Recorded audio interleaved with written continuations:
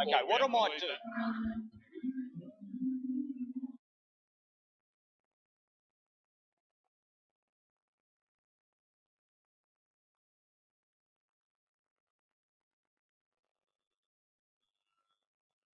Well, good morning, folks. Welcome back for those who were here yesterday and the day before, and welcome to those who are arriving for the first time for the weekend to Pepsi Max Baskerville Raceway. It is the 2022 version of the Baskerville Historics, and as you can see, it is a little damp off on track and very, very damp off track. So this is the regularity session for the early model Holdens. And those of a certain era will certainly enjoy seeing these old cars going around. And make no mistake, they're certainly going pretty quickly for what they are or were back in the day. Great old cars. We love them. And people like Ellis French have been very, very to the fore in getting these cars out here.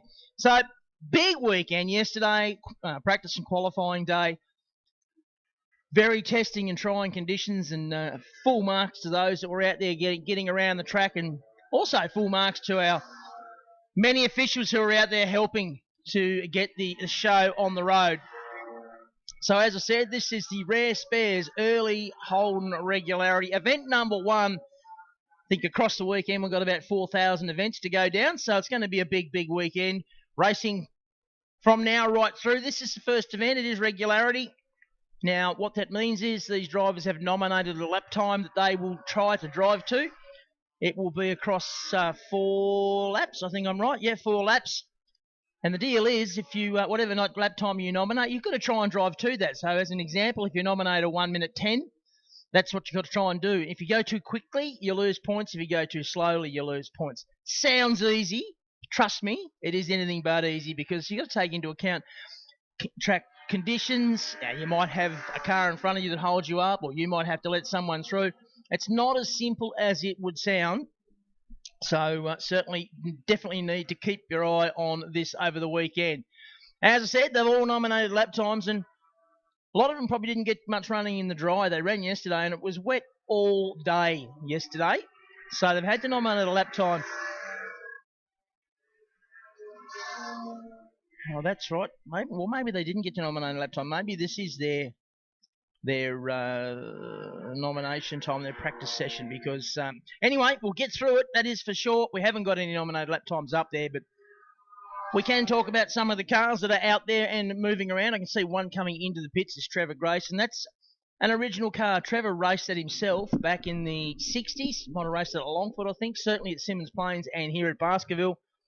And he's had the car all that time.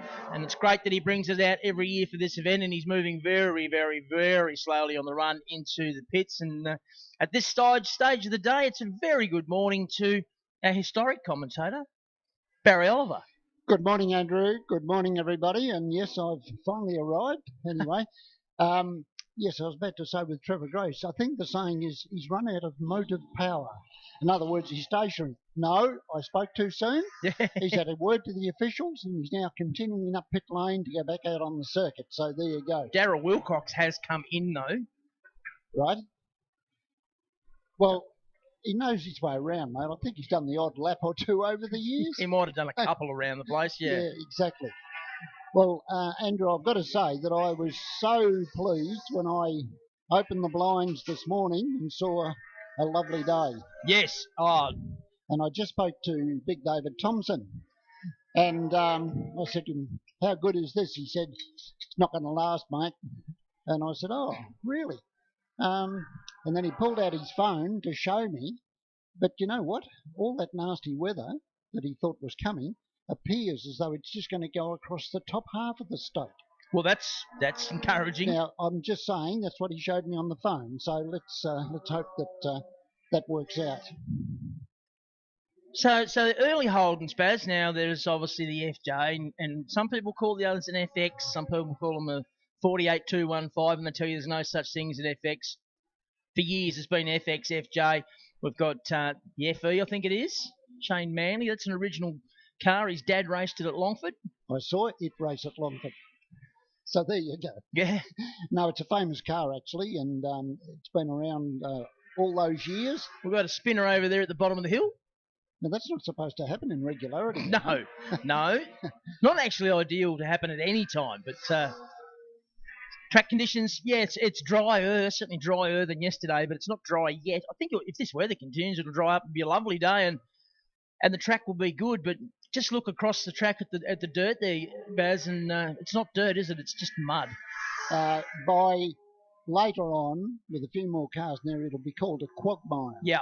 Right. Some very interesting motor cars out there, mate. And one that's just gone through is the FJ Holden of Kim Hewitt. Yes, Kim Hewitt in the car 91. Now, that's an early model Holden with a difference. That was built from a shell. And that car, which belongs to Dave Ryan, yep, and it was built by Greg Stevenson, right? And those two guys took that car to Mexico. And they did the rerun of the Carrera Panamericana. Gee, I managed to get that out. You've done that well. 3,200 kilometres. And they've had that car over there on 2 occasions. So I was talking to Kim recently, and he sort of gave me the lowdown on the car. So the work that went into this car by Greg was just quite astounding, to be honest with you. So it's a very brightly coloured car. I'll point it out to you when it comes around. Checkered flag has just come out, so this is going to be the end of their session. And from this, well, they've already nominated their time from yesterday. No, I do know there was a couple of categories that didn't get an opportunity to nominate a time due to red flags and the like, because we had a little bit of that going on yesterday, Baz, with the conditions. There was a few cars off, etc., and it wasn't all plain sailing, but going to be, well, it's better today already, isn't it? It is. I might have to take my jumper off in a minute. Now, I'm a little bit confussed at the moment because that car that I was talking about, which is just coming out of the S's, is actually car number 25. So, but I'm sure it's the car that I was talking about, by the way. So beautifully built, and it's got a very interesting history, as I say, having competed in Mexico. And in fact, you can find YouTube video of the car in action in Mexico. So if you just look up early Holden Carrera Panamericana, and you'll find some terrific vision there of the car when it was running over there. No, another bloke did a couple of those events. You'd know him well also, Joe Cordo from South Australia. He did the Panamericana a couple of times. Yep. In a Peugeot. They and this dates back to the 50s when they decided in Mexico to celebrate the opening of a new section of highway that had been on the go for many years. But to celebrate the opening of that new bit of highway, they said, righto, let's have a road race. And no holds barred, basically. Into it. Away you go. And it actually was quite prestigious from the point of view that Mercedes, for example, actually sent 300 SL Mercedes sports cars over there to compete. We had Ferrari sports cars, so Mickey Mouse race cars. It ran for, from memory, 4 years, I think. But unfortunately, the casualty rate, as in fatalities, was very high. And so in the finish, they said, that's it, no more. So it was a period of time, as I say, about 4 or 5 years now. That's the number 25 car that's just come in, which is actually, I think, in the program as car number 91. But anyway, that's the car that I'm referring to. So it was an amazing event. Back then, of course, there was no such thing as seatbelts or whatever, and you run what you brung. And it was very popular with the Americans. They came down with their big, bulky, heavy V8 powered cars with 3 on the tree and no brakes and yeah, all the good stuff. So even NASCAR drivers of the day competed in that event. So we've got the number 99 car just coming in. That's Brian Russell from Queensland. Good to see Brian back here.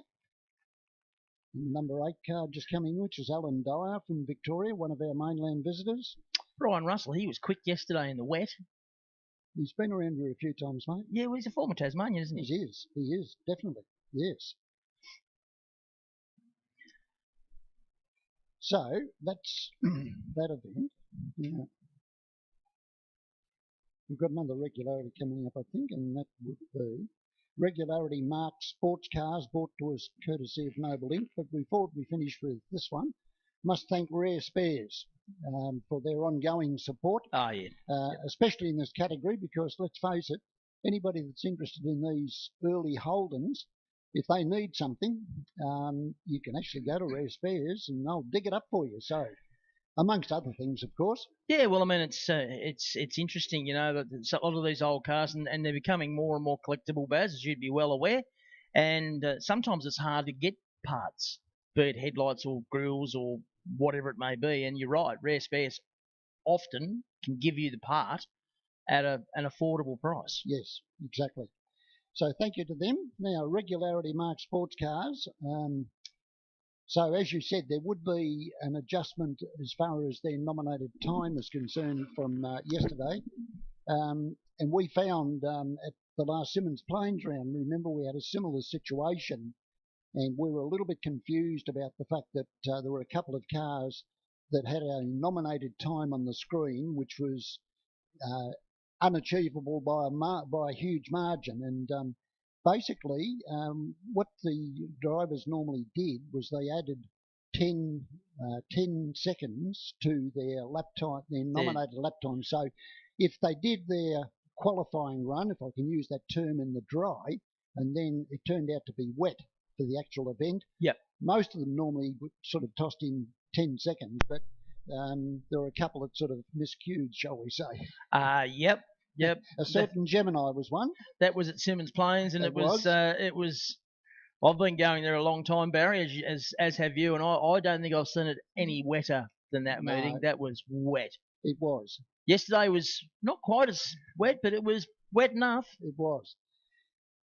Now, Baz, last night I caught up with Brett O'Shea. Those that weren't here yesterday, Brett had a massive moment coming off the back straight and ended up at the fence, right up in the top corner, almost to Bridgewater.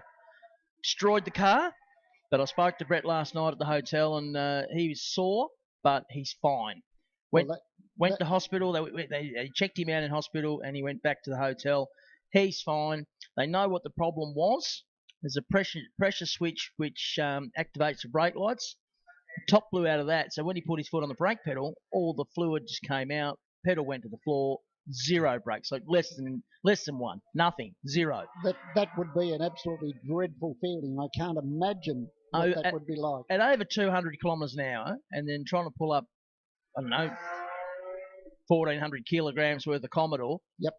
In the wet, and of course, we all know that once grass gets wet, you certainly don't slow down on it. No. And I've seen the footage of, the photos that Angry Man took of it, and the way.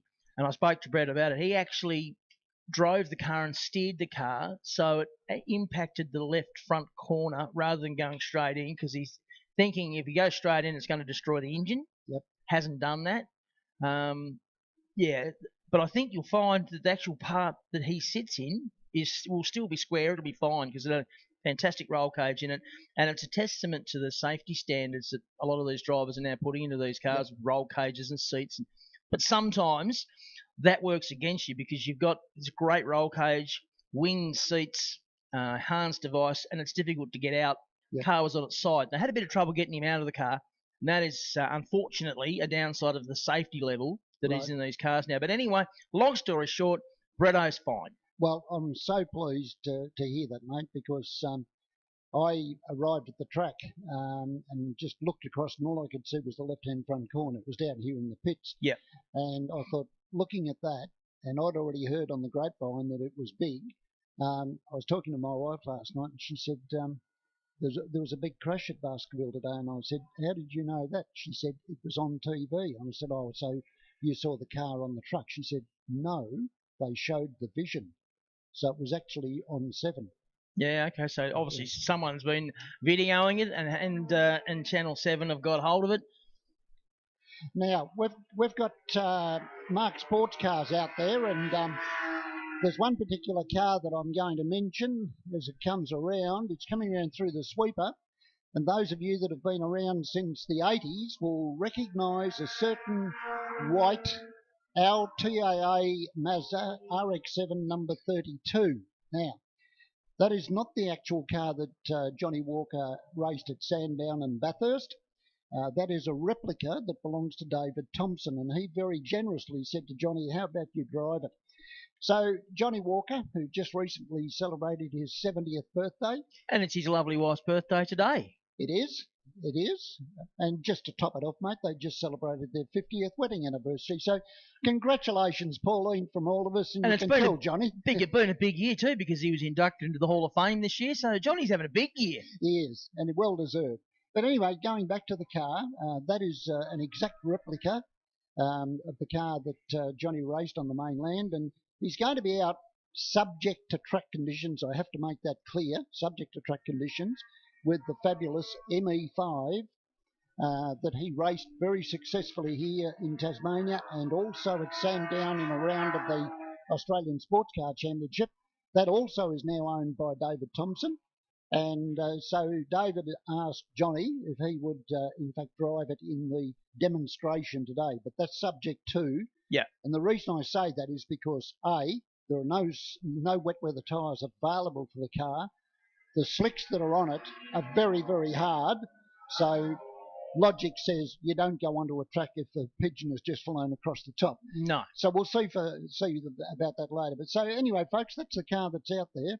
I also noticed that Jeff Storr is out there in car 159. Now, that's a JWF Milano, so it's a fiberglass bodied car. And there were quite a few of these that raced. Some of them had 4-cylinder MG engines, some of them had 6-cylinder engines. And there were 2 or 3 on the mainland in that period where marked sports cars were very, very popular that were real weapons. I mean, basically, they were extremely light. But it had good power if you had a 6-cylinder under the bonnet. So that's the car that Jeff Storr is out there driving at the moment. And I think Michael Elliott is out there, so there's a blast from the past. I did see Michael Elliott arriving at the circuit this morning, and I saw the familiar number 42 out there. It's a white or creamy coloured RX-7, a Mazda. Of course, what else would Michael Elliott be driving? He wouldn't be driving anything else, would he? That's his thing. Exactly. Number 3 just going across the line, Mark Dilger in the MGB Roadster. Now, that's a different car to what we've seen Mark in previously. That car that's just up at the Esses now, white with he's got the roof up.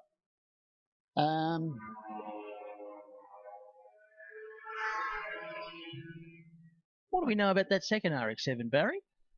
I don't know anything, mate, to be honest with you. Okay. In fact, it doesn't appear in the program. I saw the look on your face and I thought Baz knows something about this car, but maybe not. The car that's just gone across the line, at a quick glance, you'd say Lotus 23. Well, it's actually a replica. That's the Nick Winkler car, number 71. Yeah, Nick drove that here last year. If it was the real deal, it'd be worth telephone numbers. Well, the interesting thing, we're just talking about Johnny Walker and the ME5. The car that Johnny raced very successfully prior to the ME5, you might remember. I do. Was the ex-Bruce Gowan's Lotus 23B, which was fitted with a Ford Pinto engine that was turbocharged. And so Johnny actually sold that to buy the ME5. But that's an aside. Now, what we've got coming around now is the Little Austin 7 Special, number 18, and that's the car of George Taylor, an Austin 7 Special, all 747 cc's. So it's not going to break your neck when you take off.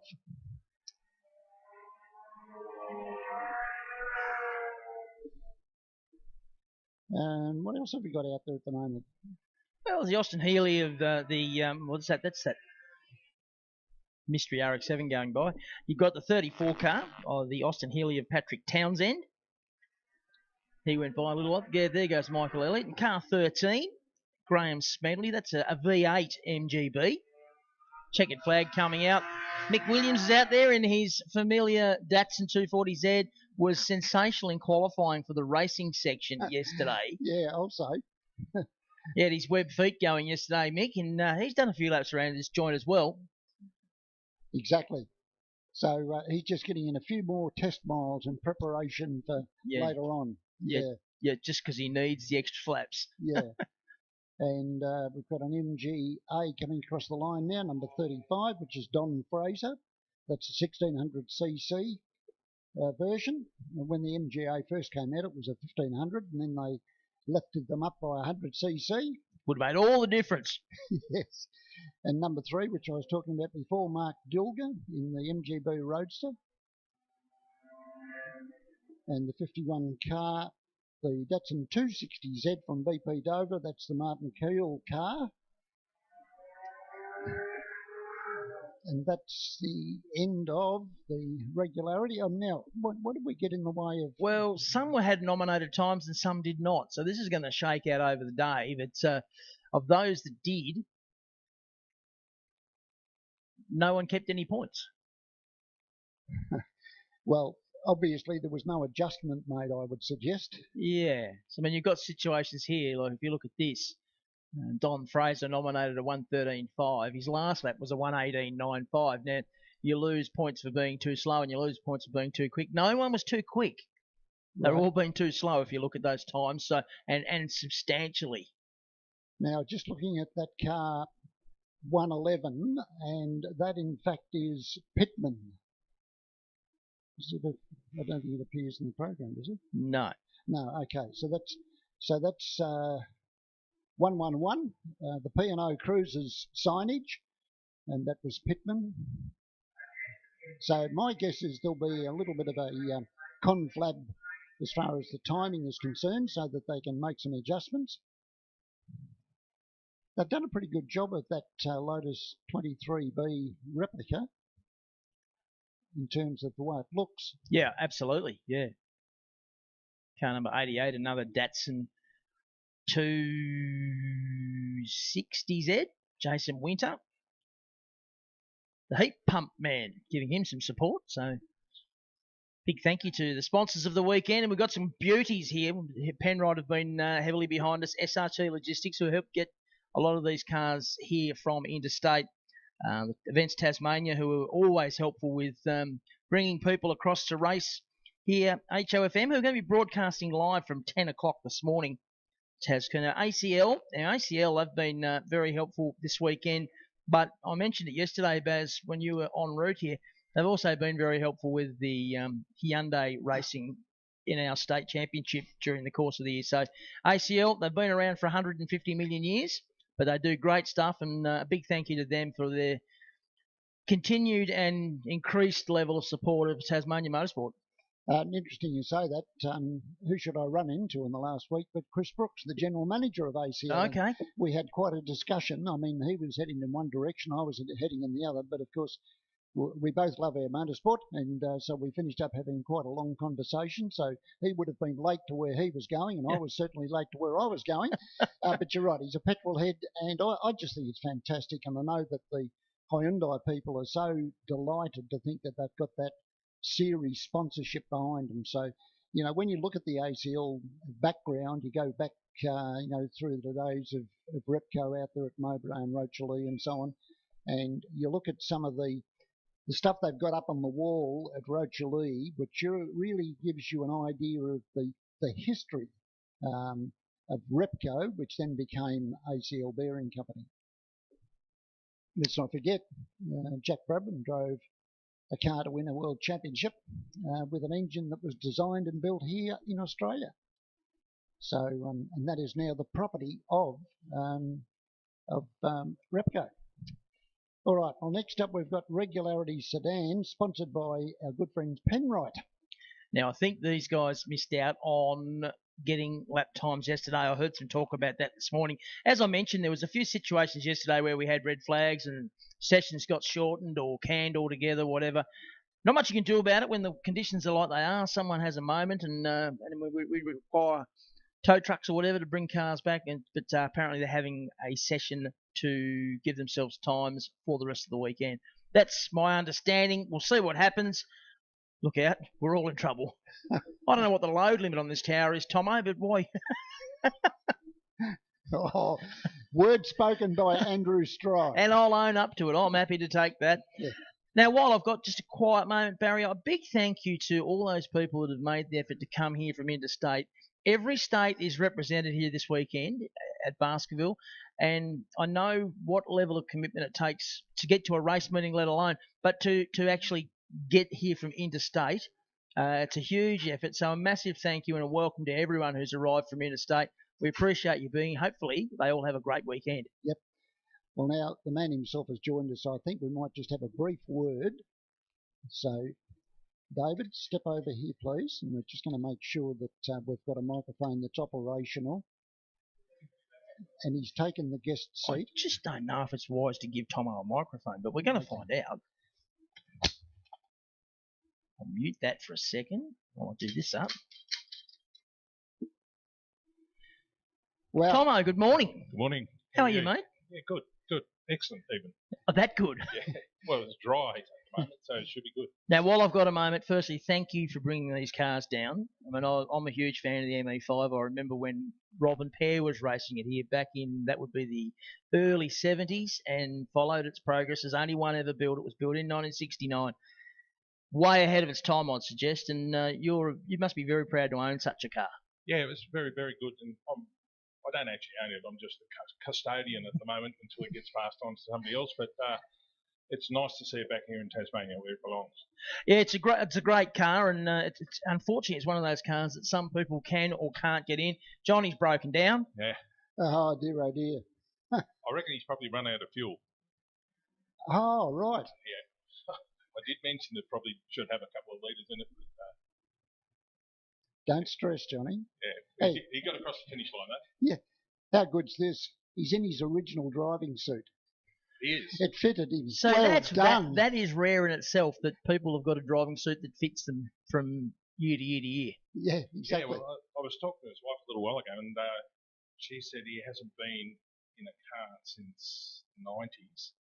And the last car he was in was the Johnny Walker RX-7, which this is a tribute to. He did some demonstration laps here a couple of years ago in one of Andrew Cannon's A9Xs. Yeah, one of the A9Xs, but that was only demo laps. Yes. Yep. But I don't think he's done anything in anger.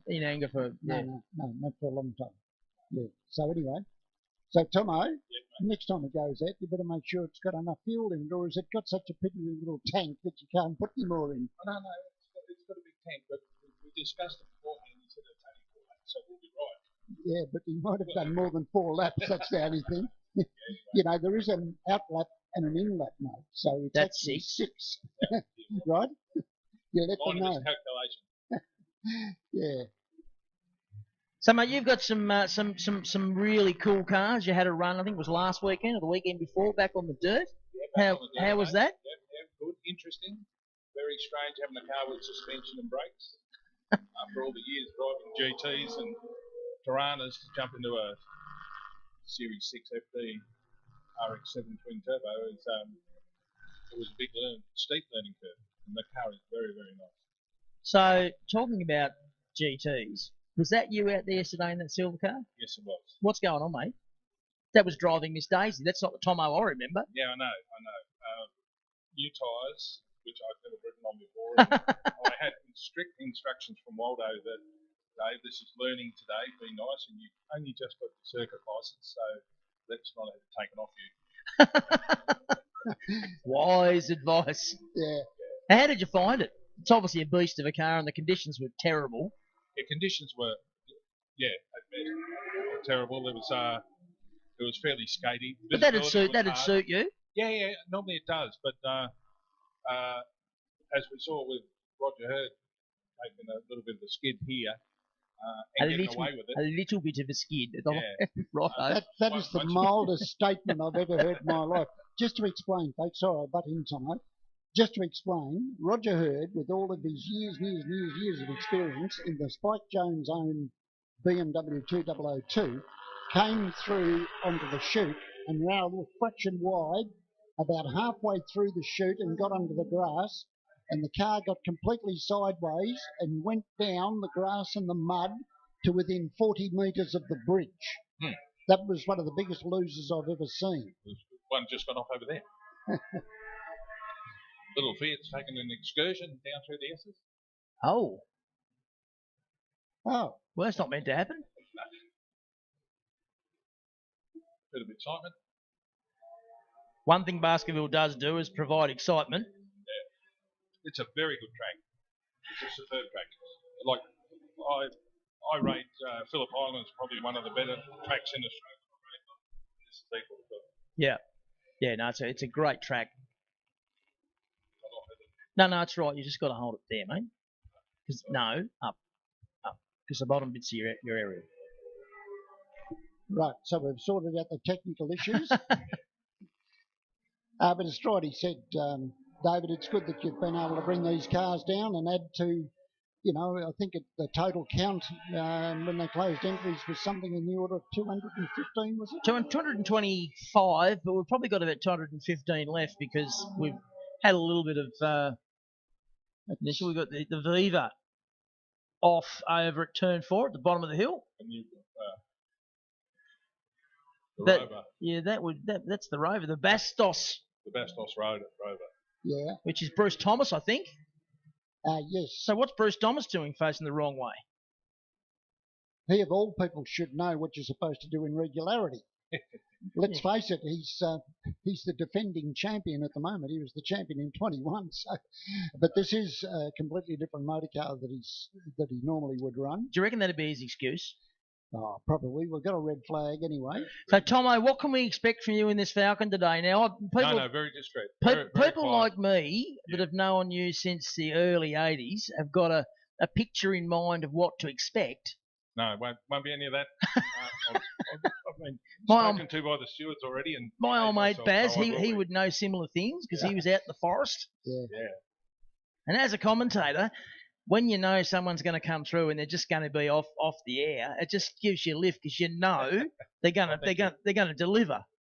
Yeah. It'll be very discreet today. But you're slowing down with old age, Tomo. Is that what's going on? I am. I've got 6 cars down there, I think. So. Have you really? Yeah. So. Have you still got any helicopters? Yeah, still got helicopters. Got to have those. Yep.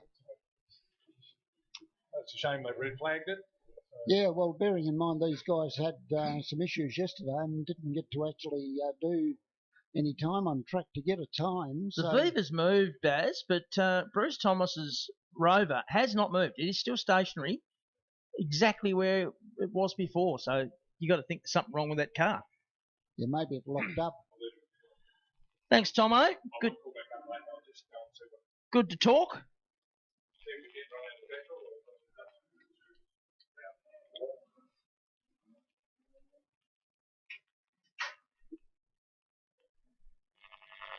Well, there was a fantastic lineup of cars that are just coming past us at the moment. We've got a VL Commodore that's dressed up in the Noble livery, Noble and Bridgestone, car number 10. And we would remember that very well from, that would be 1987. 87. Yeah, Peter Brock on a very greasy track on slick tyres. I think one of the best drives that Peter Brock put in.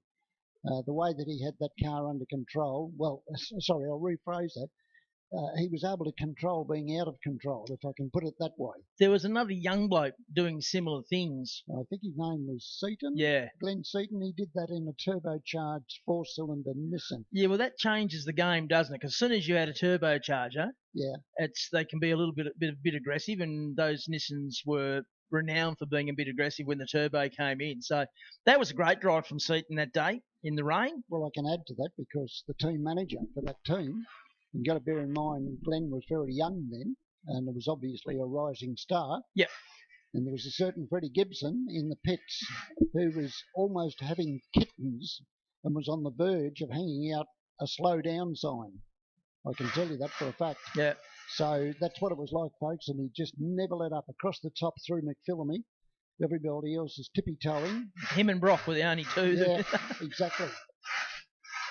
And it's really good to see that Glenn's young Aaron, he's been given an opportunity in Supercars, so that's awesome. He's got a drive at Bathurst. So you've stepped up when you've got yourself a drive at Bathurst. Now, we've got a Sierra down here on pit lane as well, which has been made up as the Texaco Sierra. If it was the real deal, it's illegal. Yeah. And it'd be worth a fortune. Yes, exactly. And what we're talking about is the fact that Sierra's finished at 1-2 in 87, when the race at Bathurst was around the World Championship. Yes. And so we had an influx of European teams, and not the least of which were a couple of Texaco cars who finished first and second. But there was a grave suspicion, I'll say grave suspicion at the time, that they weren't hunky-dory. And ultimately, they found that there was a problem with the front guards on those cars. So quite some time after the event was all finished and packed away, they decided to disqualify them. And who should actually be declared the winner? Peter Brock. In a car identical to the one that's down there on pit lane at the moment. Yep, absolutely. I was at Bathurst a couple of months ago. I went up to see my son who lives in Sydney, and he'd never been to Bathurst, and I hadn't been there for a long time. I said, "So come on, mate, we'll go out there, and I know it's not a race meeting, but we can go and do a couple of laps of the track and check it all out." We went up there, and I went into the museum they've got there. It's the first time I've been in there, Baz, and that is sensational, the museum there. And they had a video playing, and it was the 87 race. Okay. And the young fella wanted to walk around and look at the cars. I said, just hang on a minute, mate. I just want to watch this. Yeah. Very cool stuff. It was. And let's not forget, when we talk about that, it wasn't just Peter Brock in that car. There was a certain David Parsons that There was part indeed. of that, who was inducted into the Tasmanian Motorsport Hall of Fame, together with Graham, his dad. Sadly, we lost Graham this year. Yeah, only a month or two ago, so yep. Very sad. And so it was a great day at Simmons in, I think it was February last year, where we inducted father and son, only the third time in the history of the Hall of Fame, which started in 89, that we've had father and son inducted. But the difference this time is that they were inducted at the same time. Now, the others was John Bow and Brian Bow, and Marcus Ambrose and Ross Ambrose, but they were inducted in different years. But this was the first time father and son. And now, looking back, I'm so pleased that we were able to do that. Yeah, it's fantastic. And we touched on it yesterday, Barry, and it was fantastic news that after a lot of years of trying, you've been able to get the Motorsport Hall of Fame to a stage where it now has a website, so people from other parts of Tasmania don't necessarily have to go to the National Automobile Museum to check out the Hall of Fame. They can jump online and see who's involved in making the Hall of Fame happen, and more importantly, the people that have been inducted into that very, very esteemed club. Yep. Yeah, you're right. So now, if you just put in www.NAMT, National Automobile Museum of Tasmania, and it will come up, and you scroll down, and there'll be a thing that says Hall of Fame.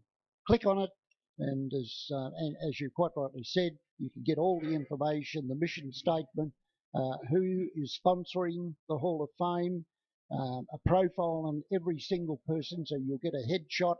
Click on the headshot, and then up will come photos of that person. A bio as to... And a bio which will demonstrate why they were inducted into the Hall of Fame. So I do encourage you to go down there and go into the museum. It's a fantastic place. Yep. And you've got to bear in mind that basically every 3 months there is a particular theme. Yep. So I'm not sure whether it's still running, but last time I was in there, which was 6 weeks ago, I suppose, it was a French theme. So there was some beautiful cars there representing. Why did you look at me like that, Strider? You said it was a French theme. Well, it was. I'm not a lover of French cars. Oh, right. Okay. Okay. But one car there which took, which I thought was amazing, is the original DS21 Citroen that won the rerun of the, what was it, Paris to Peking?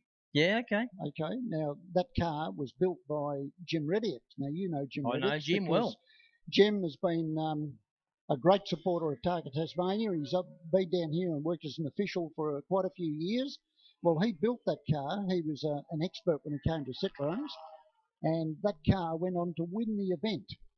And there were only something like 10 classified finishes out of about 60 entries. That's how tough it was. So that's the sort of thing that's down there. There is the most magnificent 20s Delage, which belongs to a gentleman at Carrick who very kindly made that available, and you've got to see that. It is just 100 points without a shadow of a doubt. Okay, we've got a Volvo out there too. Two of them, I think, Baz, to be honest. Yeah, right. The old 240 turbos, made famous by Robbie Francevic, of course, back in the mid to late 80s. The Mouth. Yeah. That's what we called him, Robbie Francevic. He could drive. He could sure drive, and he's the man that was responsible for John Bowe getting into touring car racing, because Robbie decided to run a second car in the Australian Touring Car Championship, and so in Adelaide, John Bowe raced the second Volvo, and it went from there. They were wagons at that point too, I think, from memory. No. Tom Walkinshaw ran wagons in the British Touring Car Championship. Okay. Certainly, which we all thought was rather strange, but apparently there was a very good reason why I opted for it. It might have had something to do with weight, or I don't know. So the number 10 Commodore goes through. Let's have a look and see what else we've got. That's in 1600. That's car number 14 of Mark Brooks. Car number 74, and that's Phil Isaac in the Corolla. We've seen that a few times.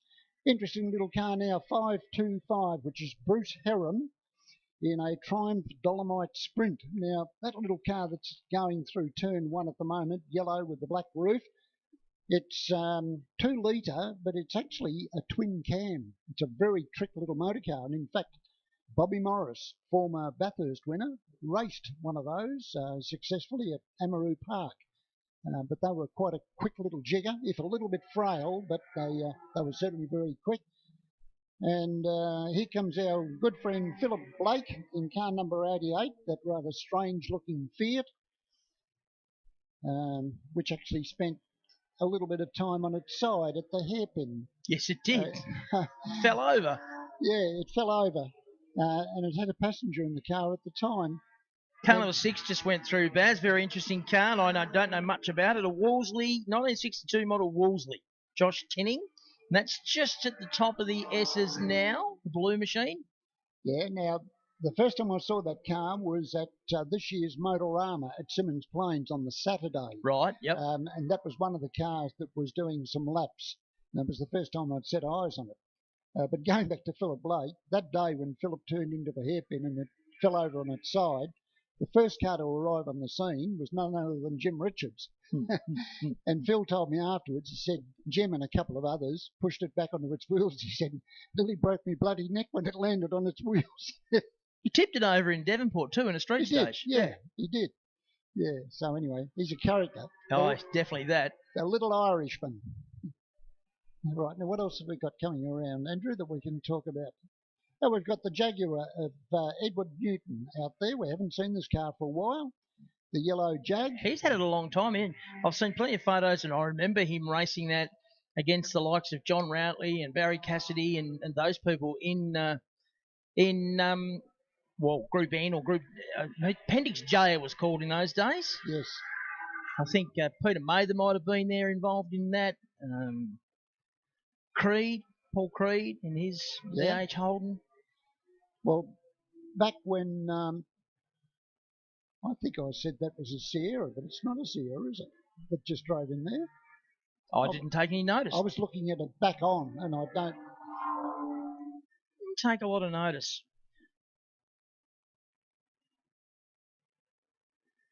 Yeah, I've got that wrong, I'm sure. Because I can only see the car back on. It had a big wing and Texaco, and I just put 2 and 2 together and said Texaco Sierra. I'm sure he'll take that. Yeah. So track drying out quite nicely at the moment, and with this weather, it's supposed to be 17 today, and it feels like it up here, I can tell you. But going back to the Jaguar of Edward Newton, the first winner of the Australian Touring Car Championship, that was probably 1961 or 62, and for a number of years it was a single race. And that first championship was actually won by a Jaguar, and another one who managed to do it was Bob Jane, the first of his 4 Australian Touring Car Championship wins. But the interesting thing was that year Longford hosted the round of the Australian Touring Car Championship, and Bob Jane actually blitzed them. And at that stage, you could run them with a larger capacity, and the engine was actually a 4.2. So still remember that. And the Bastos Rover comes through, and that's a livery that they ran in England. I did get a message sent to me, and thank you very much to people that do send messages during the course of the day, saying that they were having trouble starting the car in the pits earlier, so maybe that's an inherent problem. We've got the Fiat 124 Sports Sedan stopped on the outside of the track between turns 1 and 2, car 97, and a car built by Ian Beachy back in the, had to be the early 80s, I reckon. Yep. And it ended up in the hands of Len Netherton, and now it is been restored. Chris Wiggins, yeah. Came here with it last year. Was the first time he'd had it back out. And bit of history in Tasmania. I didn't realise that was the ex-Beachy car, to be honest with you, because when Ian raced it, it was white for a start. Yep. And secondly, it didn't have the aero bits that this car has got, so I didn't realise that. Yep. That was the ex. And of course, sadly, Ian is no longer with us. Another one. It's gone to the big racetrack in the sky. There's a few of them up there. There'll be some fast laps going on up there. Yeah. Yeah. The older I get, the faster I was. Exactly. Exactly right. Here comes that Wolseley we were talking about, Baz. They just don't look like a race car, do they? No, they don't. Wouldn't have had that aero on it either. No, and the Pommy Cops had those. Did they really? Yes, they did.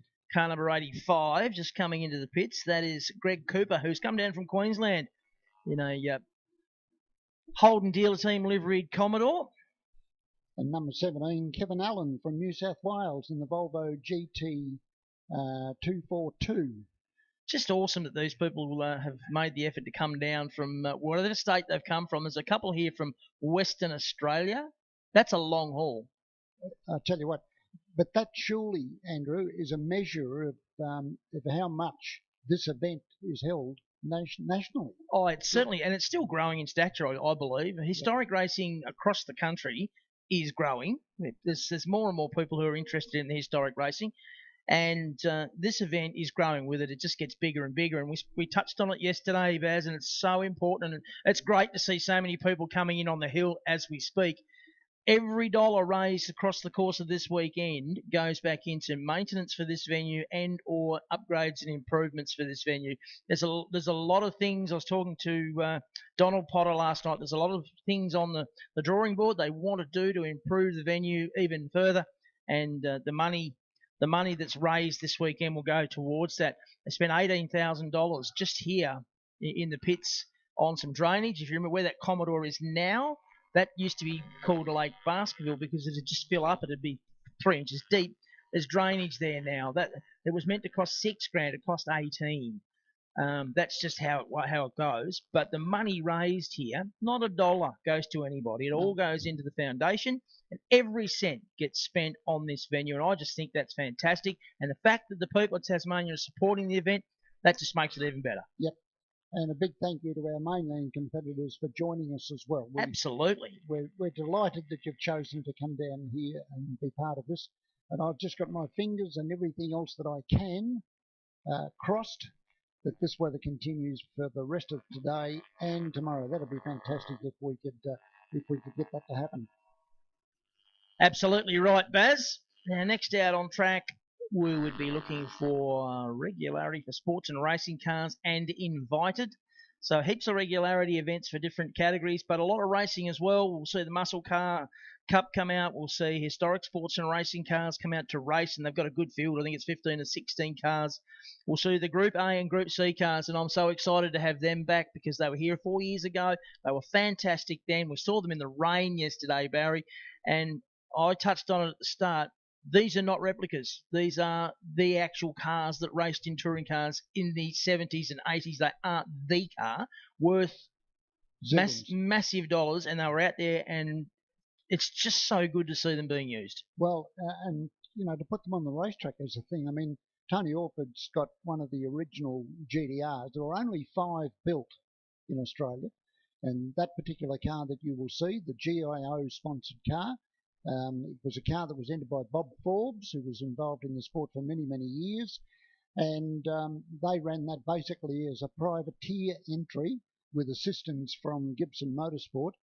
And I would not be joking if I said Tony could probably get $1 million for that car. It's funny you should say that, because last year, and I believe it might have been Sydney Motorsport Park, he was there running the car, and a punter came up to him and said, "I will give you a check right now for $1 million for that car." And Tony turned to him and said, "It's not for sale."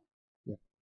So there you go. So the point that Andrew is making, and it needs to be said, is these are not replicas. They are the genuine Mickey Mouse cars. And fortunately, we've been able to get, would you believe, all bar 2 of the competitors to provide us with profiles on their cars and history. And I spent some time last night just systematically going through, and I can tell you that every single one of these cars, when they come out, yes, we're being a little bit early with this, but every single one of them has got fantastic motorsport history. Yep. So a big thank you to all those teams that took the time and the trouble to do it.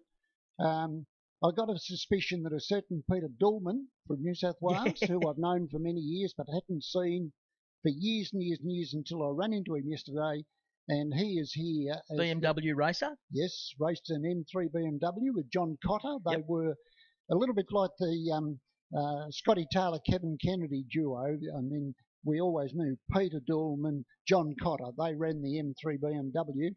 Very much a privateer effort, running on a shoestring budget, as I would say, without the shoe. Yeah. But still got some very creditable results. So, well, he's here as the driving standards observer, and I reckon you'll find that he was sort of being mother to these guys. He's basically sort of overseeing what they're doing. And the other side of that is, Baz, and I've been away, but I don't think it was last weekend. It might have been the weekend before. These cars were racing maybe New South Wales. So it's only a couple of weeks ago they were racing. So they haven't had much time to turn them around. That's what I'm getting at.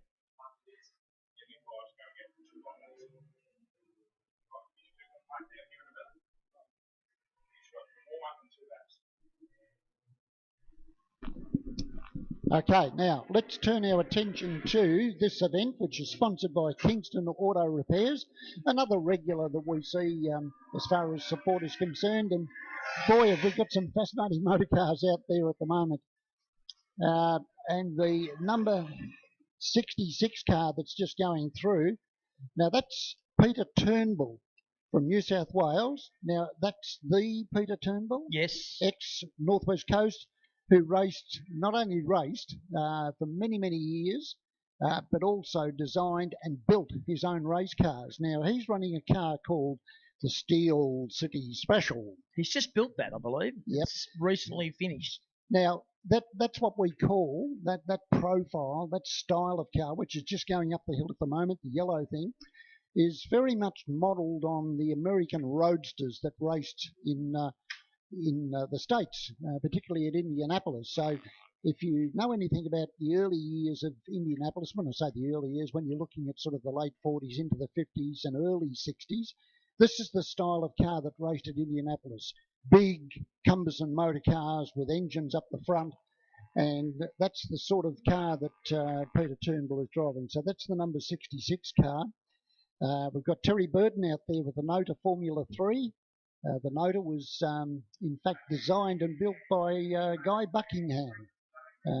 So he turned out quite a few marvellous motor cars. We've got the usual clubmans that are coming around. I can see car number 50, which is Malcolm Lee, and we know that car is incredibly quick. Now, another one that's just coming through is the number 6 car, and that's Scott Blee, and that is a Reynard 923. It's a 2-litre, 4-cylinder, and that's the car that's up in the S's at the moment. So very much modern style of open wheeler. Now, Baz, I want to turn your attention to something here, and I don't recall seeing anything like this in my time in motorsport. In this event, I know one of them's come into the pits. I saw him come in. You got Alex Turnbull, Clinton Turnbull, Peter Turnbull, and Sean Turnbull, all family, all driving Turnhams, all built by Peter Turnbull. Mate, I thought we had enough damn trouble with the houses. Now you're going to tell me we've got a problem with the Turnbulls. Well, we don't have a problem. I think it's great. I jest. But I don't recall seeing that level never. in any form of racing, and they're all driving cars built by the same man. Yeah. Well, Sean Turnbull has just gone through. He's the second car going up towards the S. It's a very nicely turned out little clubman car. And we've got a Formula V in there as well. That's one of the Turnbulls. It's a Turnham. It's Alex Turnbull, I think. And the Turnham Formula V. That'll be kind of 16. And another one that I've just noticed, which is coming down through the SS now, is number 27, a certain Wayne Clark. Now, we've seen Wayne on the track for years. He's been a regular in Targa Tasmania. Normally runs in, if you like, the vintage class with his magnificent car. And number 27, but it says it's a Lotus 51. And it says it's blue and red, and it's got a 1599cc capacity. Now, when you see it come past, Andrew, you tell me what's different about that motor car, all right? He won't be that far away. He's probably coming down the back straight now. So,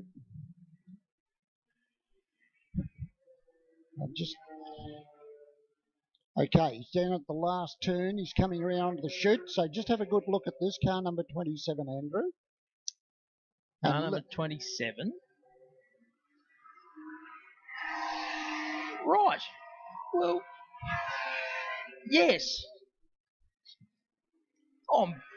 I will bet money to a brick. It's actually a V8. Yeah. He stuffed a V8. Can you believe? Into a Lotus 51 chassis. I know he's got a collection of cars, but that's one for the box. Now, I'm not sure what's happening with times here. With points. Well, we haven't really given that too much credence, have we? Unfortunately.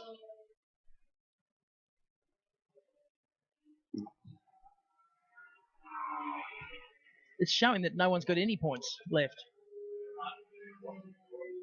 I think that's really unimportant at the moment because everyone seems to be certainly enjoying their action. Now, we're being joined up here, Baz, at the moment by Adam Garwood and his security detail, Shane Suter. Greg Garwood's arrived. The birthday girls walked in, Pauline Walker. Now, they've joined us, Baz, because there's a young bloke down there sitting in a car on pit road, and his name's John Walker. Some people would know him because he's got whiskey named after him, and he's sitting in a certain ME5, and I don't know when he would have last raced this car. I'm going to guess about 1990. No, earlier? 1983. Okay. Johnny sold this car to Dr. Marshall in Sydney. To buy Tasmania? To finance the build of the Group C Mazda, the replica of which he was in earlier. Hope he's put fuel in this one. Has it got fuel in it? Now, I spoke to Johnny about this car. He seemed a little bit nervous about going out in this car, and I don't blame him. Now, when I say that this car's ahead of its time, if you've never seen it, folks, it's going to come out and do a couple of laps in a moment. It's owned by Dave Thompson from up on the northwest coast. It was built for Neil Allen back in 1969 at the Elfin workshop. He ran it for a little while. Then Don Elliott purchased it, and it came down here. Robin Pear raced it. Had a massive accident coming over the rise on the back straight. Robin drove it with great success. It ended up with John Walker, who's sitting in it as we speak, and it's in the same livery that he raced it back then.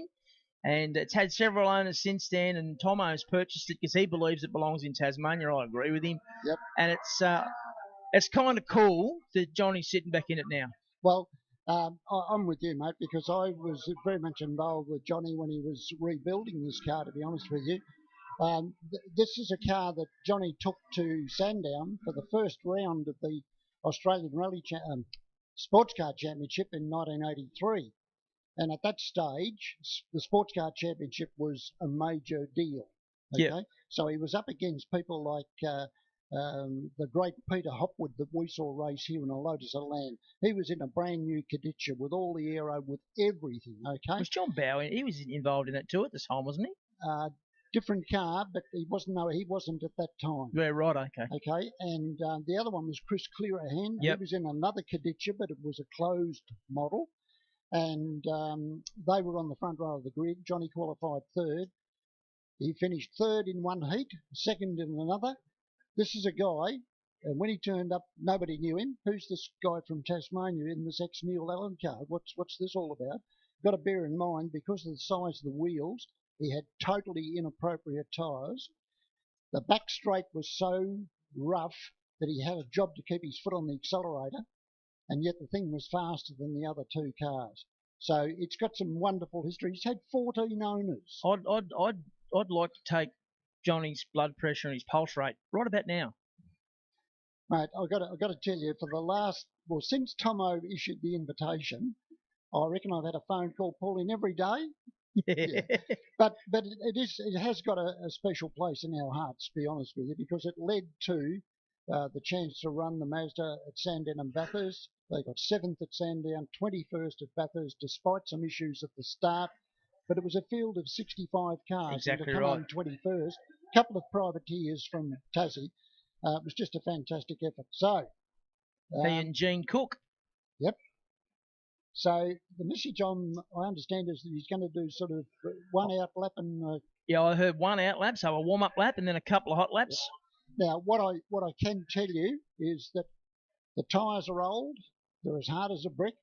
So don't expect anything spectacular. I know that he's going to give it a bit of a squirt on the straight bits, but he's going to be very circumspect, and I don't blame him one bit. No, neither do I. Neither do I. At one stage, this car was owned by a guy in Germany. His name was Harm Legay.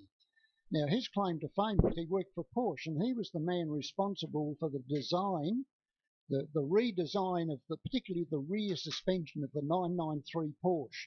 And that was a big step up from what we'd had previously. And Harm Legay actually owned the car from 92 to 2007. That car actually raced all over Europe and also in the States. And at that stage, it was jet black. So there's a lot of history, a lot of history. Peter Woodward had it, Charlie Occhipinti. I'm just going to take it easy, Baz. Hang on, I'm going to sit down.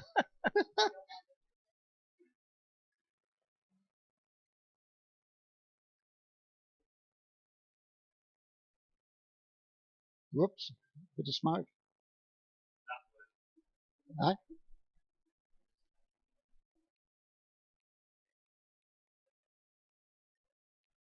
So I said before, this car is ahead of its time in its design. If you have a look at it, it doesn't look like a car that was built in 1969. It looks like a current model car. It really does. They only ever made one. And you're looking at it. And at that time, Neil Allen, who was a property developer in Sydney and died recently, by the way, he wanted to take on Frank Matic because Frank Matic was the gun with his Matic SR4. That was the car that really you needed to beat. And so Neil Allen said, okay, I'm going to have something built to beat that. And he did on 3 occasions. So, Baz, for those people that wouldn't know, the engine gearbox configuration in this car? Okay, so it's a 5-litre Chev engine. It's putting out a lot more horsepower than when Johnny raced it because things have gone ahead in leaps and bounds in terms of what's available. So look at that. Isn't that incredible? It sounds all right. Sounds good to me.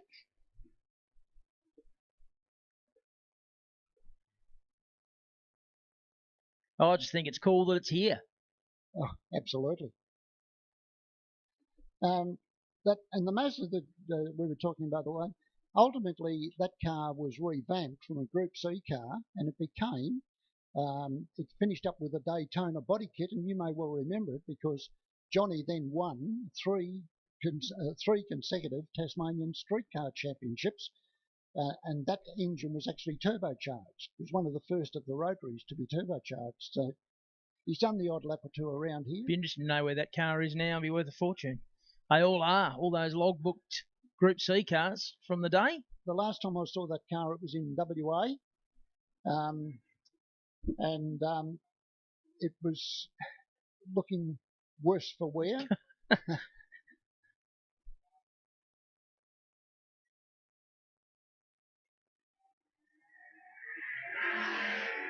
And it was interesting because the car was actually in the National Automobile Museum, and Johnny went down to get in the car to see how it fitted. He rang me, he said it was just like a glove, just like the old days. So, yeah. Obviously, a different story for Tomo. Oh, yeah. Well, yeah. So, Pauline, what are you going to do if he says he wants to buy it back? Okay, for those of you that can't see, there was a vigorous shake of the head, which meant a distinct no. Yeah, that's not happening. Yeah, just as a shed ornament. You wouldn't race it. So this car was actually designed and built in Adelaide. Yep. By Ron Lambert. And the last owner of this car, by the way, before Tomo bought it, was in fact Trevor Lambert. So still had the family connection. Brought the car here a couple of years ago, but didn't do any laps. Just a static display down in the pit area. So it's great that it's come down this weekend and it's out on track where it belongs. The smoke that we saw before has now gone. That means one of two things. It's either cleared itself or it's got no oil left. I'd say it's cleared itself. There might have been just a slight overfill, I would think. Great to see plenty of people still coming in the gates too. It's going to be a massive weekend of action. This is just a bit of a walk down memory lane for a lot of us. The other guy that was involved in the design of this car was Tony Alcock.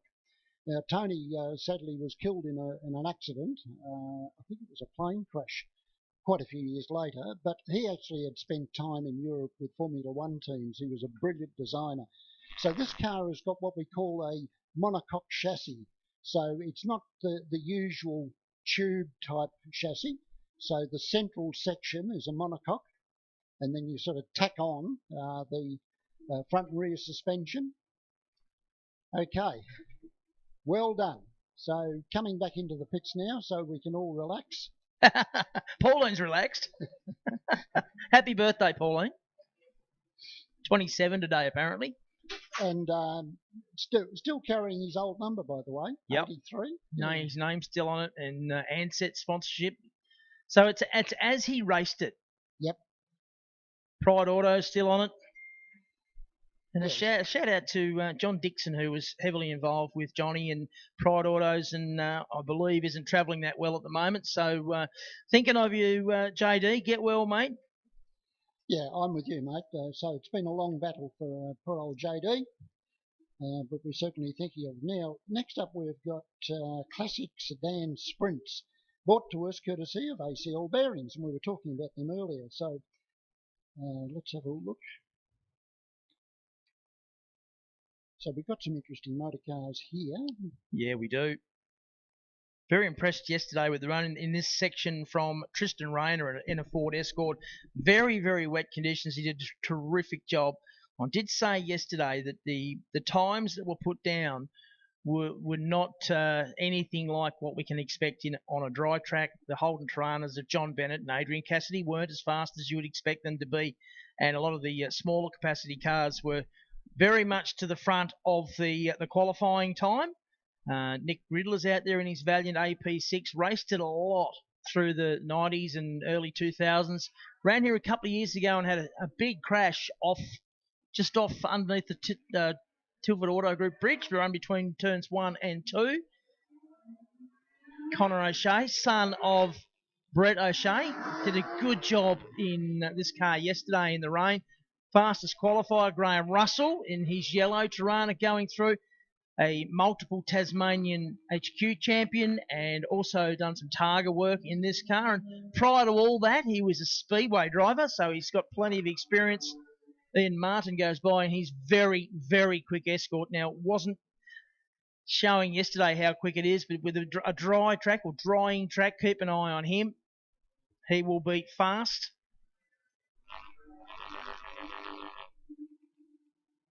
Now, I also believe this weekend, Baz, that Richard Fleming, who's been around for racing for over 50 years, is calling time on his racing career this weekend. Oh, okay. So Richard Fleming, he'll be having a run in the Escort at some stage during the course of the weekend. This is his last hurrah. Okay. Been racing early 70s, 71 round there, I think he started. Well, so far back that his first race car had stained glass windows. Yes, exactly right. Thank you, David Rose. Okay. Yeah. David Rose is here, I believe. He's just missing in action.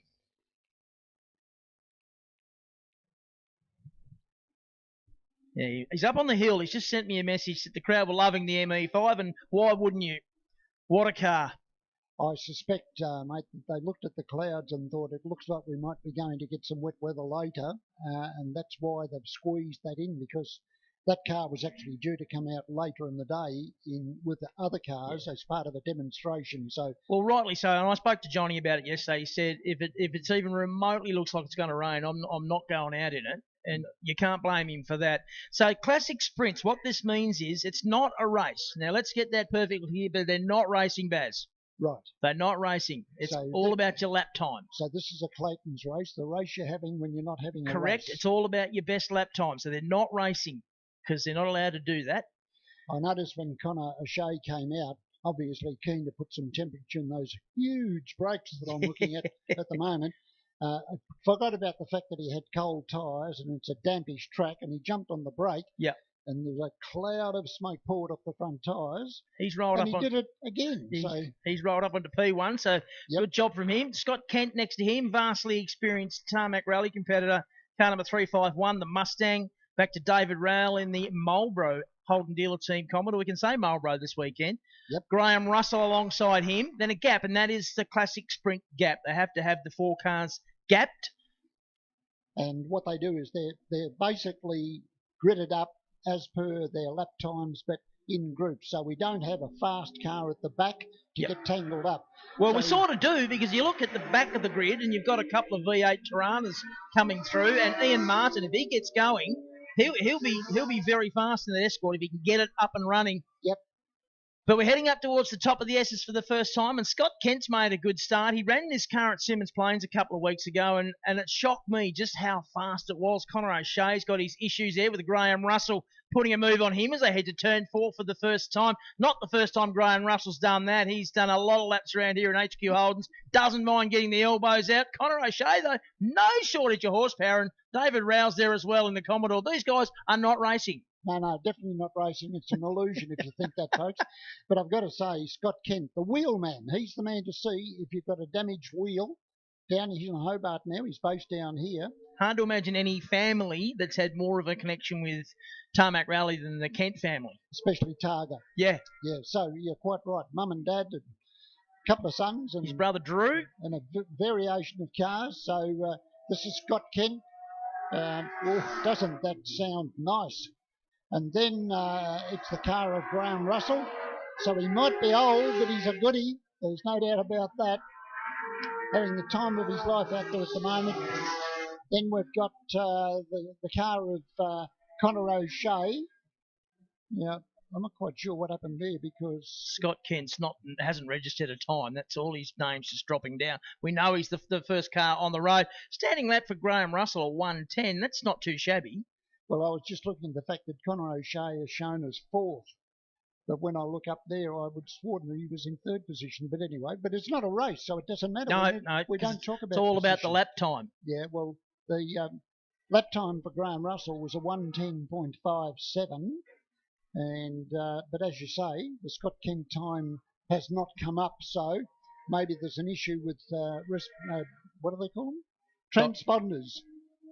So 5 laps is the distance for these guys. Scott Kent goes by. We'll see if we can start to get some. So they've given him 2 laps there. Yeah. 2:08.11. That's a combination of lap 1 and lap 2. Yep. Whoa, and a very sideways number 15. That's the car of Bennett. John Bennett. The Tirana hatchback. He's certainly giving a bootful. So, not surprisingly, the first 4 cars out there at the moment are all V8 powered. And the next one to come through, in fact, is going to be Sutcliffe, isn't it? The Datsun 1600, the orange car. Is that, or is it Bond? Seems to be a bit of a mix on the screen here, mate, but anyway. Just trying to get it all. Jared Fleming's out there in car 6, which is one of the escorts, car number 6, the white car. That's son of Richard. He's running it in this, and Richard's running it in another section. And as I said, it is Richard's last weekend racing. So I was only a young bloke when he started racing. That is a long time ago. Yeah, absolutely. Scotty Kent coming around, and he has absolutely gapped the field here at the moment. He's showing him as doing 56s. That's not right. Graham Russell goes through. He's showing us to having done a 59.9. I don't think that's quite right either. David Rowell in the Commodore, and he's only new to the sport, but he's getting better and better each time out in the Holden dealer team liveried Commodore, and he's about to come under pressure from a regular in the Club Day world, and that's the car you spoke of before, car number 15, John Bennett, that white hatchback Tirana. Dates back to the 70s. We'll see a lot of them during the course of the afternoon with the Group C and Group A cars. And he's a regular at our club days at Symmons Plains, and I think he comes down here occasionally as well. Beautifully prepared car, Baz, and he drives it within an inch of its life. It was obvious when I was watching him, I can tell you. But I've got to say that Conor O'Shea is doing an excellent job for a rookie, following in Dad's footsteps, of course. And continuing on the theme of a white Commodore. Okay, here comes Scott Kent. Across the line now, and we're not going to worry about the timing screen because it's up the putt, if you know what I mean. But Conor O'Shea now putting some pressure on the old master Graham Russell. So Graham Russell has been around forever, and the rookie, and I mean rookie, right on his tail at the moment. So they're having a good battle, but they're not racing. Baz, I was really impressed with Connor yesterday. I mean, he had to go out about an hour after he saw his dad upside down off the end of the straight. I was concerned that maybe it might have messed with his head. He drove beautifully, and for me, that was a measure of some maturity in a very young head. Yep. John Bennett showing as our leader at a 54.54, but I reckon that's incorrect, Baz, because I just don't think he's that fast. No. If he's that fast, mate, they're going to swab him at the end of the race. Okay? Absolutely. So I'm just trying to pick up who's the first of the tiddlers. When I say tiddlers, I mean that in the nicest possible way. And it's the escort. Okay, checkered flag time for Scott Kent. Then we've got the battle between the master and the apprentice, you might as well say. Graham Russell versus Conor O'Shea. Next one to come through is number 15. He's been doing that all race, mate. Oh, I know. We're referring to car 15, the Tirana hatchback. Adrian Cassidy, car number 21, crosses the line. Then Nick Riddler in the AP6 Valiant. Ian Martin in his escort. That was the first of the tiddlers I was looking for. Another one that's done a heap of laps around here. Yes. There's Jared Fleming, followed by the 27 machine, and that was Tristan Rayner, who was quick yesterday in the wet. Ashley Board out there in the Gemini. And we've had a spinner, and that's an orange Dado. Can't see a number at the moment. 153. 153 is Bond in the Datsun 1600. That would be Robin Bond. Okay, so he's had a little whoopsie and got it going again. Famous in the rally world. And they raced him at places like Bathurst and that sort of thing as well. Yeah, they were fantastic motor cars. They really were, and worth a mint now if you could ever find one. Two things now. A, if you could find one, you'll probably find it's full of rust. Yeah. And two, even if it is full of rust, it's still going to cost you an arm and a leg. And three, it's probably been rallied anyway. Yeah. I can remember when Andrew Murfitt had his RX2 Mazda, and we went up to the Bega Rally, and there was a guy up there with this, back in the Group G cars where anything goes, and there was one up there that had no front or rear bumper bar, and it looked pretty daggy, but my God, could it go. It was so quick. It was incredible. I remember Robbie Lupo had a turbocharged That's right. Datsun 1600 that was ridiculously fast. Yep. So there's Richard Fleming there. Yeah. Just checking on I think they had a clutch issue in the car yesterday, so they've worked very, very hard yesterday afternoon, probably in the rain, and then again last night. They've got the car back going again. Jared's been out and completed the session, so we will see Richard later. And during the course of the weekend, we might even try and get a word with him because he's raced a lot of different stuff over a long, long time, Baz. Certainly has. Very proud of the car and his son. Looks fantastic, doesn't it? Yep. With the flare guards, the box guards, as we call them. Now, I've got a funny feeling, and I stand to be corrected, I've got a funny feeling that might be the ex-Rob Davies Escort. Oh, you might be right. And before that, it was Gary Rogers. Probably. Yeah. I've got stand to be corrected, but yeah. I've just got this feeling, this inkling, that that's the car. Right. And that was actually, if that's the car, that was actually prepared by Peter Mackenzie. Correct. Mechanic extraordinaire. Yep. Mark Smith had it for a while from Doc Science. Yeah, that's right.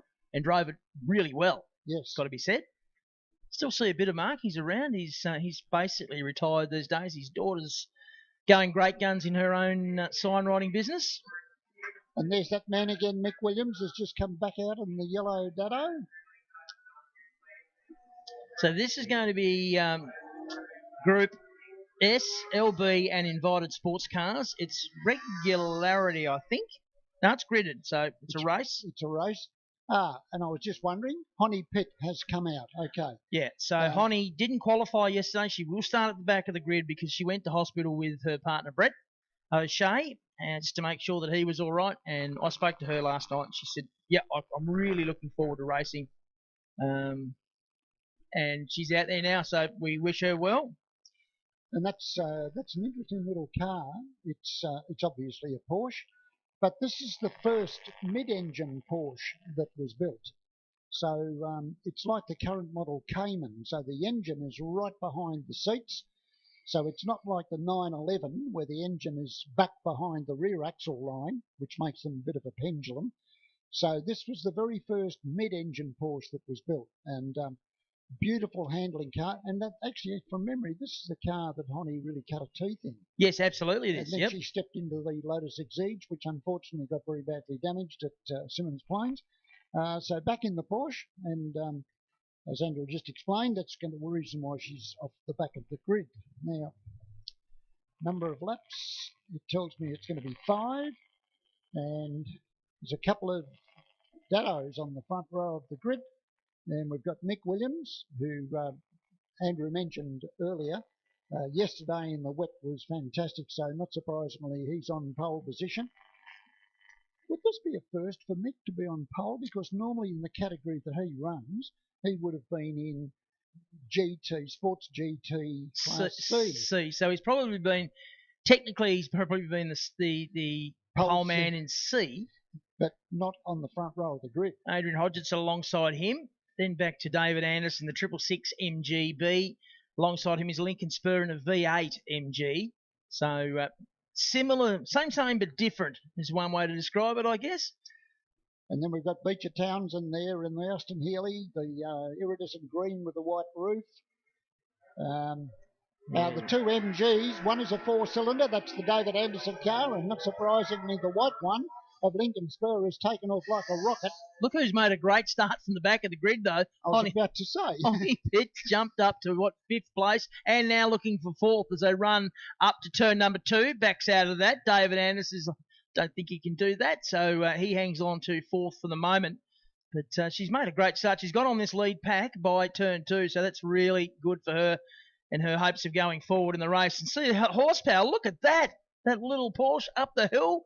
Gets its power down nicely, Baz. Yep, 2.7 litre flat 6 in that car. It's not turbocharged. They also came as a 4-cylinder as well. So just now coming through the top turn, and we can see that it's Adrian Hodgetts, and that doesn't really come as any great surprise. We've seen Adrian before, and It's a beautifully prepared car and he drives it well. Lincoln Spur, though, has decided he wants a slice of the action and he's now challenging Mick Williams. And Mick's not having any of that, mate. You've got to come out with a better breakfast than that, I have to tell you. Honey's right in this game as well. Yeah. She's right with Lincoln Spur as they cross the line to complete lap 1 of 5.4 to run. Our race leader's got a bit of a jump, though. He leads by 2.4 seconds as they head up to turn 2. Honey Pitt has another look on the run into turn 2. It's a difficult place to pass, but she's certainly making a presence felt in this 3-car battle for 2nd, 3rd and 4th. And we need to point out that the car that Lincoln Spur is a V8 powered car. And I would say that Honey Pitt's car would be lighter and more nimble. And so the net result is that you'll find that Honey will be closing up under brakes into the corners and probably got higher corner speed, but with his experience, Lincoln Spur's been able to sort of close the gate. Wouldn't weigh a lot either, would it, that 914 Porsche? Well, it wouldn't be a heavy car. No, certainly not. Nothing like.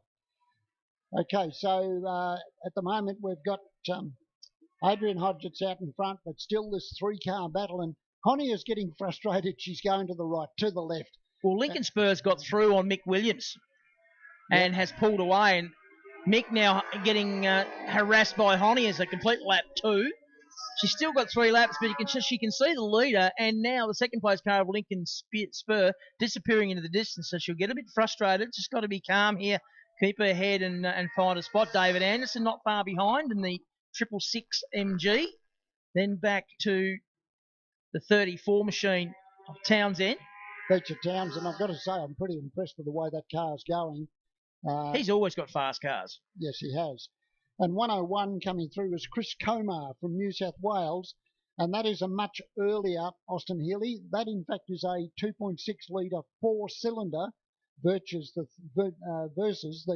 3 litre 6-cylinder car of Beecher Townsend. So that's the difference between the two Healeys. Big difference in age, big difference in engine capacity and power. Yeah, we did lose Roger Chapman yesterday in his MGB Roadster. He had a brawl with the wall over there off turn 4 on the run up the Killick Hill.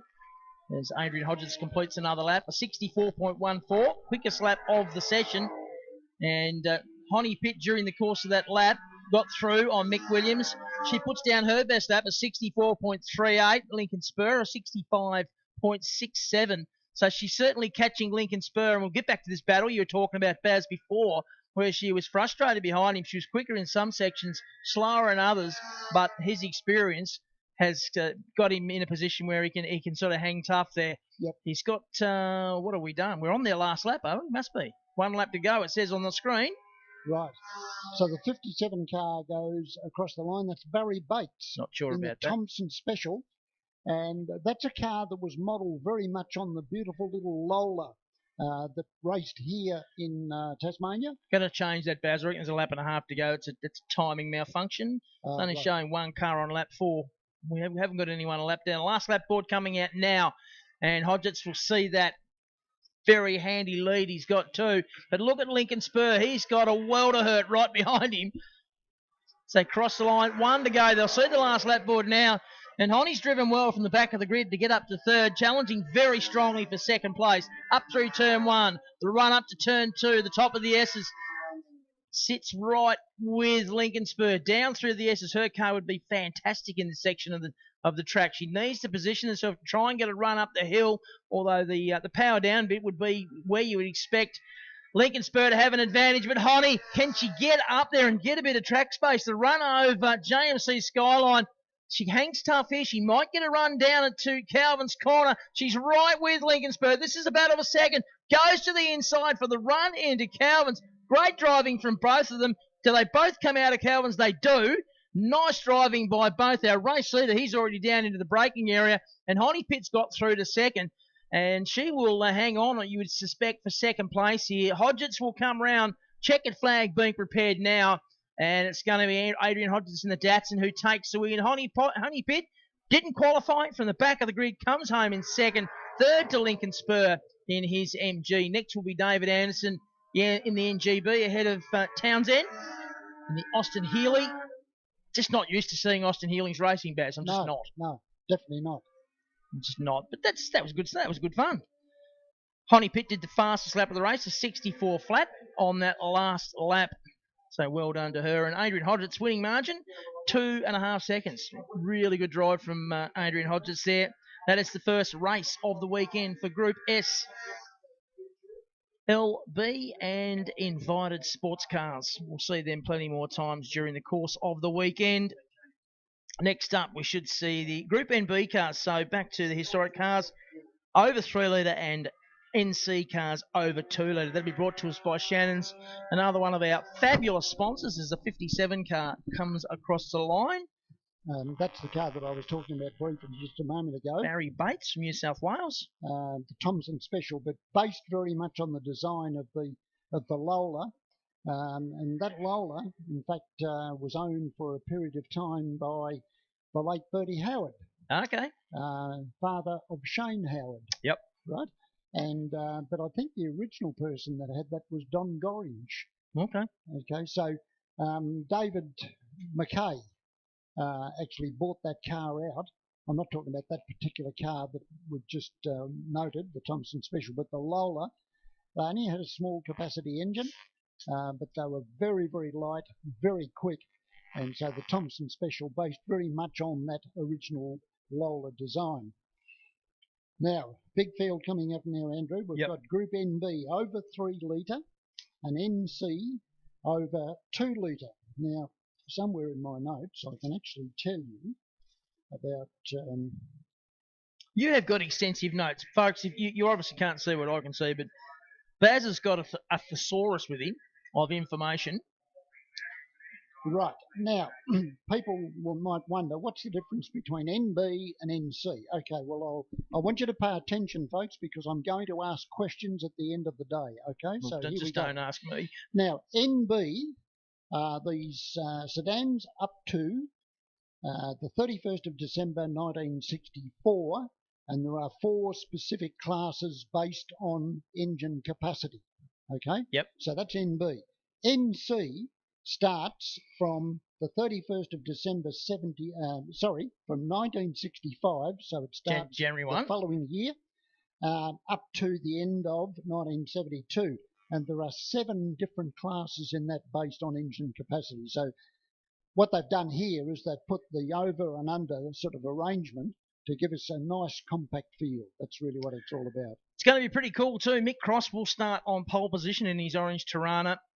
Now, remembering I said yesterday, hopefully on Tuesday, this Tirana will be put on a truck and sent to Bathurst. He's going to run at Bathurst in a few weeks' time on the support card up there.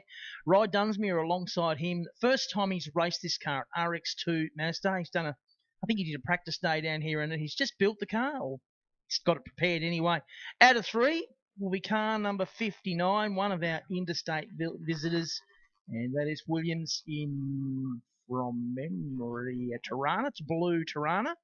Next to him will be Scotty Corbell, who's currently leading the championship in historic touring cars down here in Tas.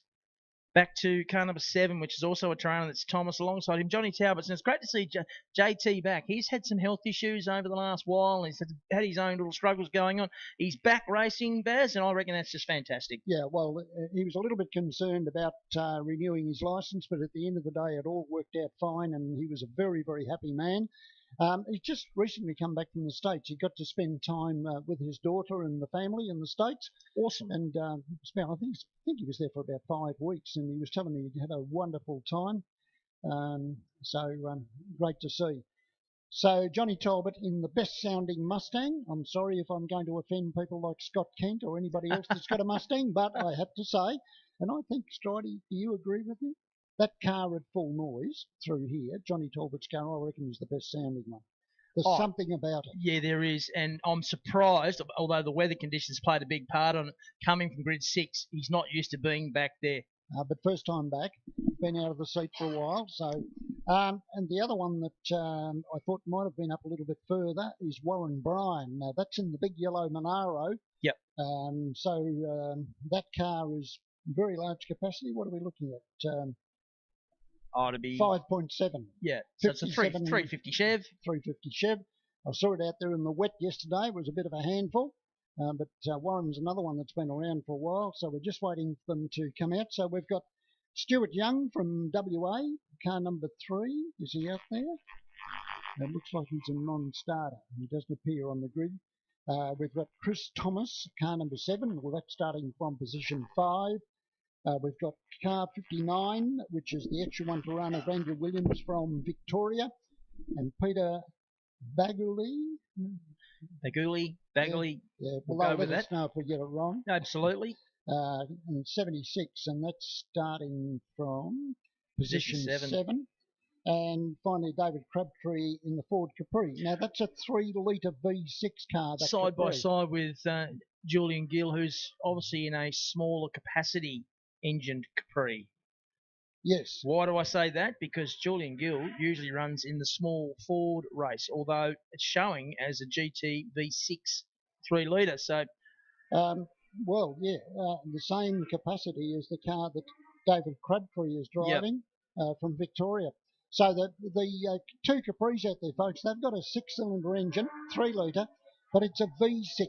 now we spoke before about Glenn Seaton and Aaron Seaton, but Glenn's father, Bo, Yes. he was the Capri specialist. He was.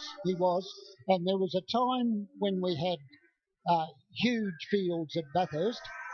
And when I say huge, 50-odd cars, 55. Well, 55's the track density there, isn't it? well, the grid capacity at Bathurst at one point was 60 cars. And in fact, you had to basically qualify, and you went there having lodged an entry, but on the basis that you were the first or the second or the third reserve. Imagine that. We're going to get 27 cars this year, because we've got some, what do they call them? Wild cards. Wild cards. I don't know why they call them that, but anyway, whatever. But you're right. Bo Seaton was the wizard who got maximum power out of those, and it was not unusual back in those days for a V6 Capri to be up there in the sort of well into the top 10 and better. And generally with Bo at the wheel. Yeah. Because he could engineer them, but he could also steer them. Yep, exactly. A Bathurst winner in his own right. Yeah, so we're just waiting for them to come back around and line up. So David Thompson will line up from position 14 in car 151.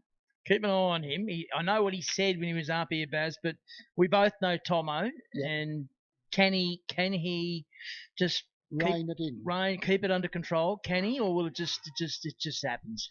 Well, let me tell you, way back when I was doing commentary at Spectator Points for rounds of the Tasmanian Rally Championship, we were up in Lyle. And this particular stage, they came over a crest and down quite a steep hill, and they had to do a hairpin right, so come down and almost come to a stop. And so the safety tape, for want of a better word, was way down the road, like maybe 100 odd metres, right? And I was on the inside of the hairpin in a 4-wheel drive with the speakers up on the roof, and I looked at the entry form and I listened hard, and I just said, okay, folks, the next car is on its way. It's David Thompson. I suggest you all move 10 paces back. And Tomo arrived on the scene. I'll be quick. Arrived on the scene way too fast and put it into a slide, and it went down the escape road, pointing back towards me, and he grabbed first gear before it had even stopped moving. Okay. Big field of cars. We're getting him gridded. Mick Cross sits on pole in the Tirana. The RX2 of Rye Dunsmuir sits alongside. He's doing double duties this weekend. Mick Cross doing triple duties. The 5-second board comes out. The red light will go on. When that goes off, we go racing. It's on now. We're set for a start. Away we go. Oh, Rye Dunsmuir, first time he's ever done a standing start in this car, and he's been swallowed by a bunch of Tiranas. And there's a Mustang in there as well. Mick Cross leads them up under the bridge for the first time. Scotty Corporal's there, as is Thomas in the number 7 car. Love the livery on that. The white and red Tirana, then Williams behind them, the blue machine. Rod Dunsmuir has been shuffled back from the front row back to about 5th or 6th. Then it's Johnny Talbot, the 76 car, the Baguli were behind them, the orange machine. Then Warren Bryant as they climb the hill, the first of the Capris. That's David Crabtree. We've seen him here before in open wheel cars back in years gone by, but he's in a Capri this time with a roof. Maybe he knew something about the weather, Baz. Yeah, maybe he did, yes. But Rye Dunsmuir, I've got to wonder whether he's having a fuel feed problem because the car sort of burped and stopped on the line, but it also was very slow out of the bottom of the hill, so we just need to keep an eye on that.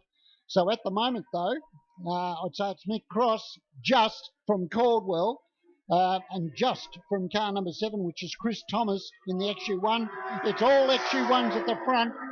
Come on,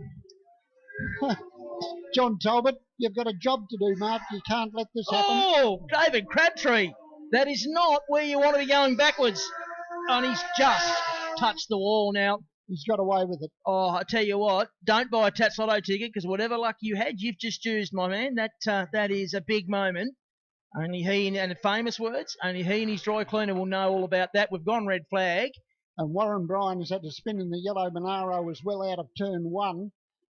So we got a red flag. I'd say it was for that, but he's got going.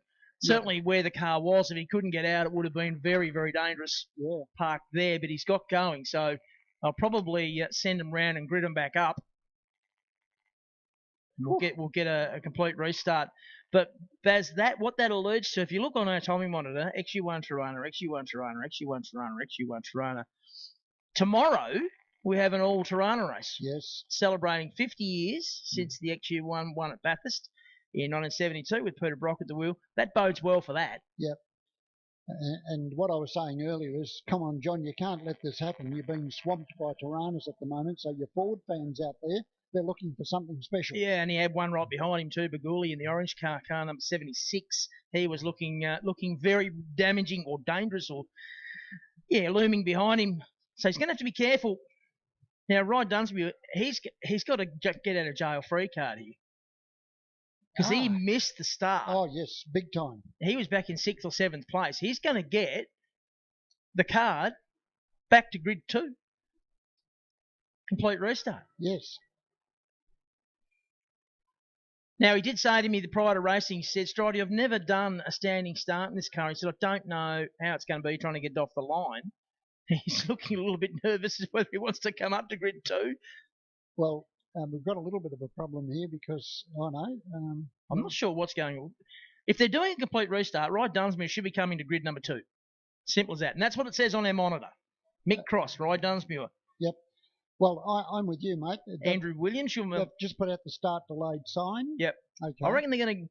So this is where, and I'm a big advocate for these race servers. They're a small device that you can have in the car so race control can talk to the drivers. Yep.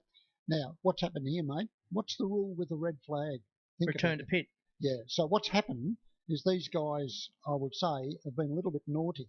No, I reckon what you found, as soon as that car got going, I reckon my thoughts are that Kevin Knight's gone, we don't need to bring him back to pit road. He's got an official from the flag point up there to probably wave him past pit lane. Okay, I'll take that back. Bring him back. That's only my thoughts. Bring him back to grid. So they're going to give him another lap. Hopefully they'll get him back into the correct order. Kevin Knight's down there on the ground now, so he's all over it. Yep, all right. I would say you're right, Andrew. I jumped the gun there. But anyway. You're spot on because the rules are if you get a red flag, you should return to pit lane. Reduce speed, cease racing, reduce speed, and return to the pits. Yeah, reduce speed, be prepared to stop. Yep. And if you're able to continue, you must enter slowly into pit lane. Yeah. Yeah. Anyway. But obviously, the clerk of course can change that and have them sent straight back to. Yeah. And Kevin, no doubt, would have been thinking about the time factor. We've got 29 events today. So. Is that all? Yeah, we've got 30 odd tomorrow, mate. How do you think we'll go? Oh, we'll be right. You and I work today. Rosie can do tomorrow. That sounds like a good plan. Okay. You're told, David. Yeah. Again. Yeah. Now, I think you'll find Mr. Knight is down here with one of the officials, and I think he might be looking at a grid sheet. So we might get some directions here in a moment. Well, it should be Mick Cross, the orange 29 Tirana, should come back to position number 1. He would know that because he knows where he started the first race. Rye Dunsmuir, car number 70. Now, Rye, he's done some speedway racing. He's done a few races in a BMW, which we'll see him in later today in the Muscle Car Cup. Hasn't done a lot of racing. He's not a vastly experienced competitor. So I'm super impressed with the way he's been going because at BMW he's been quick in that, and he was quick yesterday in the RX2. So he should come up to position number 2. Andrew Williams, car number 59, the blue Tirana. from New South Wales, I think. Victoria. Yep. He will come up to position number 3. Scotty Corbell, the gold XU1 will come up to 4. Then the white and red number 7 car of Thomas, he'll go on to 5. Johnny Talbot in the Mustang out of 6. The orange Tirana of Baguli out of 7. Warren Bryant, the yellow Monaro out of 8. David Crabtree, who spun backwards down past us, will go back to grid 9. That's the red and white Capri, just coming around through the chute now. And so far, so good, Andrew, because while you were talking and you were spot on, they're basically taking those grid spots that you've just nominated. So Rye Dunsmuir, though, he needs to move up. Yes, he's the dark-coloured RX2. Someone needs to get in Rye's ear and come on, mate, move up. He's got the message. He's got the message. He's mate. Suddenly twigged. What I'd like to know is where the hell did he find that 2-door coupe Mazda, because they are rarer than rare. Now he needs to go back. He's past the white line. He needs to go back. Rye, you need to go back about 6 inches. Yeah, 6-7 inches backwards, mate. Hopefully that doesn't cause you an issue later in the day. I do know that our officials have got eagle eyes for this sort of thing. So, Shannon's Group NB over 3 litre and NC over 2 litre. Take 2. All right, so let's hope the Mazda. Okay, there's been an adjustment here for car number 7, which is the Chris Thomas Tirana. He's just been moved back into his correct spot. He was a little bit far forward. Righto, we're getting ready for a start. Can the Mazda get it off? That's better. That is much better. So it was pretty even on that occasion. And the Tiranas all gang up on the Mazda. The Alina Stern, led by Mick Cross. The Mazda is still 1 out and 1 wide. Okay, and the battle continues. Oh, and the Mazda's been able to slot into second place, so he's done well. Then the 59 car would be next. That's Williams in the blue one. And it's spun. Baz, shut up. Okay, now... That's on you. Yeah. Now, Scott Caldwell, I think, must have got involved in that somehow because he slowed coming out of that turn. So I'm not quite sure what's happened. The bottom line about all of that is that Mick Cross has just skedaddled and decided, you fight amongst yourselves and I'll just keep going. Dunsmuir should be second in the black RX2. He is. And then there is a gap back to, wait for it, that's the car number 7, and that's Thomas, followed by Caldwell. Then it's the Mustang of Johnny Talbot. It was a pretty congested start, I have to say. Warren Bryan has moved up next. And then we've got the very, very lucky Capri, I have to say, that's come through next, which is David Crabtree, just in front of the 77 car of Stored. That's another Tirana. So, boy, is that Tirana race going to be good tomorrow. Oh, I can't wait for it. I really can't. Mick Cross has done a really good job, and out of turn 4, they're at the bottom of the hill. Rye Dunsmuir, the RX2, I'm surprised he's that close to him. He did say in dry conditions, Stridey, I think they'll probably drive away from me, but it hasn't happened as yet, and he was way out of shape off turn 4 that time up the hill. Probably cost him a few metres in distance between himself and the leader of the race as they come down the back straight. The Tirana, Mick Cross, has been racing this car for 23 years. That long? That long. Good heavens above. So he knows the car pretty well. Yep. It's interesting to see how that Mazda gets out of that last left-hander at the end of the back straight. Oh, Mr. Cross, hang on to it. And a great job there, number 7, the Thomas car. Yeah, Chris and Thomas. Just done the fastest lap, 60.63. How good is that? That's on it. It took Mick Cross 22 years to get into a 60. It's taken Chris Thomas about 22 laps. Somebody needs to tell him this is not a drift meet, okay? Because I've got to tell you, up at turn 3, mate, it was so sideways, he needs to have his elbows greased. New South Wales entry, Chris Thomas. David Crabtree, he's got Storr with him, and then it's back to... trying to pick up who that is, another one of the orange Tiranas. Williams starting to make his way back through as well after that early spin, and he's going to be a real handful in that all-Tirana race. Blue XU1. Absolutely. Andrew Williams. And Thomas now, he has closed right in. He's in this battle now for the lead of the race. He was a lap ago, Baz. He was 2.2 seconds back from the leader. Where is he now? That's not 2.2 seconds. No way. And That colour scheme, by the way, reminds me of Tirana, actually one that Bob Jane raced. Yep. That particular colour scheme, that's the third place car at the moment. Early Bob Morris too, maybe. Yes, yeah. So at the moment, a three-way battle. How good is this? Johnny Talbot's still doing a sterling job out there. First meeting back for probably more than 12 months. Might be longer than that, probably 2 years. He hasn't been a well man, but he's recovered, and that's just fantastic. Our lead trio go over the top, and here comes Thomas down the inside of the Mazda of Rye Dunsmuir. I don't know whether Rye just got a bad run off the corner or he has an issue. We'll soon see. But Thomas, he is on an absolute mission. Chris Thomas in the number 7 machine, right on the rear bar now of Mick Cross. As the last lap board has been out, the checkered flag being prepared. So this is it. This is where the chocolates are handed out in this race. Side by side through turns 7 and 8 onto the front straight. Mick Cross, can he hang on to the line? Gee, not much in it. Very, very close. 8/1000ths of a second. The win to Mick Cross. Quickest lap of the race was a 60.63, and that was to Thomas. But the winning margin, 8/1000ths of a second. What were we saying about that all-Toronto race? That's going to be on. Right, that was just a brilliant finish. Two drivers showing respect for each other. That could have ended in tears. They were side by side. They did not touch. And as Andrew just told you, 8/1000ths of a second. It was about, I'd say, about 5 to 6 inches in the old imperial measurement.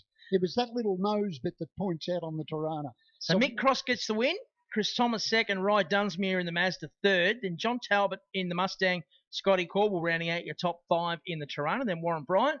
Baguli was 7th. Williams got himself back up to 8th, and he was a long way behind. By the time he got turned around and got straight and got going. Sorry, I went to butt in. I shouldn't have done that. But you've got to say, that drive has got to put him right up there for tomorrow's Tirana Onion race. He's got to be up there. Yeah, absolutely. Absolutely. That was fun. Oh, yeah. That was a bunch of fun. It was. Terrific. So further down, Zizek in the Tirana was 10th, followed by Storr. David Thompson finished 12th. And then Young, Gill, Lee Chaplin. Then Woolley and Scotty Taylor has just driven into the pits. Shout out to Millen Zizek in car 87, the Tirana. Normally would be here in his Mustang. Correct. And he was asked to bring the Tirana because of the all-Tirana race. And he said, yeah, okay. Yep.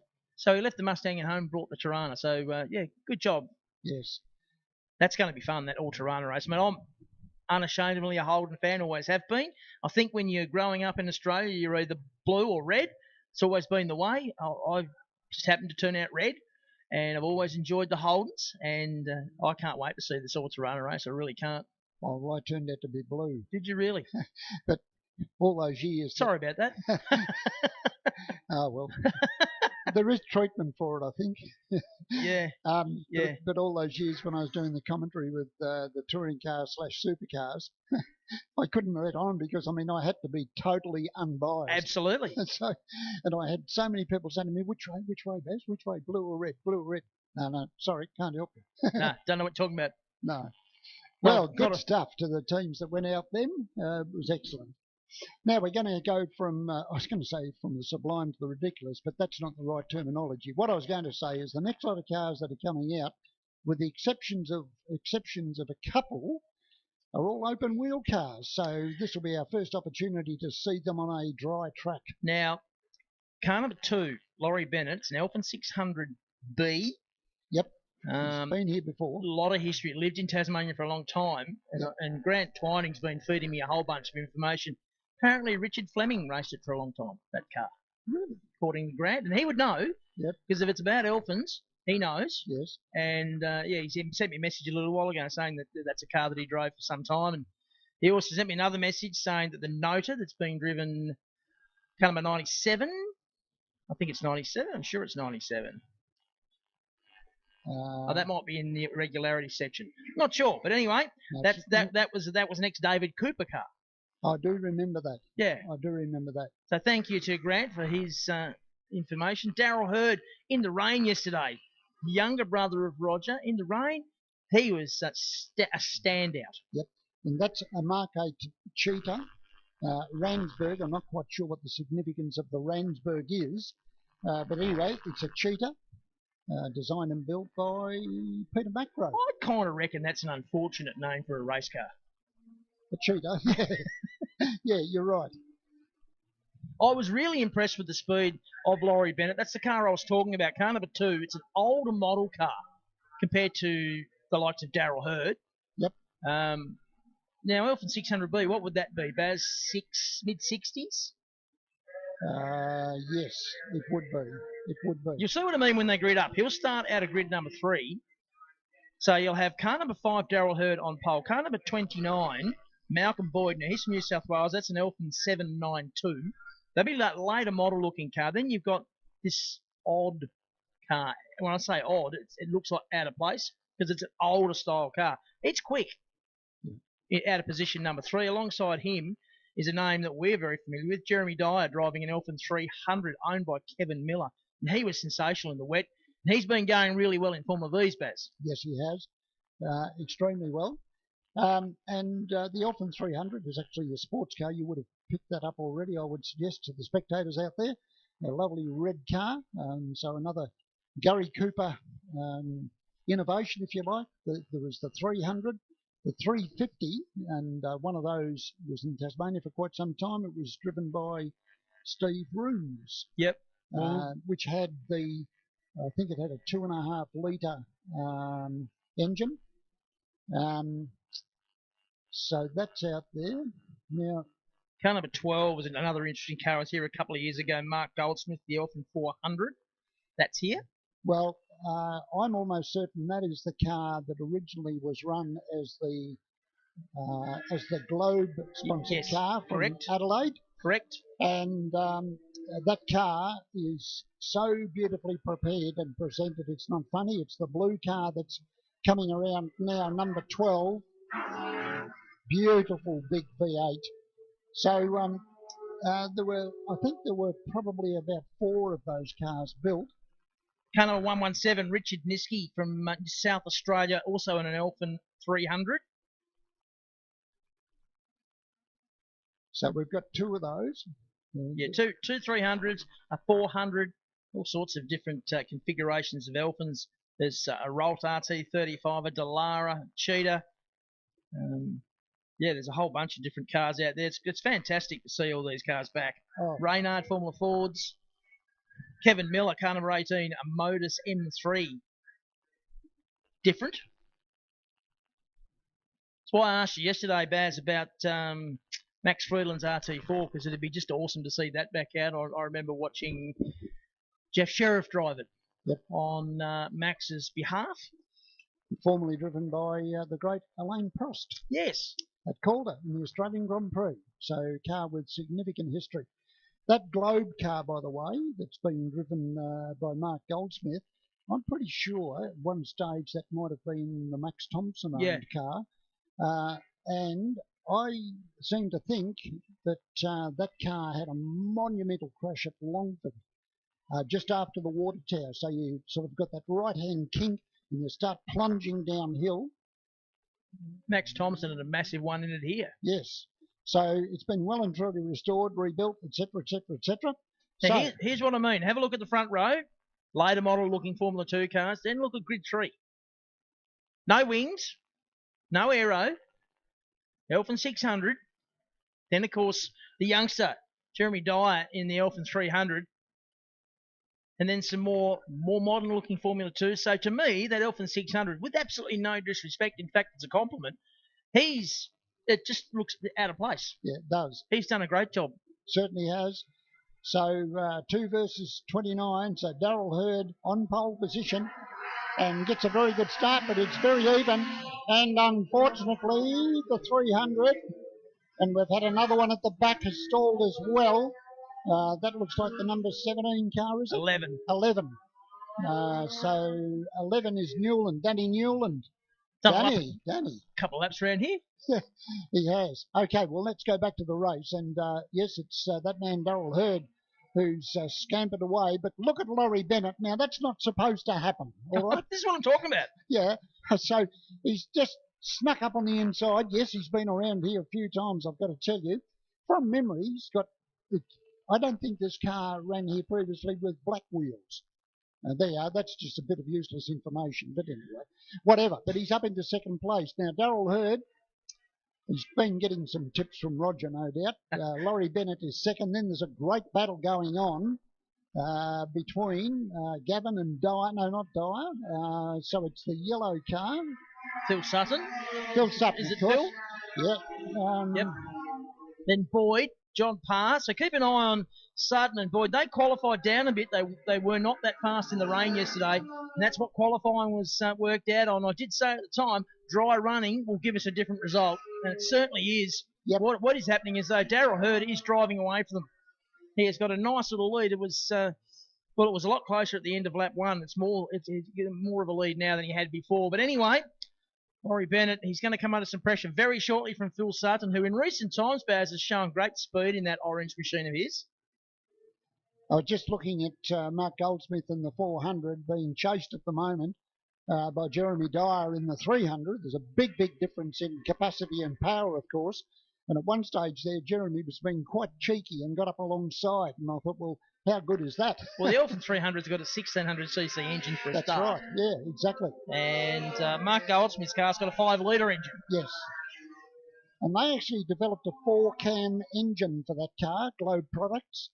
Darrell Hurst just jumped into a 56.1, 56.7 for Sutton, 57.3 for Boyd. Parr was a 57.9, Gavin a 59.8. Okay, now we have lost Jeremy Bennett, I think. Jeremy Dyer. Jeremy Dyer. Now, I'm looking. He's in 9th place, according to our monitor. Yes, he is. He's up on top of the hill.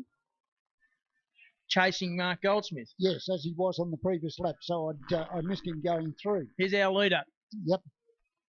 Darrell Hurd. He's come back strong, a 55.92 for Hurd. Laurie Bennett driving the absolute wheels off this Elfin 600B. I said before the race, and I wasn't being disrespectful, it goes faster than it should, and he's driving the wheels off it. He's got Phil Sutton in a much more modern car. The Rolt, aero, all those nice things that you want in a race car that Laurie Bennett in front of him does not have, Baz. You can't understate the drive from Laurie Bennett in this one. Well, now, when I look at it, Phil Sutton's car is a 2-litre and Laurie Bennett's car is 1800cc. There's a slight difference in capacity, but all the more reason to highlight what Laurie is doing, to be quite frank with you. Great drive. And you are so right about the disparity in the age of the vehicles and the technology between the two. Yeah, alone. So let's have a look now. Here is our race leader coming around. You get the last lap board. And Darrell Hurd, not surprisingly, has done the fastest lap of 55.92. Laurie Bennett crosses the line in front of Phil Sutton, and a fast-charging Boyd in number 29. That's Malcolm Boyd in the Elfin 792 F2 car. So we've got 3 together on the last lap. They're down at the bottom of the hill. Now, can Laurie Bennett hold on? He deserves second in this. He's driven beautifully. He has. So Phil Sutton's trying, but he can't quite get there. So basically, there are 2 corners left of any significance. And still, we've got Jeremy Dyer, trying to do something about this Elfin 400 in front of him. And behind him would be the Kevin Miller car. And that is the Modus. Yeah, different type of thing. Checker flag comes out. It's a win to Darrell Hurd. And Laurie held on for second in front of Phil Sutton, and then the 29 car of Malcolm Boyd. Next through is the car of John Parr, the all-blue machine. Ed Gavin should be next, car number 80, and he is. And that's sort of very much, what do we call it? Ground effects type car. When you look at it, underneath is almost touching the ground. I tell you what, a late move by Jeremy Dyer. I think he almost took Mark Goldsmith by surprise on the line. So I'm sure those two are going to get together and compare notes, which is what they usually do. I reckon I was faster in this corner, but you were better in that corner. And so it goes on. Half the fun of motor racing. And Danny Newland across the line, the veteran. We can say that. Missed the start. Yep. Now, the number 30 car, which has just crossed the line, number 30 is Norman Faulkner in the Elfin. Now, the significance of this car is that when you look at the Laurie Bennett car, it's got what we call a space frame chassis. So, in other words, a multitude of tubes all welded together to form the chassis. The number 30 car that's just down the bottom of the hill at the moment was the first ever monocoque that Gary Cooper built. So he went from, the old traditional space frame type to the monocoque, which of course was introduced in F1 and of course followed down through different categories over the years. So that's just a little bit of useless information. Well, so in other words, if you look there, the driver basically is sitting in a bath of aluminium. Yep. That's the best way to describe it. And a good result there for Daryl Hurd. He'll have a grin from ear to ear. He generally does. John Parr did a good job in that car. It's quite old, that Delara, so excellent job. I can't help but wonder how much quicker Laurie Bennett would be if he had some aero, a rear wing and some front wings. Exactly. Yeah. Did you see what I mean about the number 80 car and the ground effects? Yep. Well, that's all aero, isn't it? Yep. And the car behind it, 57 machine there. Of Kevin Lewis. Now, if people are wondering what I'm talking about when I say ground effect, there was a period of time when the F1 cars, for example, they had these skirts that were capable of moving up and down on slots. So when the car was on the track, those skirts actually touched the ground and created this suction effect under the car. So that gave them so much ability to increase their corner speed. And it got almost out of control. And we've actually got that sort of an arrangement now with the current F1 cars. So when you look back at those early ones, you'd say, what the hell's going on? That thing's scraping on the ground. But to accommodate the variations in the track surface, the little skirts were in slots, so they could move up and down, but they were always in contact with the road. Yes, innovation. So SRT Logistics brought us that event, and that was a great racing. Now, Thomas Parker Rare Spares, Muscle Car Cup. Our good friend Bazinu and the boys up there in Holbrook Street in Launceston, who always look after us. Baz is a very busy man. He seems to spend more time in Hobart these days with clients than he does up north. But no, they work hard. They do a great job up there in Holbrook Street. So Thomas Parker Rare Spares, and they've been sponsors of Muscle Car Cup for a long time. Almost since its inception. Yeah. So this is one to watch, folks, and we really can't take too much out of yesterday because it was so wet and dark. It was qualifying in the dark. They all had headlights on. Now, you and I both made comment yesterday during their qualifying session that Adam, even though he finished up on top. Adam Garwood, you mean? Adam Garwood. Yep. Yeah, but got to be careful because next door is Adam Williams. Yeah. We've got two Adams. We talked about the fact that he was obviously having traction issues, and particularly through the chute, coming around to the start-finish line. And I spoke with Adam last night, and it was a combination of factors. The car needed to be a bit softer, and they didn't go the right way with tyre pressure. So basically, they were overinflated. Yep. So Adam was confident with changes they were going to make that the car will be, more competitive. As if he wants to be more competitive when he's on pole position. Well, he likes winning. He's got this thing about liking winning. Yeah. These days, his dad now, though, he's a father. His young son, Carson, up here, keeping an eye on what's going on. This has become a spectator area. Yes. What we should do is hand in the headsets. You give yours to Isabel and she can commentate, and I'll give mine to Luana. It'd be a hell of a show. Yeah. Now, did you see that new skirt the other day? And who was wearing it?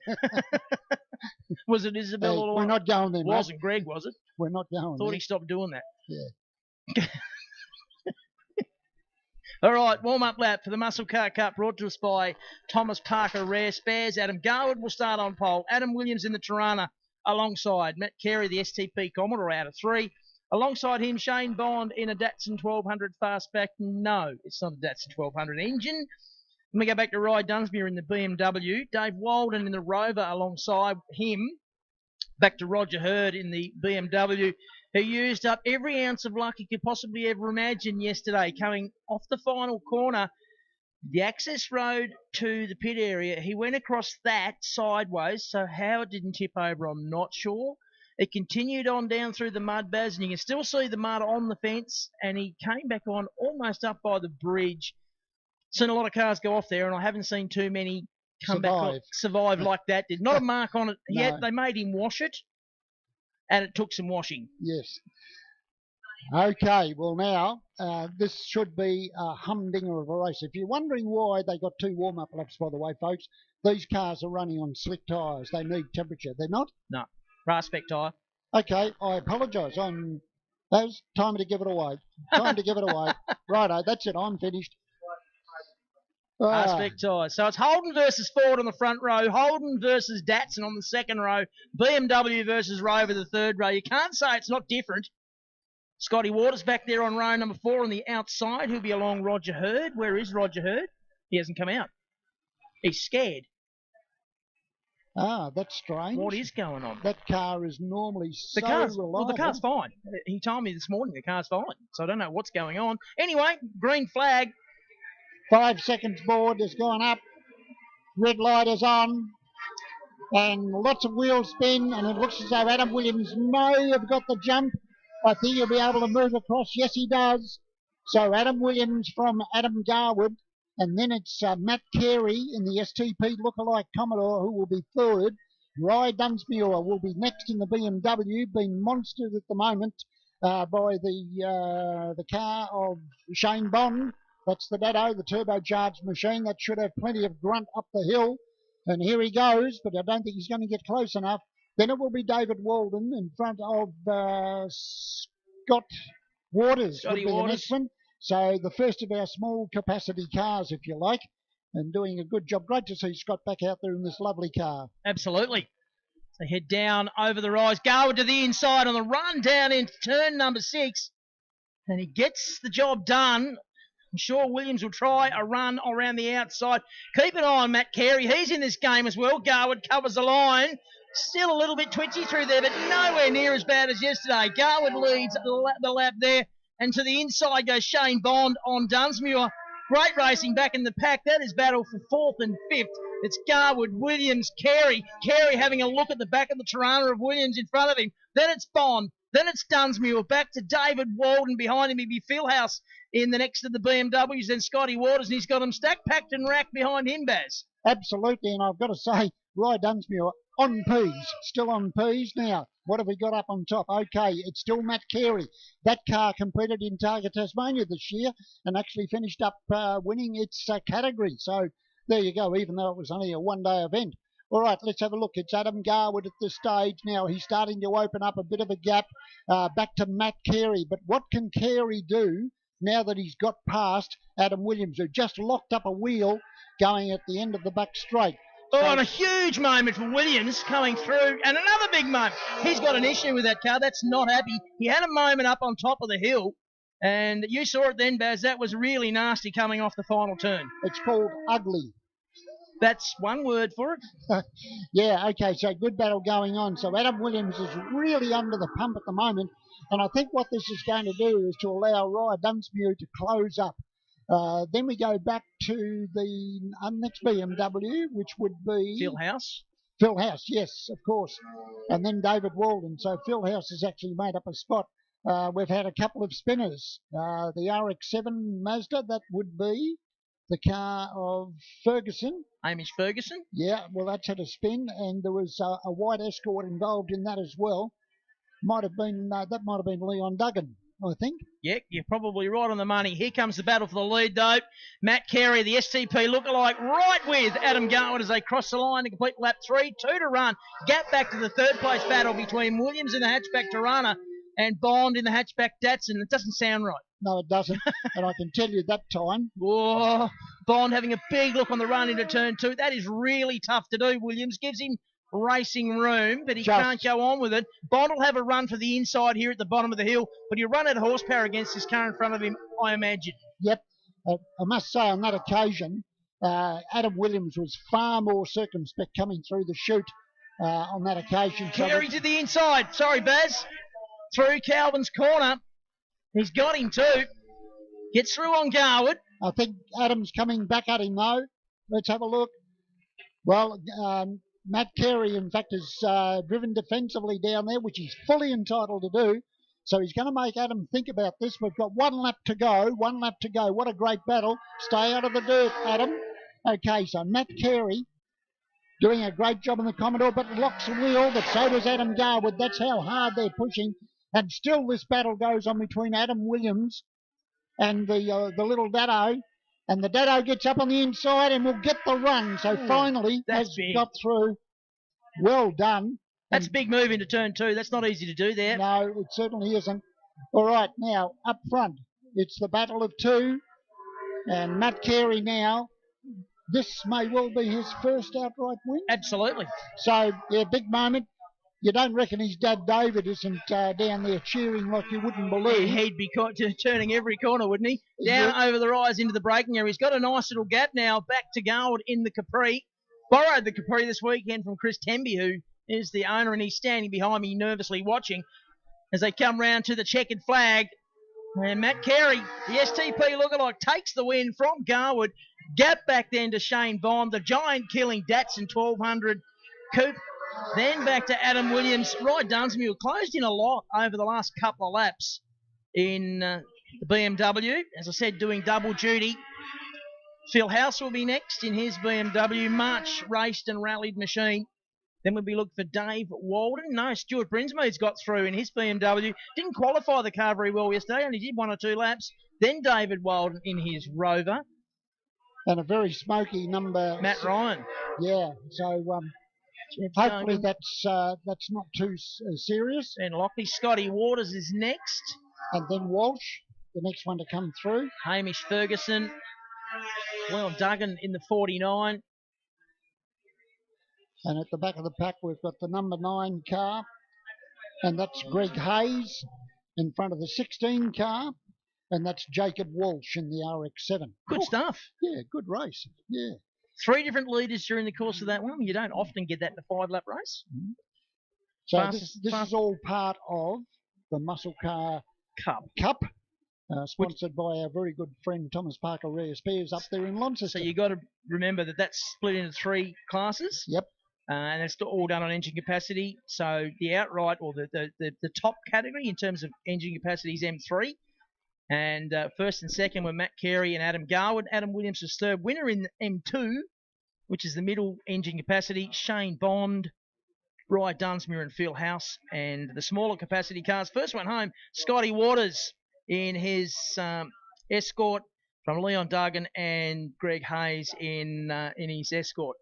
So that breaks it up. Now the capacities for the Muscle Car Cups, 3.5 litre and over is the 3, and then it's 2 litre up to 3.5, 2, and then under 2 litres is 1. Now, while we've got a little bit of quiet, I've got a couple of very important messages that I've just been handed. Now, first of all, this is to the competitors, so please pay attention. I know you get sick of our voices, but this is most important, okay? All competitors, please be aware that when you jack your car up to work on it, okay, so if you're going to put any part of your body underneath the car, it must be on jack stands, okay? The last thing we want is people rushing to try and lift a car off some unfortunate person because it slipped off the jack. So it's an absolute must. It's been observed, so I can't make it stronger than that. If you're going to put any part of your body under the car when it's jacked up, you must use jack stands. The second one is for the public in the pits, and that is be aware that with all this pit activity, there are cars moving around. So when you start moving around, you're obviously going to be focused on this car and that car and somebody you're talking to. Watch where the cars are. Yep. Please, we don't want you to get run over. I can't make it any stronger than that. No, totally agree with you, Baz. And on that note, folks, up on the hill, you are more than welcome to come into the pits, and I urge you to do so because there's some beautiful cars down here that are well worth a good close look. Some of them you may not get to see very often, so feel free to come over into the pits over the Tilford Auto Group Bridge. Come and say g'day. Mama Lulu might give you a cup of coffee or something. She's very hospitable in that manner. Didn't bring us anything, though. baby's milk and Diet Coke. What's going on? You just don't take care of us anymore, Luana. What's going on? Yeah. Just be careful how you say that.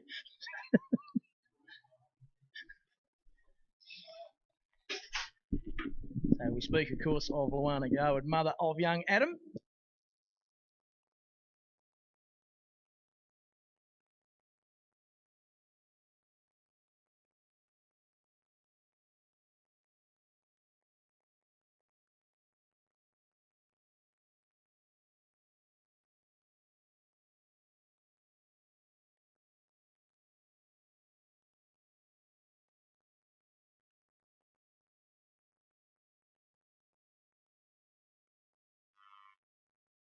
So we've got a bit of a demo going on.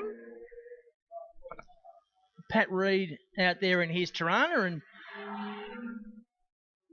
the Danny Slater Tirana is out there. I wouldn't be surprised if it's not Danny in it. Also out there is Richard Fleming, Leon Burden in his Commodore, Mike Ellis in the original Ellis MG, and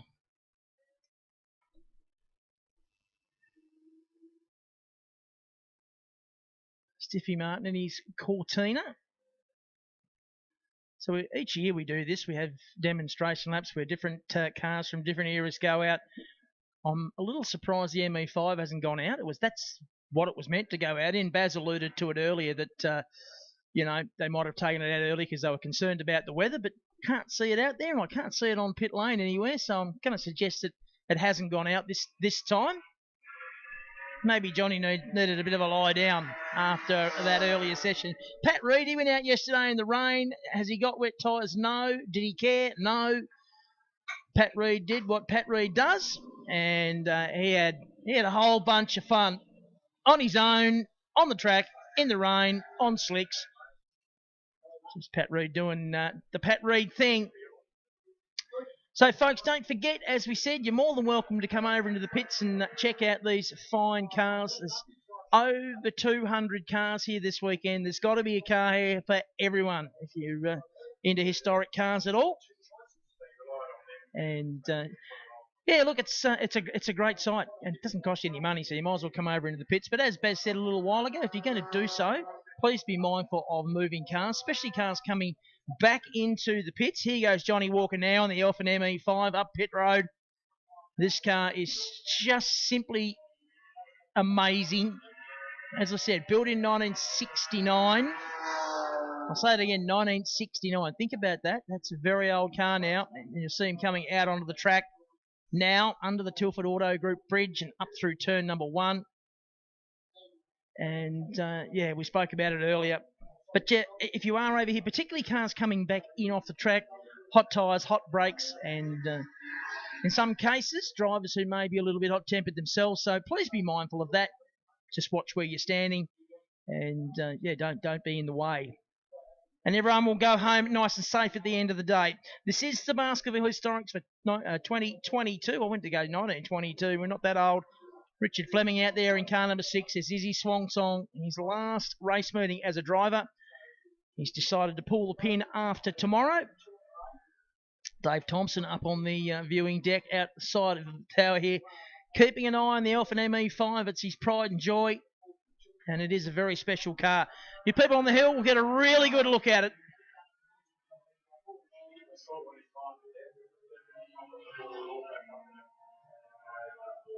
Spent a lot of time in Tasmania.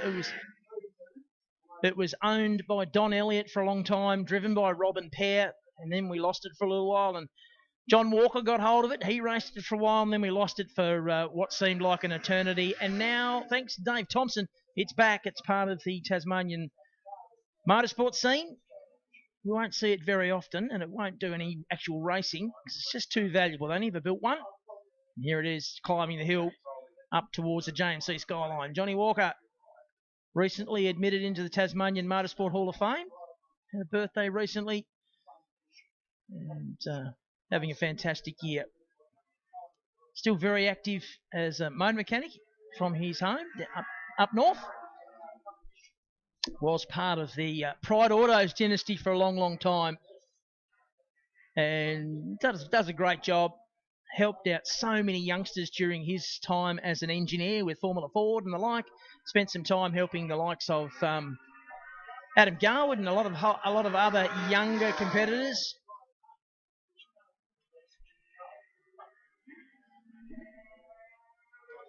And Johnny Walker just being very circumspect, just picking his way through the traffic carefully. Certainly doesn't want to put a mark on this beautiful race car. Spent a bit of time in recent times at the National Automobile Museum up in Launceston. Tomo based out of Devonport on the northwest coast.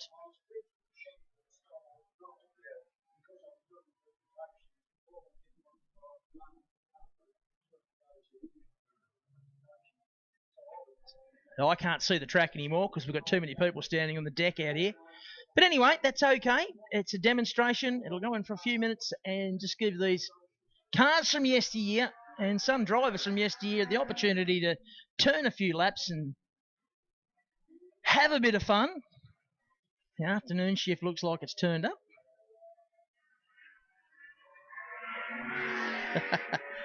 The Elfin ME5. I keep saying it. It's a car built well ahead of its time. It doesn't look out of place in the year 2022. It's a very, very special motor car. And it's a belated good morning to David Rose. Yes, it's still morning. It's rare for you to be up at this time of the day. I know. Morning, Strider. Good morning, Barry. Good morning, everybody. Yes, I've been looking around for a few hours. I've just been making a nuisance of myself. I've made it an art form. Yeah, I was right on the money. I said I didn't think Danny Slater would be driving the car. He's not. It's Mark Atkinson driving it during demonstrations. Where have you been? I've been on the hill with the let's say the Great Unwashed. That's unfair. With the real people. Is. I've been chatting to Glenn Netherton and Weech Minahan and people and race drivers from Yor and Jules and Guy from New Norfolk, who are one of the first here to get their pole position, spectator-wise, on the fence. I've been wandering around seeing who's listening to the YouTube channel. Because we may or may not be broadcasting to the hill at the moment, because for about 1 minute every 20 minutes it broadcasts and then it stops. It's called water. It's called water in the line. Yes. So we had a lot of 25 mil yesterday. Yes. It came out later today. So it's one of those weird things, folks. Now, have you had your medication today? Your calm me down pills?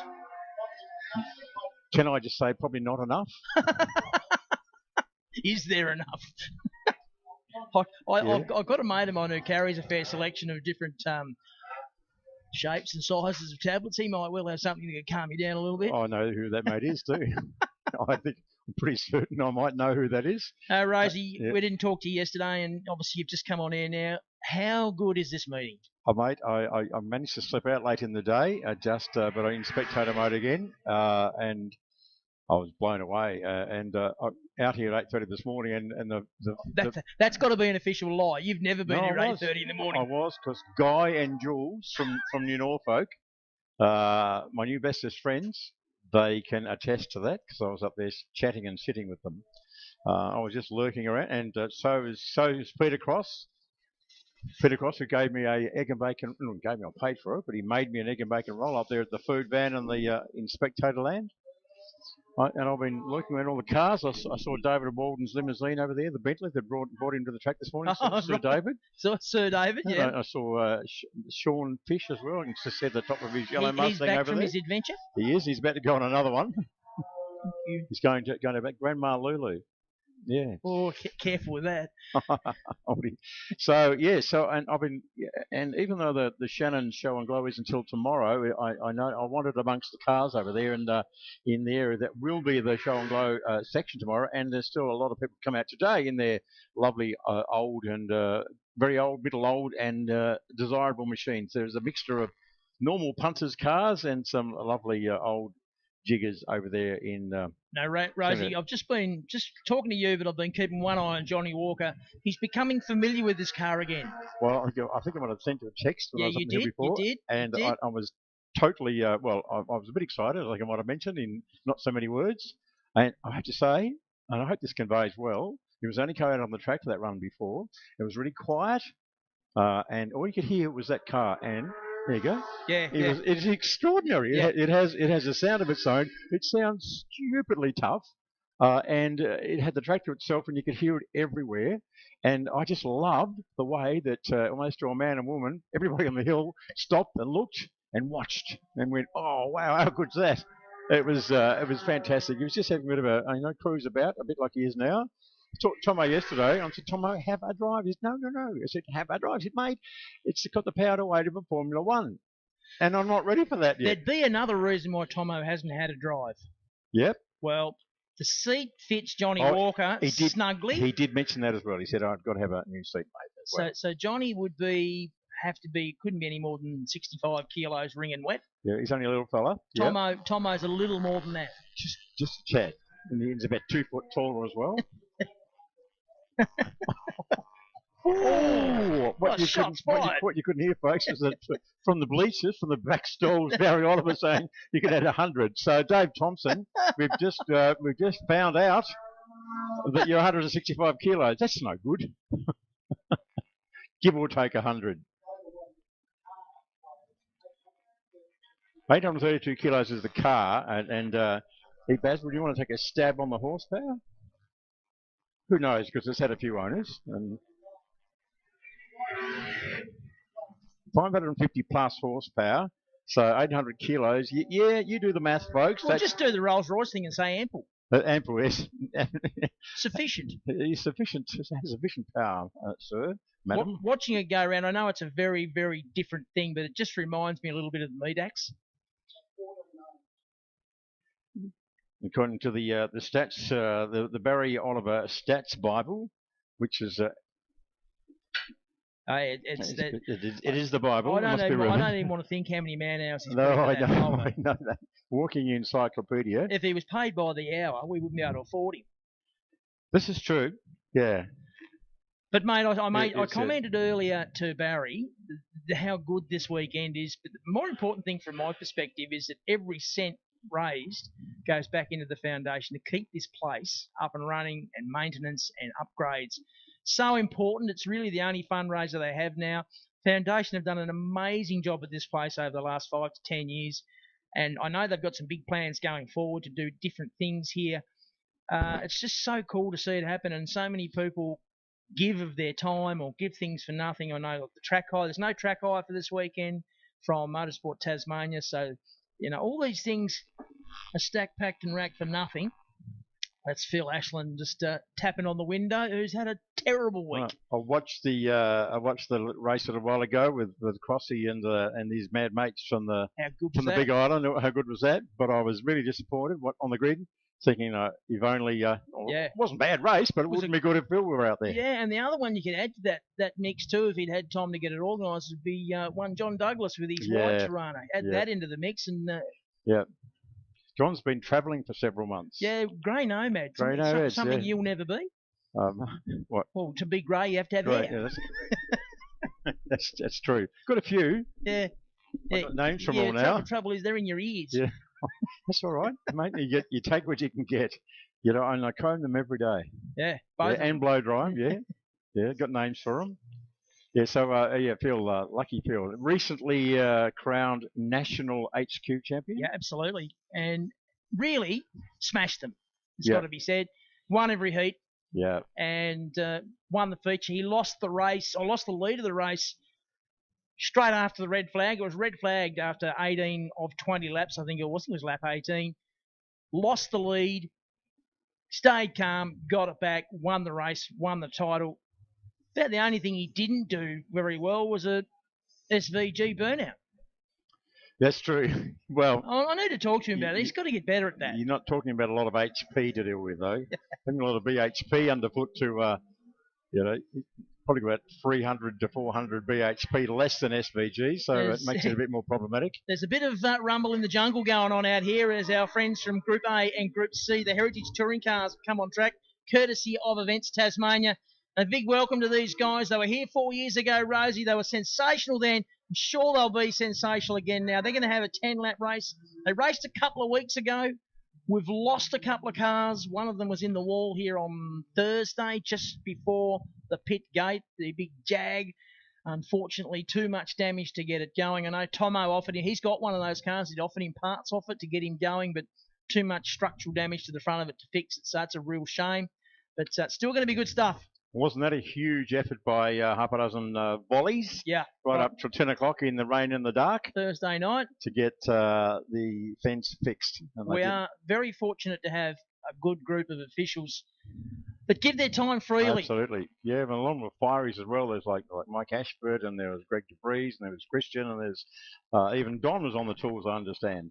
So it was a big effort just to get it turned around. So it was all shipshape, as it were, ready to rock and roll yesterday morning, and it's exactly what happened. So I'm sure you guys have said it already, but the volunteers are the absolute lifeblood of our sport. Well, we can't have it. We just you can't race. Simple as that. It wouldn't happen. Plenty of them around, all doing a great job, from spectator marshalling to scrutineering to marshalling in the pit lane to running the office to supervising the timing. And of course, the guy we just mentioned there is Mr. Greg DeBreeze. He's about the most enthusiastic motorsport volunteer I've ever met, and I've met a few. Everywhere you go, whether it be Targa, from Speedway to Backwoods Baskerville to Club Days to... There's Greg. He's in it. And then stage commander in the rain and the mist and the... I was about to comment, yesterday was a real test of the mettle of our volunteer officials out there in the rain all day. It didn't rain just for 10 minutes. It was awful. It just rained all day. It was awful. And we were still on track at 5:30, 5:45, and they're still out there. Yep. So they did an unbelievable job. So 2 warm-up laps for our Heritage Touring Cars, Tony Alford in the GIO. And I know a lot of people, and I know this from just watching the socials, have come to the track to Baskerville this weekend to see Godzilla. I said, when will it be there? I'm coming to see that, and the others are cream on top. But that's the car I want to see. Yeah, well, Baz alluded to the fact earlier they only had 5 of them in Australia. This is the Mark Gibbs GIO car.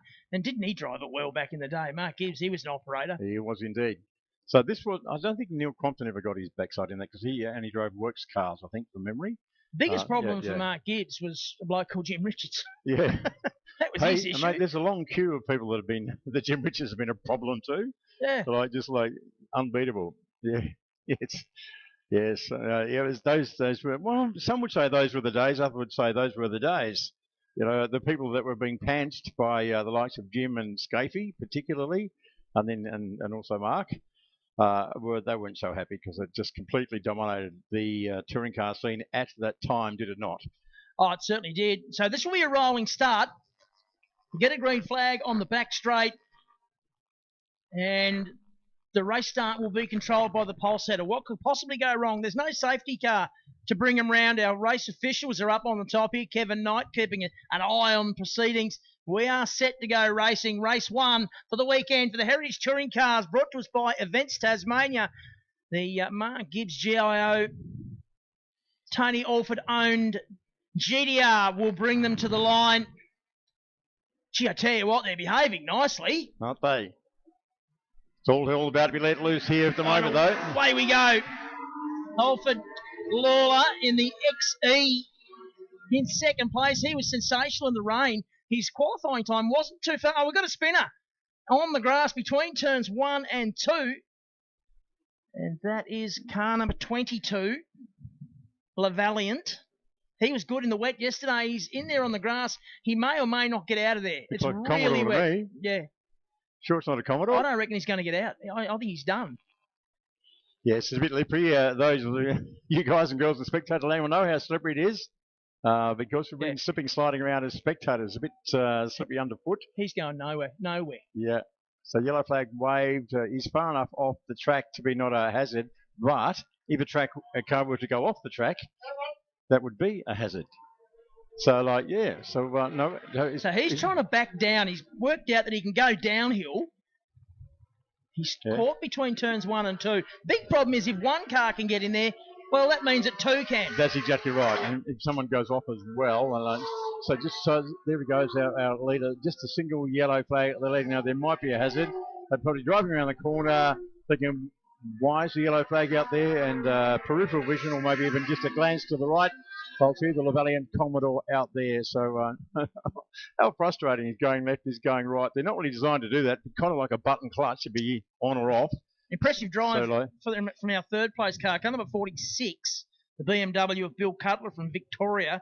He's doing a great job, currently sitting in third on the road there, right behind the number 7 machine, the big Falcon of Terry Lawler, Breville Falcon XD. I think I might have called it an XE. It's an XD. Right. So the Valley got further back. He thought, no, we better go into first gear and see if we can drive out. That didn't work. I saw lots of wheel spin happening on. There he goes, more wheel spin. He's clearly trying not wanting to reverse onto the track or anywhere. If he gets too far near the curbing, he'd get bogged. 60.28 for Alford on that lap, a 62.3 for Lawler, a 62.1 for the BMW of Cutler. Really impressive from Cutler. Now, Baz and I talked yesterday about the Nissan Exa. Now, you were a journo for a long time and did a lot of evaluating of road cars. Did you ever do one on an Exa? I did. Scared the hell out of me. And did you say it was a bucket of... No, I said it was extremely fast and it was way too overpowered for the chassis. And it scared Torxie. You change lanes. You could actually change lanes by just pressing the accelerator, go half a lane. And it understeered like a pig, which was a common thing for journos in the day. But you know what? You ever seen a pig understeer? Don't believe I have, but you get the impression, you get the idea. It was a very character building car to drive. It's getting down close to track edge now. This could create an issue for our friends in race control. When he was up in the middle of the grass area, he's probably away from the danger zone to a degree. Where he is now, as they come around and complete lap number 3, and a 60.28 is the best. He's rolled it out. He rolled out of it. Why wouldn't you, kind of thing? Lawler's still got problems from right behind him in the shape of Cutler in the BMW. Then a great battle going on further back between the Toyota Corolla of Foster and Nilsson in that Nissan Exa. One's front-wheel drive turbocharged, and we've just been talking about that, and that was the thing, front-wheel drive with that much horsepower. Difficult to control, and he's following the rear-wheel drive Corolla, which surprised both Barry and I yesterday with its pace. Yeah, certainly a sterling effort by Cutler in the Beamer, but you know what? It's kind of no surprise when you look at the history of BMWs like the Tony Longhurst and particularly Jim Richards back in the day, both the 3 Series and above, in the coupe as well. And when you had to look just locally the last couple of seasons, look at the Rye Dunsmuirs and the Houses and others in their BMWs that are absolute giant killers. Well, that's no good. We've got the 65 car in the pits. This is a little Demetriadis Mazda RX-7. I do believe this is the car that formerly run by Johnny Douglas, the Berkeley car, some years ago before he got up into the Commodore, which has also since departed his garage.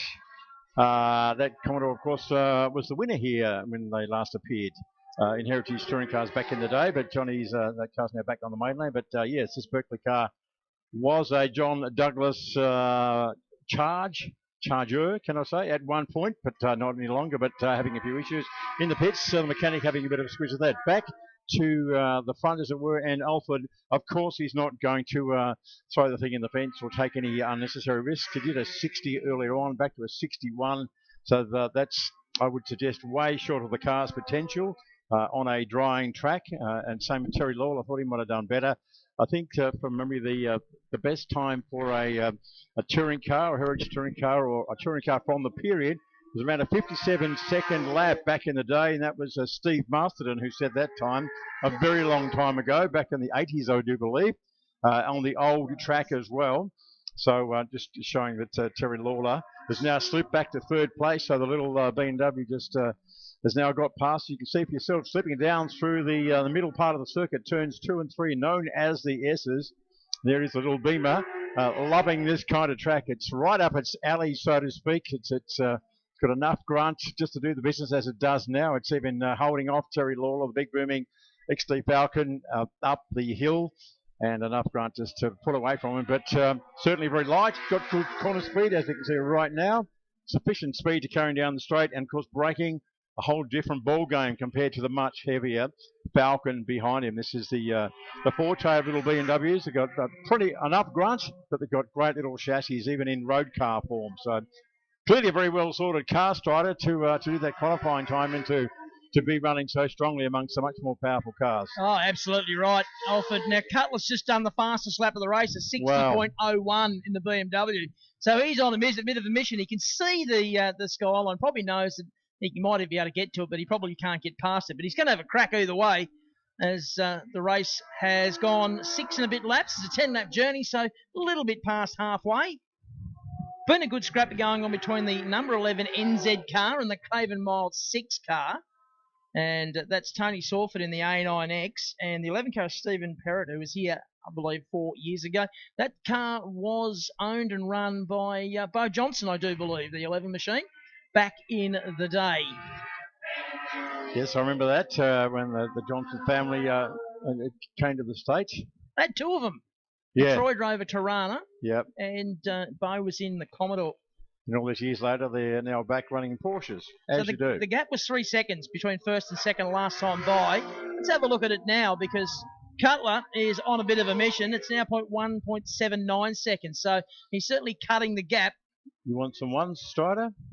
We're just looking at Marsland's last lap time. It was 111.1111. Every single letter we're looking at is 1. So if you're into the numerology or whatever that thing does. How often do you reckon that'd happen? I've no idea. Not very often.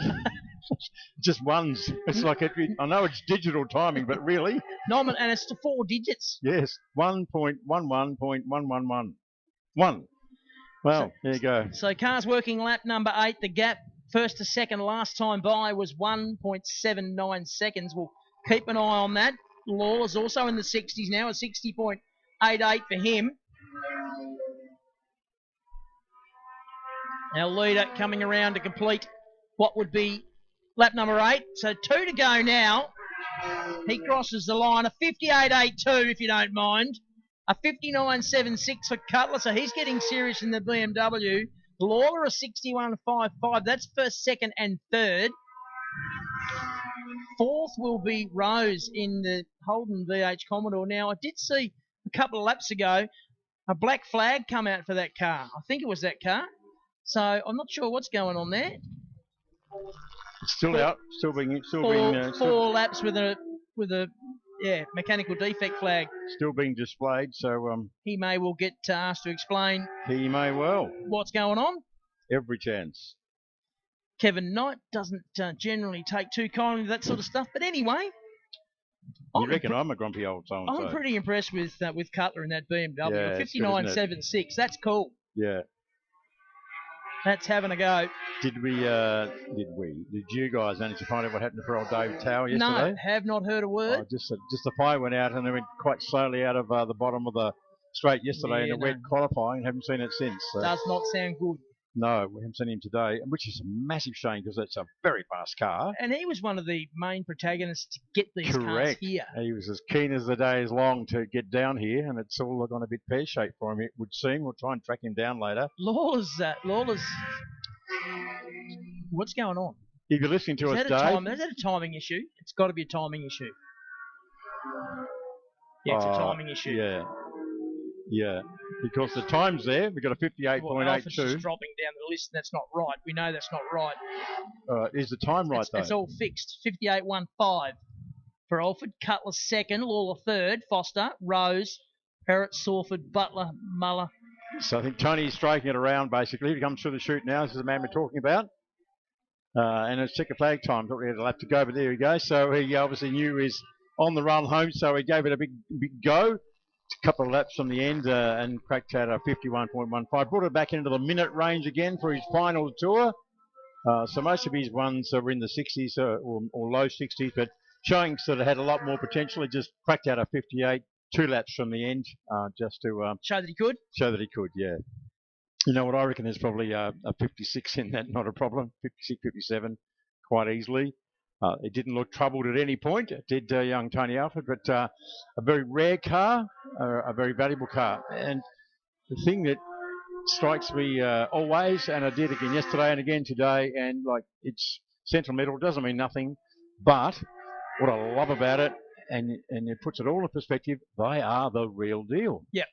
We're not talking replicas. I don't want to, if you saw, oh, that looks like the car the Alan Grice ran. You know what? That's because it is. Yeah, that is the car that Alan Grice ran. That looks like Bob Morris, the car that Bob Morris ran. Well, hello. Yeah. It is. Yeah, and I love that. And the Warsteiner car, I don't know its history. Barry probably does. The Cutler car, but with its Warsteiner livery, it's very possibly one of the works cars that came out back in the day, when Johnny Chicotto and that ilk were running the little Beamers at Bathurst. I remember that 1992, they were part of the contretemps at the end of the day. So, and Robert Ravalia and Emanuele Pirro, there you go. So this is the car we're just talking about, the Cutler car. So that's got to be about 85, 86 then, probably 86, 87 maybe? 87. Yeah, 86. Well done, mate. 86 had been in 635s, probably. So it was found by its current owner, found by Mr. Cutler in a shed in Perth, of all places, in 2006, and it was subsequently restored to the exact 1987 specification and livery, which is the Warsteiner livery, which I thought was the works car, which it was. So a 2.3 litre 4-cylinder 4-valve twin cam, about 300 brake horsepower, not bad from a 2.3 litre 4-cylinder, 300 brake horsepower. I'll go with that.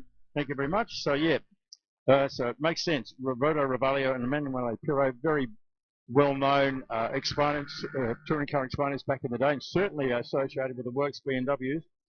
And in fact, Ravaglio was the winner of the World Touring Car Championship back in the day. Best result for that car was the second at Silverstone, and it appeared at Bathurst in 1987 by Roland Ratzenberg, and that's probably...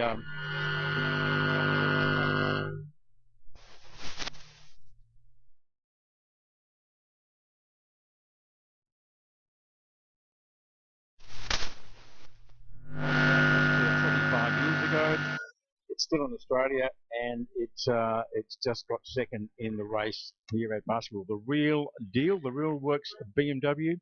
All these cars are the real deal, and that's what I love about it. That's the point. You can't be understated. Now, these cars are worth squillions, yeah. Telephone numbers. Well, kind of sort of priceless in a way, because... Well, that GIO Skyline, R32 GDR, whatever you want to call it, I've had it on very good authority from someone that would know the answer is right, that at a meeting last year, someone came up to Tony and said, look, I'll write you a cheque right now for $1 million to buy that car off you. And he said, no, it's not for sale, mate. Ooh, that's a big call. It's a bit of superannuation. It's a bit of a nice retirement. Seen Tony a lot in racing. Had the Donut King cars for quite some time. Gave a lot of assistance to one of our very own, Adam Beattie. Ran Donut King sponsorship for a while. Across various genres. Various particularly categories. Commodore Cup. Yeah. And he was very successful in that. And Tony's enjoying his racing. Car being spanned by Alan Heafy. All right. The rally art man. Yeah, ran into Alan down there yesterday. Rally art Alan. Okay. One of the things about this meeting is you run into people, as you have already today. You've only been here couple of hours, 5 minutes. Yeah. But you've already run into a heap of people that you probably don't see very often. Well, I haven't seen Wedge or Len Netherton. I haven't seen Len Netherton for years. I haven't seen Wedge since probably last. Yeah, this event. Yeah, pretty much. You know, and that's one of the things about this event. So many people come out and it's 5 years since I saw you, rah, rah, rah, rah. And Alan Heafy as well, speaking of old touring cars and so on and so forth, speaking of Godzillas, Alan Heafy was an absolutely integral part of Gibson Motorsport. Yes, he was. Back in the day. Yes, absolutely. And that's why he'd be spannering that car. Yeah, and they, I think probably 2 or 3 weeks ago, the Gibson Motorsport team had a reunion in Melbourne. And they all had a cup of tea and a scone? Yeah, pretty much, and maybe a couple of sherbets. But they got all the cars together. They got, thanks to the current owners, they got them all together in a big shed in Melbourne. Oh, nice. Got all the cars together in this massive big shed workshop-y thing. Wasn't Jeff's shed, was it?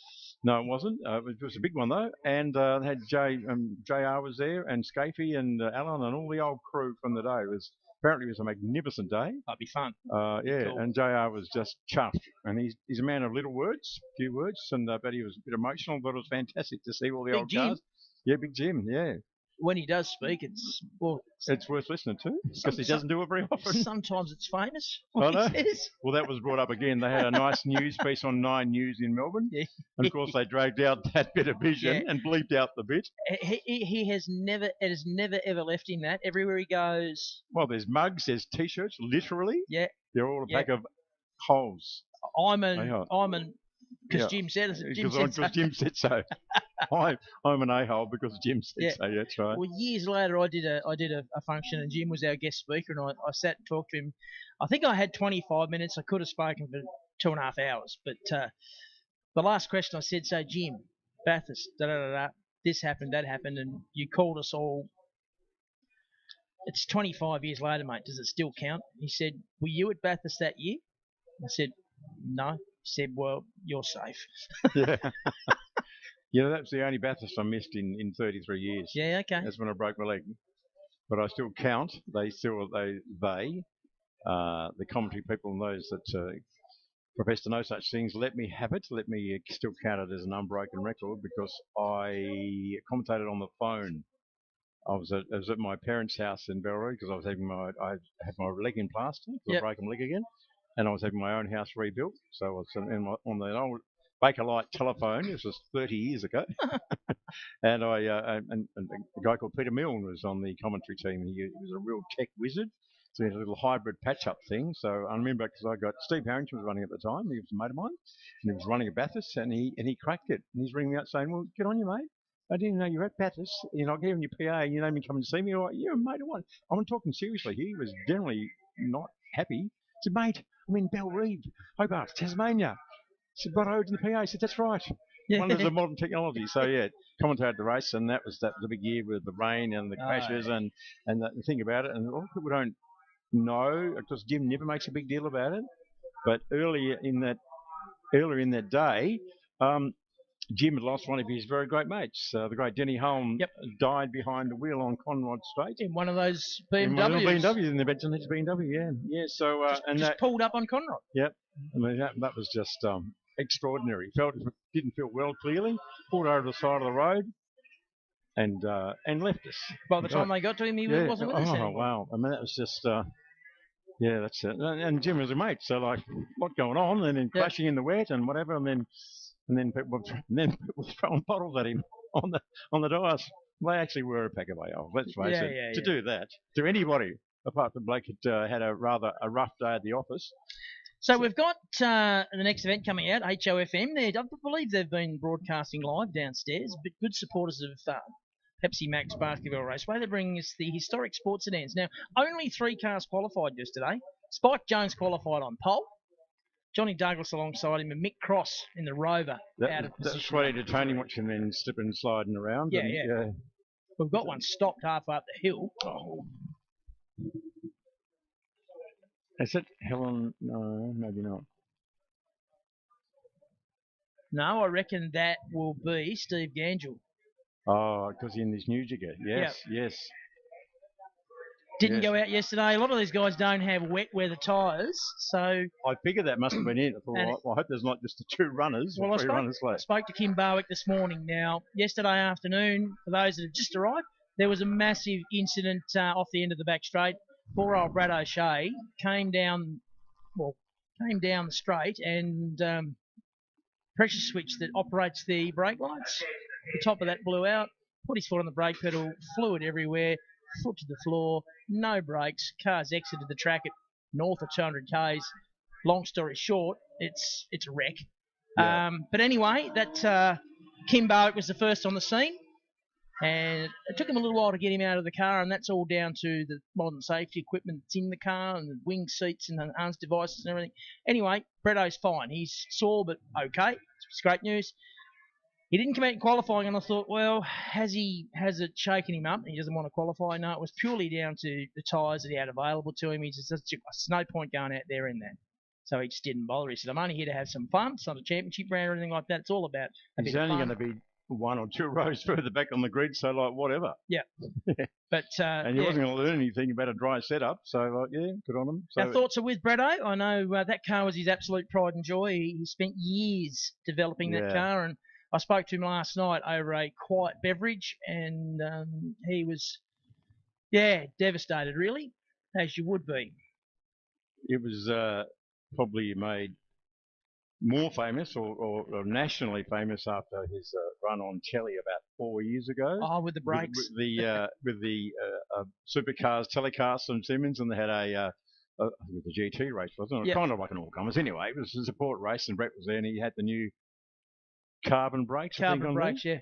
And the commentators were just frothing about that. Because they couldn't get enough of it. Yeah. Yep. Yeah. Yep. Yeah, that was all this thing. At that stage, I think it also had double wings.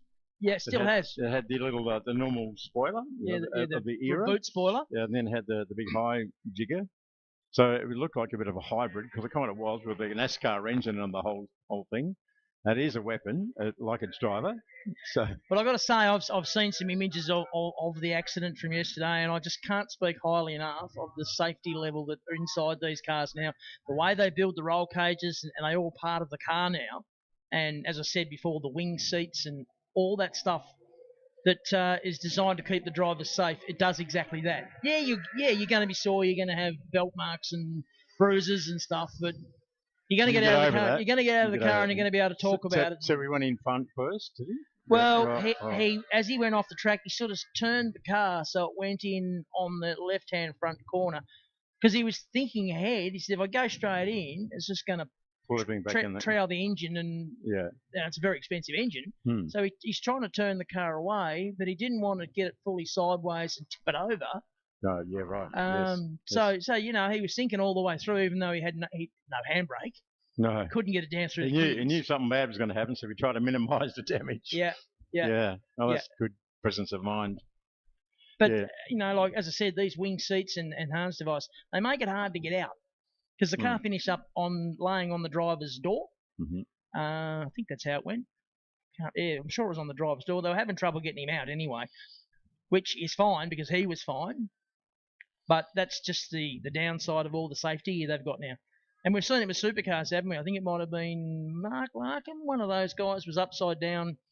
Might have even been Brad Jones. Pretty sure it was Brad Jones. Upside down in the supercar and couldn't get him out. The same reason. That was at Wanneroo. Yeah, I think it was. In the sand there, and they took him ages because it was just awkward. Yeah, because of the bars, where the roll cage bars are, and the wings on the seats. When I talk about wing seats, folks, it's the around the head region, the side of each seat. There's a big wing area which stops your head banging left or right, and it's just all designed to keep the driver safe. What it does do, it makes the hole that you get in and out of smaller. The driver's also got a harness device on, which limits his ability to move the upper half of his body, so it's just difficult. Then you get disorientation comes into play as well, because you're not. Because you've just had a huge that's right, and you're not. You're sitting on your side and you're just disorientated as well. So we've had a couple of warm-up laps. Another bonus one, if you like, for Oxford Gangrene. He just got this car. He's been a stalwart of other classes for several years, but then we'll come back and talk about that in a moment, because we're going to get this show on the road. We're ready to rock and roll. Great start there by Spike Jones, and they're just starting to fill that at the moment. But the 78-year-old Spike Jones off the pole position. We've got Historics racing here in Baskerville. The drivers are Historics, let alone the cars. But Spike's just getting quicker and quicker. What is he just getting better and better? He just loves it. Comes all the way down from, I think, Smithton. Yeah, Mifton, yeah. And, 5 hours. Yeah, and he does it every time. He just loves it. Look up Kimbo. Go look at that. Can't beat a 5 litre. They've got the V8s going on there, but this very well sorted car. Kimbo. Side by side. Spike's not taking no for an answer. Going, oh, you're young whippersnapper. You can have a big crack at me with your Dayglow Commodore on my inside, but I've got purple. Purple means power. It also goes half quick. But Spike's just cruising along in this moderately developed car, but he'll be loving this. 78 years old. Has won a lot of races in a BMW. He has, in the little BMW that we've seen before. We'll see it again today in the hands of Roger Hurd, now owned by Scotty Taylor, but very, very successful little Group N under 2 litre racer for Spike. He retired for about a year, I think, and came back to this car that's been built thanks to the great Chaz Kelly. He's been able to put this car on the track. And Spike's doing a great job. So I think get a bit of a short back in sides. Last time around did Kim Barwick in the Dayglow Commodore. But, well, this old fella, he's not going to be a pushover. So we'll have another crack to exactly what happened last time. But Spike, you'll do the same. You do the same again. And he does. He goes, turns down on him a little bit. And Kim goes, oh, what the? This wasn't in the script. That's not meant to happen. What's going on? So he's just respecting his elders as Kim. Good to see. Age before beauty. Does he? Well, I'm glad you said that. Not a handsome man. Here comes Barwick this time, though. Enough of the games, he says. Let's have a look at this at the end of the straight. No. You sure about that, Strider? You sure about that? Well, not really. I was with you, mate, until Oh! You had to breathe in. You did have to breathe in. Like, oh, I love it. Now, good on Kim. He was clear. He was in the right, and he started to, what Musgrave might say, was just ease in that direction. Not to escort him off the road, but he was certainly easing over there. So Spike had to back out of it. Until that point, though, Spike wasn't backing out of it. Oh, no. That was good stuff. Side-by-side action. It looked like that Kim had him under brakes, but no. Now, he's driving away this time around for the third lap. They're not side-by-side on the Skyline turn. But I don't think I've seen Spike drive this well. Or he drives well all the time, but He's this fired aggressively, up. He's fired right up. I haven't seen him this aggressive, if you like, or fired up in a long time. I love it. That's good stuff. Kim Barwick, good to see him having a good run as well. He's had some tough times over the last couple of years with reliability and one thing and another. So it's great to see him out there and travelling well. And I just hope, like anything that I haven't. Didn't the commentators curse? Yeah. Oh, I know. This is a bit of Targa car as well. Yeah, Danny Slater sits in third. The ex-Crick, Greg Crick XU1. What I love about this car, Strider, a lot of things I like about it, because I saw it race when it was built, when it was winning Tasmanian Sports Sedan Championships. Mick Cross has just turned the Rover round at the top of the S's and left two big black marks. Fines reverse. We'll leave another couple. This would be his first dry race in this car ever. No. He ran into the Historics last year until he broke it. Yeah, well, but he broke kind of 3 cars. But it got not very far. It hardly did any laps at the Historics, and then he broke the other car, then he broke Lockie's car. So but the only thing he didn't break was the tow car, I think. But we've seen John Douglas coming into the pits now, so not ideal for JD, the car that's actually for sale. Gee, it looks good though. He's done it up beautifully. Well, it's JD. It's what he does. Yeah, it just looks a treat. I love the new wheels, and they're just he's given it a cut and polish, ready for sale. Last lap board out. Kim Barwick, quickest lap of the race, a 56.69. Spike Jones, 57 flat. I think it's probably his best time. I think he does 56s and 57s from memory. That's about where the car sits at. You got to remember, and you've touched on it several times. 78 years old. I'll be happy to be alive at 78. Let alone go out there and going berserko in a race car. What's that old story? They use it or lose it, and and in all seriousness, Spike subscribed to that theory. Said, "You just got to keep going, mate." He still works every day. He's still enjoying life. He's still flat out at it, and drives down to say from bloody Mifton, and does his thing, and he does it so well. So check flag at the ready, and it's going to go to the Flying Butcher, Kim Barwick in the Dayglow Orange homage to the Holden Diller team. That was arguably, and you won't get too many arguments, that that's probably the most popular livery of all the Holden Diller team cars of the eras. Well, it was for me. I think most people are. Yeah, it was special, and it was a good-looking car, and it was quite simple. Just the cap stands and the way it was done was primarily done to please the cigarette sponsor of the era. You mean Marlboro? Yeah, them. We're allowed to say it this weekend because it's historics. Yeah, because it's a historical fact. Yeah, so that was good.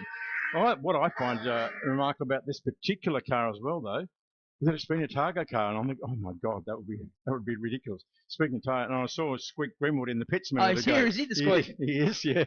And I thought, well, that would be one of the wildest rides you'd ever had, wouldn't it? Yeah. That would be brilliant. Like, the thing is a weapon anywhere, but going around Targa roads, hello. By the end of Targa, I think it had 2 gears left. And and I think Squeak's still trying to get his hearing back. What? That's right. Because it's not, yes. Yeah, he can muffle it till the cows come home, but it's a bit of a noisy bugger. It'd be a tough 6 days, wouldn't it? Yeah, it was. I think he enjoyed it, though. I think Squeak got it just so ridiculous. It was brilliant. It was fun. So well done to the Flying Butcher, Kim Barwick, and I'm very happy to say that he's a fabulous and long-time supporter of motorsport with his butcheries and providing lots of tucker. Yep, absolutely. Meat. So for our various barbecues after our championship rounds, even for the Baskerville 1000, he just steps up straight away. There was a barbecue last night. Not many people here because it was still raining and cold and dark. Yeah. And everyone is just, you know what, I've had enough. I want to go back home or back to the hotel or whatever, and I want to have a hot shower and just get warm and dry. Yep. And that's what most people did. But there was a barbecue last night. there's a pig roast, and I think it's a pig roast or a carvery or something like that with the auction, which is always a bit of fun. Yes, it is. And then tomorrow night, obviously, the presentations, there'll be a barbecue going. A lot of it primarily for our officials as a thank you to those guys and girls that give of their time, which we spoke of earlier, Rosie. But we're going to have another race coming up in a moment. Group NB under 3 litre and Group NC under 2 litre, brought to us by Shannon's. Then we're going to have a lunch break. Now, during the lunch break, we're going to have the first of pedal car races. Now, these were innovation last year, proved very popular with the kids and the parents. Got quite competitive, actually. Funny that. Yeah. Yeah. My kid's faster than your kid. No, he's not. Yeah, so there's quite a few cars out there and having 2 runs with a fresh set of drivers for the second run. So I've got a little email sent to me. You're all over it, mate. Pedal cars. Hello. You're the thing. You're the thing. It's my specialty. You are the man. Pedal cars. Pedal cars. Yeah. Well, it's about the limit of my abilities, mate. But while Rod is looking that up, we are going to go to a lunch break shortly because we do need to let our officials come in and have some lunch and a bathroom stop and a bit of a sit down for a moment because they are out there all day. But feel free to come into the pits, folks. During that time, there won't be too many race cars moving around the pit area, so come into the pits and check out some of these cars because a lot of them you won't see very often, if ever, again. Like some of them are quite rare. We don't see them all that often, and it costs nothing to come in.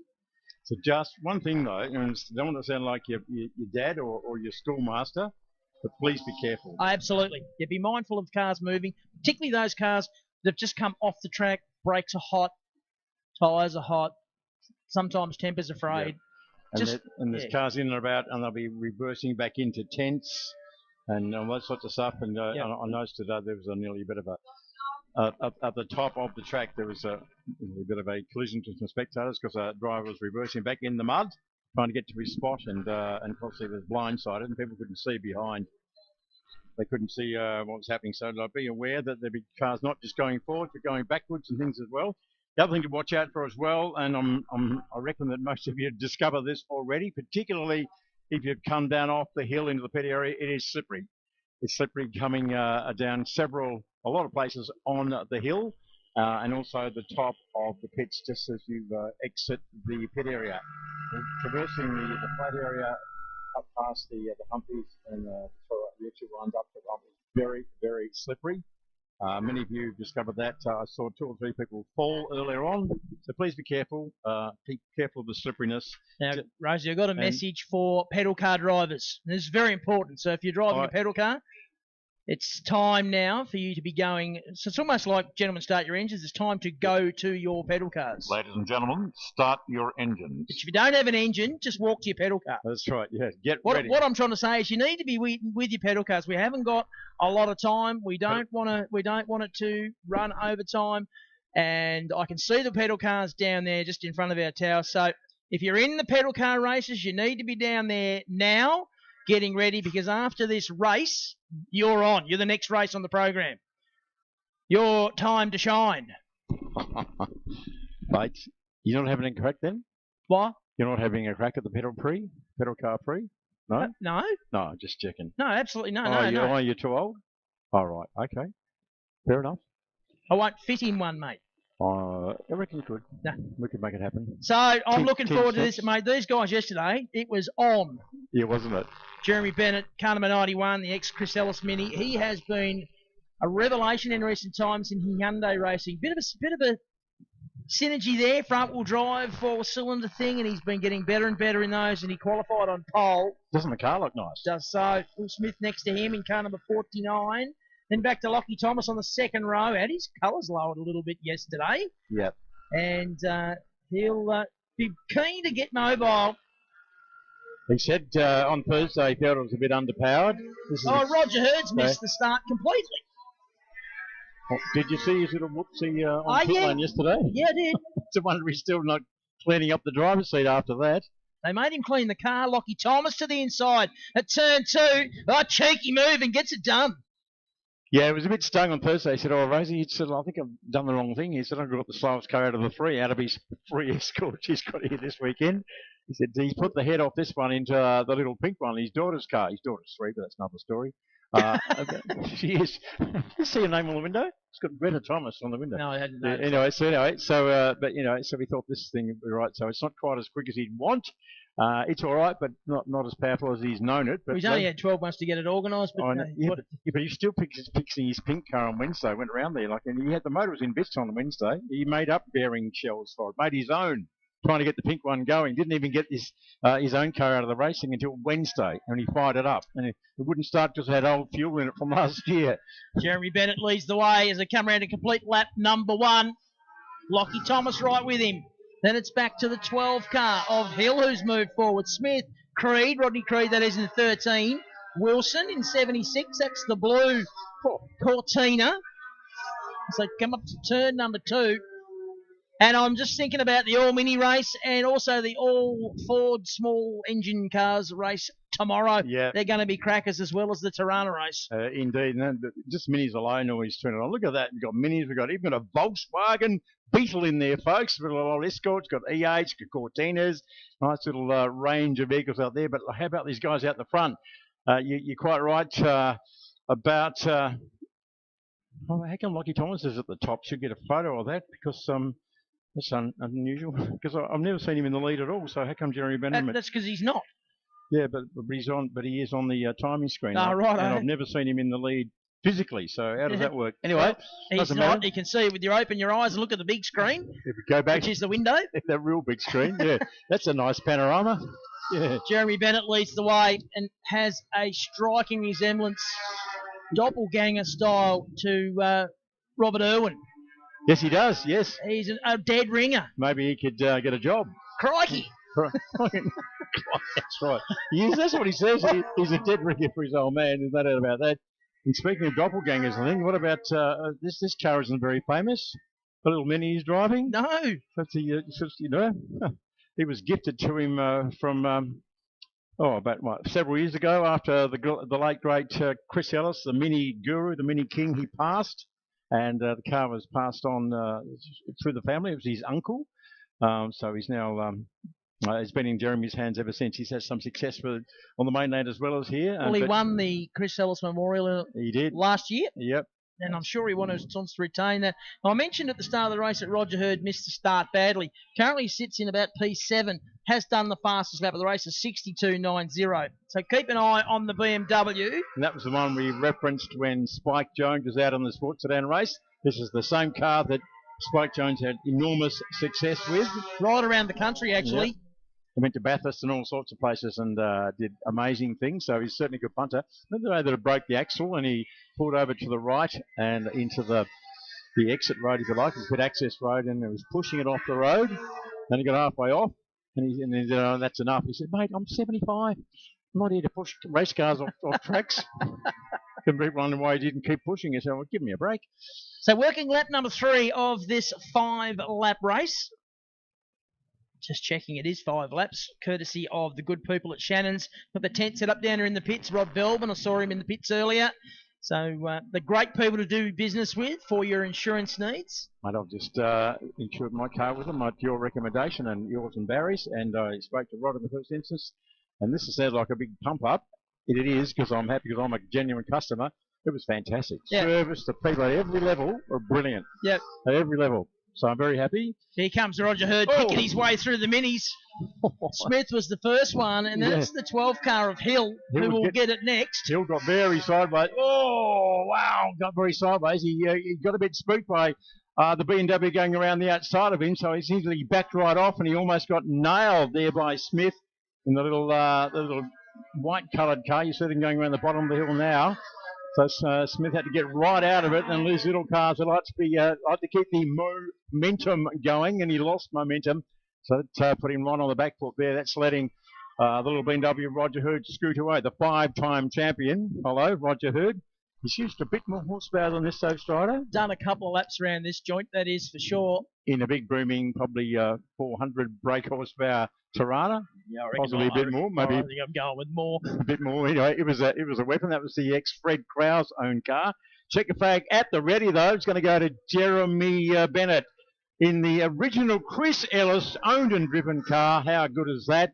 Here at the Historics meeting, we'll see that car again in other races. Also said in the mini-only race tomorrow, the Chris Ellis Memorial Race, which is always a cracker. I hope it will be again, because it always will be. It always has been, I should say. Don't want to pump it up, but it's always a ripper. So plenty of mini action. Mini can always throw on the action for us. So good, solid drive by Jeremy Bennett. He's been honing his skills in other front drive machinery, such as Excels. He's been really, dare I say it, he's been excelling. He has indeed. Now, just looking at this, Bennett gets the win from Lockie Thomas. Roger Hurd, after missing the start completely, cracking drive to get up to third. He was fourth. Then Phil Shepherd, he started way down the back because he basically didn't qualify. And look at Shepherd's quickest time, a 62.91 in the EHL. It's the fastest EH in Australia. And he will be right on the money with this group of cars, our top five. He's going to be right in the mix next time out. He's used that race to get from down here, qualifying, to up to here. Yeah, so look at next time out. Pulls about 12 or 13 places in the race. As did Roger Hurd, because he just basically didn't go anywhere. And a 62.909. I think, I'm just pure thinking, but 61 rings a bell in the hands of Spike. 61 does ring a bell, and I know that Lockie, for instance, has done a 63 around here before. Not today, but he has done in the past. So who knows what it'll ring? But that was the way it was. So that will be our lunch break, folks. But we have got the Billy Kart Grand Prix coming up now. Lots of young drivers down here. The karts, Billy Karts, are all sort of dressed up to look like race cars that we've seen out on the track. First time we did it was last year, and we can see them all getting pushed out now. Rosie's always going to go down trackside and commentate this show. Feel free to come into the pits. It is the lunch break. It'll probably be 15, 20 minutes. We do apologise for the interruption to racing, but we do need to do this to give our officials an opportunity to have a break. And it gives the kids an opportunity to get on track and have a go in these billy karts. It's a pretty special time for them. So we're going to take a short break for lunch. Feel free, as I said, to come down into the pits. Cost you nothing to see some of the finest historic cars in the country. This event has become huge in the historic calendar, and people all around Australia have made the effort to come here. I think it's 60-odd cars have come across from the Big Island down here for this weekend, and it's great to have you all here, and thank you for taking the time to come to Tasmania. I'm going to sign off for a moment. The next voice you hear will be David Rose. He'll be down trackside with the Billy Kart Grand Prix, pedal cars, for their races today. They'll be back again tomorrow, but I'll take a short break now, and the next voice you hear will be David Rose.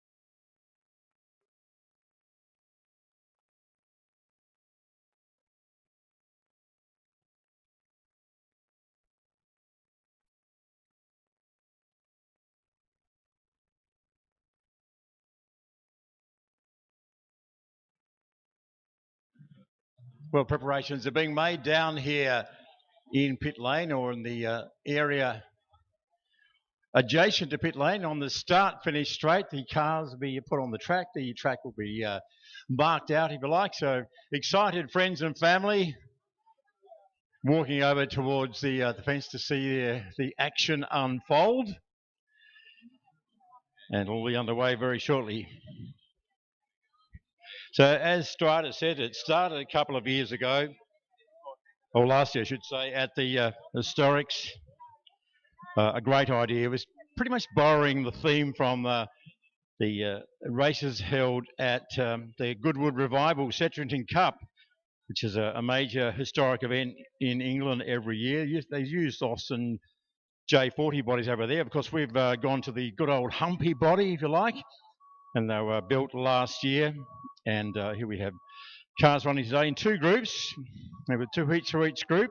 And the heats are named after two very well-known former Tasmanian motorsport identities. Don Elliott, of course, the the much revered, much appreciated and very successful former racer and a team owner. In fact, a circuit owner at one point here at Baskerville Raceway back in the day with the late Ian Harrington and, of course, Ralph Bottomley. They were joint owners of the track for a time, but Don Elliott is one of the naming rights, if you like, sponsors, and Jeff Jacobs from karting has been acknowledged as well. So each pedal car, I should say, it's not a kart, it's a pedal car. It's sponsored with individual decals, and various companies around the state, particularly in the south of the state, have put in some money and have sponsored each car.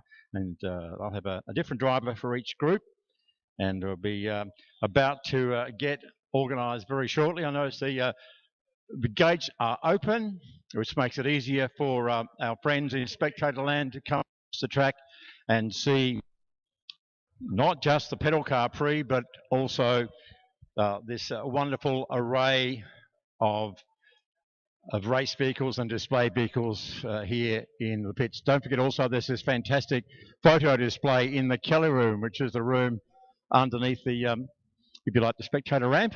It's on the end of the southern end of the control tower. There's a wonderful photo display, historic photo display in there that you're welcome to go in and visit as well. Just another caution, folks, there's a lot of traffic around. There's race cars around, there's officials' cars around, but please be very aware. You don't always hear them. Keep your wits about you whenever possible. And also when you're on the muddy bits, to try and watch your step as well. So the track is being made at the moment. When we made, the track is already there. The track is, luckily, we have a nice little bitumen surface that's already ready to go. We're just making these little chicanes, so it's not just a drag race. It's not like a billy cart race, if you like, down the hill. I do actually have to pedal a little bit. And to see them getting ready at the top of the track.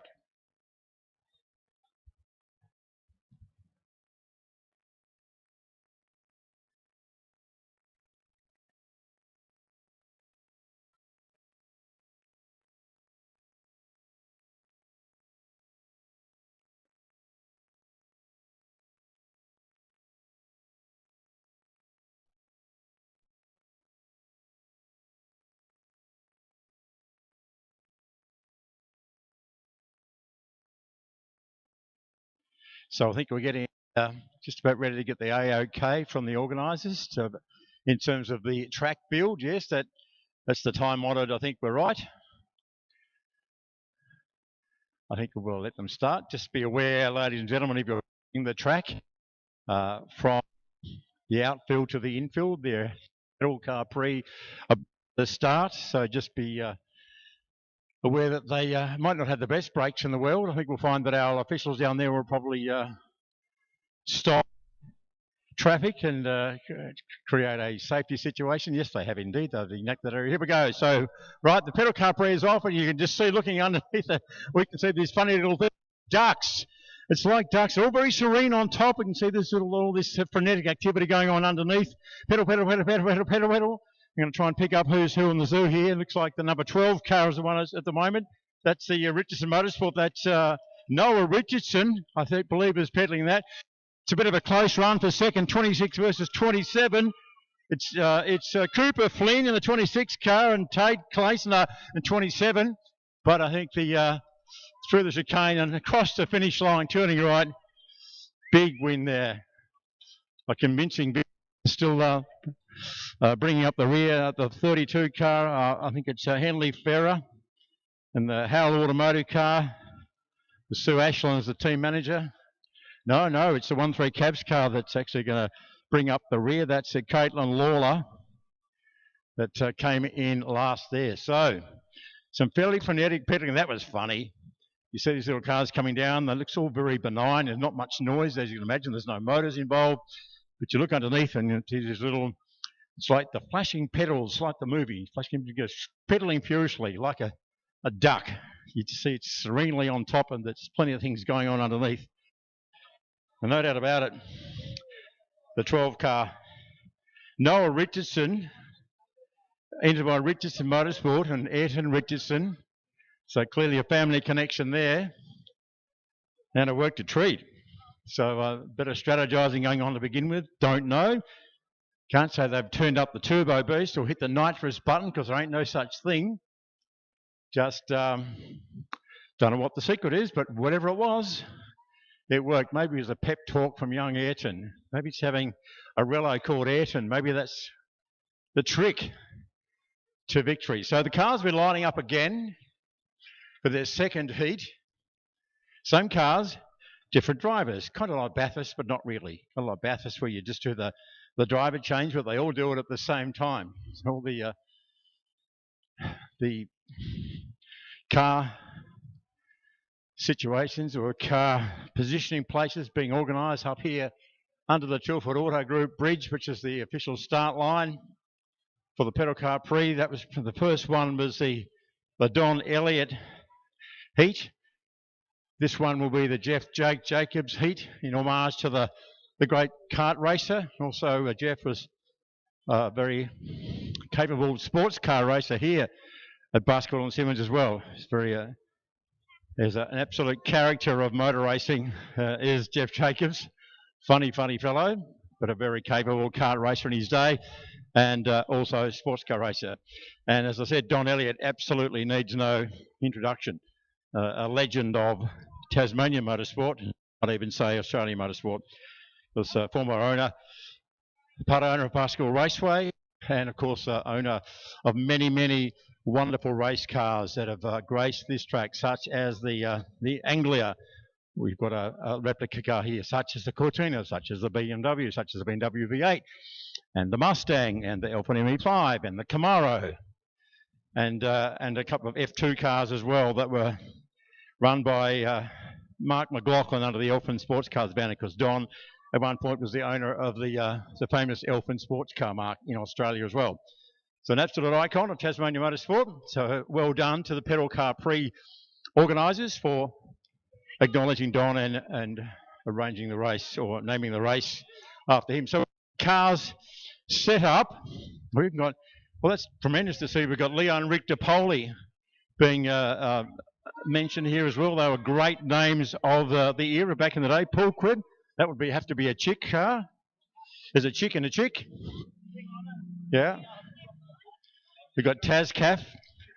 I've also got an entry in here as well. Wilcox Racing, the famous Wilcox Blue, of course. Gryson Harrington even. We've got the Roadways SAS car. We've won 3 Taz cabs. We got the Wrap Shop of Richardson Motorsport, the 12-15. And then Howell Automotive, the 32 car off the front as well. I don't know who sets up the grid, but obviously if you're towards the front of the grid, you've got probably 10 or 15 metres ahead to begin with, but if there's any protests, they'll have to be put into the stewards and they can sort all that out. We'll just see how it rolls out. I think they have no clue, these kids. That's what's the best thing about it. I just want to pedal and go fast and get a trophy or something. Is that right, Scotty? Yeah, all right.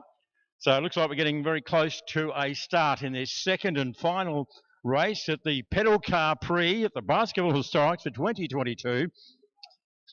So Ayrton, or Richardson Motorsport, victorious to begin with. I don't think I'll be able to keep up with them. We'll just see who's going to be leading the field in the first bit.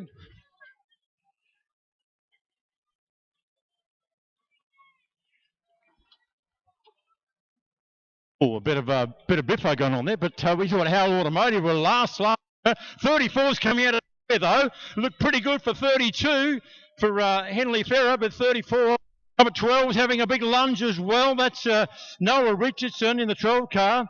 Oh, but like we're getting super serious down there. Like poor old Phil Ashland's not running today, but flying the flag for Ashland Motorsport and Howell Automotive is the car up front. It was last in the last heat. They completely flipped it, turned that around. Henley, it's actually, I think, it's Butt, or maybe Jacob Butt, one of those two ifs or buts. But I think the 32 car, Butt, yeah, but no Butt. But yeah, the Butt, the chocolates that time around, yeah, but no Butt. Yeah. It's all gone on. John Douglas. the superstar, Johnny Douglas. Mate, you've won the Will There Is to Win kind of thing, and then you're here into the Historics, and you're out on the fence watching pedal car Prix. How does that work? Well, I'm trying to work out how I can fit into one of those pedal cars. Is that the next thing? Oh, well, that is the next big thing here at the Baskerville Historics. We saw that your little sports sedan is for sale. Looks very trick as well. I was expecting to see it on your nature strip this morning, but I didn't because it was here. So, so what's next for JD? Not that I want to retire you anytime soon, but anyway, you've got something up your sleeve. You're going to surprise us again? There could be a surprise up the sleeve somewhere, but I do have my historic Group N car, my Tirana XU1, which I would love to have it out here today. We do miss it. Yeah, those guys are really having some great fun. I'd like to be a part of it. That was quality, wasn't it? And in fact, genuinely, I was mentioned to me when I was up there talking and said, we good if JD were here. I think it was Odious that said it actually. He said, yeah, I know, but next time. Yeah, well, next time, next year, I think I'll have it here. But you've been grey nomading with here, been all around the country, and I didn't expect to see you back. But you are, and we're very glad. So I hope you enjoy the rest of the weekend, JD. Thanks very much, Rosie. So I'm going to go up here and you go up into a scenario where you've got pedal cars and kids. I mean, what could possibly go wrong? What's that old saying? Kids and animals? Oh, I don't know. There's a whole lot of kids here with helmets. I don't know who's who. They don't have driving suits. They don't have their names on their helmets. I don't know who's who. So anyway, that was one heat. We do it all again. We've had a run each, I do believe.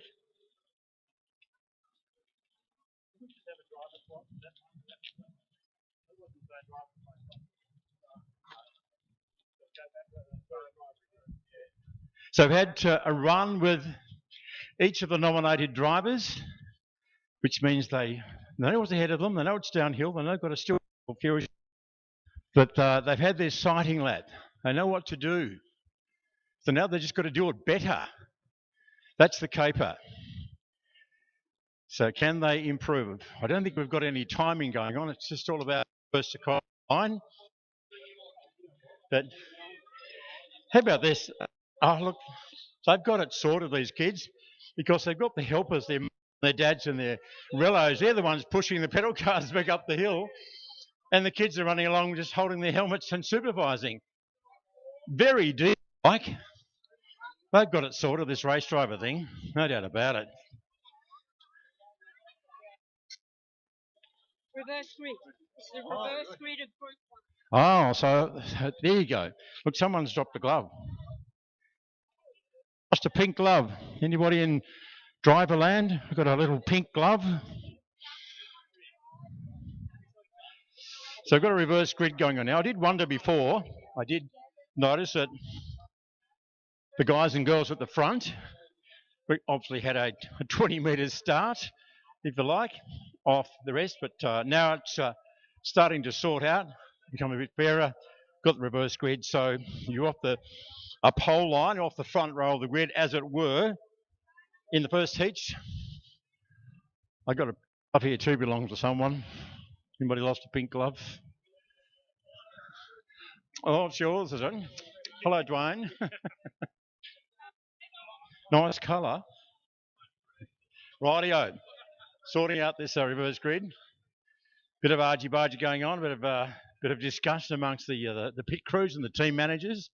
So wonderful to see. 1-3 cabs, Paul Krepp. Got Rap, we've got Wilcox Racing. We've got Tascap Races, we've got Roadways, we've got Howell Automotive. And watch the man for the start.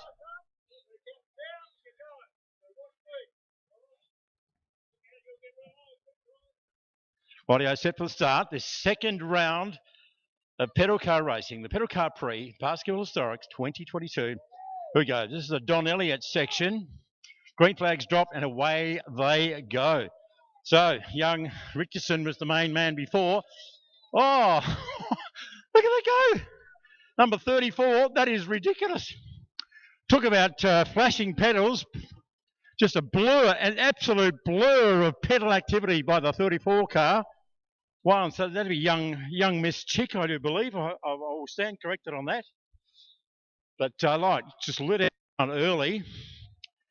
Yes, yeah, Sophie Chick, She wants to keep it going though, because the angry hordes are bearing down on her from behind, trying to make late lunges, big late break there. But I think Sophie Chicks, yes, she did it. She just got the whole shot, got a brilliant start, and did the business.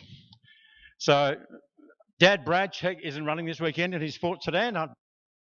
Not a happening thing for Brad in the Sport Sedan, but at least Chick Racing is represented in the pedal car Prix. And Sophie, there you go, Brad. Wish you, mate, but your daughter's just pantsed you, mate. She just brought some honour and glory to the family. And that was that third heat, the fourth and final heat. Well, I would suggest be a reverse grid again to make it fair. So the people are starting off the front and therefore 20 metres ahead. We'll start just a little bit further back, so it all evens out at the end of the 2 rounds. So 2 races each for both of the 2 sets of drivers. So we'll do the driver swap again like we did last time. And have the second round of drivers, second set of drivers come in, swap over, the hard-working pit crews. I see the mums and the dads and others actually pushing the cars back up the pit lane while the drivers relax and get a massage and get hydrated and all that stuff, you know, all really important for that, 25-second dash down the hill. Anyway, so well done to the organisers for having this idea last year. As I said, it was spawned from an event that's very, very popular apparently at the very, very famous Goodwood Historic Racing Festival in England, of course. They have similar races using Austin A40 bodies, that these bodies were made last year. And as I recall, Darryl Wilcox had a huge role last year in preparing these bodies, from sanding them down and organising them and painting them and so on. So wonderful to see that many and various corporates have got involved and got young men and women, 6, 7, 8-year-olds or thereabouts, to get out here at Baskerville and have an appreciation for motor racing and the history of the sport. And who knows, and I'm very, very serious about this, we might be looking at a future Australian champion and a future world champion in this ranks. I'm very serious about it, because that's how it often starts. You look in some of the bios of some of the greats of the world, and they start off from very humble beginnings. And this just might be start of something big. It might not be, but what a good fun, what a good time. A wonderful memory for these young people to take home today anyway. Something that it's good that school's still in, because this is a pretty cool show and tell, I would suggest. Get school on Monday, particularly if mum and dad are snapping away on the iPhone, which they probably are, and say, get the phone and stand up in front of the class on Monday morning and go, well, this is me at the Pedal Car Grand Prix at Baskerville on Saturday, and look at me, go me. I either won or I didn't, but anyway, I was there and I'm famous. Go me. Lovely to see that the cars all running a little sticker on the front. It's a little sticker, it's in pink, and it says MXXX. Now, those of us in the motorsport world know exactly what that means. That means that's the signature on Facebook and pretty much anywhere of the late and the great Michelle Fish, formerly Michelle Bottomley back in the early days, part of the Bottomley family. I did see her husband, the great man Sean Fish, lurking around before, so you're probably still about. So well done, Sean. Yeah, your late wife's being honoured today, mate, as she should. There's little signatures on all of these little pedal cars. About to go again, second lot of drivers aboard. Just wander down the track, see if I can get a better look. I can hear the rumble. If you can call it a rumble, I can hear the noise of the little wheels, the rubber wheels on the Baskerville pit straight here at Pepsi Max Baskerville Raceway.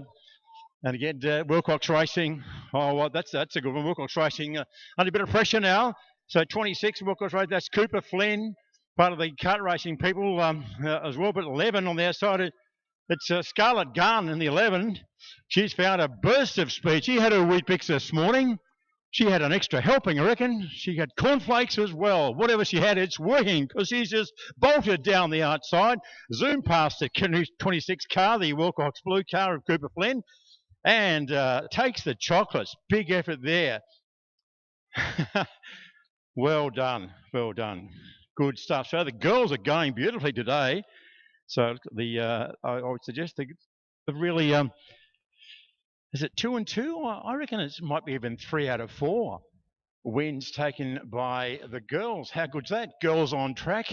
We've got girls on track here at Baskerville. So well done, everybody. Thank you to the organisers, the people from the pedal car Prix, for setting up the track, for organising, for setting the cars, to getting the competitors, and for also helping to secure the sponsors. And a very big shout out to all those wonderful sponsors that helped make that little event happen. It's a great event for the youngsters, great event for the families, and just a bit of fun in our lunch break here at Pepsi Max Baskerville Raceway. So well done, everybody. I would like to go and talk to the winners, but there were 4 winners, and I have no clue where they are. They all look the same. They're all Rugrats. They're all lovely. I don't know who's who. So congratulations to all the young girls and boys for competing, and a special congratulations to those who managed to take the win.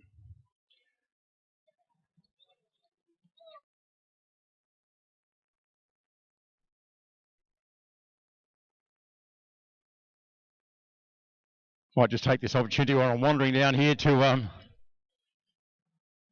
man who's smiling. Kind of surprises me, but maybe it's just through gritted teeth. General Manager of Motorsport Tasmania, the man when all the things go wrong, it ends up on his. But anyway, smiling at the moment. Don Potter, let's just turn around, mate, and look at that. It's only Saturday. We're only just halfway through Saturday.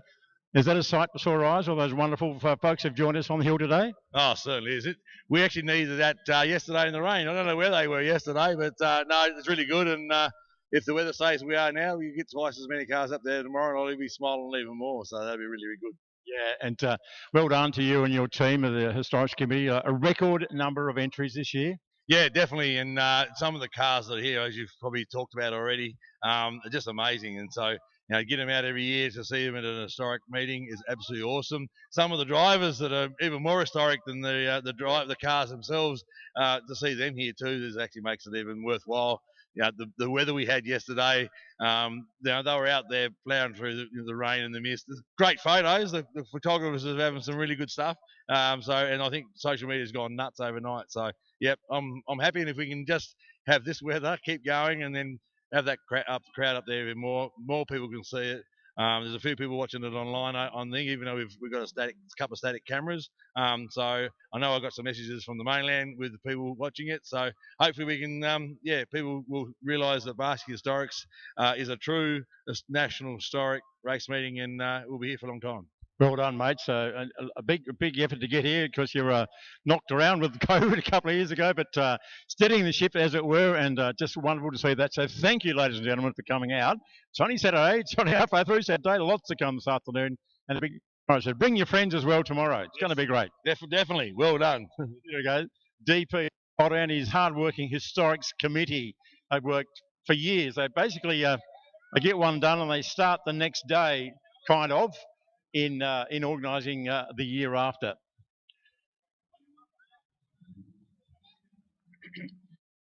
Wonderful to see around the pits, and everywhere you look, there are race fans of all ages. There's clearly babies, 2, 3-year-olds, and probably 103-year-olds. Who knows? But it's a wonderful atmosphere. I can smell barbecues. I can get the smell from the food vans, and the coffee smells wafting down, and it's just tremendous atmosphere. So if you are out and about in Spectator Land, you'd like to come down there and see some of these cars. I have to say again, don't want to sound like your dad, but a lot of people, a lot of cars, and we're about to get back underway soon with competition. So please be very, very aware that you might have race cars or vehicles around you. You might not necessarily hear them. It sounds weird if they're a race car, but it does happen. So please be careful. Be aware of your surroundings, and be particularly careful of what's underfoot. That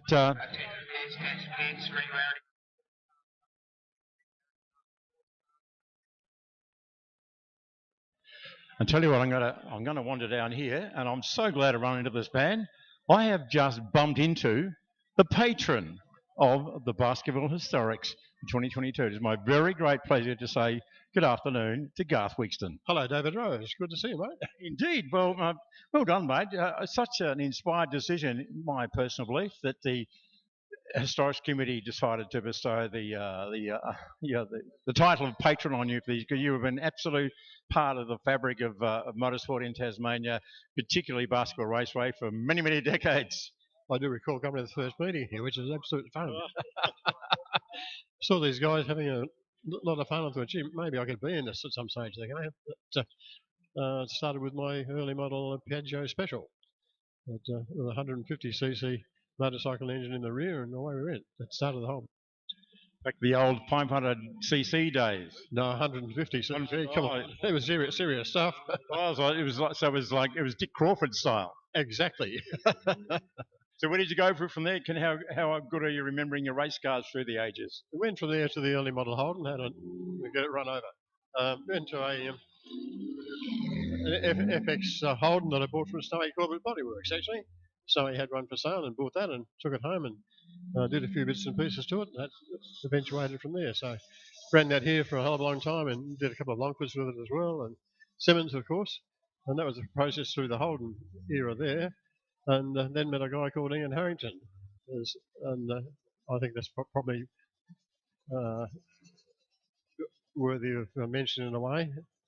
Ian was involved with some resurfacing of the circuit. I got to know him fairly well. And at that stage of the game, he was driving Monaro, of all things. And he said, well, maybe we should look at doing a race car. What do you think? Yeah, I'll be in that. So that started the whole process with the road race series then. So Ian supplied cars with me for quite a few years after that. And we did the rounds of most of the circuits on the mainland. Did 7 Bathursts, had quite a period of time there. And after that, I became involved with the judicial side of CAM, so I had a long time in that as well. So, yeah, I've had a pretty close association with the whole process, including still being a member of the controlling asset of Hobart's Flying Car Club with Baskerville and Simmons together on Motorsports Tas. So, yeah, it's been an interesting era. It really has been, David. Did you get a chance to see the earlier race when we had the Mr. Carey and his Roadways STP liveried Commodore having that wonderful dice with Adam Garwood? Did you see that? It would bring back memories. I've only been here for about 10 minutes or so. Well, mate, it was, I think Carey goes brilliantly. But he just found a new lease of life today, perhaps because it was the Historics, but he had his wonderful dice with Adam Garwood in the Muscle Car Cup, and it sort of almost brought a tear to my eyes seeing the STP Roadways Commodore being driven hard and winning races at Baskerville. It was so fitting. Brings back memories, David. It certainly does. Very much so, yes. Yeah. Well, it's wonderful to see you here, Garth. You've been an absolute fixture and ornament to our game over the many, many decades. Wonderful to see you here as patron, and I wish you the best of luck for today and tomorrow. I just hope you have the best time you can. I'll be here tomorrow, and I'll bring the old girl out with me as well. So I don't mean a lady, I mean another car. I knew what you meant. That's a bit sad, isn't it? I thought I'd better explain it. Good on you, Garth. There he goes. The great man. Garth Wixton, very accomplished race driver in this state and on the national stage. And as he said, a long-time chief steward of the Supercars Championship as well. We've got, last time I saw this lady, she was serving me coffee last year, but today she's, we're in, I'm just wandered into the Darragh Wilcox club rooms, and there is just down at the bottom pits. There's all sorts of posters and memorabilia photos on sale. There's shirts for sale as well. There's Historics apparel. Don't know if there's a real lot left, but it's here for what it's worth.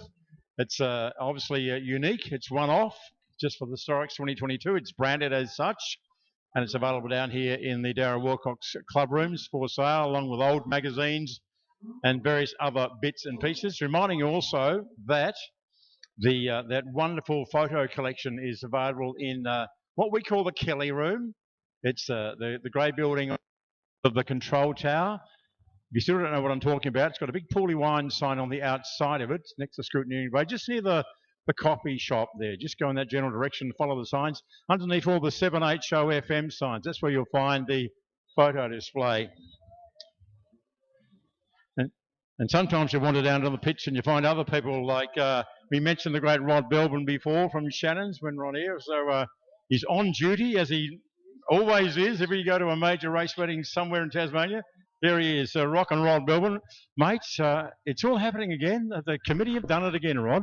They've done it magnificent what they've done here. I believe there's 230, 240 cars representing most states of Australia and some of the interstate guys. They just couldn't wait for this weekend to come back. Yeah, brilliant, brilliant.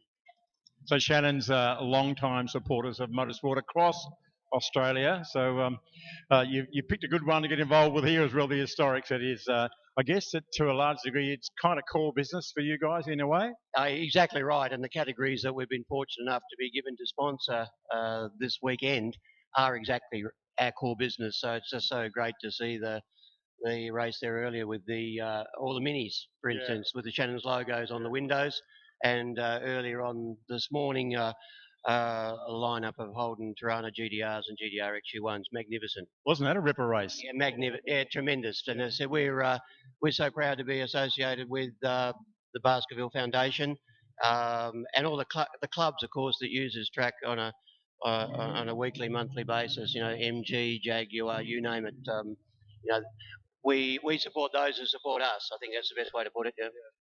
But the noise you might be hearing right now, folks, is a replica. One of Dave Thompson's many cars. He has 6 cars here today. It's the Brock Richards car that's just lining up and making all the.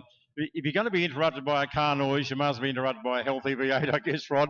We'll just push on for a bit though. The show and glow tomorrow. That's also become a feature of the Historics meeting each year. Yeah, it has, and we look forward to having as many pre-1988 vehicles here tomorrow. Discounted entry for the driver. So we've got our own roped off area adjacent to the main straight. So look, if you've got a classic pre-88, please bring it along. Great viewing position. Shannon's team will be there to help anyone with revaluations or insurance queries. And if anyone's got any questions today, I'm down near the Hobart Sporting Car Club where the memorabilia is. Please come and have a chat to me. No worries. On your rock. Thank you, mate. And thank you for your support to Shannon's over the journey. Good stuff. So we've got cars lining up to go out on the next round of events coming up after our lunch. A little late, but that's okay. We'll catch up. Tell you what, it's slippery down here, but there you go. It's still a wonderful atmosphere down here. So plenty of people wandering around the photo booth, but wandering around the memorabilia. They're buying bits and pieces in the club rooms, and lots of going on here and there. So and down we're down the what they call the Winton end of the pits, and I had to talk to this bloke, Sir David Walden, because I've got a photo on my phone. I took there's a Bentley limousine over there. I think it used to be Her Majesty's. And now she's left us. I suppose they sent her down here, and I figured that you probably came out in it today. Is that right, David Walden? No, it's waiting for me. I've got to fly off and go to a funeral. Yes, you do. Well, you better be smart about it. To the chopper. I think I'm the black sheep of the family somehow. Mate, you're a model Tasmanian Rally champion, but you've seen we've got this new penchant for the circuit racing caper in of all things, the Rock and Rover. What's all that about? 28 years in motorsport, and I hadn't done this, so itch to scratch and all of that stuff. And why do it in yet another Commodore or another Falcon or another Datsun? Mate, and you've been in Historics before, but mainly around demonstrations. But now it's the real deal. You've been in the championship this year. What about this Historics wedding? Look at that. I'm looking on the hill, folks, and I'm going, how good is this? I've been doing this for 40 years, and it still gives me goosebumps. I've got to tell you, this morning has been like that for all of us. It's seeing some of these cars, not just racing for us, but seeing some of these cars out there and some of these legends of motorsport here today who are genuinely gentlemen, gentlemen people. It's been fantastic. It's been hair on the back of our necks. It's been wonderful, and it's great that the sun finally did its thing and came out to give us a bit of help. Yeah, indeed. Well, mate, good to see you, Sir David. And enjoyed. I'll just let you. I'll get out of the way. Let your security leave me alone. Yeah. And good luck on the Rock and Rover. Here, mate. Okay, David Rose, can you hear me? No? Well, I'll continue as though David has heard me. I'm back on deck, folks, and the Mark Sports Cars, sponsored by Noble Inc., are out there for their second regularity run. And as you would have been told earlier in the day, the whole idea of this is that the drivers have nominated a particular lap time that they want to try and match. And they do 4 flying laps and get as close as they possibly can. They start off each 4-lap run with a total of 50 points. And depending on whether you go above or below your nominated time and by how much, you lose points. And the object of the exercise is to try and finish up with 50 points at the end of 4 flying laps. That's it in a nutshell. So what I can tell you at the moment is that car number 18, which is George Taylor in that tiny little Austin 7 Special, all 747 cc's, is on 49 points. He has only lost 1 point. Then we go back to the erstwhile Mick Williams. No, we don't. We go back to car number 35 because the screen just changed. And it's Don Fraser in the green MGA with the canvas top. And he is on 47 points. Then it's Graham Smedley in car number 13, which is the V8 MGB. And he is on 46 points. Also on 46 points is now Mick Williams. So he's dropped down to 4th. Then it's Jeff Storr in 159, and that's the JWF Milano. It's a 3.5 litre 6-cylinder car with a fiberglass body. Now, it's all changed while I've been speaking. Smedley has stayed on 46 and only lost 4 points. Jeff Storr's there with him, and Nick Williams, then Jeff Storr, followed by Pittman now on 111. That is the next one, David Pittman in the RX-7 Bathurst replica. That's the car that was out earlier in the day. Smedley has dropped down to 6th. Williams has just dropped down to 5th. And on top now is Fraser in the number 35 car. So that's Don Fraser in the MGA. So at the moment, it looks like some have already done their 4 laps, being Williams, Smedley and Elliott. And that makes sense because they were the cars that went out first, being the faster cars. So what they do is, based on the nominated times, the cars with the fastest time go first and the slower cars go last. And that's to try and avoid a lot of passing, bearing in mind that regularity is the entry level of circuit racing, if you like. So we'll just keep an eye on the flagman down here. So there's a number of cars coming around to complete their 4 laps. Now we've got car 42 and car 13. So Michael Elliott in the RX-7 has just gone through. And then we've got the MGB, the next one. And no, I was going to say it was Mark Dilger, but I don't think that's right. Yes, it would be, actually. And they were actually dicing, right, distinct from worrying about times. So across the line now goes the number 34 car of Patrick Townshend. That's the Austin Healey 2.9 litre 6-cylinder car. The checker flag is out. So some cars have actually done another lap. So, depending on who's still to complete, now everybody, I think, has actually done their required number of laps. So, that would suggest that Fraser in the number 35 car, Don Fraser in the MGA, has come out on top. He only lost 6 points. And it was the number 13 car that was doing the dicing, so that in fact was Graham Smedley in the V8 MGB. So Fraser's finished up on top by 2 points from Mick Williams in the Dado. Then it was Graham Smedley, the man who just crossed the line. And then would be the 18 car of George Taylor in the Austin 7 Special. Mick Elliott was next in 5th position. And so that was 37 points, which is the same as Jeff Storr. Pittman finished on 31. Mark Dilger finished on 29. The Austin Healey Townshend finished up on 26.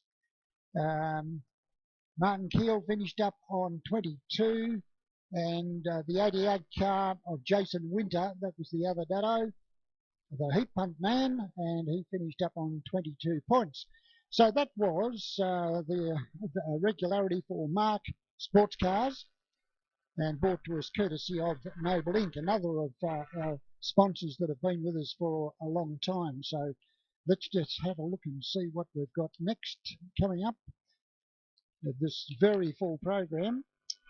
So it should be Regularity Sedans, brought to us courtesy of Penrite. And I'll just search for my paperwork so that I can try and sound as if I know what I'm talking about.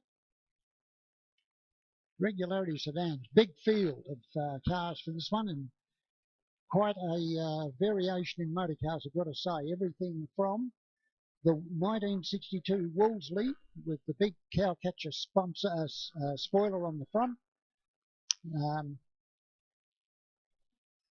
and Matthew Springer, Tirana, Sock Motorsport.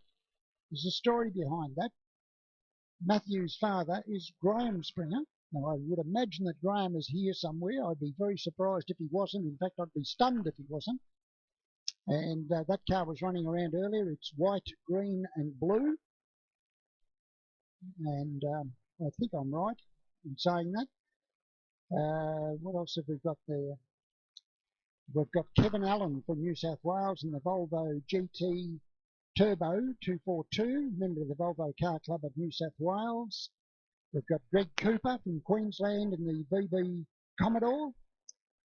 Paul Deegan in another Volvo. So there's looks like we've got two of those. Edward Newton in the yellow Jag. We've got Michael Dawson in the Vauxhall Viva. Toyota Corollas for Ralph Steinhauser and Isaac. Wayne Monson in his very quick Escort. Phil Blake in the Fiat Abarth. And Philip actually has launched a book in the last 12 months. And it's, I was involved with Phil when he was writing this, and I've got to tell you, it's a very, very funny book. You should get hold of it, quite frankly. It's a very funny story. So there you go. We've got Bruce Thomas in the Rover SD1. So gone is the AU Falcon that he would normally run in Regularity. We've got Chris Wiggins in the 124 Sports Sedan. And we've got the Dolomite Sprint. And they're coming out onto the circuit now. And the red and black Sports Sedan of Chris Wiggins, number 97, red and black.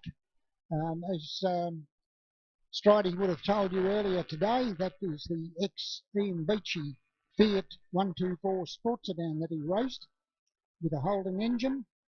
It looked a lot different to what it does now out there on the track. That's the car just at the bottom of the hill now, red top, black bottom. But it's been very well developed, lots of aero. I'm just waiting for the screen to light up with what their nominated times were so that we can sort of see where we're going.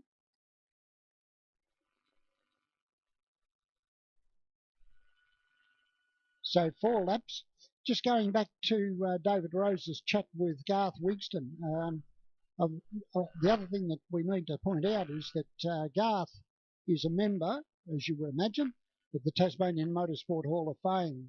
So he was inducted in 2014, and a wonderful career not only as a driver but also from the administration point of view, and in his role as chief steward with supercars earned a great deal of respect from drivers, from teams, for the very even-handed way that he was able to sort out issues, and he made it quite clear that he was the boss, but he was prepared to at least listen to you.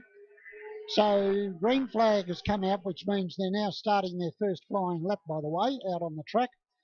And as Garth said, he started off in the little Piaggio, that little 150cc car. But the other thing I was going to say is that in 1983, Roadways, in fact, ran 2 cars at Bathurst.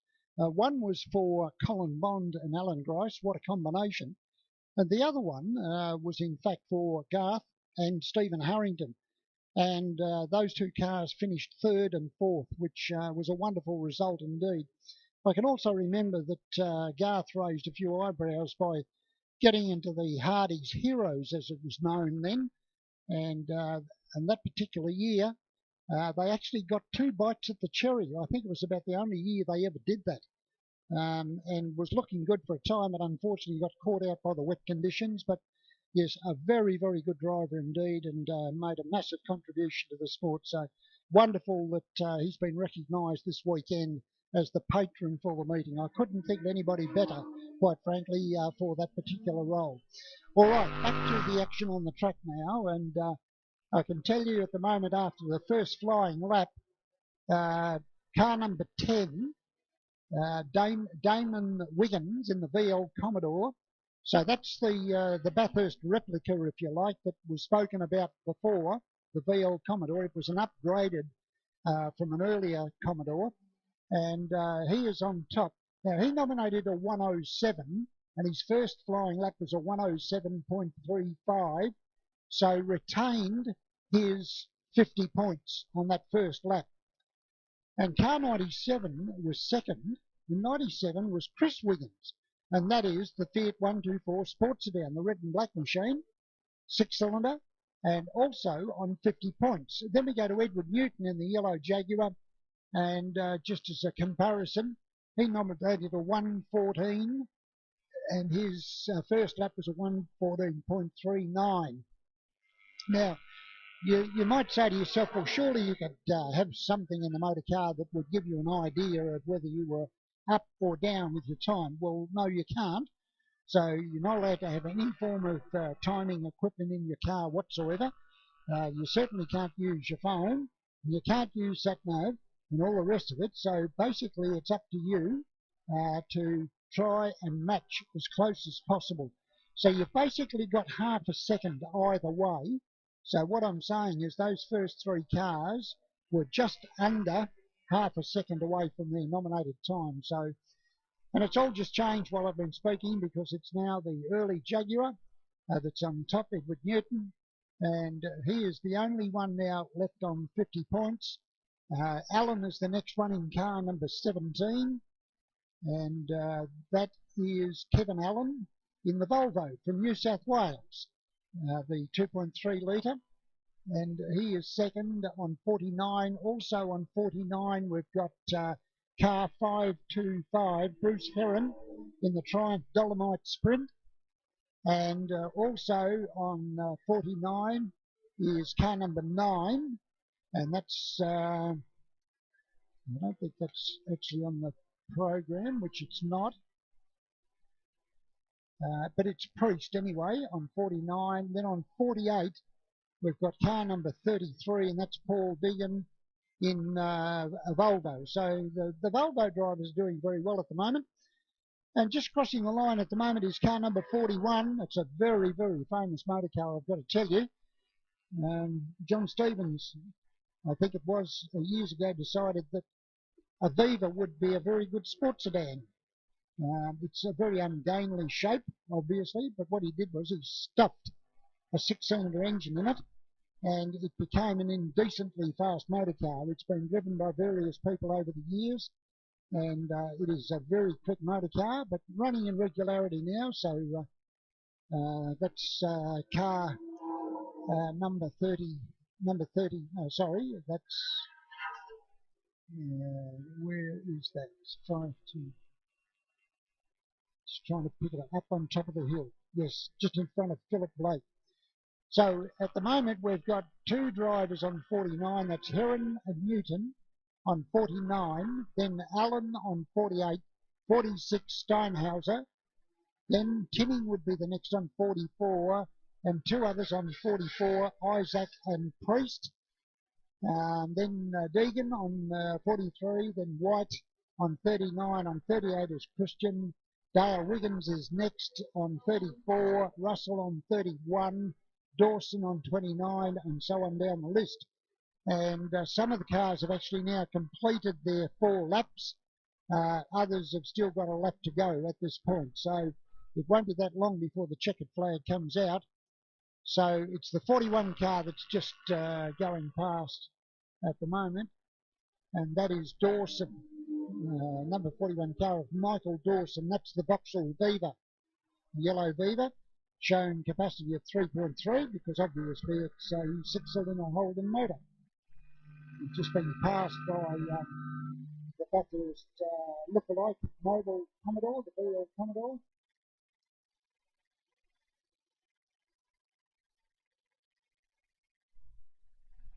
And checkered flag has come out because looks like everybody... Tinning has only done 2 laps according to this, but that's not going to count. He's in 4th place at the moment, but not having completed 4 laps now, it's just he's back in his correct position now by the look of it.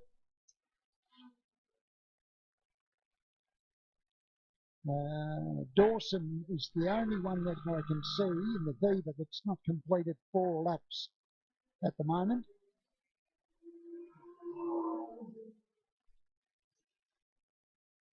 So if it stays that way, it'll be the 525 car, the Triumph Dolomite Sprint, the yellow car with the black roof. That in fact will take this one out on 48 points from Allen in car number 17.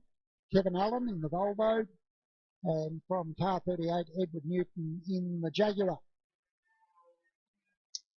And there were several people that finished up with no points. In other words, they threw discretion completely in the air and said, damn it, I'm out here for a good time, so I'll just go for it. And so the likes of Shepherd in car number 93, and Chaplin in car number 18, although Chaplin only did 2 laps according to this, but Lovell and Cooper and Ralph basically finished up with 0 points. And it becomes obvious when you look at their times. For example, the car of Lovell nominated a 1:14, and the last lap was a 1:26, so he was basically 12 seconds over the nominated time, so he lost a bundle of points. Car number 90 just coming into the pits now. That is Bruce Thomas in the Rover, and as I mentioned before, normally would be running around in an AU Falcon, dressed up a la the green-eyed monster that was raced by Craig Lowndes. And is now driving the Rover. So he's actually the defending champion in the state championship. And by the way, none of the events here this weekend count towards the 6-round Tasmanian Circuit Racing Championship. So this is a standalone meeting that has no impact at all on the state championship, as it were. And that was brought to us courtesy of Penrite. Hey. Pardon? Hey, Bazza. Yeah, mate. How you going? Good. That's good. But I'm wandering, as I do. Yeah. Wandering unrestrained. Where's your carer? Carer. Don't. That's the beauty of having a microphone and no camera, because my carer nor my parole officer know where I am. You got to love that. I'm just a bit enamoured by a bloke I think is slightly nutty. Because why else would you bring out 3 race cars to a race meeting and become not only the driver of one of them, but the mechanic for a lot of them? How does that work? Lachlan Thomas, good afternoon and hello and all that sort of stuff. But like, we're used to seeing the green one, which is Gorby. We're used to seeing the orange one, which is Fanta from time to time, sometimes twice together. But now we've got a pink one. Your 3-year-old daughter's got her own race car. So what possesses you to go to fettle and prepare and run 3 race cars? What's all that about? I bought the pink car for $50, and at the time it seemed like a great idea. 11 months away was the Baskerville Historics with a small Ford feature. And I said to Adrian Wilson, who runs a Cortina, let's build it. We'll bolster the grid, and we'll be out there. But it hasn't been very straightforward. It's been a nightmare. Well, I did see on the book of faces that you still didn't have an engine together last Sunday for the pink one. Yeah, we've had pretty reasonable engine issues. We've ended up doing some extremely dodgy things with the engine, but it's still got oil pressure, it's still running. So fingers crossed it does 7 laps and finishes. I'll be a winner if it does that. Well, speaking of winner, you did a great job when you went out in the last race, in amongst all those minis, and of course Jeremy Bennett in the famous 91 mini of the late great Chris Ellis. But you certainly kept him honest all race. That must have been a bit of fun. Yeah, it was good. We're trying an LSD in it this weekend. We normally just run a welded diff. I've just got to get my head around it. I'm just all over the place. So I've got no answer for Jeremy at the moment, but hopefully as the weekend progresses, we'll pick up speed. Headmate Crossy, who you crashed into last year when he was running the Tirana, it was a bit of a mea culpa move to get him into your Fanta for last Historics. I thought, okay, so that essentially wiped the slate clean, but he's having another crack. What's all that about? I was desperate for drivers, and he was the last guy. There was no one else. It fell on him, unfortunately. Yeah, it's his time to exact revenge. Well, he broke it last year, so hopefully he's going to get it home. Yeah, it's been strengthened up for a heavy meat eater like Crossy, so hopefully he shouldn't break it in half this year. It's all good. No, in all seriousness, though, well done, mate. We know you like your little Fords. To bring 3 cars out here, primarily to bolster the Ford field, is a magnificent effort on your part. So I hope it all goes well, and hope your personal racing goes well for the rest of the weekend. Yeah, absolutely. And it's great to see Joel Perkins down here as well. We're running the Ted Perkins Memorial, so Joel's made the effort to come over. Yeah, it's going to be very special. It'll be great. Indeed. There goes Lachlan Thomas with his taking up best part of the bottom pits with his entourage. Yeah. All right. Cars on the track, Bazza, and about to get very serious for sports and racing cars here at the Pepsi Max Baskerville Raceway. Thank you, Mr. Rose. And yes, we've got cars out on the circuit. They'll be coming around to get the green flag. And I'm going to make a correction on something that I said earlier with these cars on the track. I was talking about car number 27, Wayne Clark, Lotus 51.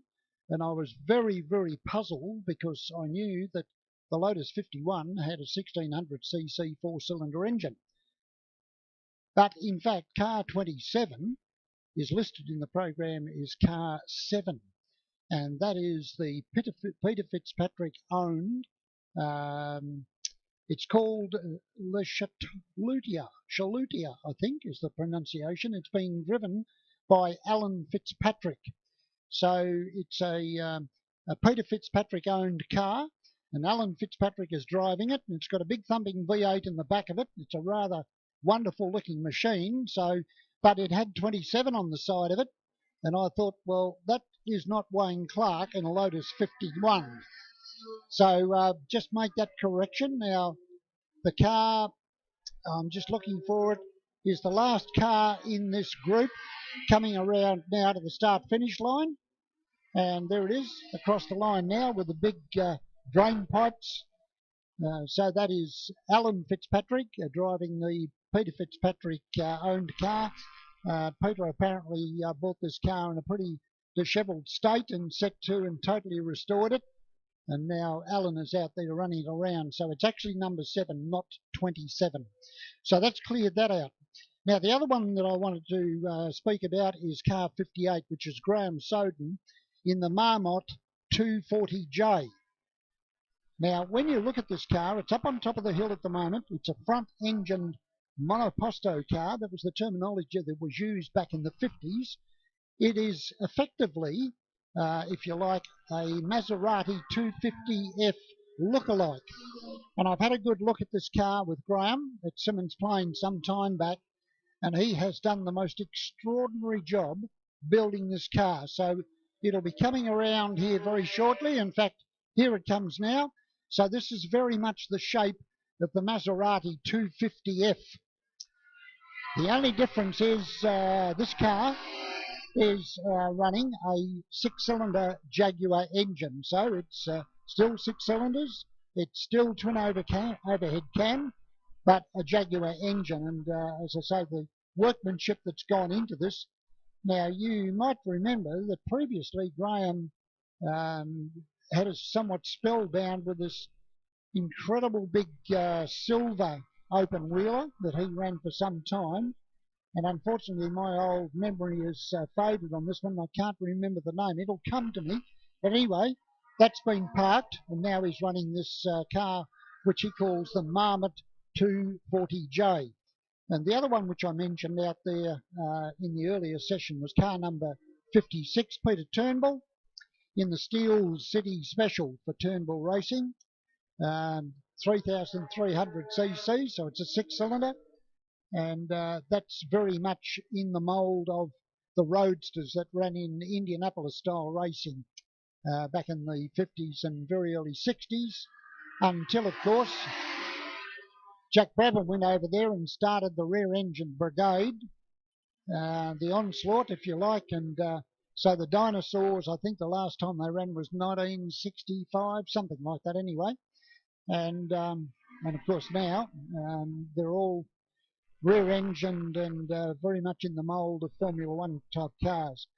So Peter Turnbull in the yellow machine up there at the Estes at the moment. And in this particular shape, the Americans ran some very, very large diameter wheels, and they ran Firestone tyres, which had tread on the right-hand side only of the width, because the turns were all left-hand at Indianapolis.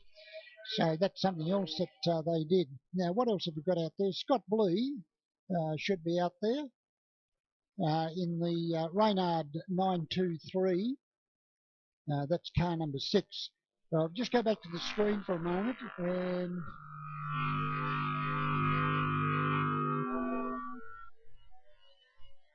it's telling you that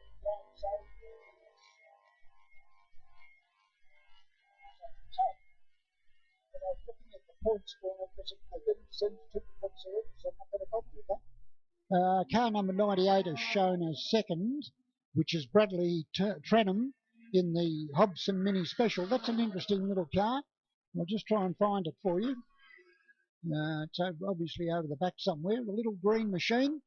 It's got a mini engine, but it's in the back. Yes, it's transverse, but it's behind the driver. And that car has been around forever. So that's the car that is showing in second place at the moment. So across the line now goes the number 6 car of Scott Blee, the Reynard. Very trick little machine, that one. Very, very low to the ground. And everybody's decided to go and hide at this stage. So I'm just looking for somebody to appear. And it'll be Graham Soden in the red machine, still shown on top.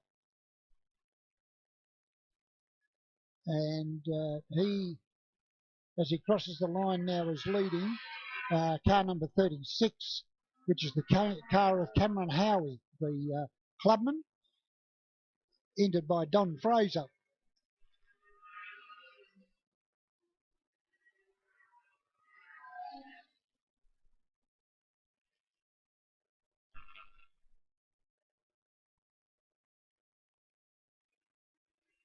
Car number 9 that's a blast from the past. We're talking about Paul Bailey. Now, we all know that Kerry Bailey was a very successful driver and won numerous Australian sports sedan championships. Was based on the Queensland.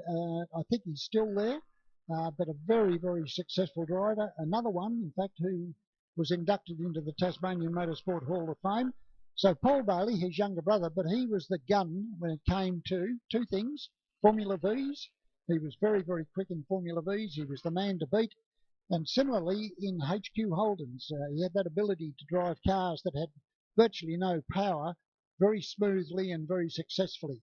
So cars all returning to the pits now. Number 22, just coming in, is Lindsay Murfitt in the Nimbus Formula 3. And the little Hobson Special, you won't be able to see it now, folks, because it's coming into the pits. So that's car number 98, which is Bradley Trenham in the Hobson Mini Special, 1300 cc's. Graham Sodden comes in with he's even got a trident, which was the symbol for the Maserati, on the grille at the front. And then he is followed in by car number 36, which is Cameron Howie in the blue Clubman. So the screen has now disappeared, which it has a habit of doing when events finish, and therefore I can't tell you who finished where. Now, the next event coming up is the second race for the Group A and Group C cars.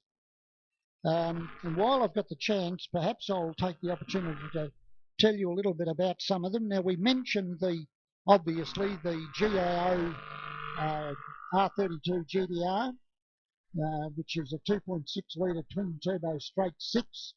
It was the fourth of 5 cars that were built by Gibson Motorsport. That was the only privateer-owned car. It was driven by Mark Gibbs, debuted at the Australian Touring Car Championship round 8 at Lakeside, finished 10th. Gibbs finished 5th, final round of the 91 Championship at Oran Park. In the 91 Championship, it was won by Jim Richards and Mark Scaife. Gibbs, together with Rowan Onslow, then won the 91 Australian Endurance Championship by winning the Sandown 500 by 6 laps, and third in the 91 Bathurst 1000 in October. What else can I tell you? So the domination of the GDR was not confined to Australia, with the vehicle being unbeaten for 4 years in competition in the All Japan Touring Car Championship and winning the 1991 Spa 24-hour race by 21 laps. Now, there's only way to describe that, and that is absolute domination. Drivers in for the event were Anders Olofsson, David Brabham, Naoki Hattori. It was actually looked after and is still looked after by Alan Heafy, who I understand is here this weekend. Car number 6 is Tony Sawford. That is the Craven Mile Tirana A9X, which was built by Holden as a race car. Was used by Alan Grice at the 78 Bathurst, came second to Brock, used in the Australian Touring Car Championship in 79, and was a spare car as number 16 at Bathurst in 1979. Terry Lawler in the 1980 XD Falcon, ex-Bob Morris, Bill O'Brien. It's got a 351 Cleveland, as you would expect, and run in 1980 specs. Major sponsor of the day, as you would see on the car, was Breville, number 7, Everlast. It raced in the Australian Touring Car Championship in Bathurst in 1980 with Bob Morris and Bill O'Brien. Did not finish at Bathurst, but ran in the top 3. And Alan Moffat had his a drive of this car. It was the last Falcon Moffat ever raced at Bathurst. Then we've got ran in the Australian Touring Car Championship in the blue Everlast battery livery for Bill O'Brien from 81 to 84. And Terry Lawler currently leads the 2022 Heritage Touring Championship after winning it in 2021. So a very successful motor car, that one. We've got the Valiant Charger out there. That's the car of Craig Marsland. So this started out in life as an E38. In other words, it had a 3-speed gearbox and subsequently updated to the 4-speed gearbox. Now, they're going to do another lap, so it'll give me a chance to talk about a few more of them. And Stridey has had a little break and he's come back on board, so nice to see you back, mate. Thank you. And it's going to be a rolling start, folks, by the way, when they come round the next time. Yeah, they were really polite last time, Baz, because they're told they're going to get a green flag halfway down the back straight. Yep. And then they're under the control of the pole man. Yep. Now, Tony Orford. Now, quite often, yeah, things go awry. They do. They've given them basically almost half a lap. Yep. Just to behave. Yes. That's a big ask for race drivers. It is. Okay, car number 28, and this is an interesting car. I'll be quick. Toyota Celica 2000 GT, first raced in 79, and it was the car that Peter Williamson, the famous Peter Williamson, sadly no longer with us, finished 9th at Bathurst in first in class. First ever camera car carrying Channel 7 race cam, and Peter Williamson doing the commentary. And there's more to this car.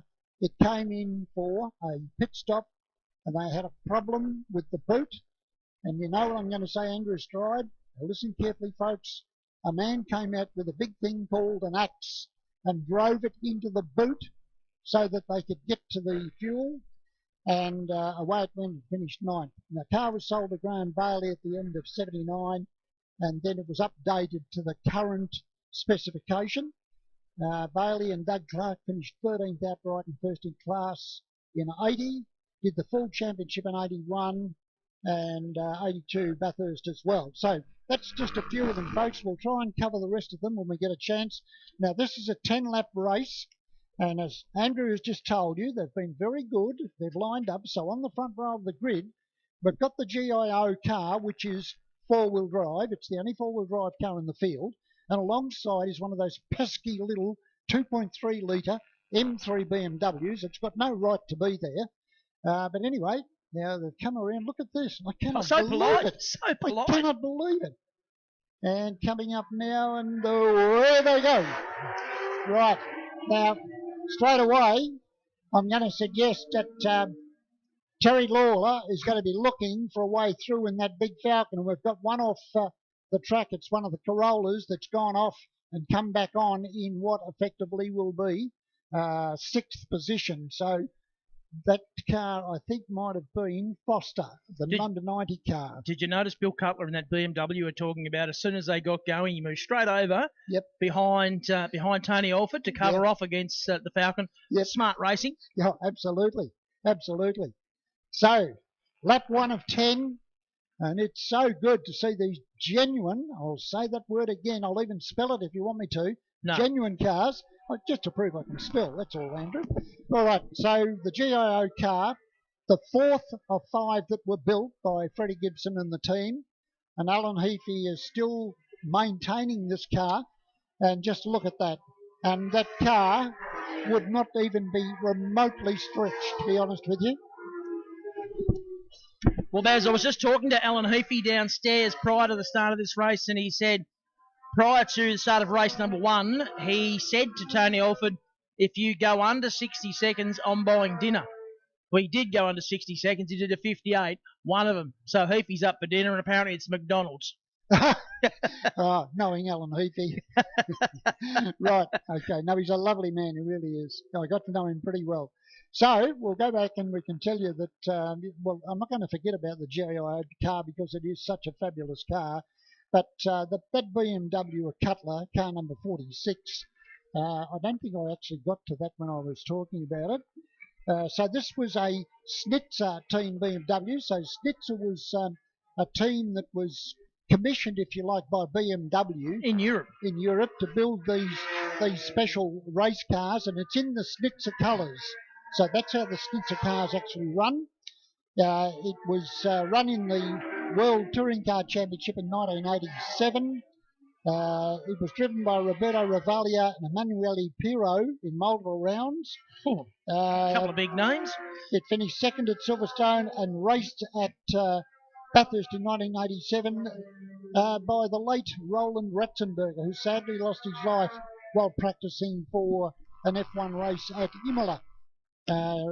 The current owner found it in a shed. I know David Rose mentioned this earlier in 2006. Restored it to the exact 87 specification.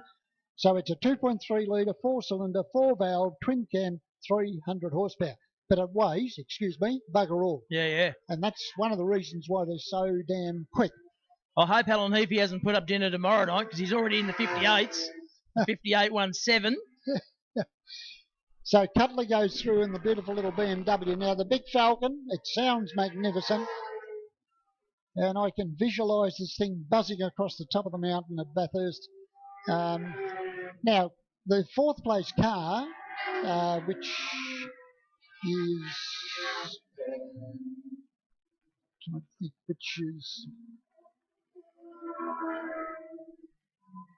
the VK Commodore, that's car number 11. That's the NZ liveried car, which is going up the hill at the moment. Now, this is an ex-Larry Perkins Denny Holm car, sponsored by NZ Hose Doctor, and it was the second chassis that Larry Perkins actually built. And if you can get hold of a book that Aaron Noonan and the team wrote, hello, we've got a red flag. We do. Okay, so they're all being very good and they're coming into the pits, are they? Yes, they are. Now, why do we have a red flag? Car stopped on. Is there a car stopped just under the bridge there? 52, I would suggest. 52. Yeah. Now there was a red. He was had it. If it's the 52 car, they had a mechanical black flag out for him in the previous race. Yes. And which he passed a number of times. Yeah. While you were just talking then, Baz, I've just gone into the lap records at Baskerville, which I know are accurate now. Yes. And the Group C touring car lap record is held by Steve Masterton. Right. Set in 1984, November 1984, 56.8. And that was a Falcon. Yep. Yep. Masterton Holmes Falcon. Yeah. Now, I've just been looking at Lawler's Falcon. He's a little bit away. He's got a bit of work to do. I know he's been in the nines, but it's 60.4 so far. That's 56 quick. That's incredibly quick for that car. Yeah, that's what the records show.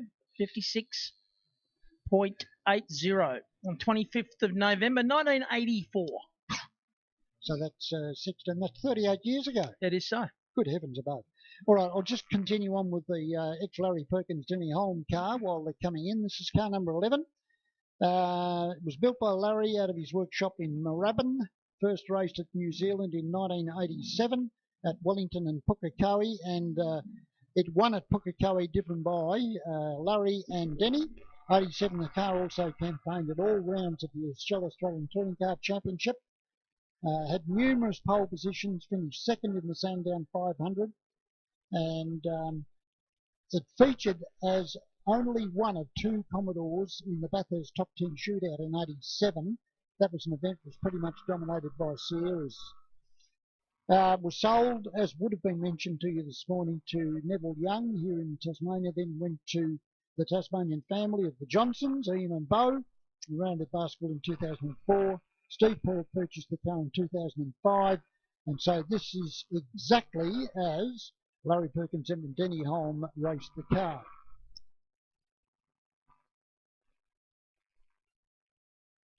Car number 28 is Peter Woods in the Celica, which we were talking about. This car, by the way, was running fuel injection. I didn't realise that, so that was a very successful car in its class. It was pretty much a bit of a giant killer. Car number 41 is the Toyota Corolla Sprinter of David Patterson. So this is a Group A car. It's 1600cc. Got about 150 horsepower at the rear wheels, 900 kg plus driver. So it had 6 Bathurst 1000 starts from 86 to 93, 4 Sandown 500 starts from 86 to 91, sporadic Touring Car Championship appearances from 87 to 93, including at some Phones in 1990, and also raced in New Zealand. And our driver David Patterson has been an interest in Park, sports events from 89 and 90, club cars 93, 94, Group City Historic Touring Cars 97 to 2009, and Group A Historic Touring Cars since 2011.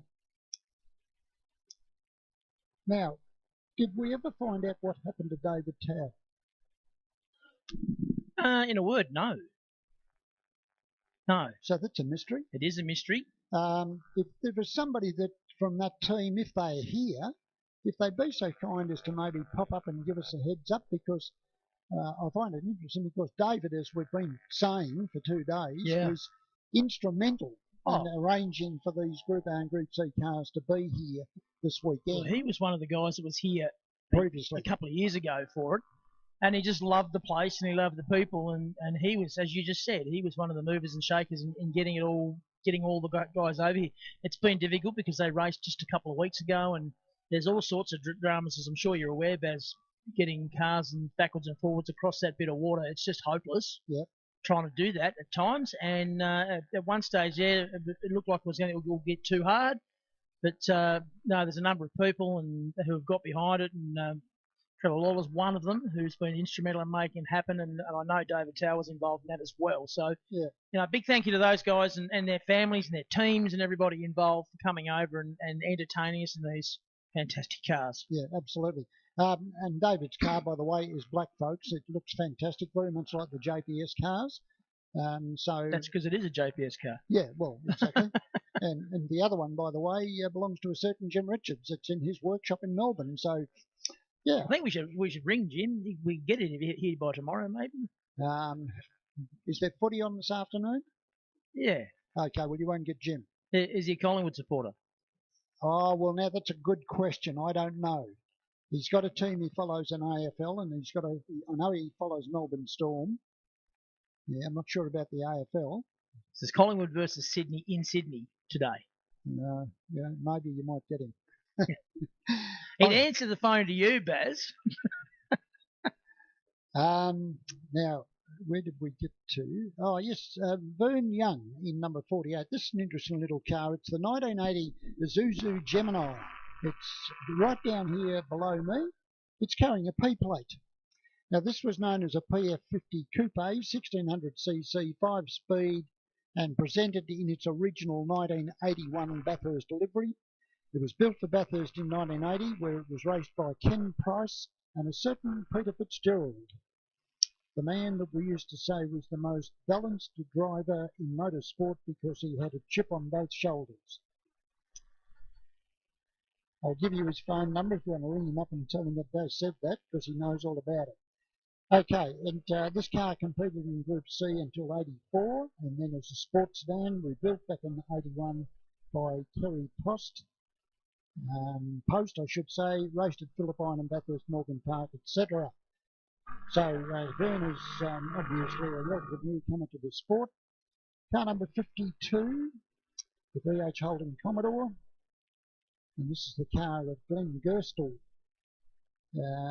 It had one of the original motorsport shells. Now, you might think that when these guys decided to build a car, they would just get a bare shell from Holden. Well, it wasn't quite like that, because let's face it, there were shells and there were shells. And the people who wanted one to race, basically, they got one that was, shall we say, had some parts removed and some parts added to make them stiffer. So it was an actual, genuine race shell. It was driven by the owner, Fred Giesler. He was a Holden dealer in Goulburn, so he got a bit of preferential treatment. Sixth outright at Bathurst in 1980. And the co-driver then was a certain Gary Rogers. It was upgraded to Group C spec as a VH. The car has run at Bathurst in 80, 81, 82, 83, 84. Went to New Zealand, was upgraded to a VK Group A and then to a VL. Came back to Australia and restored to its final Group C spec and returned to the track some 34 years later.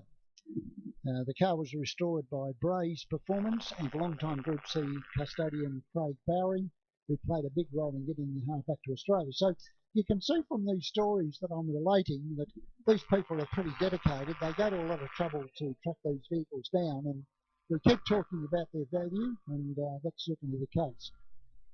Car number 53 is Ned Butler, better known as Big Red Ned. And it's got two. It's got a 2-litre Pinto engine. It says it's fun to drive. Raced for many years by Ken Harrison. It's competed with Bathurst. It was driven by Ken Harrison and Ian Wells, who used to be a former commentator. And it was fitted with, up this, automatic gearbox. There you go. Just had a message come through to me, Baz. The Nielsen team, I think it's the Nielsen car, the Exa. They've got the gearbox out of it as we speak. Right. Okay. So I guess he's not in this race. Exactly. The funny thing, I just turned the page to that car, and there it is. Well, we'll go to that one. Then we're talking about car number 60, Justin Nielsen, the Pulsar Exa. Now, this is a turbocharged car, 1.5 litre, front-wheel drive. First raced in 83 at the Sandown 400, as it was known then, by Christine Gibson, and was driven at Bathurst by Christine Gibson and Bob Muir. And as you mentioned during the weekend so far, in 84 at Bathurst by Christine Gibson and Glenn Seaton.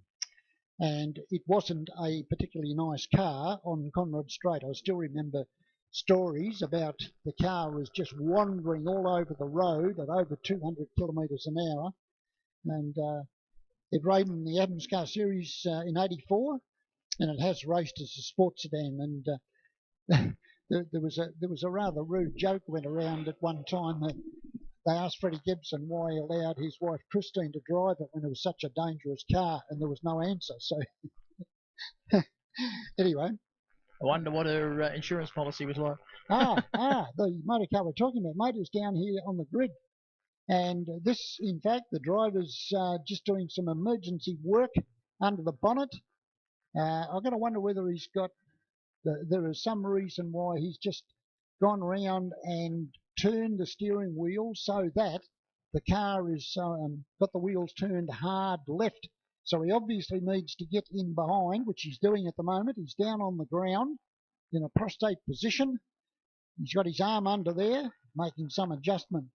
And it's got the names on it for the last race it did at Bathurst with Christine and Glenn Seaton. So what year was that? That was 1984. I was there that year. Okay. Yeah, last the Big Bangers. Yeah. So, okay, well, car number 52 has come in, so whatever the ailment was for that, in fact... That livery on that car, it just reminds me of the Soundwave car that raced for a while. Clive Benson Brown. That's him? Launceston Hotel. No, correct. What was it called? The disco. It had about 4 different names. I don't know. It could have been any one of them at that particular time. Yeah. Yeah, can't remember. That's too long ago, Barry. He was a really casual guy. He sort of, hopped in the car and had a drive, and yeah, okay. There's been a few. You don't get much more casual than Peter Jansen. No. He was pretty, he was out there, wasn't he? Yeah. Well, back when he ran the Commodore, I'm sure it was the Commodore, I don't think it was the hatchback, and he turned up at a race meeting, and the band across the top of the windscreen had NGK, right? Yeah. And sort of the nice cams man came along and said, you are not allowed to advertise on the windscreen. It's against Regulation X in the manual and da-da-da-da-da. And Peter said, well, it's my name. So what do you mean? And Peter had actually changed the initials of his name. So he got away with it. So here we go. We're going side by side for the restart. So it's a complete restart. And can they behave for the third time in a row? We'll go back to 10 laps remaining. Now, Clark, of course, standing up on the tower next to us. He's like a school principal, really. Has a big stick and not afraid to use it. So it's Tony Alford and Ben Cutler coming round to greet the start of race number 2. The Skyline will jump away. That four-wheel drive and the extra horsepower, and away he goes. Cutler will move over to the right, as he did in the last event, to cover off an attack from Lawler under the bridge for the first time. Lawler, well aware of it, knew it was going to happen.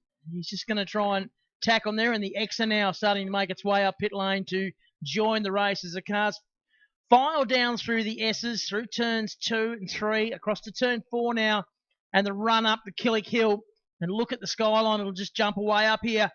Tony Alford and Cutler behind him. A little gap back to Lawler, and he's being monstered at the moment in that big Falcon. And the race will settle down shortly. Well, in theory, it should settle down. You know what, I really think, right, that Tony Alford probably is on half throttle. Because I know from what Jim told me, these things had ginormous horsepower. Yes. Yeah, incredible horsepower. And he said they were fabulous cars to drive. They were very heavy, extremely heavy. So here we go. The GDR across the line ahead of Cutler, doing a mighty job. Then the next one to come through is the NZ car, and that's Steve Parrott. So where's Lawler?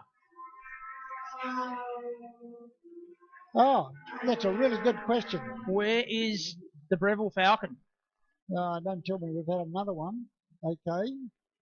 I'm keeping my eye on the start-finish line, and I cannot see the Falcon anywhere. It's out of my line of sight, and if I look up at spectator land, they all appear to be looking sort of towards the start of the main straight. Now, So I'm sorry, folks, there are large areas of the track that we can't see.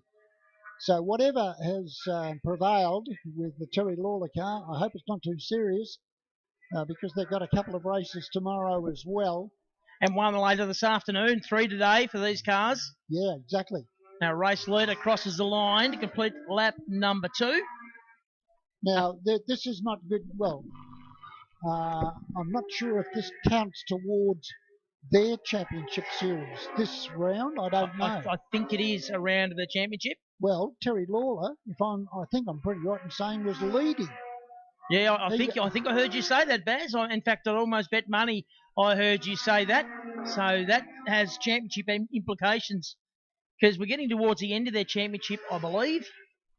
Well, I'm just going to... Terry Lawler. He won the championship in 21, currently leads this Heritage Touring Series. Okay? So, we're making the assumption that this is actually a round of their Heritage Championship Series. So this is not good news if he's parked, and he obviously is. Yep, and he's obviously not in a position that's causing an issue because we haven't gone red or anything like that as our race leader crosses the line. That time through was a 59.8. Cutler at a 60.08. The gap is 2 seconds, and Tony Orford now, he can just watch his mirrors and just cover off and just manage that gap. Good battle starting to develop now between the number 6 car of Salford, which is the Craven Mild Tirana, and he's being monstered by car number 90, Craig Foster, in the Toyota Corolla, and it's really a giant killing performance from the Corolla. It's David and Goliath, isn't it, really? Oh, absolutely, mate. At the bottom of the hill, the man in the hatchback is saying, where the hell did that damn Corolla come from? And why is it still there? Well, it's not at the moment because there's no substitute for cubic inches and 4 extra cylinders.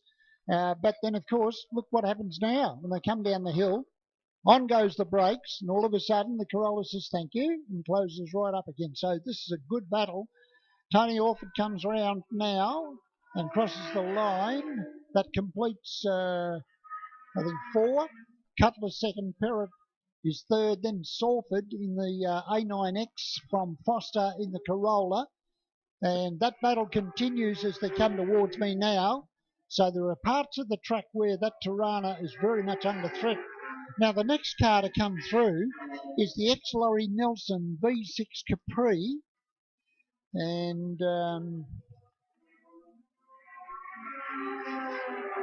that's car number 59 being driven by Carl Mueller.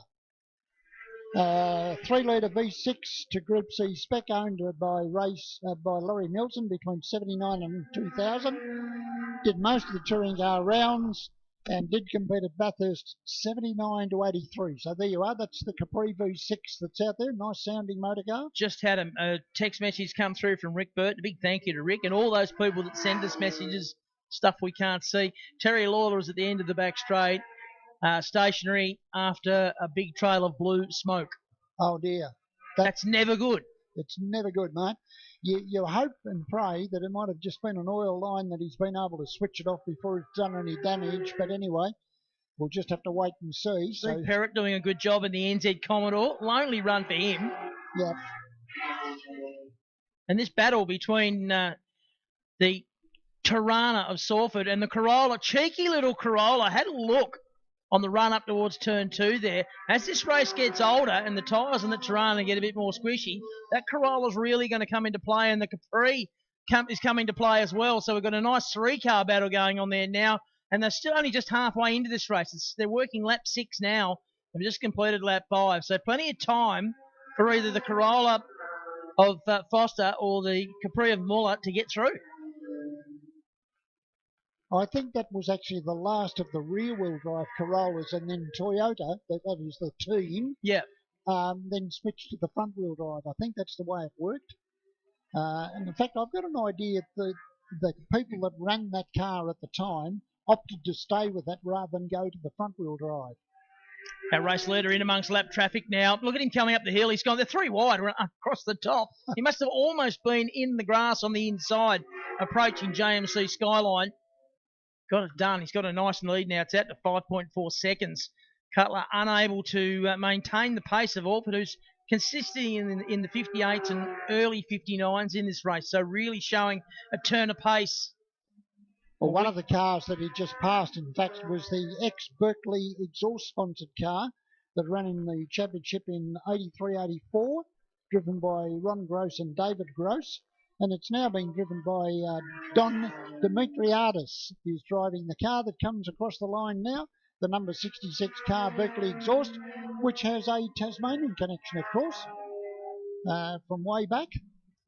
Yeah, Johnny Douglas. Yeah, that's right. Drove that car with some success too before he swapped to a Commodore. Steve Perrott, the NZ Commodore. Also a Tasmanian connection with that car. Spent a lot of years in Tasmania. Now, the Corolla's got through Foster and gapped the Tirana, who's now coming under some severe threat from Muller in that V6 Capri. Now, the Capris, they didn't have the absolute pace of the V8s, but as the races got longer, the V8s worked their brakes and their tyres really hard. And you can the Corolla's gone off. He's off the track now. I don't know whether he went off or he's had an issue. On the exit of turn 2, he's way off to driver's right on the grass. That would suggest to me that he's had an issue of some description. Not good, mate. I hope you're wrong. And so do I. And you have done it again. Again? Yeah, I again. will. Yeah, Your happens. fault. Your fault, mate. And we've got a long way to go. We have. Yeah. He's got it out of harm's way. There's no smoke or anything coming out of it. So, yeah, it's a bit of a mystery. But he's gone from 4th place. And he just done his best lap of 62.26. It's pretty tidy in a Corolla. It is. It is. Extremely good. Here's this battle now. This is Sawford in the Tirana and Muller in the V6 Capri. They've still got 2 laps to go, so no respite for the number 6 Craven Mild machine.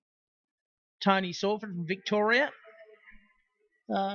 Is the Exa still circulating? It's showing, yeah, he's just done his best lap. Right, okay. Our race leader goes on to his last lap. Yep. Tony Alford. Couple of cars comes across the line in the 46 car. And so these cars coming towards the line now have actually been lapped. There's 3 cars there, including the little Isuzu Gemini. And there is the what is the 3rd place car, the NZ Commodore. Now the next car, the Mark 1 Escort, that is a lap down at this stage. Very nicely turned out. Yeah, Cole Spencer. Then it's the hatchback followed by the Capri. And they are 1st and 2nd in Group C. Now car 22 is the car of... the Valiant. Yeah. And he's 3rd in Group C. And then we go to 53, and that is checkered flag. Tony easing up as he got to the line. So, well, I'm sorry to say, but the exit didn't come back. No, he did 5 laps, 7 laps. Now, unless I've missed it, I'm just checking to see. I mean, we're watching the final cars come across the line.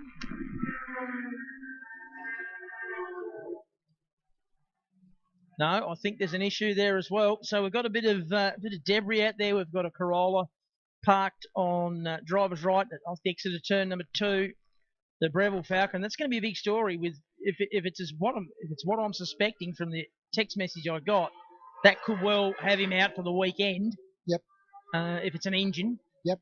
And if, as we say, this is a round of their Heritage Championship, that's going to be... I'm pretty sure it is. Yeah, well, I couldn't imagine they'd go to all the trouble and the expense of coming down here with such a good field of cars if it wasn't. Correct, especially around. 2 weeks after they just had a round. Yeah. Yeah, so anyway, time will tell. It will indeed, but again, dominant performance from the GIO Nissan GDR. First of the GDRs, what they called an R32. And even in road car trim now, Baz, those cars are fetching big money. An R32 GDR. Very big dollars to get one. Well, the you see, in the first place, Nissan Australia bought a car out for evaluation purposes, and I think every motoring journalist in Australia got to thrash the guts out of it. Did you, David Rose? Yeah, he's nodding. Yeah. Did you crash it? He's not sure. Define Anyway, crash. So when it finished its term and they decided that, yes, we will import 100 of them to Australia, and bear in mind they had trouble selling the last few. They sat around for a long, long time because nobody wanted to buy them, even though they were written up as extraordinary motor cars. So that original press car, right, that was thrashed, went to a certain Jim Richards. Yeah, and that was in Targa in 1994. Yeah. But by the time it got down here to do Targa, it had one of Freddie Gibson's race engines in it, as you could do in those days, and it had a set of Harrop brakes, etc., etc., etc. But the bloody thing blew those turbos on day one, didn't it? Anyway. Hence, the people that run those engines now generally run one turbo and a very large one. Yeah, okay. A la Brad Sheriff, Right. he has a 20-litre drum as a turbo. Well, I was with Bradley last night, and he admitted wholeheartedly it was his fault that he didn't break the lap record at Symmons Plains last time out. He said, I was too miserable to put new tyres on it. He said, but that won't happen again. That won't happen again, he said. Rosie wouldn't be aware that, because he was down here, obviously Bradley brought the car down here last time for the last round of our championship here, broke the lap record, and he wasn't happy, so he went and built a new engine that operates all day, every day at over 1,000 horsepower. Yeah. Yeah, taking it to the mountain in February next year. Has made some pretty big statements. I've got him on a text message. Those people that come to racing at this venue or at Symmons Plains would know the car I'm talking about, the Race Performance Red Skyline. Sort of looks a little bit similar to the GI car, but on steroids. Slips around here in a lazy 51.68. He's only 8 100ths of a second away from the Sports Sedan lap record, held by Alan Jones in the Porsche 935. Which is hardly standard. Well, no. It's not rubbish 911, is it? The old 935. No. The Alan Hamilton owned and built car at the time. Well, I was at Symmons Plains when Alan Jones almost eclipsed Alfie Costanzo's outright lap record in that Porsche. And it was one of the most frightening things I ever saw. I was in the old commentary box, right, up in that little box. And he went through what I call the sweeper, which we refer to as the back straight. And he cut it a bit fine. So he was doing probably 170 miles an hour, right? And he clipped it. There was a cloud of dust, and I thought, this is not going to end well. And he just kept his boot into it. And when the time came up, I thought, my goodness, that is just extraordinary. Oh. You need to move your hand up the microphone. That's it. No, you're not coming through here. Well, JJ was never short of bravado. No. In any car, even when he drove those Peter Jackson Falcons and various others, or even those Alfettas. Remember you drove the Sierras? Remember he had those little Alfettas. One of the most exciting drives I ever saw, this will sound weird, was at Symmons in that yellow Alfetta GTV. I know what you're going to say. Wrung its neck. Yeah. And David, if I'm sorry to butt in, he would actually accelerate from the hump into... That's right. You know exactly what I mean. That's right. And I thought, who does that? Well, who does that? Well, Alan Jones does. Well, it wasn't long after he won the World Championship. True. So obviously at the top of absolute top of his game at that stage. But the mere fact that record stood for so long, I mean, yeah, okay, it was a pretty special car, but the track surface wouldn't have been as good, and the tyre technology certainly wasn't as good. And he wandered around here in a 51.6. Like that's extraordinary. He would probably do a 49. quite comfortably now with better rubber and this track surface. He could have joined the battle with Jason White and would have been fun. Yeah, but Brad Sheriff, getting back to him, last meeting at Simmons Plains, down the top straight, Thunder Alley, 272 Ks.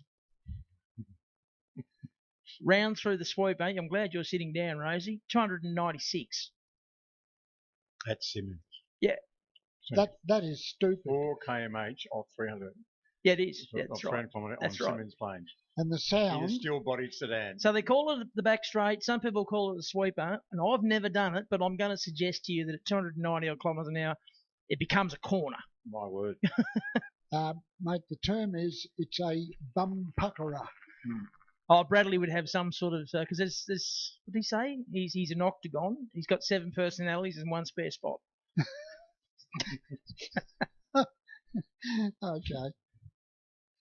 So, just to interrupt, gents, I've got to tell you that the number 7 car, the XD Falcon, has just been towed into where the Group A and Group C cars are, and I've got my fingers and everything else crossed. That it's a simple fix. Yeah, but how many times have we hoped that over the years? Oh, well. It hasn't turned out too well. What I would say is we always suspect the worst, and quite often it's not. So let's just hope that it's a simple fix and we see it back out later on this afternoon. As you said, Baz, he came to this weekend leading their championship. He's the current champion as well. So let's just hope he can get it back out there before the weekend is out. How many times have we looked at presumably wrecked, never to be raced again motor cars, and teams have worked, tirelessly overnight, and the next thing the car, well, Bathurst is the absolute best example of that you can ever imagine. You're watching the telecast at home or you're at the track and you see what is actually a monumental crash, and there's just a pile of smoking bent metal. And then the crew worked all night with the smash repair crew, the youngsters they had there helping. Yeah. And the next day it'd roll out ready to race looking brand new. Now, what was the name of the guy that ran that? Tony?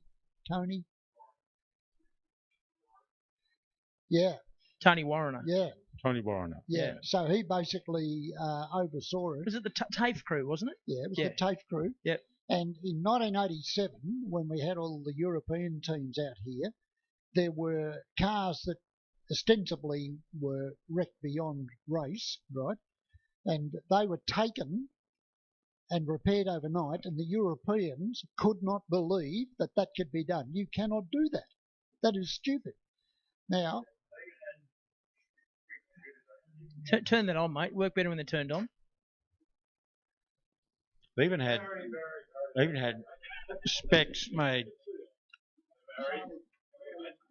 They even had the specs of the cars that were faxed to the circuit from Europe, so they could you put them on the digs and have the right specs to them. Right? That was before the days of computers and such like. So they would fax over all the specs, and then Tony Warren and his crew would jump aboard and repair these Euro race cars, Beamers and such like, and Sierras and maybe to inch perfect almost, and they couldn't believe that they could do that in the Antipodes down the other end of the world, and I could do that. Yeah, they had a brilliant reputation. Tony's no longer with us, unfortunately, but he was an absolute legend of the sport.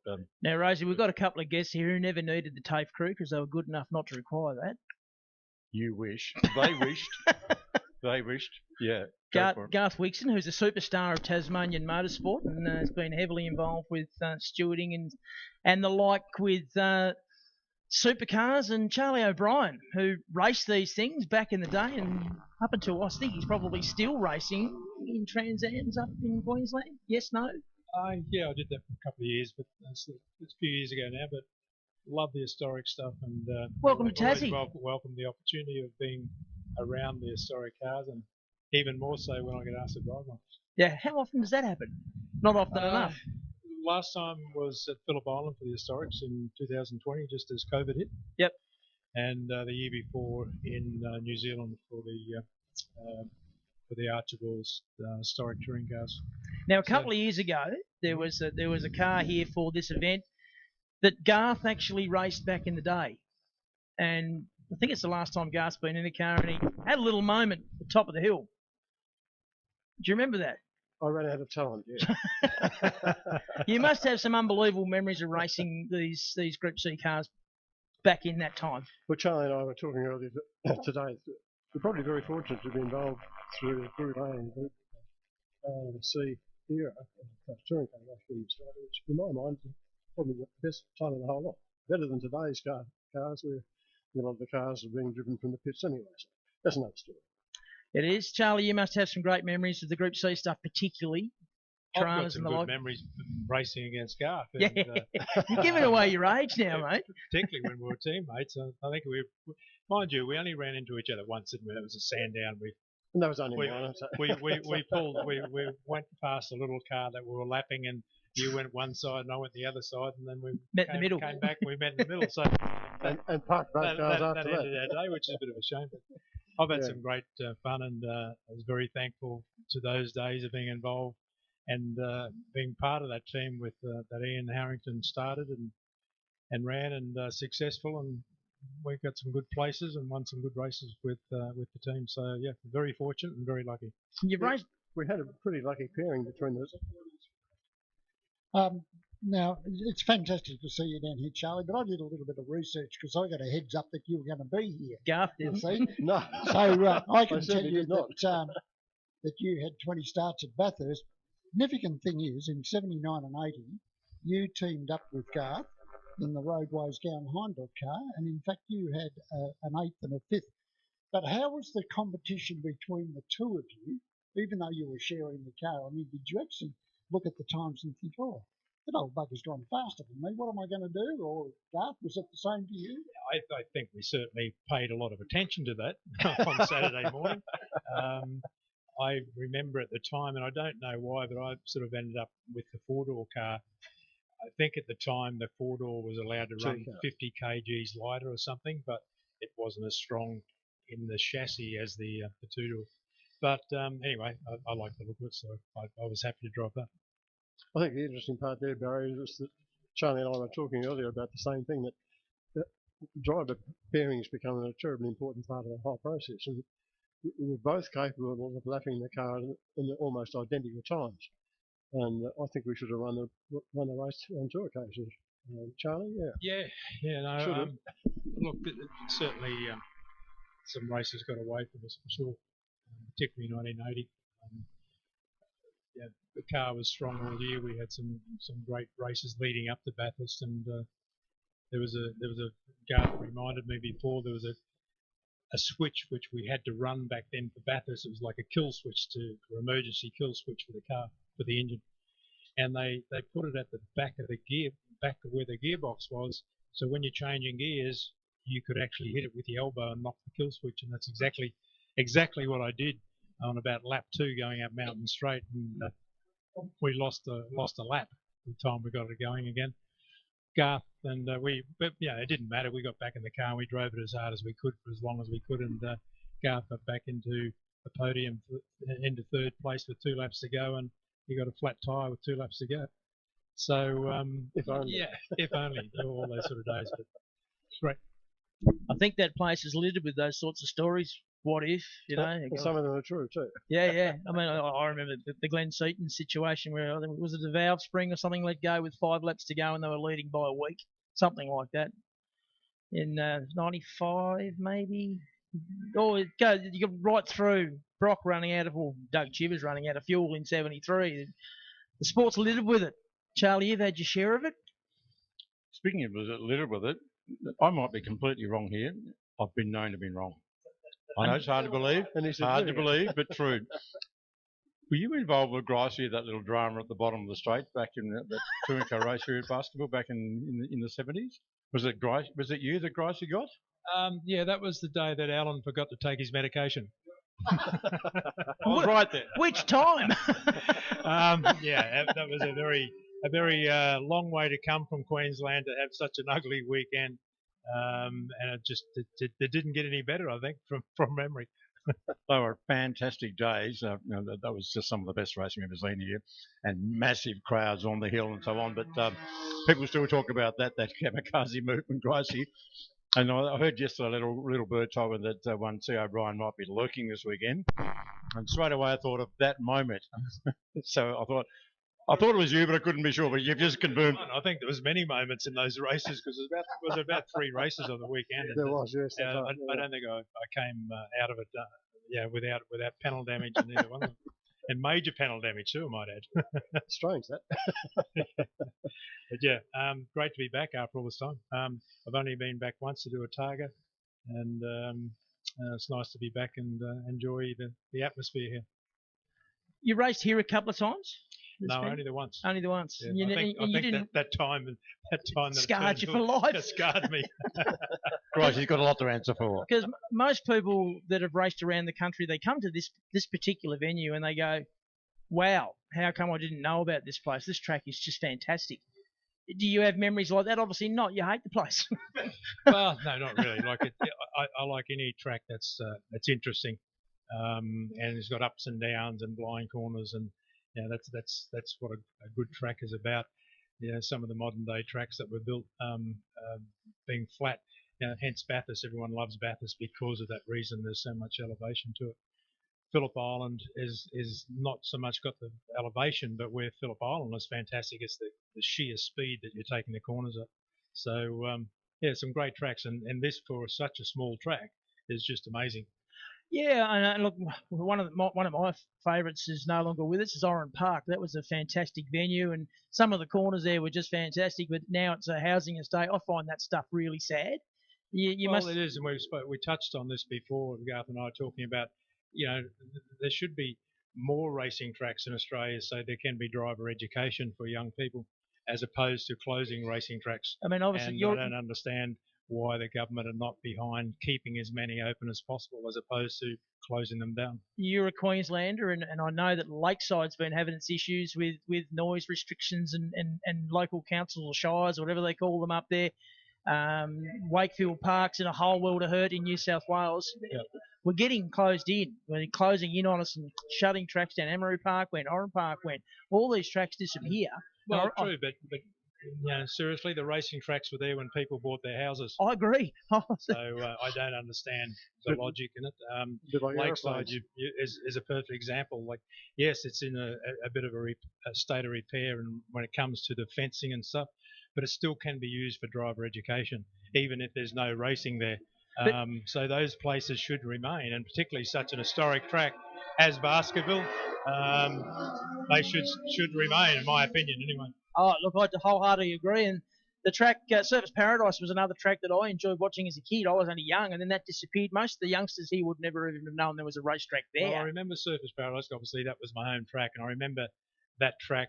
There was a housing developer that went along and bought all the houses close to the track, and then he had enough say in council to get the track closed down because of the noises, and he owned all the people that he was the one making the noise because he owned all the houses close by the track. So there's those sort of situations which that's sort of like premeditated. But when it comes to places like Wakefield Park, which is really out in the it's a rural area, isn't it? It's in the rural area. I don't understand why that got closed down. No, well, it's a noise thing. But anyway, we could talk all day. One more question for both of you.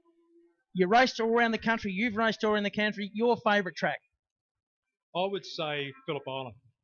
Garth, your favourite track? Bathurst. There you go. Two absolute blinders of tracks. Any other questions, gentlemen, while we've got them? Rosie, any questions? Oh, it's all good. All good. Baz, you should have the final say, mate. You're the senior commentator. By a margin. Well, I just got to make the point that you did 50-odd races in the Touring Car Championship, and you had some good results. I think you finished up with 3 wins overall out of all of that, but they were great times back in that era. None of this funny stuff now where you've got these super fast gearboxes, H-pattern gearbox, real drivers back in those days. Yeah, Barry, look, I would have loved to have done more, but my budget was sort of a little bit self-funded and family-funded. I didn't have major sponsors apart from a year or two with, a couple of years with Roadways and a couple of years with the Holden Diller team. So most of my career was, trying to pick the races that I could afford to go to and do as best as I could for those particular things. At the end of the day, I think I did okay with what I had at the time. So I've certainly enjoyed my career. Would never change it. Yeah. Well, you should be able to look back with some fond memories for what you achieved. But one question I do want to ask you, let's face it, you're a big guy. What are you, 6 foot? 6'2". Right. How the hell did you fit into a Rolt RT4? Well, they had to put special indentations for my hips in the inner tub of the car. That was done, and also I had to go on such an amazing crash diet. I got down to 87 kilos for 6'2". That was, and I was a pretty big bone kid. So that was it was a difficult, and racing in a category that had the same horsepower, the same brakes, and the same weight. You're giving away 30 odd kilos to drivers like Alfredo, Costanzo, and a few of the others. So yeah, it was a battle every day to keep the weight off, and still then, you were struggling trying to get the power to weight ratio. Well, I've got to say, Charlie, I'm absolutely delighted to see you. It's been a little while since we actually had a beer together. Yeah. Well, I'm thinking, no, wasn't it Tweed? Speed on Tweed? Oh, that's right. Yes. Yeah, exactly. Yeah. Anyway, look, it's fantastic that you're here. I'm sorry to tell you, mate, it's just given us a little bit of precipitation. But both of you have a wonderful weekend, and we'll catch up with you during the next day and a half. So thanks for coming up. It'd be great to have Charlie O'Brien and Garth Wixon here this weekend. Charlie was a sneak fly-in. It's great to have him with us. Last time I saw him, he was driving a Trans Am car and driving it damn fast too, I might add. On track at the moment, courtesy of the MG Car Club of Tasmania, we've got Group S LB and invited sports cars, and Hodges is doing what he did last time out. He's leading the way. Lincoln Spurs got himself up to second, and he and Honey Pitt have been changing places. Looking out the window, there's a couple of spots of water on our windows. There's a little bit of rain about. They're on their last lap, and I don't reckon they're going to get to Hodges. He's going to go 2 from 2 if he can hold this together for a bit over half a lap. Honey Pitt's in third, trying to chase down Lincoln Spur. They swapped positions a couple of times. Then it's Mick Williams. David Anderson is behind him in the red MG car, 666. Then it's Beecher Townsend in 34. The Austin Healey, just not used to seeing Austin Healey's racing in Tasmania. Not something we see much of, but it is, as I said, the last lap for these guys and girls. Hodgetts now in the braking area for the final turn. They'll come round through the chute. And here comes Hodgetts now. The checkered flag comes out. Hodgetts takes the win. Lincoln Spur home for second, just ahead of Honey Pitt, who comes home in third. So she's had a second and a third. Hodgetts, 2 wins. Next home will be Mick Williams, shadowed by David Anderson. Seen David Anderson here a number of times. He's come over and raced in Tasmania at this particular meeting. Beecher Townsend, the 34. Austin Healey crosses the line in what is 4th place. He's moved up a couple of spots. Yeah, like that. Doing a very, very tidy job.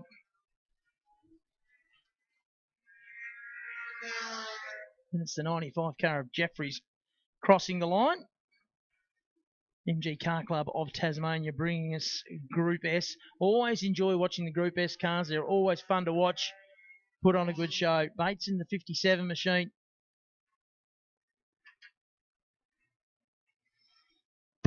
And Rosie, it's always fun to have a chat to people like Charlie O'Brien and Garth Wixon. And I remember as a kid watching them race at Bathurst and places like that, and it just brings back some cool memories. It did, yeah.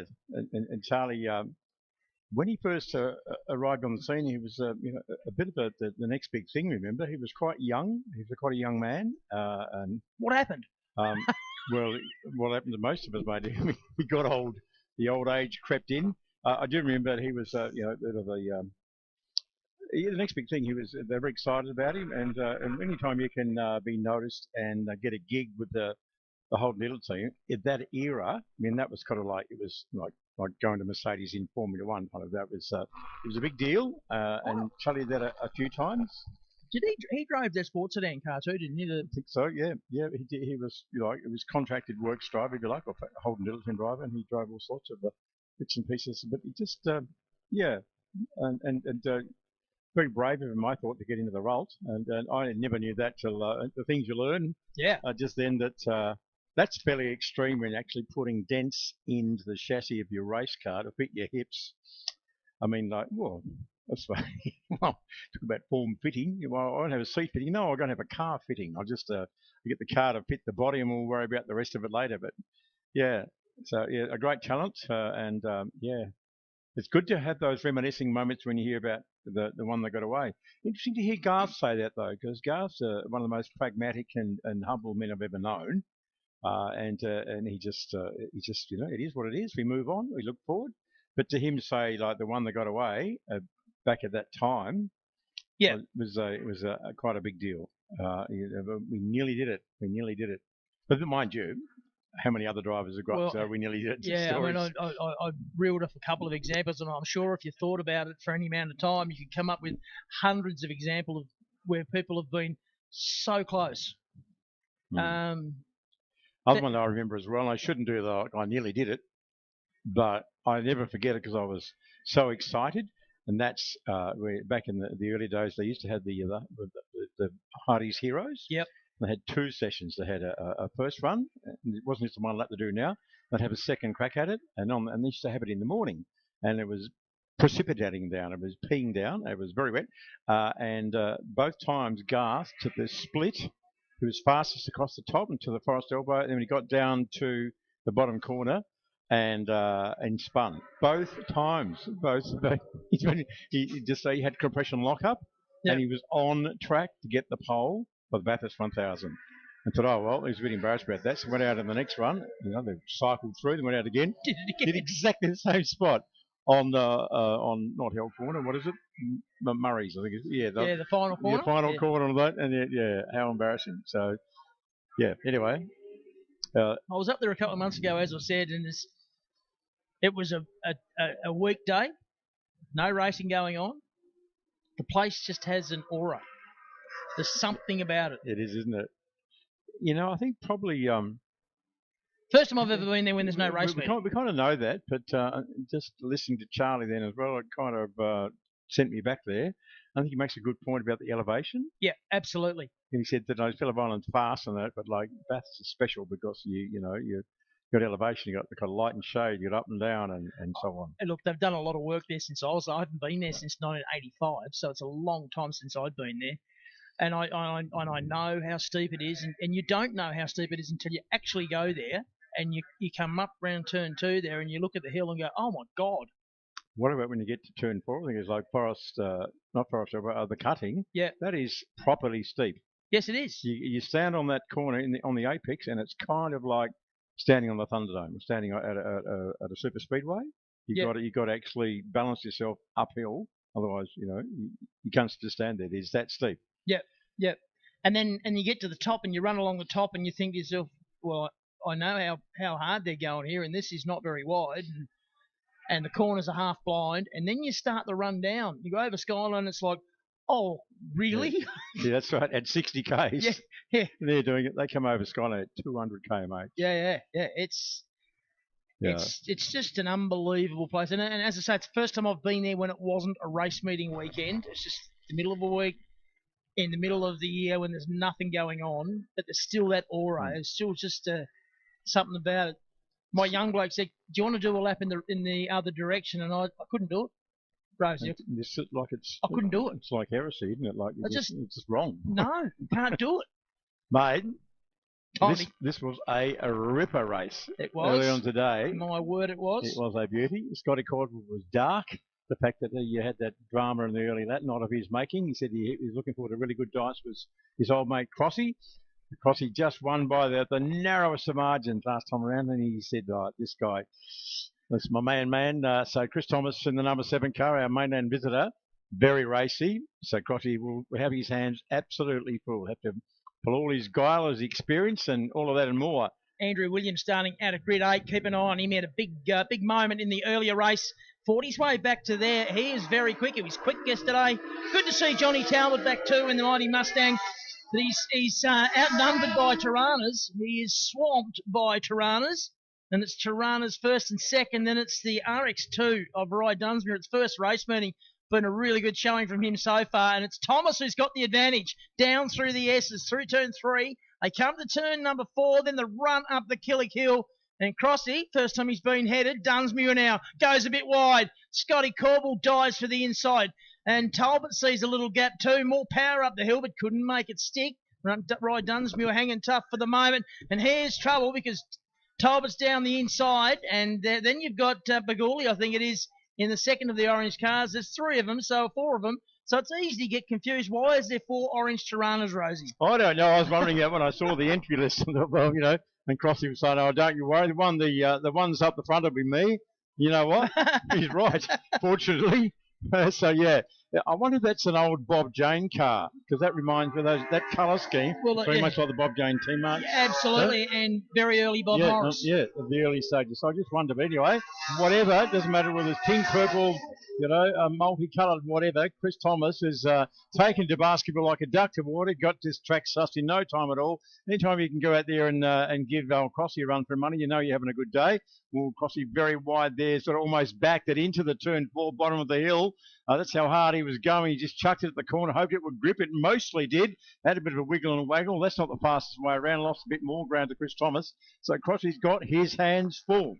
He has indeed. He, of course, won this category in the Tasmanian Circuit Racing Championship last year, and which was his goal. He did that. So he sat out this year while he was working on all his other many various race cars, but always wanted to be here at this meeting. He was an absolute galvanising force in getting the mainland extra ones over here. A brake lock up there, left rear, that's unusual. Very. So obviously got the brake wire screwed up in an unusual way.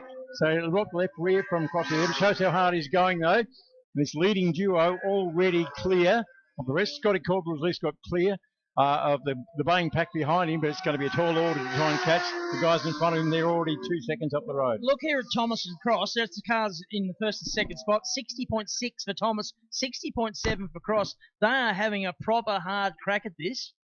And this, I'd like to go and look at the local records. Remember, it was quite a big deal for Crossy last year when he broke 61. Yeah, they don't have a local. No, they don't. Group N lap record. Group NC is held by Darren Pearce in I think it's a Camaro at a 59 something, and Group NB is held by Phil Shepherd at a 62.19. Yeah. So to getting out into the 60s, that's very impressive. Crossy, I think his best is a 60 point something or other. All battle going on for third here. John Talbot's got through, and Scotty Corbell under brakes. Cop that. That's unusual. Yeah, that's impressive. And does the fastest lap of the race, passing traffic at a 60.44. So JT's got the bit between the teeth. That's the white Mustang top of the S. It's great to have him back. He's had some health issues. Exactly what I was going to say. It's great to have him back. He's had some health issues, and he's got over all that.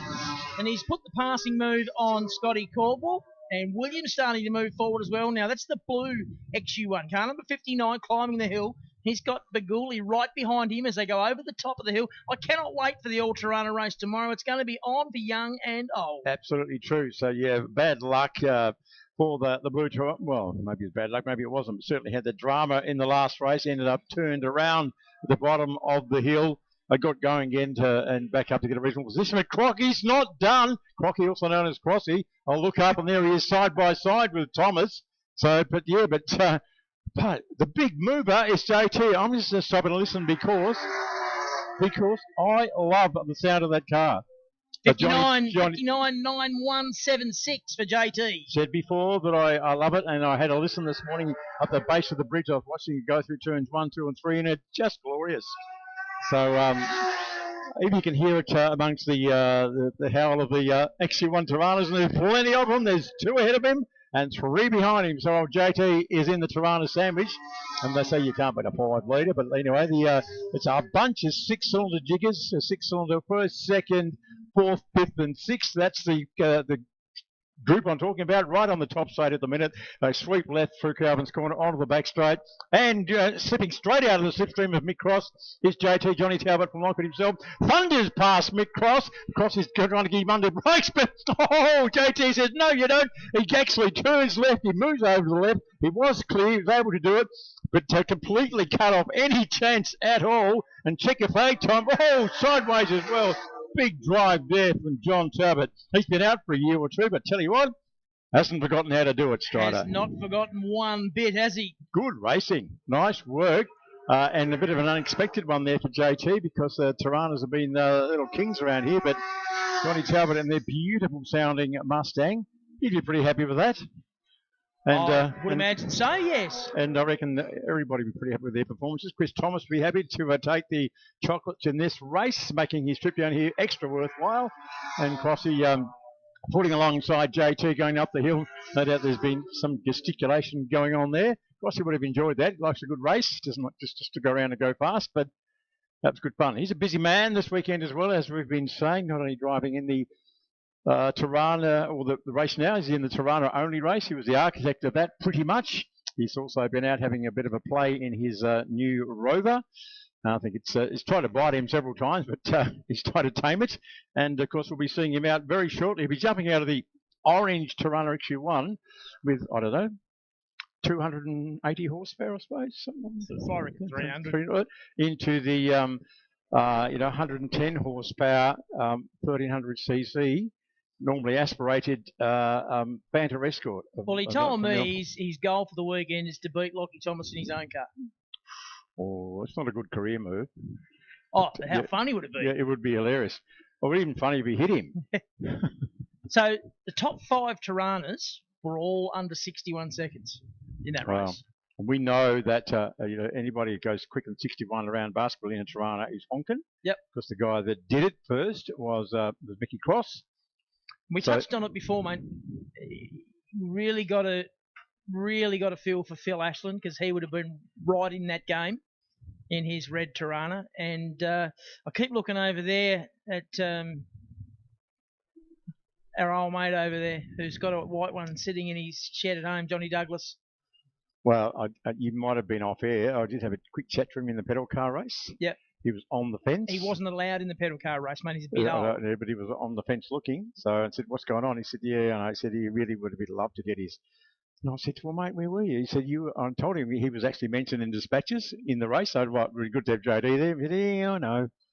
So anyway, I think his plans to bring the old white Exia out again. He's got some other plans. If he sells the Rotary Sport Sedan, he's got plans, but he wasn't prepared to divulge them. Yeah, fair The best enough. part about all that is that he's not going anywhere. He's going to stay in the sport, which is great. No, he enjoys it, no doubting that. And Phil Ashland, well, yeah, you just got a feel for the Ashland family. They tried so hard. They went to Darwin. They won the HQ Nationals. Brought the HQ back to Simmons Plains, a long way from Darwin to Simmons Plains. Brought that back, had the Tirana there. He was going to race both, and they had an engine drama. Mick Cross and some of the boys helped them build a new engine. They had it on the dyno. Everything was sweet. There was a heat build-up, I believe, and that whatever it did, it melted one of the lines or something. Then you got fuel leaking, and boom, you got a fire. And fortunately, nobody was hurt.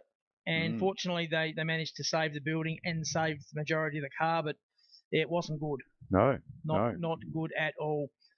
So, keep your heads up and keep on punching because we know what you like as a team. I'm sure they'll be back bigger and better at some point. Yes, indeed. Just what that means is for the HQ field, Phil's going to be driving that, I'd suggest, because he's got nothing else to race, so we've just bothered them for the rest of the year. Damn.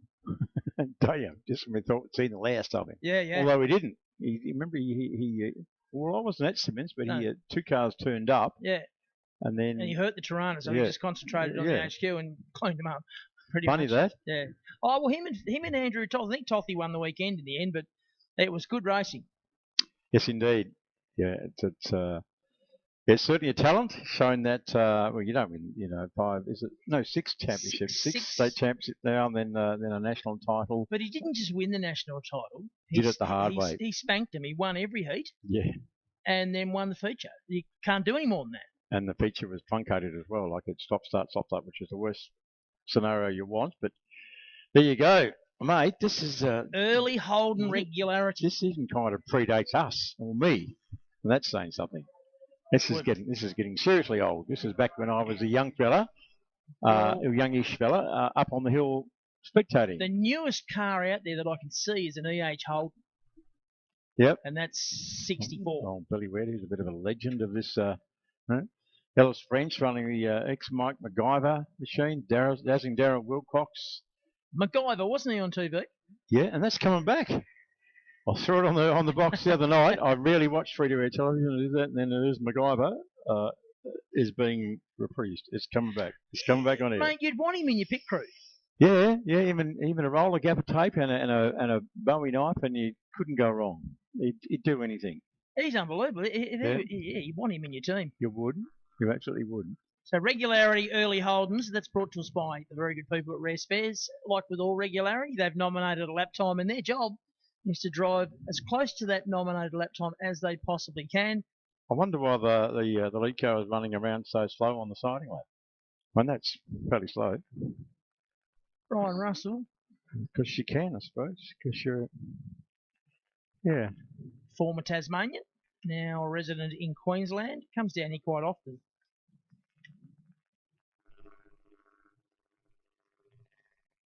That's very slow for a siding lap. I tend to agree. And this is crawling along in first gear, so you wouldn't be warming much up at that speed. But anyway, so there you go. That's for some of the grey heads in the crowd, and there are quite a few. And my little wander around this morning, my little cook's tour of the hill, I talked to a lot of people, took a lot of photos, and there are a lot of grey heads, a lot of older gents and older women all set up, and there were tents and chairs and picnics and all that good stuff, which is what you should do if you can. Just get out there and get comfortable and get organised. That's exactly what happened. But a lot of older fans, and that said to me that a lot of these people would be familiar with a lot of the older cars and the older categories, and even a lot of the older drivers that were running here today. So I dare say that many of our friends up in Spectator Land or down here in Spectator Land would be not unfamiliar with some of the cars. And what's I love about it is that a lot of them are original raced, like TJ Grace, for instance.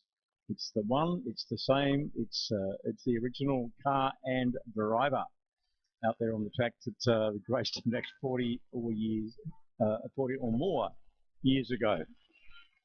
Yep, so they'll get 4 laps. As I said, they've all nominated a lap time, and it's all about driving to that time, the quickest time, and the disparity is unbelievable because Brian Russell's nominated a 1:03.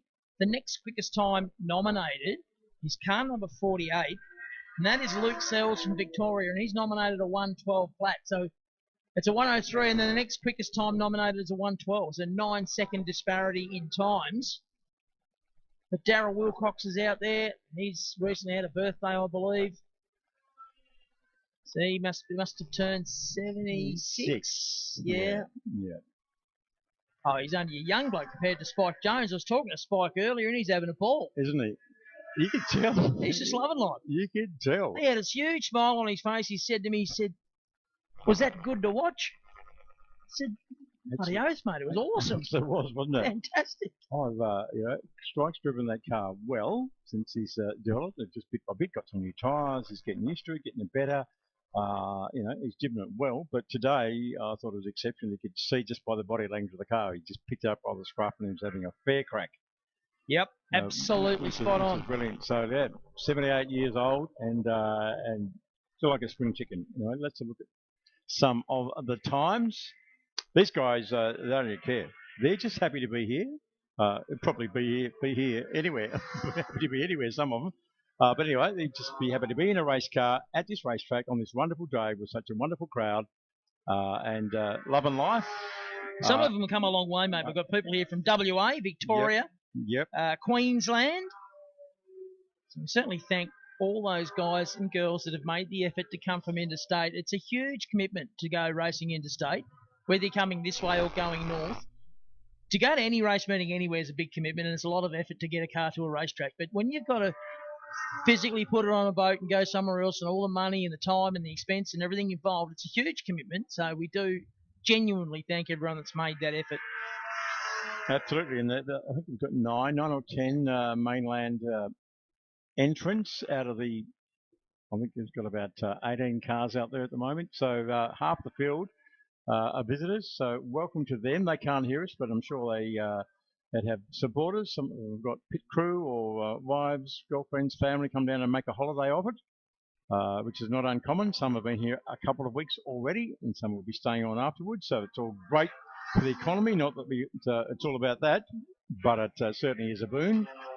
We're just glad to have people coming down. People like Mick Holloway and his son James and their mate Andrew. They've come down again. They just love it. They love the people. They love the atmosphere. They love the track. So they were down here a couple of years ago, and I just think it's just one of the great meetings. Just watch the John Routley built early model just climbing the hill, just going over Skyline now, being driven by Kim DeBritt. Now, Kim's an ex-Tassie boy from memory, and last seen, so he's obviously cutting some miles. He now lives interstate, but he raced at Darwin on the supercar program back in June. I think he towed his Astra ex-Tarmac rally car, towed that from Melbourne up to Darwin, raced it, and then drove back, and now he's here with the early model, the John Routley built Gene Cook replica thing, car number 120. Coming towards us as we speak, crosses the line, beautifully built. That's a concourse car almost. Yeah, so's Dave Carey, the number 6 machine. Yeah. In fact, I've had a look at a few of these cars over the course of today. I didn't look at any yesterday because it was raining and I don't like rain. And they're very special cars.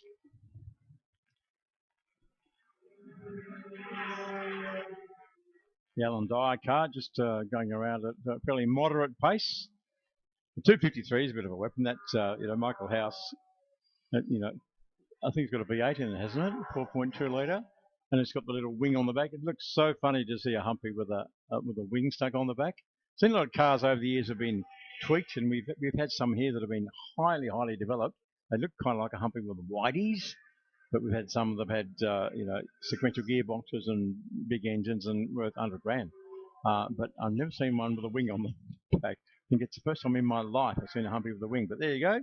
It's what floats Michael House's boat. I do love that old Frank Manley FE, I think it is. Yeah.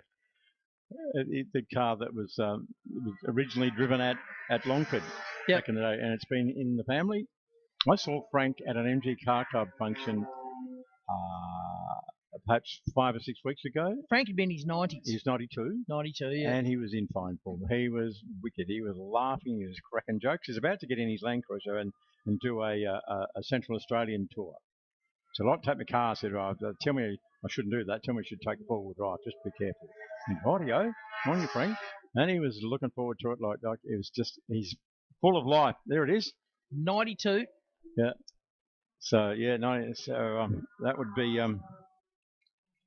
I'm not even sure he's here, which is unusual, but because I think he thought he might be away on his trek. Like people do a grey nomads trick when they're like in their 60s and 70s. And Frank's 92. He said, "Oh, we'll go back and look around. Might get over to Bathurst. We'll see how we go." Rightio. I just I love it. As you do. As you do. Well, when you got Spike, running around at 7 or 8 years of old with a absolute spring in his step and not a problem, and you even got Roger Tomlin now running every meeting in the Excel and Regularity, and here and there at age 80 and just having time of his life. Life's good. So it does give you some hope going forward. It does. You think, oh well, it's just there's hope for us in older age. After all, it's all about a state of mind, they claim. But there you go. There's the number 6 car you were just talking about, Dave Carey. He's having a big day. And in the muscle cars. And, That's his son. Oh, sorry. Yes, that's true. The Carey family should have having a big day. Yep. Yeah. Car number 2 going through is Julian Bingley, son of Grant Bingley, my old mate. Yes, indeed. Yeah. I was talking to Garth Rickson before, both on and off air, and saying how wonderful it was to see the Matt Carey Commodore. Yeah, the STP livery. It's good that it's actually really hit its straps today. I'd probably Adam go. Probably doesn't think so, but it was good. I think Adam likes a good stuff. So like Absolutely. he wasn't just going to run away and be bored. But He's like every race driver. He likes to race. Yep. Anyone can get there and just drive around, drive fast. Yep. But racing is different. That's good. I imagine Matt would probably say the same. Running around in the ST. No pressure running around in the car with such heritage in those colours, but he's done well today. Bit of weather around, so we'll just have to see how that progresses. So good to see so many people on the hill supporting the Baskerville Historics. This event just seems to grow every year in stature. Yeah, we had a bit of a hiccup and a stutter during the COVID era, but we've weathered that storm. Obviously, we didn't have a Historics in 2020. We had a half a Historics last year, with no disrespect to anyone, but we didn't have very many interstate cars because they simply couldn't get here. Yep. Because of the COVID restrictions and one thing and another. But this year, it's game on. We've got 60-odd cars here that have come across from mainland Australia, and it's awesome. We love having them here. And it's just a celebration of motorsport from the 50s, 60s, 70s, and 80s. Yep. And the record entry. Not that it's all about the record entry. It's not just about the numbers. It's about the quality as well as the quantity. But we've got both. And wonderful to see an interesting range of cars. Very good to see a lot of people in and out of the merchandising area as well in the Darryl Wilcox club rooms, looking at the apparel, the Historics apparel. Not a lot left though, I saw, but which is great to see that it's running out the door. There's also other memorabilia and old books and photos and things to buy. And of course, the great Slim Lamont has done his magic again and created a wonderful photo collection. Does it every time, doesn't he? He does, yep. But he hasn't just brought out the same old. He's actually curated it to try and make it more sort of Tasmanian. And just wonderful old photos that he's created and set up in the Kelly room right underneath us, more or less. It's the room on the end. If you go down to the general area of the 7HO FM broadcast area, just look to the room next to that. Follow the signs, and there's a wonderful photo display in there. So, got a bit of time on your hands between the races or not. Wander in there and have a bit of a look around and enjoy while you can. Big thank you to the team at 7HO FM. They've been here today broadcasting live and listening to us rattle on as well, Rosie. So they're having a big day. I did, and when I went down and had a bit of a chat on air with my old mate Keith Midgley. Did you seen really? For a long time. We've been mates for about 40-odd years.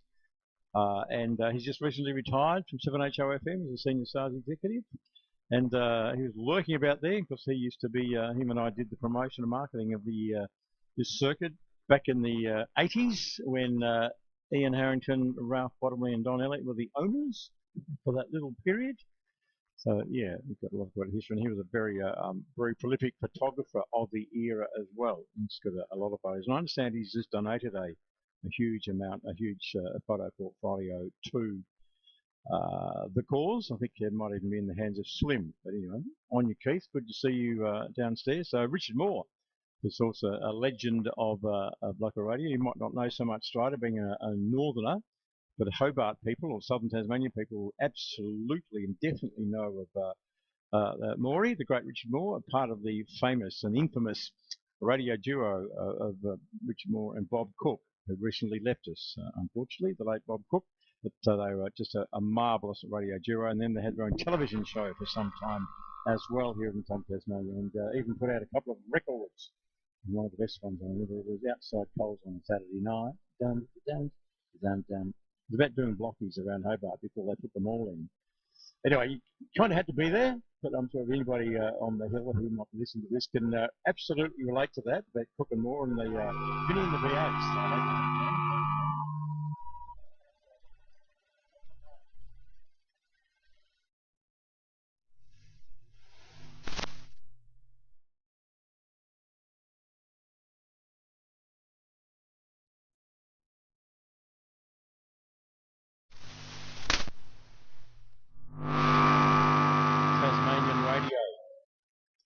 Fun. So Morey should be retired. He should be somewhere in nursing home.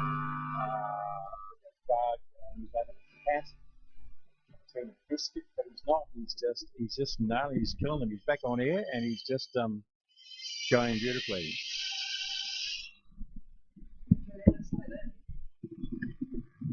What were you about to listen to? Oh, oh, we are delving back into the historical That's archive about the there. era you would have been in, because this tower was red and white at that era, the 80s. It was, and I interviewed Paul Hogan here. I've got a photo of me of him interviewing Paul Hogan on the day he came down here to see he was an ambassador for that particular cigarette brand. He was. And, yeah. Anyhow, because he was. Anyhow? It was kind of what started him, and that's how he became famous. G'day, viewers. G'day, viewers. Yeah, he was a rigger on the Sydney Harbour Bridge, and yeah, he became. Yeah. Anyhow, have one of those. Yeah. Why not? Yeah. So we've got sun and rain as well. What's Tasmania, mate? Yeah. We have got sun and rain together, and if you don't like the weather, wait 5 minutes. Yeah. Right before, right on cue for the small Ford race. Small race, yeah. This is the one that Lockie's got all his cars for.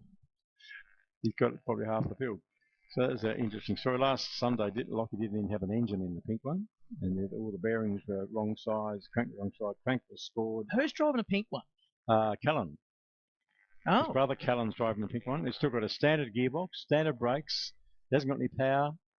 You know, it's just, yeah, he blew the head gasket this morning. So what you're telling me is Lockie's giving him a dud, so he doesn't get beaten? Absolutely, yeah. Callan has 100% got the short straw. It was finished on Tuesday night, and Lockie'd gone and made bearing shells because he couldn't get any. He fashioned his own, drilled the oil holes in them and everything, put them in there. Dear, he said he only has to last 7 laps, Rosie. I just got to keep oil pressure for 7 laps. There's no small Ford race tomorrow? No, this is it today. So it's just like, it's built for this race. Built for this race. It's got to last 7 laps. It's got his daughter's name on the window, Greta. And she's what, 3? She's 3. As I said to him this morning, though, like sort of, she's about 28 years younger, but she's about the same IQ. Oh, oh dear. Oh, but she's in his car now, and he can't hear me. So small Ford. Obviously, that's under 3 litre. Yeah, small Fords. Yeah, I think it has to be. It doesn't have to be. Yeah, I don't think V6s qualify. Well, they're both two out there. So maybe, yeah, but they could be 4 cylinders. No, they're not. Aren't they? No. Oh, well, small Ford. I think it's not a Falcon. No, so 2 V6 Capris. Yeah. David Crabtree and. Yeah, so small Ford. So anything that's like not a Falcon, it's a small Ford, clearly. So there you go, a mixture of Escorts, Cortinas. The guys, I think it might only be 1 or 2 Cortinas. Oh, yeah, there's a few Cortinas out there. They're racing for the Tex Perkins Trophy, who's a bit of a legend, as I understand it, of the Group N scene in terms of Cortinas. His son is flown in today from the Big Island to watch the race and do a little trophy presentation a bit later on, just after the race. Again, a bit of a trophy presentation down on the pitch. Might be able to cover that, a bit of luck, seeing as Josh Perkins has taken the trouble to come down here and represent his dad. And present the trophy. But this was an idea of the Historics Committee and Lockie Thomas particularly and others to get this going last year, the small Ford race. It was a ripper. Hopefully it'll be the same this year. Who knows? But we'll see how it all shakes out. It was an interesting qualifying. It was an interesting qualifying for lots of cars because it wasn't monsoonal, but it wasn't very nice. When the idea of Mick Cross being able to beat Lockie Thomas in his own car was mentioned, the glint in Crossy's eyes and the smile on his face told me that he thought that was a fantastic idea. Yeah, indeed. There's a bit of history in their mates, but a year before last, I think, no, that's right, it was just before. It was early last year because they went to Bathurst just afterwards, both Lockie Thomas and Mick Cross, for their Bathurst campaign. And they had to sort of like kiss and make up because in the lead up to the TCRC round, Lachlan crashed into Crossy at the bottom of the hill. But Crossy wasn't driving his own car. He was driving a mate's car, the purple Tirana. So it wasn't as quick as his normal race car, which is why Lockie was able to run with him. So, but still, so that was kind of awkward. So so part of the mea culpa was to let Crossy run the Escort. You're giving him 2 warm-up laps. They're getting serious. Oh, I don't know what that is. What is going on there? Oh, come on. So there's Lockie Thomas, the guy I've been talking about. He's in what he calls Gorby. That's the green Escort, 1300 cc, normally aspirated. The yellow car just driving past is 19. It's the car he normally drives. It's the car he took to Bathurst last year and did brilliantly in. And did a Shane Van Gisbergen and then passed a Mustang around McPhillamy on the grass, which absolutely raised some eyebrows, as you might imagine. Keep your eye firmly on car number 59. The grid sheet says he's going to start from position 14, which is last on the grid. But that is a Group C car. It's running in the Heritage Touring Cars. Ah, and running a small Ford race as well. Carl Muller from Victoria. He's come out here. Now, it's a Laurie Nelson car, yeah. I would suggest he's running on slick tyres, and that's why they're doing 2 warm-up laps. Okay, yep. But he'd be the only one on slicks. Level playing field? Perhaps not. Wonder if you've been told about that this is highly scripted. Yeah. Scotty, wonder if he got the memo. Scotty Waters starting mid-pack, car number 141. He's capable of doing some pretty good lap times. David Crabtree in the V6 Prix, the red and white car. He was good earlier on today as well. So some good cars back in the pack that will no doubt make their way forward. Leon Duggan's been pretty good this season as well in the white 49 Escort. So some good cars and some good drivers in this, but Muller in that number 59 car, he'll be hard to stop. He will. So here we go. It's haven't seen this since last year at this very meeting. Only see it once a year, don't you? Yeah, all forwards. It's cool. All small forwards, so well done. If you like your blue oval, this is for you. Yep. Nothing but forwards. How did Lockie Thomas get second on the grid? He's co-organised, so he's obviously, he knows people. Yeah. Who knows? Adrian Wilson, 76, the Cortina. He's had a good weekend so far as well. Showed good pace so far. David Crabtree next to him in position 4. That's the red and white Capri. Back to Julian Gill. Alongside him is the 88 Cortina of Atkins. Then back to Scotty Waters. Mick Cross next to him. The 2 Escorts there on row number 4. Red light about to come on. It's on now. Who's going to get the start? Oh, great start from Wilson from the second row. He tries to split the front row. They're almost 3 wide. He couldn't. The hole wasn't big enough. He couldn't get through. And it will be our poleman Butler who will lead the field out of turn 1 up towards turn 2. Wilson looks to the inside of Lockie Thomas. Blue and green should never be seen without a colour in between, but they're side by side as they head down through turn 3 up to turn number 4. And problems for Lockie Thomas as Wilson goes around the outside. Thomas is gone. Wow, yeah.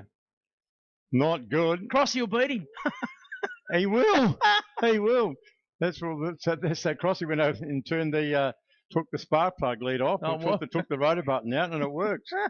That's an awful shame for Lockie because he's the guy that basically it was his idea. He put this all together, this whole deal, and he's made 3 cars. He's built 3 cars for the event, and he's out.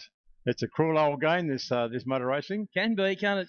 Break your heart if you had one. Wow.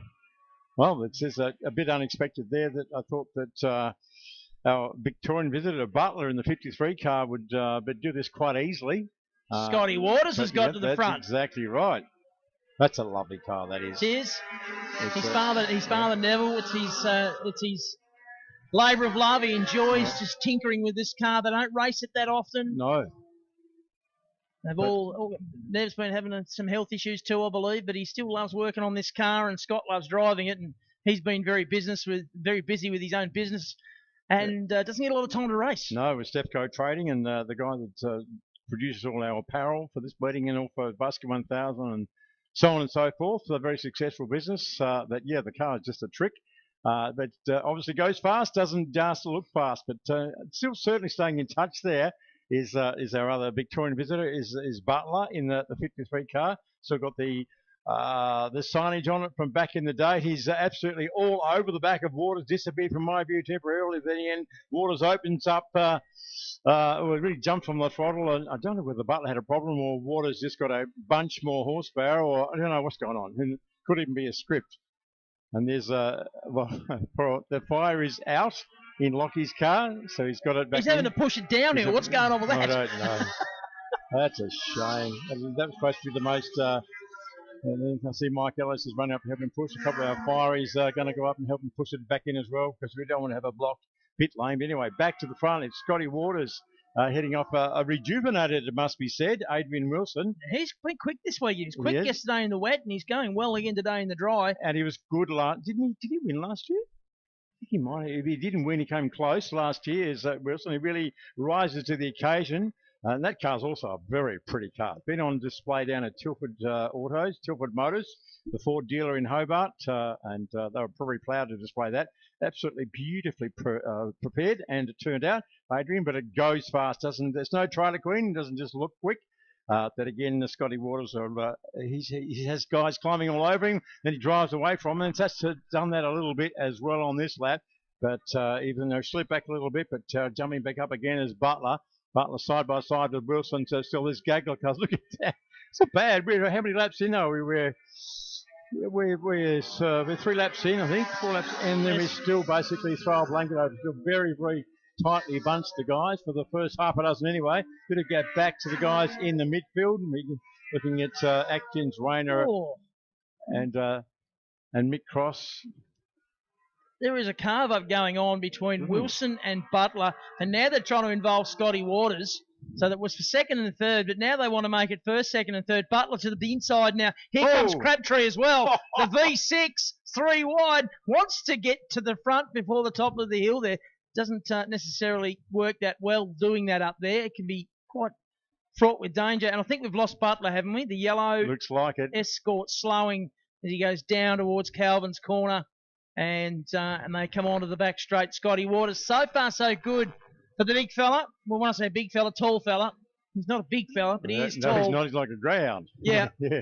He is very tall. For speed, not comfort. You wouldn't find a nicer bloke either. A really top man. David Crabtree closing in though. Oh, Crabby, a bit of a dark horse, isn't he? Just lurking around there in 5th or 6th position and just hosed everybody going up the killer kill that time around. They decided it's time to pounce. 3 laps to go on the motor race. 3 laps to go as they cross the stripe last time around. Still plenty of time to do it. I can't help but feel he's got a bit of a power advantage. He's just waiting and watching. Oh, Wilson to the inside of the turn 4 there. Got the job done, but Scotty Waters from the outside pulls the power. Crabtree goes with him.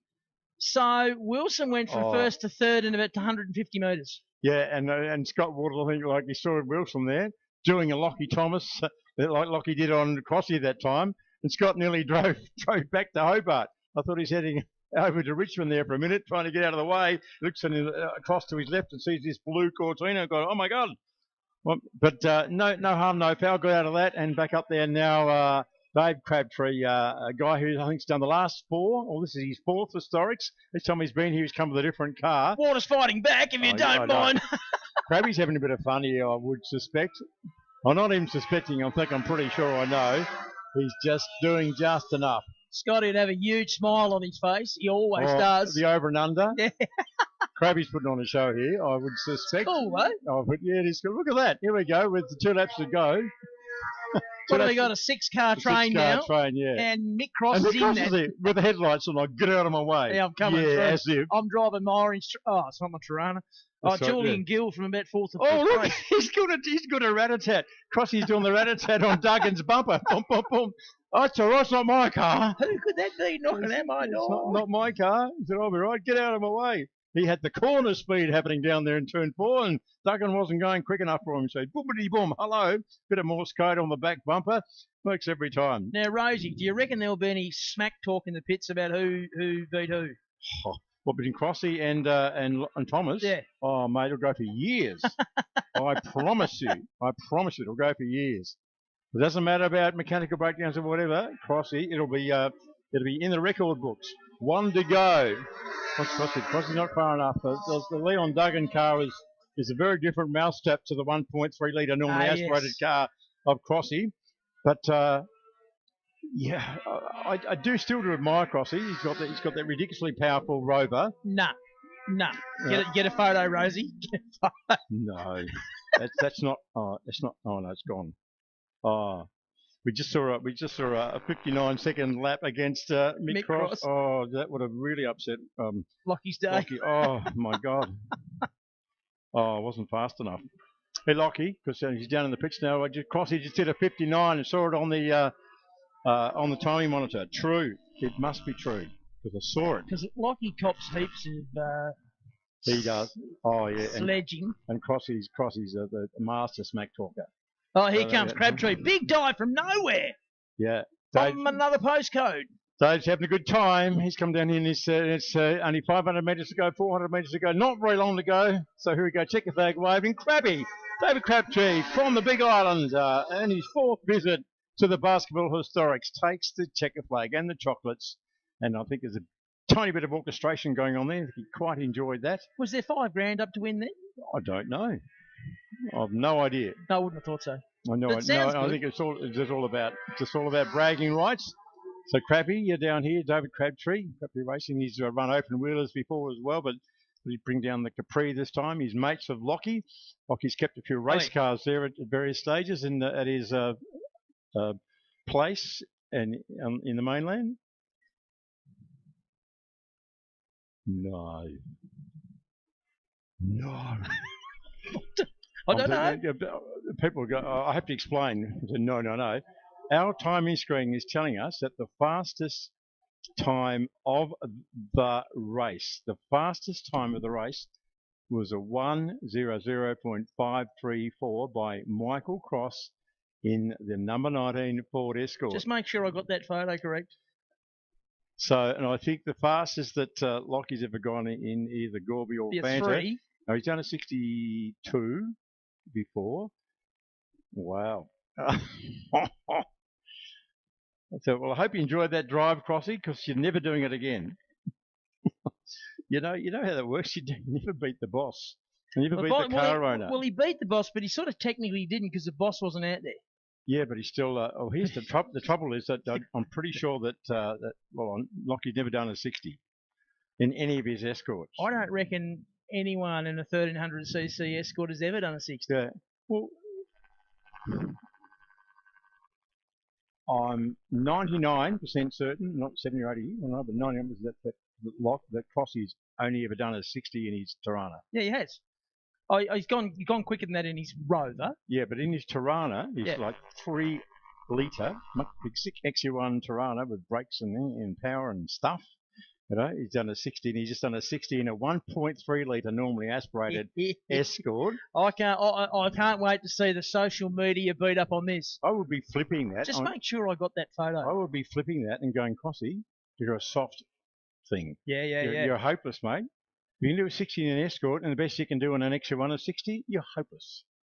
Have a go, mate. That could be Lockie's only defence, but then Crossy would just say, well, come and talk to me when you've done a 60 in Escort. I know. It's going to be on. I can't wait. The smack talk will be phenomenal. It will be legendary. Yeah. What I am pleased about is that little rain shower that came and splashed the window, and it's gone again. I'm going to run away in a minute. You are? Yeah, just to go and do a little trophy presentation at the end of the next race. Okay. For the small forwards and the text person too. They're just going to do it down in the pits. So I said I'd go and do that. So there's Callum Thomas coming in the Bitzer, the standard gearbox, standard brakes, standard everything. Lockie. Yes, he did. And that's a Bitzer. That's just made up bits, and it's pretty much standard. And it's Greta Thomas's car, 3-year-old Greta. Loaned it to Uncle Callum to have a bit of a run. That is hilarious that Crossy's done a 60. It is. So do you think that, but just for a moment there, and we missed it, a 59 came up, remember? No. You saw it, I saw it, but no.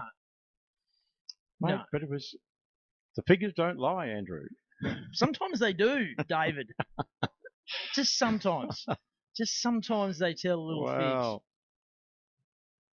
So there's the jack underneath the. I wonder if it was the diff, because Lockie's got a new LSD in it, and he said on corners where it's supposed to be LSDing and getting the drivers spinning the inside wheel just like a standard diff. He said, well, that wasn't right. So he said, tonight I'm going to put the old diff back in.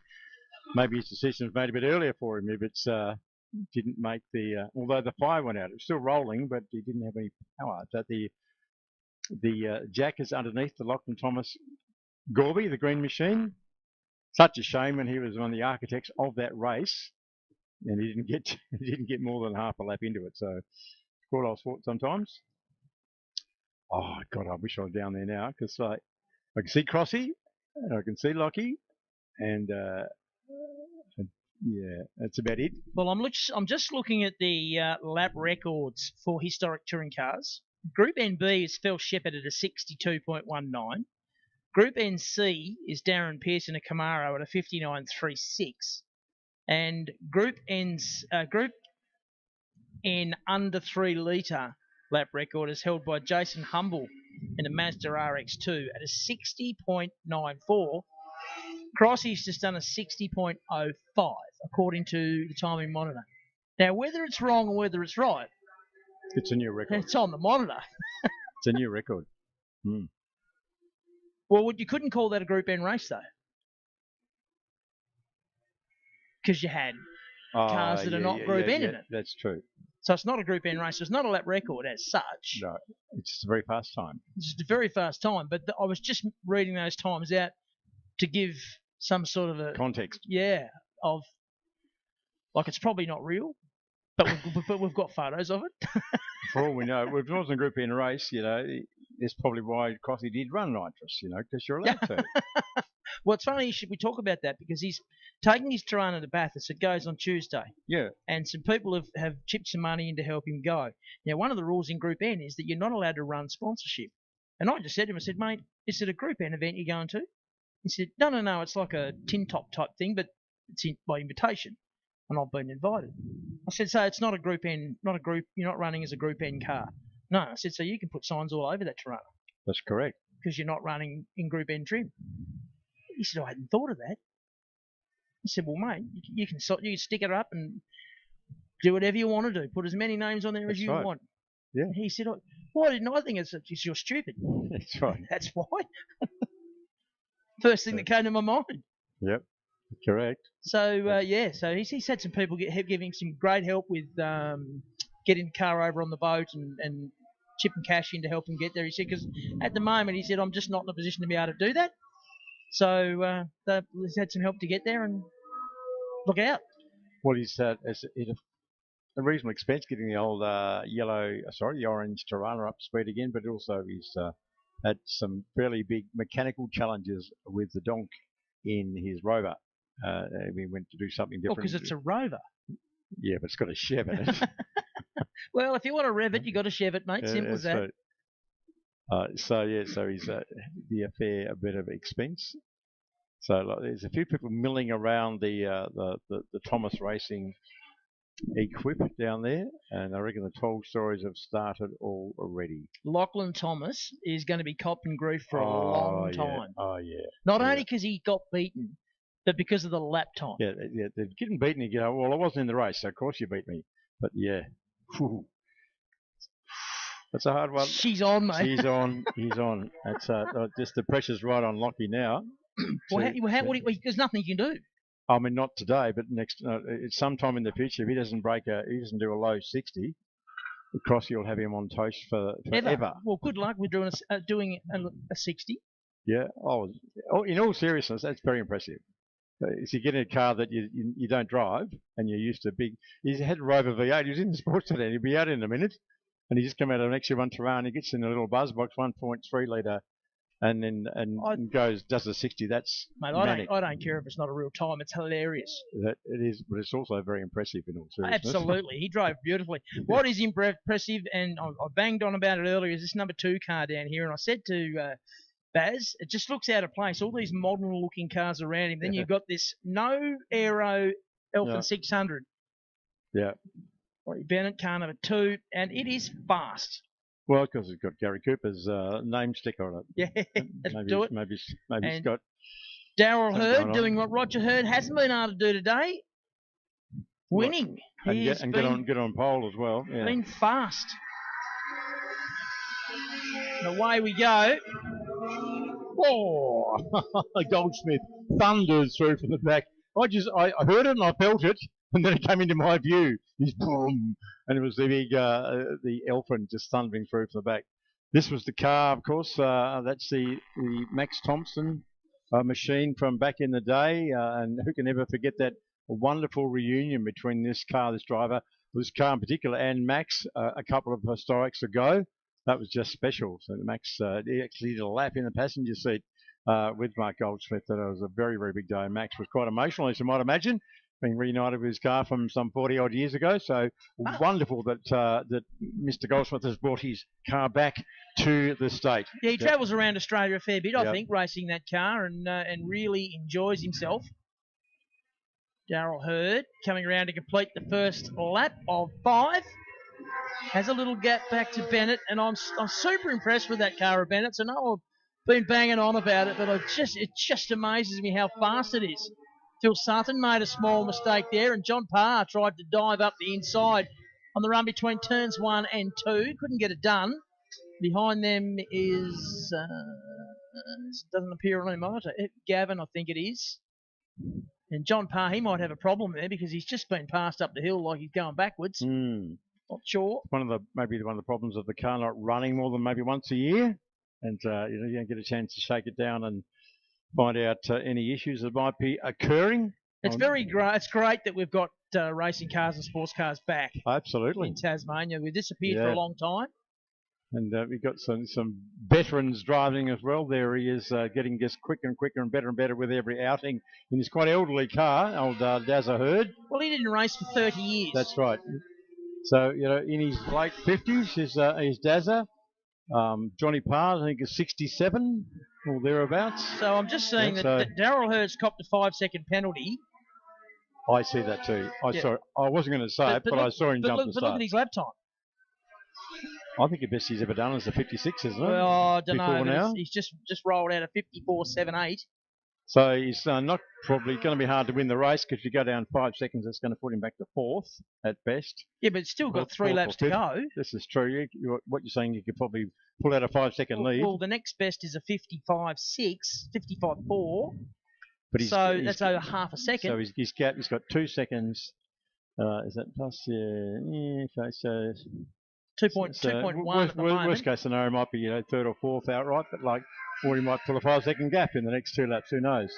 But you're quite right. No aero. Well, he pulled another half a second there, so it's 2.7 now. Great gap first to second. Great run there for Bennett, as you say, and he's got reasonable rubber. Certainly has reasonable rubber. He doesn't have any front or rear wings, so he doesn't have the aero assistance to really work that rubber hard in the corners like I said. Jeremy Dyer around the outside of Goldsmith in turn 1. The Elfin 300 versus the Elfin 400, and he just went right round the outside, the youngster. Well, it doesn't surprise me, because Jeremy is a Formula V punter, and they're fairly fearless. He, of course, broke Noel Clark's long-standing lap record. He did. A couple of months ago, or a few months ago here at the TCRC round. In fact, it was a lovely sort of segue, if you like, because Noel Clark was his mechanic, and the car that Noel Clark was fettling was used to break Noel's long lap record. I think it was a bit of a bittersweet moment for Noel. Last lap happening at the moment for all our and it's 4 seconds. The gap first to second is 4 seconds. So he's still still looking at maybe a 3rd or 4th place when they. But whatever. He's done a 54.7. I would suggest that's his best time. I think from memory that I've never seen him do best that time before. So. And doesn't that Elfin 400 sound fantastic? Sounds great. Big V8. Sounds angry, sounds mean, makes all the right noises. And good on Mark for bringing him back down here. Oh, yeah. Thrilled that we've got such a good field of cars. 16 cars out on track. And the range of different cars is just astounding. Oh, Goldsmith around the wrong way. Yes, around the wrong way. I don't know whether he was helped or not, but the other guys on great spatial awareness. I was looking at the last car on the train there, thought, they were running very closely, having a fair crack. Nick Minute, I just see Goldsmith around. No damage, I don't think, mate. Can't see any from here with the binoculars. I wonder whether he was helped a little bit there, because they're running very, very close to tar. Cop this, mate. Cop this. Winning margin, 5.4 seconds. He's got it done. He still wins. He still wins with a 5-second penalty. I saw him just ever so slightly go, boop, moved forward. Yeah, okay. And I thought, that's not good. So no surprise when I saw that start line infringement come up. So Darryl Hurd will be your winner, despite the fact that he's incurred a 5-second penalty. And I'm so pleased that they've changed that rule. In days gone by, that would have been a minute added to his race time. Yes. The old minute penalty. Yeah. That's much more fitting for such Yeah. a small infraction. Yeah, and it's possible to try and get on top of it, which he did. So Bennett comes home in second in the Elfin 600B, which has got a huge Tasmanian heritage, that car. It was Richard Fleming and a couple of others have driven it along the way. And I think Grant Twining might have owned that car at one stage as well. Phil Sutton third in his Rolt RT35, which is a good job from him. Malcolm Boyd was next, then John Parr. Jeremy Dyer got himself up into 8th place and a 57.99 in that Elfin 300. So that's seriously quick in an Elfin 300. G'day, Baz. Hello, Andrew. Where have you been, mate? You didn't get lost again. Well, I got collared for an interview with 7HO. Okay. And then a couple of people wanted to come and have a chat to me, and then I made a visit, and then I thought I better come back up. But anyway, I'm here. And where are we up to? We're up to historic sports sedans. We are. Courtesy of, tell me? Historic sports sedans? Yeah, 7HO FM 101.7. Hobart's best radio station. Exactly. And I ran into a certain Keith Midgley, who I haven't seen for years. Yeah, okay. He's not travelling too well at the moment. He's got a back issue. But anyway, it was good to catch up with Keith. I enjoyed that Ford race, I must say. That was fun. It was. Now, I don't know if you're totally across the extreme levels of sledging that go on between the Thomas clan and the Cross clan and that whole little group of guys. I've been listening with bated breath to you and Rosie. It is next level sledging. Intense. Oh, it's above intense. Right. Okay. It's extreme. So it's going to be on, and that was fun. And if that lap time's real, that's seriously quick. Yeah. But it is real because it was on the screen. Yep. I've got a photo of it. Yeah, I saw you pull out the phone and. Yep. But Darryl Hurd, I was actually observing, and I didn't say anything to you guys, but he was definitely moving when the flag dropped or the lights went out or whatever. You agree with what I said about the change to the rule on the penalty? Yep. Well, going way back, the normal thing was you got a drive through, and that basically destroyed your race and could destroy your weekend. And it was always argued by the people that were pinged that the penalty didn't fit the crime. No. Are you with me? And so I was sort of involved with the sport when that transformation took place. And I think what they've come up with now is a much fairer system. I mean, it really does. Because, let's be honest, I mean, saying to a guy either a 1 minute penalty or a drive-through, you might as well just park it. Well, 1 minute, I mean, he was doing 54 seconds. Yeah. 55 seconds. That's more than a lap. Exactly. For jumping a second early or something. So this is a much fairer way of doing it. I'm a big fan of the way they're doing it now. And I've noticed over the last few years in supercars, they used to hand out drive-throughs all the time. It's rare now to serve drive-through. It's normally always now a time penalty to be served at your pit stop or after the race. And I think it's a much fairer way of doing it. Yep, absolutely. Drive-through, if you get a drive-through, you've done something really bad. Yeah, exactly. Yeah, you can ask Larry Perkins about that. And you know the story. Hey, boys. Yeah, go ahead. Yeah, you got me right. Just a quickie here. We're still not quite ready to do the presentations yet for them, but I'm in the zone. I'm surrounded by many people, but like security mainly, but also Michael Cross and Lockie Thomas. So Lockie Thomas is smiling, but I do think I see tears in his eyes. I'm not sure, but I think possibly because we think it's an absolute hilarity, Crossy, that you come back the second year. This last year's all about redemption after he ran into you and whatever. But you come back this year, and then you went out there and we saw a 59 on the screen. Aberration. Nick Bennett, there's a 60. Now, I have to say, congratulations. That is brilliant. I don't think Lockie's ever done a 60 in this car for starters, so that's embarrassing. But more to the point, you are a soft. We're very disappointed in you, mate, as well, because if you can do a 60 in Escort, you should be able to do a 57 in your Tirana. Well, I'd like to leave a bit in reserve, so we'll see what we can pull out of the hat next year. But thanks to Lockie for letting me run his car. It's a pity that I beat him. And There it is. There it is. it was a DNF. He did DNF, but he's done a cracking job to get 3 cars out here. And I've had an absolute blast in this little Panther Orange Escort. We had a ball just then. It was great. Well, mate, I understand the Pro Rover's done normal British Rover things and stopped. But the Tirana, a ripper race with Chris in the Tirana, so you must have enjoyed that as well. The boys have got they're a class act. The boys coming down from the mainland and our guys. The Tirana race is on in about an hour or just less, and that'll be on too. It should be a good spectacle. Chris has got the thing screaming. We're popping around in Tirana best times around here, so watch out for that one. But mate, I'm trying to come back to it. You just did a 60 in an Escort. Now here's Lockie Thomas, mate. Why did you stop? You're one of the architects of this race, and you went half a lap. What's going on? Well, they all needed a head start, and Crossy, I gave him my fast Dorian, fast timer, so that's why I did a quick time. Well, mate, listen, note to self, keep that Dorian for yourself next time. Yeah. So what's the story? You've got to have some diff issues and hopefully fix for today, tomorrow? Probably tomorrow. It's broken the diff, something in the diff, so no drive. Very disappointing, but... What about Crossy doing that 60-second lap in your race car that you took to Bathurst? He's lucky. Lockie, I've got a spare rubber band at home for that diff. I'll bring it in the morning. So we have a feeling, Strider and I, that we do like our socials, we do watch them, and we have a strong feeling that it is on. It's game on now. Let the smack talk begin on social media for the next little while.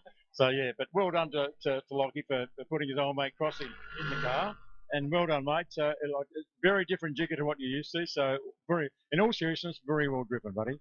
Thank you very much, Rosie, as always. It's all good fun. No, there's no fisticuffs. There's lots of smiling. There's a lot of gritted teeth smiling, I suspect.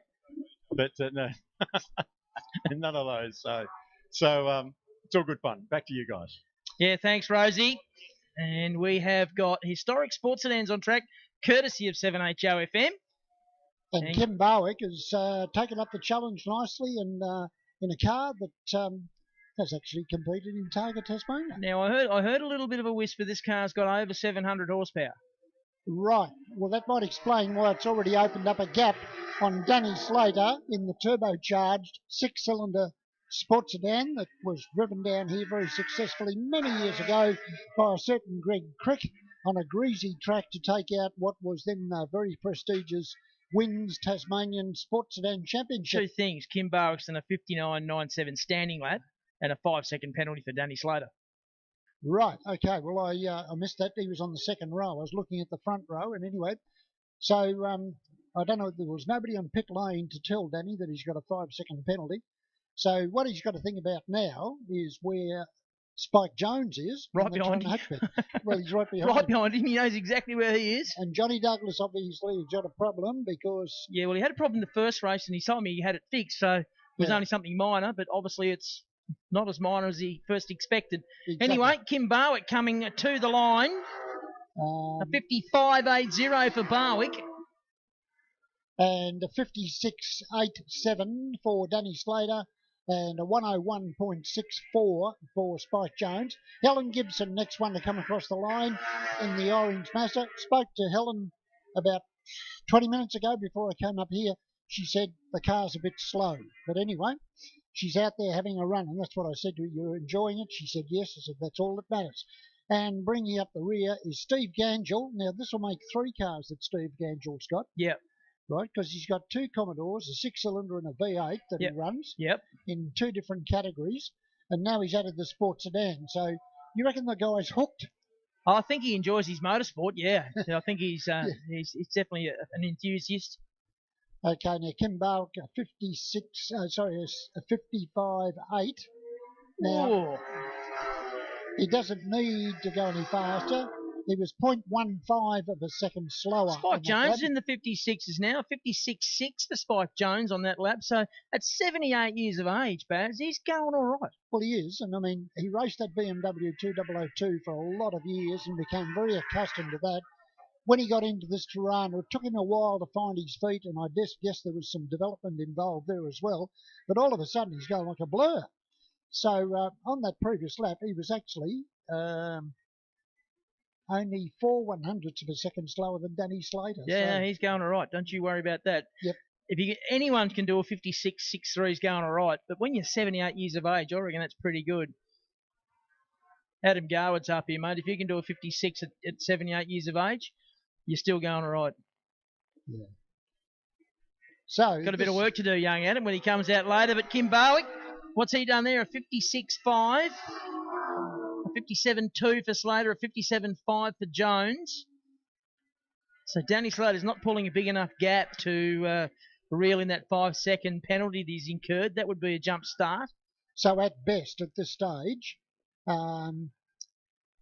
Spike will stay where he is because Helen's 16 seconds back. That's right, yes. And Steve Gangel is obviously starting to come into grips with this car, so he's been closing the gap to Helen Gibson in the rotary in front, the orange Mazda. And so I'm just having a look. Looks like we've got, is it the last lap forward? No, it's the finish flag, isn't it? That's the checkered flag. Yeah, it is. So that was a pretty flashy sort of a race for Kim Barwick as the checkered flag is flashed for him as he goes across the line. It's been a work in progress, that car, Kim Barwick, and gee, I'm impressed with Spike Jones in that race. I mean, he's come home in second place. Yep, exactly. Because of the penalty for Danny Slater, but his best time was a 56.63. That's the quickest time he's done in that car. And in the background here, Greg Garwood's nodding. He knows what it takes to do a 56 around here, and they're not easy to do. No, definitely not. So, and so the last two, in fact, Steve Gangel did, in fact, move in front of Helen Gibson. So he'll be happy that he's making progress. Do you know anything about that car as to where it come from or anything? No. Oh, okay. No, he acquired it from interstate, obviously, but whose it was or what its history, I don't know. Right, okay. There's bound to be some history somewhere. Yeah, it looks something like a Tony Hubbard car from years ago, but I'm not suggesting that is one, but it looks similar to the sort of Commodores that he ran in sports sedans back in the day. Yeah, it also looks a little bit like the Tirana that Gary Rogers raced at one point. Are you talking about Spike's car, or are you talking about... No, I'm talking about Steve Gangel's car. Sorry, I led you astray. Oh, you're not the first to do that. No, the Steve Gangel car, it sort of reminds me a little bit of a car that Gary Rogers ran, and I think that was actually an E.H. Holden. Yeah. I'd like to know where a lot of these sports sedans went. I mean, there was the official Holden dealer team car, which was, they had a Tirana. Yep. Where's that? Because that'd be worth a lot of money. It's a special car. Yep.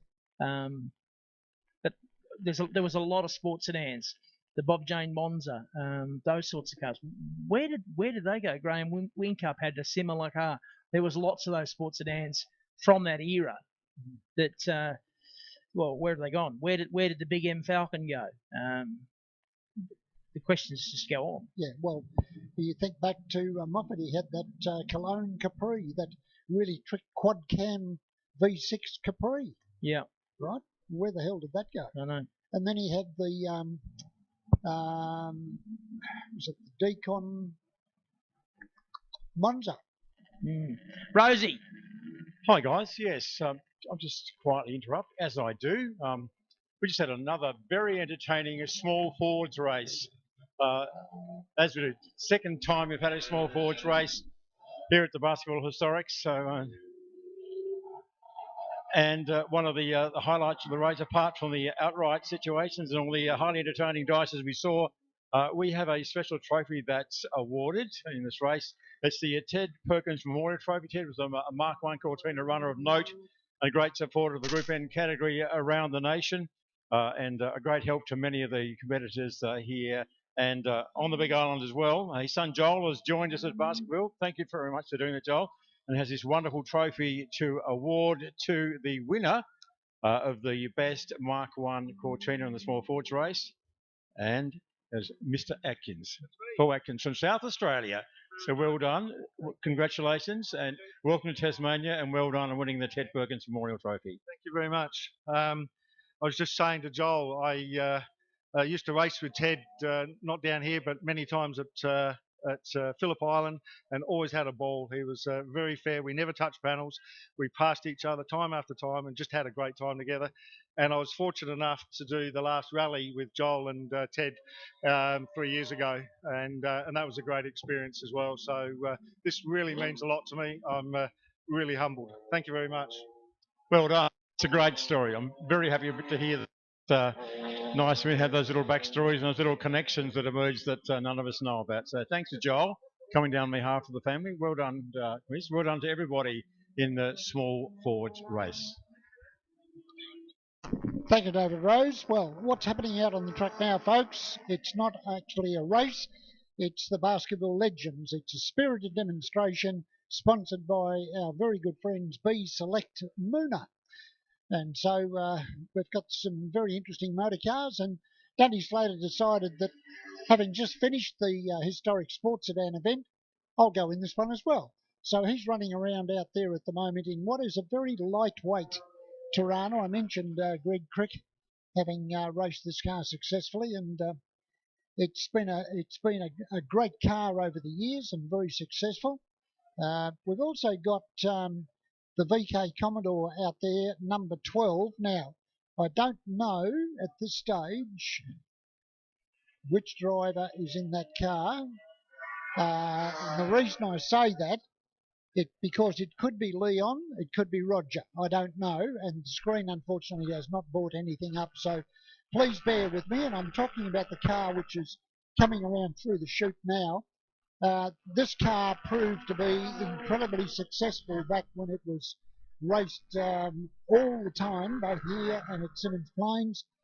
You look at it and you think, well, apart from the fact that it is superbly presented, you wouldn't think there was anything terribly special about the car.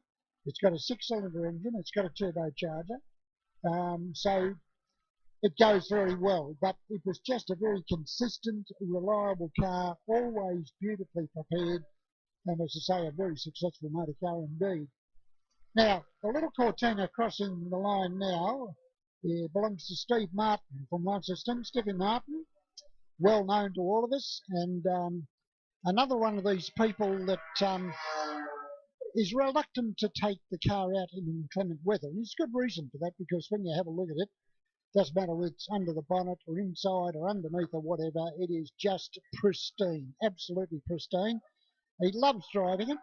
I'm under the impression that that car, in fact, is for sale. Now, I may well be wrong, but anyway, so somebody would get something rather special. There's a little Gemini that's going around out there now, and that belonged to the late, great Mozza, and I'm talking about Adrian Moresby. It's been on display in the pits now over the weekend, and it's a car that Mozza built up, and those of you that knew Mozza, you know that he was a very large, jolly person, everybody's friend, would help you out at the drop of a hat, and he built up this car. It saw duty in rallies and circuit racing, beautifully built, and so that's out there at the moment on the track as well. So that's the little Gemini.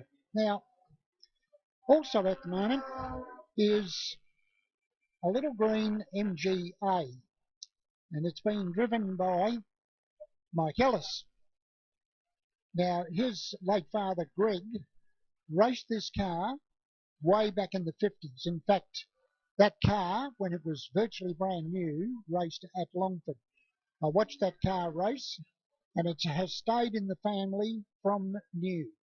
That wasn't its original colour, by the way. It was actually resprayed when it was purchased, because back then you really had to take whatever was available, and it wasn't the colour that Greg wanted, so and his brother Peter, I think, as well. And so that car was resprayed, and it saw service at many, many, many race meetings with Greg, who we sadly lost last year. And so Mike basically has inherited the car and is running it. And there was an opportunity for that car to do some laps at Symonds Plains together with quite a few others. And I was really chuffed because I got a phone call from Mike and he said, Dad would like you to drive the car. And that's the little car that's just gone past now. No bumper bars front and rear. And I had the great pleasure and the honour of doing some laps of Symonds Plains with Mike Ellis alongside me. And it was just terrific. That little car at Longford on the Flying Mile did something like 120 miles an hour. And it wasn't that heavily modified. It was just beautifully prepared. So that's the car that's just going up the hill at the moment with Mike at the helm.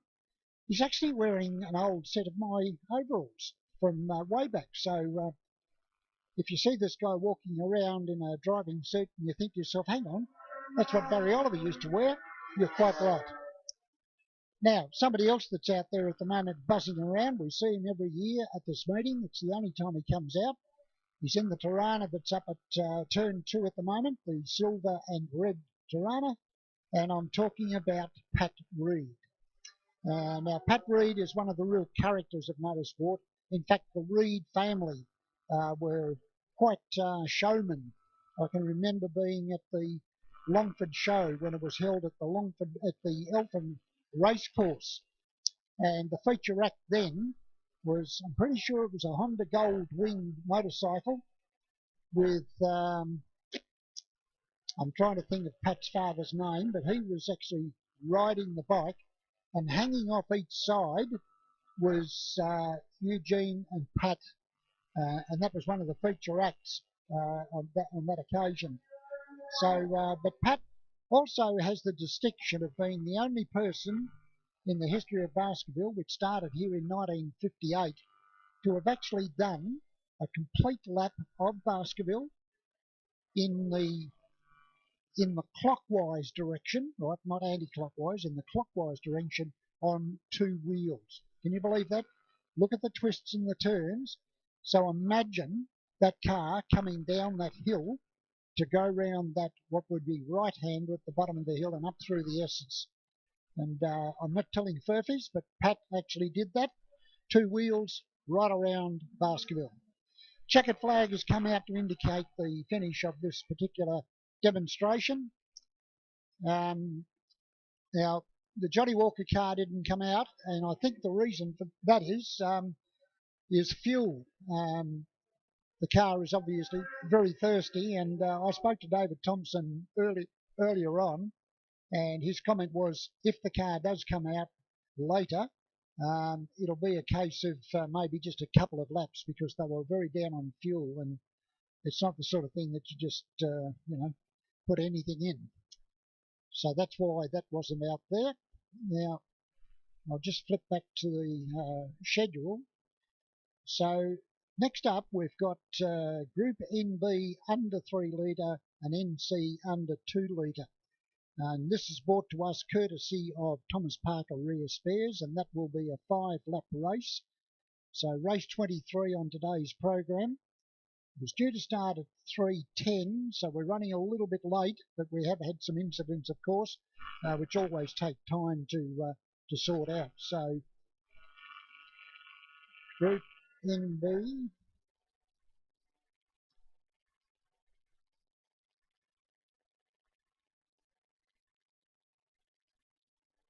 Okay, now in this particular race, lots of Cooper S's.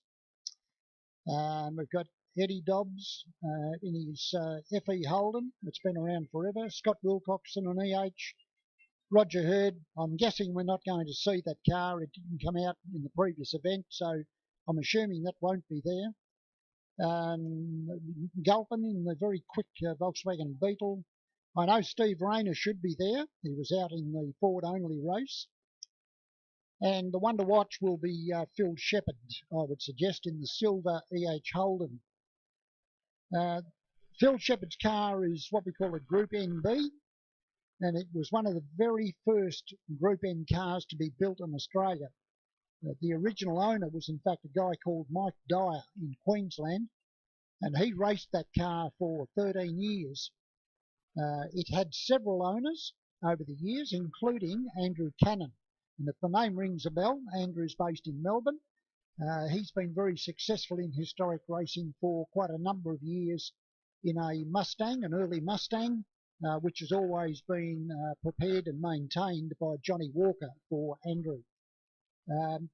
Now, this car has raced at every track, and now I'm talking about the EH Holden that's about to come out. It's raced at every track in Australia, and Phil has actually, it would now be its 16th year that Phil has actually raced the car. It has done, believe this, over 1,000 races, this car that's going to come out onto the circuit since 1980. It's a 3-litre 6-cylinder, but it's been developed over the years to the point where it is now producing this magic figure of 320 horsepower. And it revs, for the petrol heads out there, to 8,000 RPM. 8,000 RPM, okay? It's the quickest in the country. It holds lap records at here at Baskerville, Symonds Plains, Winton, Sandown, Phillip Island, and Phil does all his own work. So we're talking about a car which has still got drum brakes as it was produced. It's still got a 3-speed gearbox, exactly as it was built in the first place. So Phil has worked his magic on this car to get that sort of horsepower. So this car is NB, and that means it's in the period from up to the end of December 1964, and there are 4 different classes. So that's the car just coming across the line now, the 88 car of Phil Shepherd, his pride and joy. And it's no wonder I shudder to think about the hours that he has spent in his shed at home working on the car. And he's a bit of a magician, obviously, when it comes to building engine, because Bill Trentgrove from the mainland is actually running an engine that was built by Phil Shepherd, and that engine's been in the car for 4 years and has not missed a beat. So that'll give you an idea. And I just hope to God I haven't put the mockers on him, mate. But anyway. I was just thinking that. The commentator's curse is a real thing. People don't believe me, but it is. It's a real thing. We can kill your race instantly. Yeah. Yeah, thanks, Stridey. Yeah, so this is a great field. So Group NB under 3 litre and NC under 2 litre. Hence the mixture of Coopers and Cortinas and Holdens and so on. So bit of a legend down there on the pit wall. Just waiting to make sure that Jeremy Bennett lines up on grid number 1, nice and square. That's Barry Lack. Have a look at him. Yeah. Head only your mum could love. You said it, Stridey. Absolutely. I'd say it again. I'll write it to him and send it to him in a letter. Right. He's a good Boys, bloke. I know this is very rude, but seize the day as a quick. You got 30 seconds. A man, I've got him in fact with his pants down. A guy who thrilled us stupidly here 3-4 years ago with a drive in a Boom McLaren sports car. Whitey, Jason White, here we are back at the Historics. Not driving this year, mate. Enjoying the vibe though. Yeah, just enjoying a ride in my best mate's old Gemini. So me and a few boys in this car go back a hell of a long way. We spent many an hour in the shed trying to make this do things that it probably shouldn't do. Just for the best of those here today, I'm talking Whitey. We're standing outside the car of the great Adrian Mosbury. And am I wrong in saying that today's 12 months today since his funeral? It's today or tomorrow? I think it might be today. Yeah. So it was actually quite an emotional time driving around there in the Jemmy. I've not really been behind the wheel of this thing too much. It wasn't really engineered with the sort of leg room that I require. But we've had a bit of a move of the pedals, and yeah, it was bloody good fun getting out there and pedaling it around. And it was definitely the right time to be seeing this car back out in the track. Very different driving experience though to the last time you were here. in the McLaren. Yeah, that was definitely an experience of a lifetime driving that around here. It still go down as one of the most amazing days that I've been a part of in motorsport in my life. It was just, I've never felt so temporary behind the wheel in something, but, it just felt like something that was quite dangerous to be doing. But what a wonderful sort of dangerous position to put yourself in. I reckon I'd do it again tomorrow. Yeah, well done, mate. We've got a great little race unfolding in front of us, so we'll let you go. Thanks for your time. Cheers, race. Okay, well, Jeremy Bennett, I think, was leading, but here comes Phil Shepherd, pokes the nose up on the inside of the little Mini. So this is David and Goliath striding. Roger Hurd's in there as well. Yeah, in the BMW. So they've obviously fixed the problem. Down the inside of one of the Minis there on the run into Cowans. Might have been Rodney Creed, perhaps. A 5-second penalty for car number 12. So they're getting very keen on their 5-second penalties. Richard Heelan and Morris Cooper S. A Victorian? We won't hold that against him, will we? No, we won't. No, we won't. Not this time. Phil Shepherd, you've mentioned, I heard you talking about the EH, fastest EH in Australia. He's got his mirrors full of BMW at the moment. Roger Hurd. And he has done a few laps around here. 4 times national champion in improved production in the Fred Krause owned Tirana. He's raced HQ Holdens, had a little stint in Formula V, raced in Europe with his great mate Scotty Taylor, and he's now driving this car, which is still owned by Scotty. And he's more than happy for Roger to race it. And here comes Roger now to the inside for the run up the hill. Hasn't quite got enough grunt, though, has he? That EH has got plenty. No, and we've got a problem on the entry to pit lane 22. Car 22 has come to a stop. That could be an issue. No, he's going again now. That's good news. Okay. I'll just point out, Phil Shepherd from a standing start and having to go through 3 rows of cars, a 110 from standing start. And if you column shift? And column shift. 3 on the tree she was, mate, and drum brakes as well. So a lot of people today wouldn't even know what a column shift looked like. Now, look at this. Roger Hurd has gone back to 3rd because 91 Jeremy Bennett has got that cheeky little Mini, the ex-Chris Ellis car, and they're side by side as they go into turn 1. Now, Roger, you're going to have to come up with something, mate, because that guy in the Mini is a demon, an absolute demon. And I keep saying it, the Chris Ellis Memorial tomorrow, mate. Yes. Yes, it's going to be another fantastic race tomorrow. Phil Shepherd's your leader in the EH Holden. Here comes the BMW. No substitute for horsepower, is there? Just up the hill, just drove past.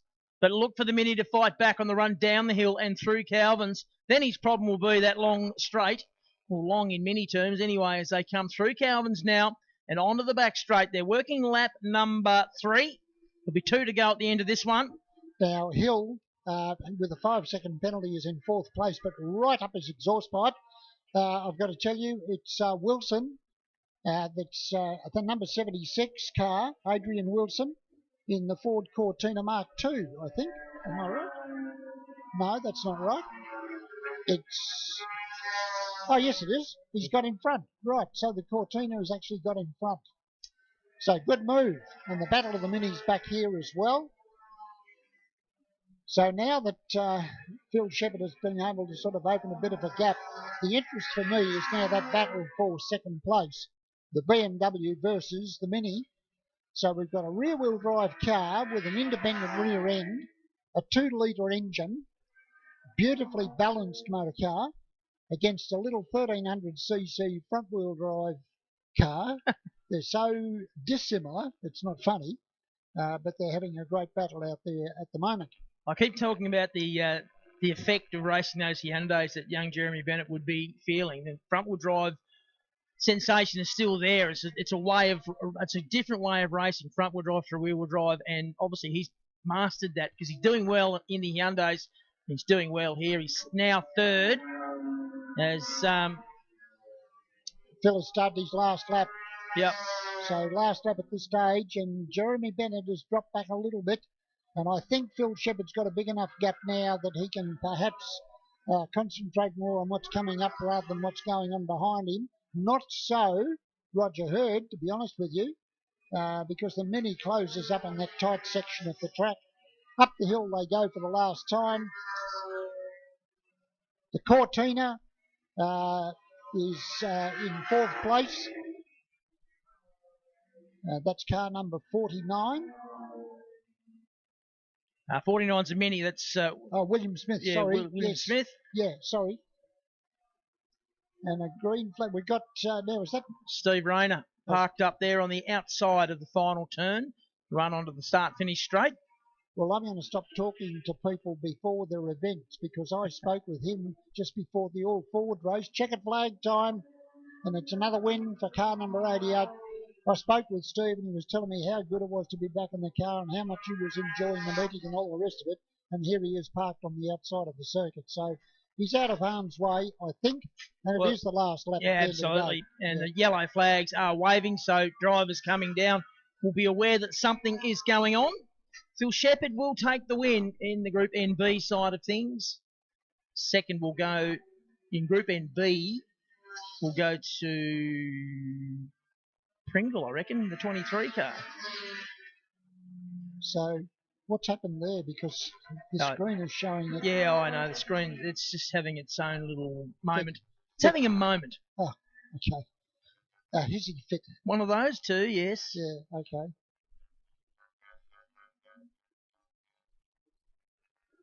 So Phil Shepherd is your winner overall. Roger Hurd second, Jeremy Bennett third.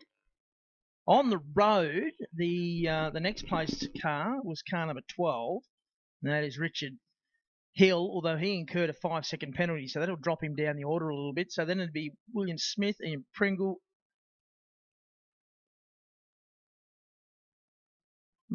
Anyway, good stuff from the Group NB under 3 litre and NC under 2 litre race. Phil Shepherd, his best time there was a 102.80. His lap record here in Group NB is 62.19, so he's only 7/10 away from his own lap record, Baz. Yes, I was going to say I thought it was a 62.1. I'm a little bit concerned about this lap time here. A 58.30 for Richard Hill in the Mini. I don't think so. No, I don't either, but it's on the monitor. I can see I'm looking at it, and it's staring at me. The trouble is we're going to become overly sensitive about times that appear on the screen. Well, I mean, sometimes you look at it and you think to yourself, yeah, that's doable. But other times you look at it and you think, yeah, not so sure about that. Anyway, if anyone from his crew is watching, it's too late. It's gone now. Gone now. So we're getting round to the Race 3 for the Events Tasmania Heritage Group A and Group C cars. Their final event for the day.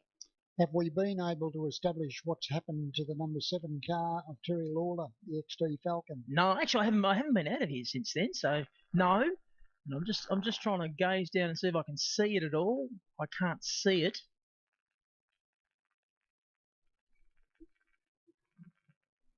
I did see after that race there were a number of officials down towards the last turn having a look, and I just got to wonder whether there was some lubricant spread on the track. Don't want to think about that. No.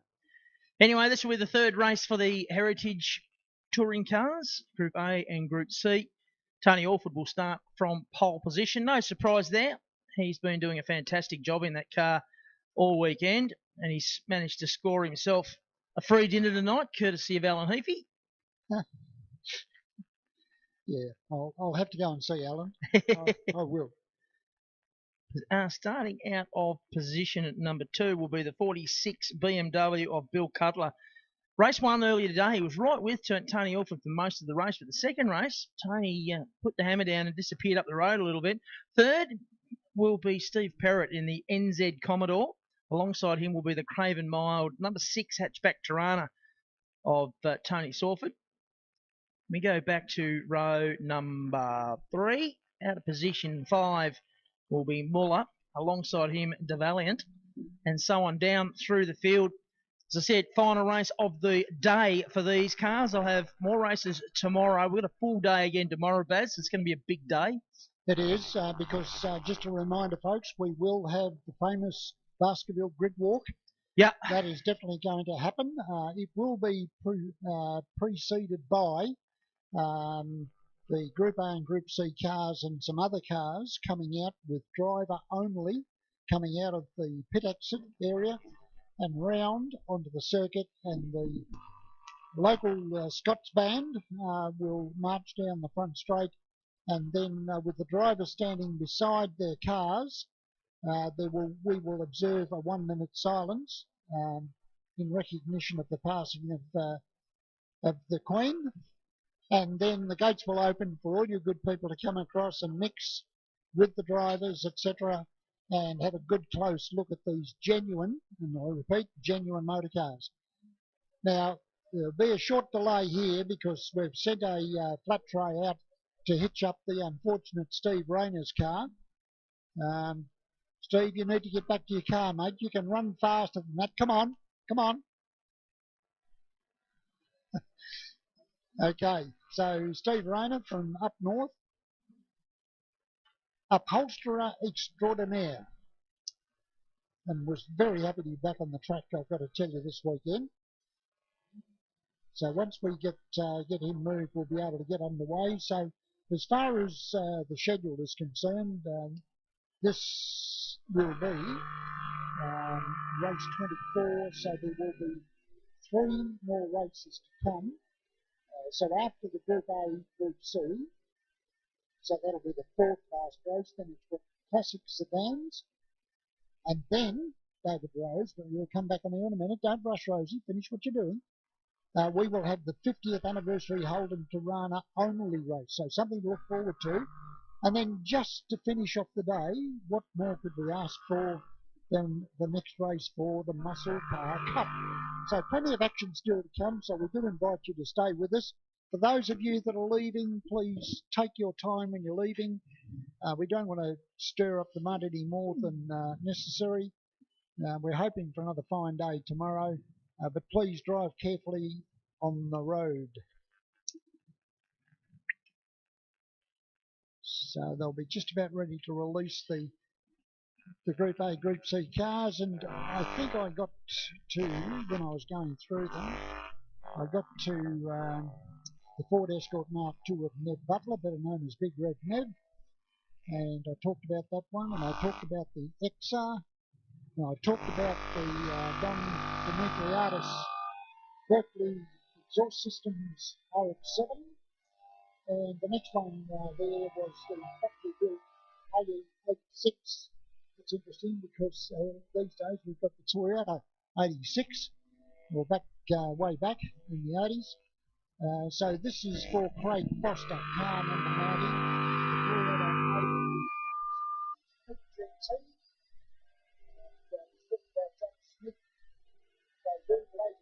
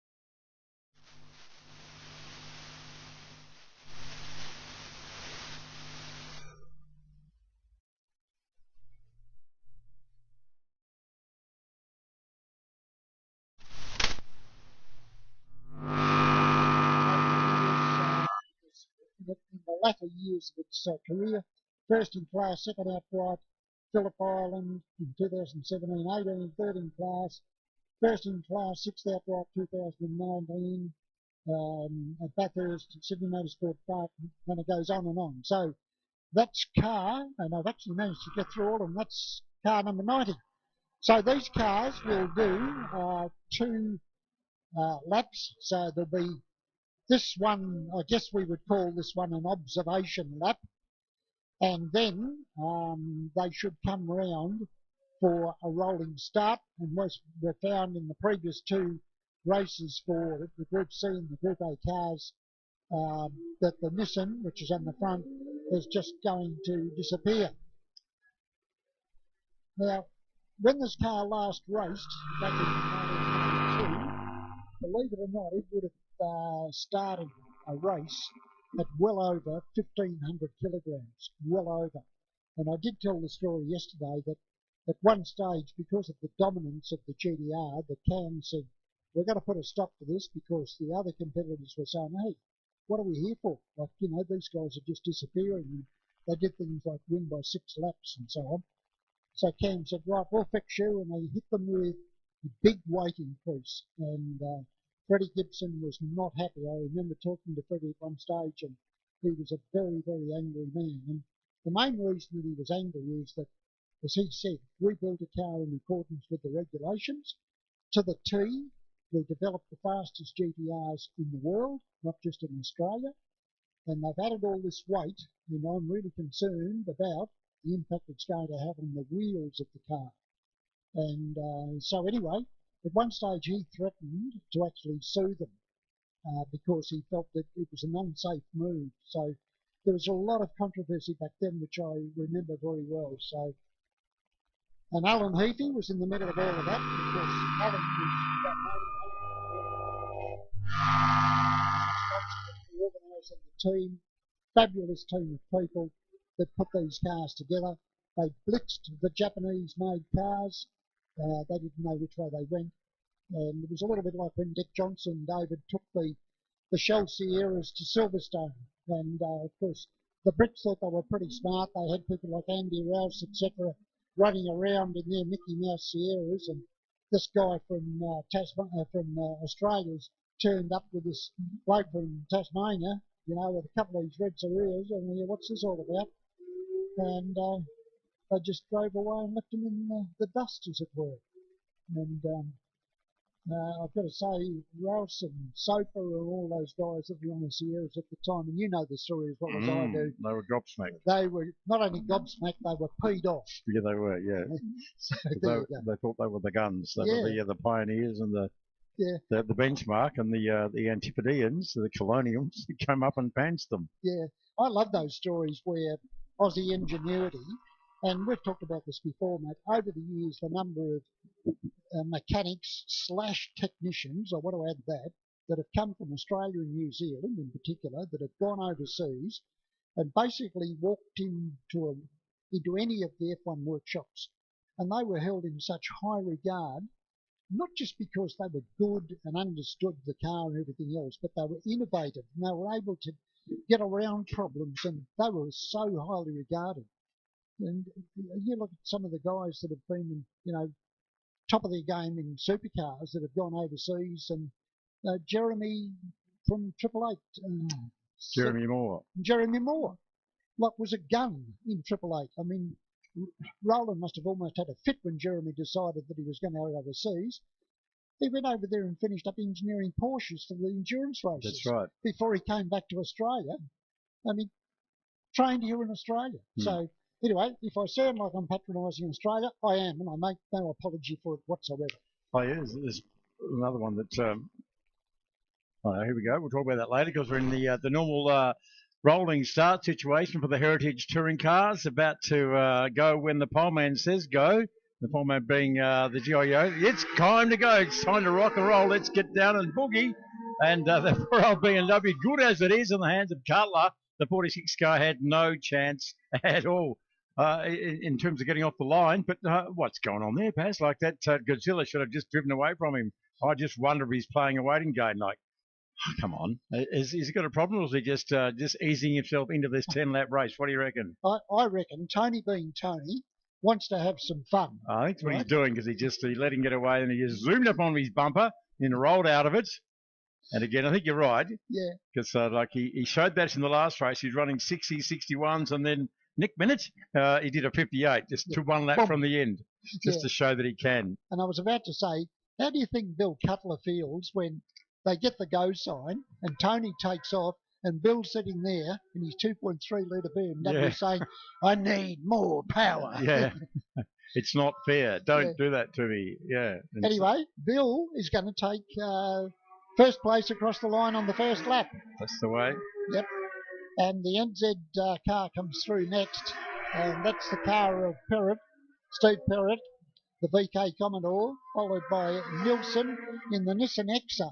I've got to say, David, I'm impressed with this Exa because, not to put it too bluntly, it was a dog of a car. Oh, it was. It was shocking things. Yeah. I mean, well, yeah, they were. They were really, really difficult things to drive. So we've got to point out it's a little front-wheel drive car, right? It's got a turbocharged engine, where one of these ones where it's like a light switch. 1 minute you've got nothing, and the next thing you've got massive boost. As you were just talking about that, Bass, I watched it going up the hill, and it was squirming. It was going left, right, left, right, left, right, left, right. And as it came on boost, and it was the massive torque steer got happening, as they did in the road car. Yep. The way it went. So I reckon people down there on the fence at the end of the straight can probably see it do that. Here it is now. It's just turning left out of the straight, up into the chute, and just try to fight all that power to put down through the front wheels. So let's have a look at it through the chute. Yeah, it wants to change direction. Yes. Well, Krista, I had the good fortune to have a meal with Fred and Krista Gibson, and she said to me that when she drove that car down Conrad Straight, it would move at least 2 metres from side to side. So you had to position the car when you came out of Forest Elbow to go down. You had to position the car in the middle of the track. And you and I know that normal line is left-hand side. You let the fast cars pass you on the right. Yeah. And she said you had to put it in the middle because the car had so much torque steer that it would move left and right. So, yeah. So he's doing a fantastic job. He really is. It's a pretty willing little battle going on as disappeared from my view temporarily. And yes, it was a great little battle going on, going down the top straight through Calvin's Corner onto the back straight. And there was... There's the yellow Commodore, the Alpine Commodore, coming through the chute right about now. He's having a nice little dice with the Exa that we're talking about. The Exa stayed with him for most of half of the lap anyway. But the Bayline Renters Commodore decided that it's time to get down and boogie and dispose of the Exa and is marching away. So we still have got 7 laps to go in this 10 lap, and the field spread out all around the racetrack. This wonderful array of eclectic race cars from back in the day, the Group A, as they were known, and also the Group C cars, 2 different eras, but they're amalgamated for the purposes of the Heritage Touring Car Championship around Australia. And as we said before, and the thing to remember here, or not, you choose to, thing to recall, and part of the appeal of these cars is not just their raw speed or their whatever, the fact that they are the real deal. They are the actual race cars from the era. Nothing replica about them. Change of position at the front. Then Tony Orford has decided that I've had enough time looking at the bum of that BMW. I'll be able to go back and tell Bill Cutler what the rear end of his car is actually doing, because I've observed it for 3 laps, and now it's my turn and he can examine my car. Well, if he can stay with me, that's the problem. So there goes Tony Orford, decides to put the hammer down, does it beautifully. Car responds beautifully as well, up the hill, and marches on its way. Well, subject to your capacity, David, that's the other thing with Group C and Group A, determined your minimum weight. And as I said, in its final configuration, the GTR was well over 1,500 kilograms. From memory, the BMW would have been at least 400 kilos lighter. So powder weight comes well into play, into that equation. And of course, with the reduced weight, that means you can be a lot later under brakes because you're not trying to stop anywhere as much mass. You can carry a higher corner speed. And that's why, for example, Jim Richards and others with the BMW at Bathurst, you'd say, well, got no show, up against the V8s.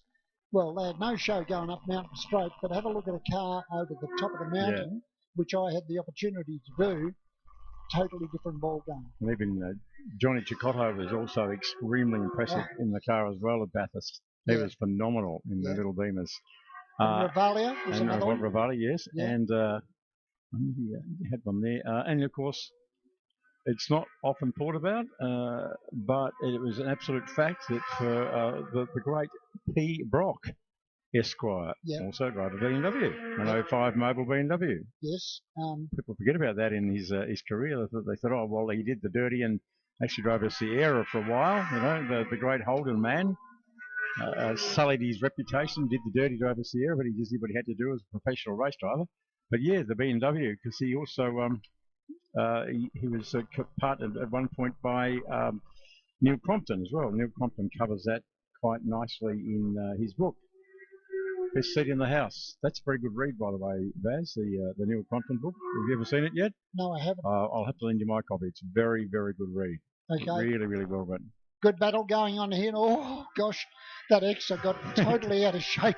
Oh, and the Corolla was right there beside it. Did you see the Corolla just about drove off into the weeds trying to get out of his way? It did. Think, oh, this could be ugly. Here's a crash maybe unfolding right in front of my eyes. I might just scoot off to the right here and hope that it all happens to my left. But it didn't happen at all. But he did get past the Exa, and the Corolla was scooting up the hill. So the two little cars having a battle up the Kellykill, and you see the turbo power comes into its own. Having said that, comes into its own, starts to gain on the Corolla, but the normally aspirated Corolla, he held his own. He's able to hold station, hold on to his position. This went over the top. Now, the car that Brock drove, right, is the car that we haven't seen, which is the David Tao black one.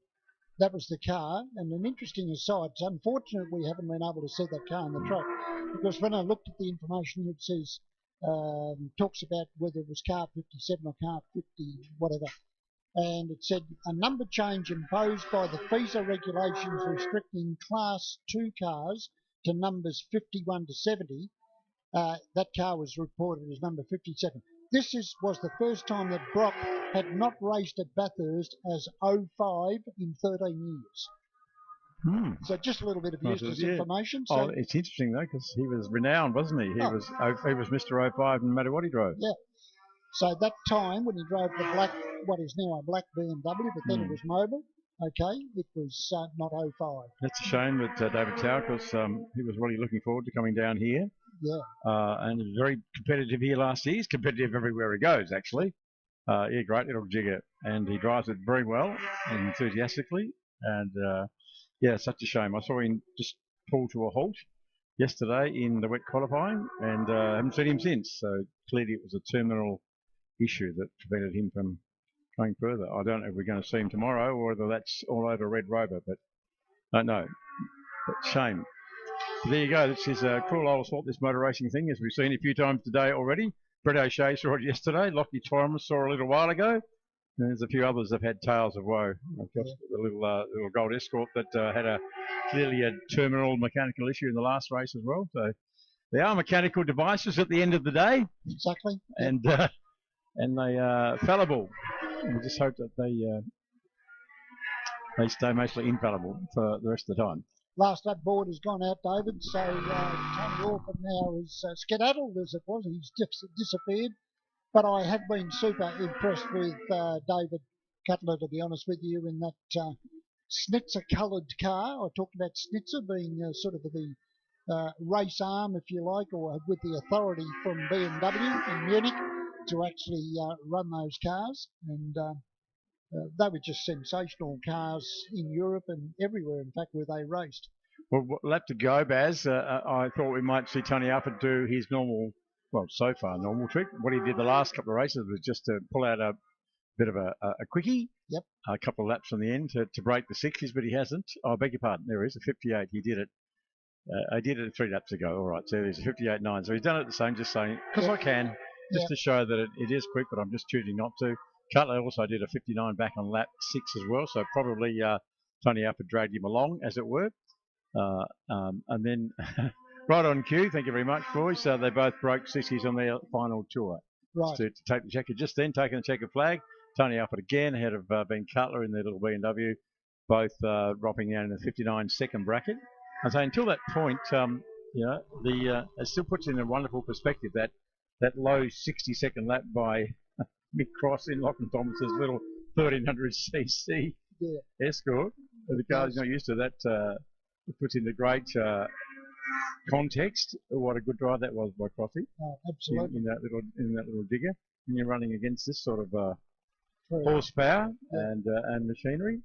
So well done. Thank you, ladies and gentlemen. Oh, gentlemen, I think. All gentlemen out there at the minute in the Heritage Touring Cars from the Group A and Group C eras down here in Tassie. Thanks to Events Tasmania, who are wonderful supporters of lots of different events. Funny that, Events Tasmania, but they've stepped up and assisted the Baskerville Historics Committee to come to Tasmania, as of many and various sponsors, but particularly, as we've mentioned, the good folks from SRT Logistics, which is headed by a great friend of motorsport and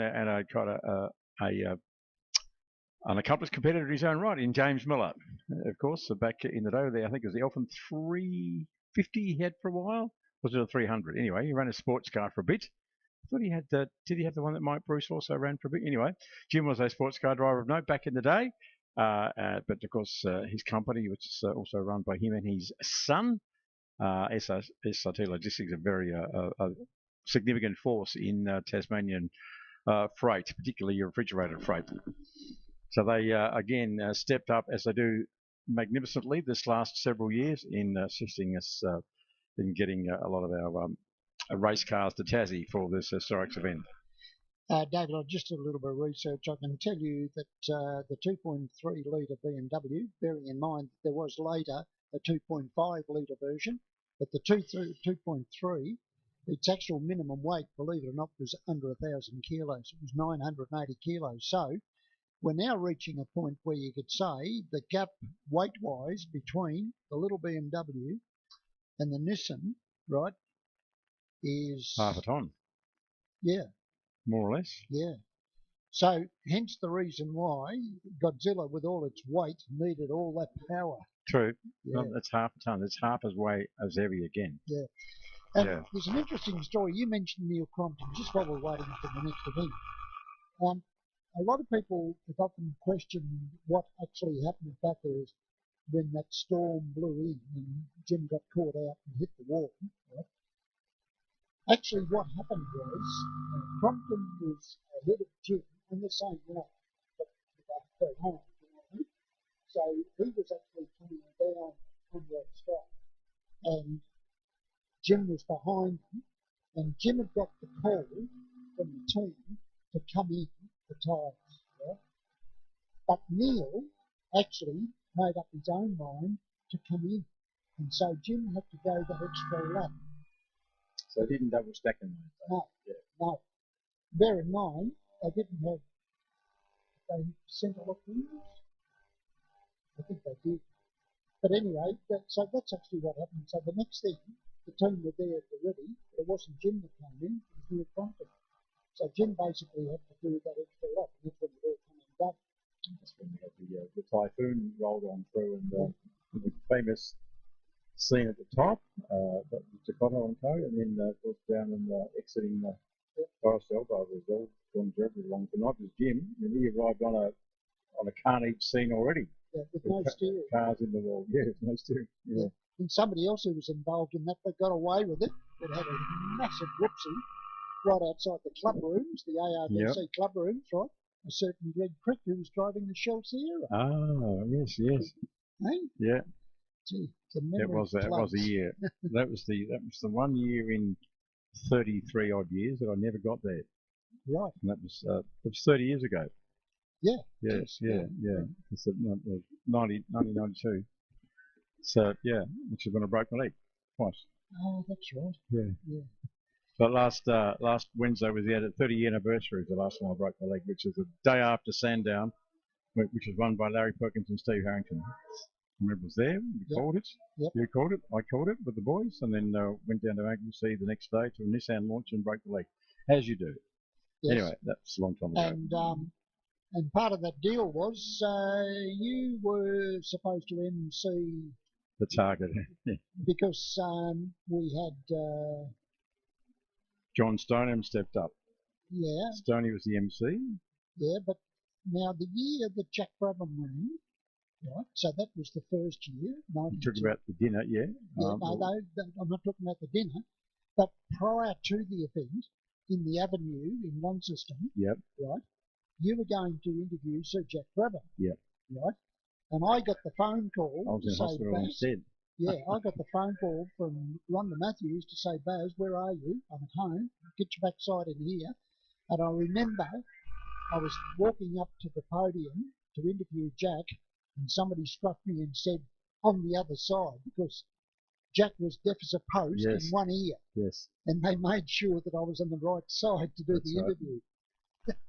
Yeah. The things you remember. That was the year also that I've got one of my all-time favourite photos, which I've still got, which is at a sportsman's night, so-called, at the casino. Where people would come along and we had a chat, and I hosted that with a photo of myself, Denny Holm, deceased, Scotty Moss, deceased, Roger Clark, deceased, Jack Braden, deceased. So 4 absolute legends, and world champions, all but Sterling. Yep.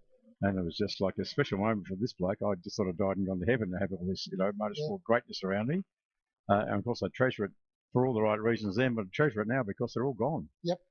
Now, after this classic sprint, we'll have a chat about another photo that you and I were involved in. Okay, we'll have a chat about that after this. Now, this is very interesting because down in the...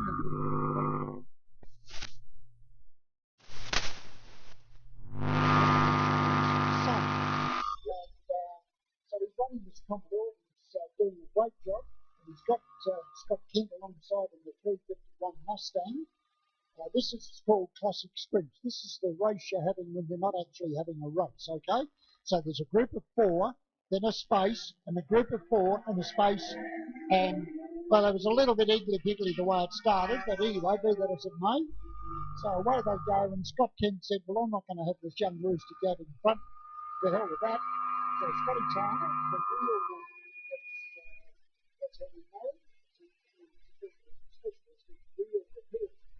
did something else too, David, for many years, was a refueler for quite a number of cars in Targa, Tasmania. So at various locations, he was there, right, including us. He actually refueled us. So we did a great job, fantastic job. It was always reassuring to know that you'd somehow reach a point and there was the trailer sitting there with the huge tank on the back, and Scotty at the ready to fill us up. Righto, well, that beautiful sounding Mustang is coming around to complete the first lap, and we've got young Connor O'Shea, and I spoke with Brett O'Shea at around about lunchtime, and the only thing that he's feeling, David, is he's a bit stiff in the back of the neck. Oh, I've got to tell you, those 2 Tiranas, I'm talking about Graham Russell and the 2-door hatchback, I thought they were going to come together through the chute then, so anyway, they got away with it. That's always good to know. Okay, so at the moment, the first 2 have opened up a gap because the next car is, well, that's actually saying, yes, it would be, it's Rowell, who is 3rd in the VK Commodore. That's just disappearing down the hill. And then it's Graham Russell, followed by Bond in the Datsun 1600. I don't think that's right, to be honest with you. I would suggest it's a white 2-door hatchback, and that's what's appeared in my vision on the back straight. And then we've got an orange hatchback. So let's see what happens for the timing screen on this occasion. So there goes Graham Russell.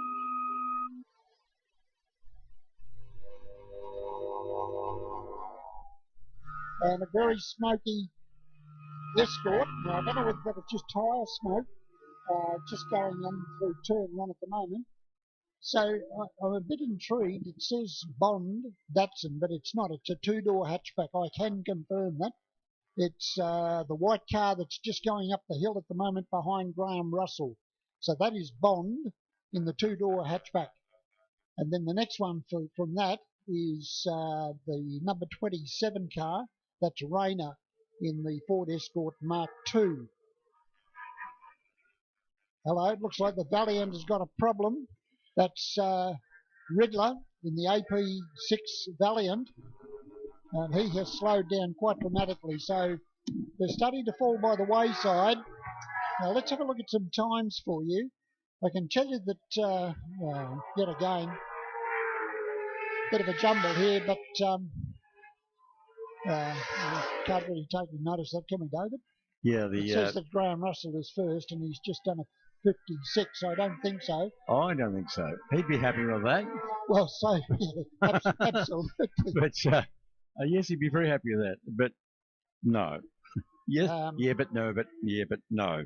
Okay, now, David, there's something strange happening here because that Datsun, number 153 is Bond, and that's definitely the case. But number 21 is actually Cassidy.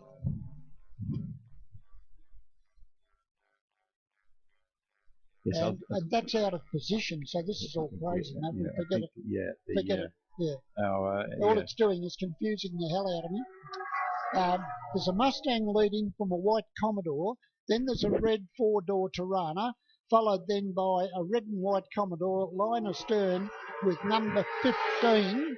That's the next one to come through, which is Bennett, so it says. And the Valiant is pulled up in pit lane. Last lap board is out. So it's all a bit confusing. Yeah, and it continues to do things like that. Can you be happy with that time, Baz? A 51.7. Oh. It's getting very close to Alan Jones's 9.35. Mate, we better get on the phone to a certain, what's his name in Launceston with the Nissan? Oh, he's Brad Sheriff. Brad Sheriff. So, mate, you're in trouble here, mate. Yeah. We got an old Mustang that's got a threatening situation. Yeah. There you go.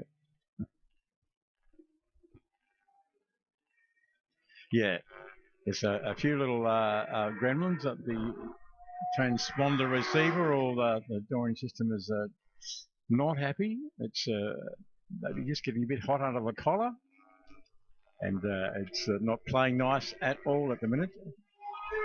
I think it might have settled down a bit now. I think we don't worry about the best laps and that sort of thing, but I think we can maybe take some confidence in the times that are being presented at the moment. A 101 for Kent, 351 Mustang, a 62.3 for Russell, and the 25 yellow Tirana. It's all a moot point now because the checker flag is flying.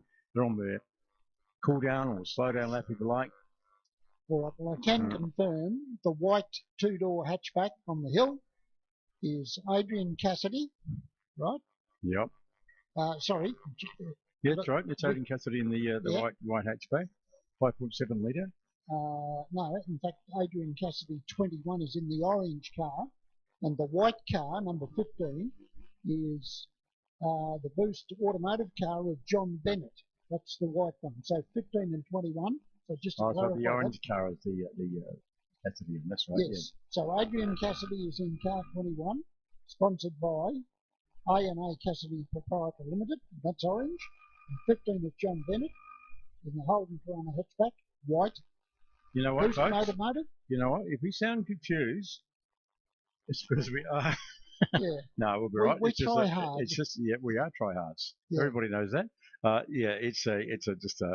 The computer is having a wobble, and there it goes. It's correcting itself now. Best lap for Cameron O'Shea, in fact, and his 16 was a 60.4. Again, putting into wonderful perspective the performance by Mick Cross in the 1.3 litre Group N Escort. Yeah. He did a similar time. In fact, it was quicker. But didn't the Mustang win that race? Not according to this. So anyway, Baz, you're just confusing on I get confused enough as it is at the best of times. Don't push your luck, Baz. Okay, I'm going to sit down. Don't expect me to do anything sensible or involving logic and sensible thought and all that sort of stuff. It's not how I roll. You know I'm such a fussy bugger, mate. So. Yeah, I know. That would mess with your head hugely. But anyway, it was just what we should do is treat it, take it on its merits, and so that was a whole lot of different cars, a whole lot of category race cars in the various stages of development and tune being driven spiritedly, which is kind of exactly what it was, a classic sprint. It was all about running against the clock. They weren't racing per se. So it's just lots of noise and colour and movement. Nothing wrong with that at all. So we'll see a few people leaving the circuit. Good on you. Still got races to go, but you might have places to go, people to see. We understand that. We totally get that. Nice and easy on the way out. It's a bit slippery up there in the hill, as you probably gathered. I saw a few people going A over T this morning when I was wandering around up there. So still be nice and careful with the way you place yourselves on the slippery stuff, folks. And if you need to get out of a parking spot up there on the grass, nice and slow. No sudden movements or jerky movements. Just keep it nice and slow.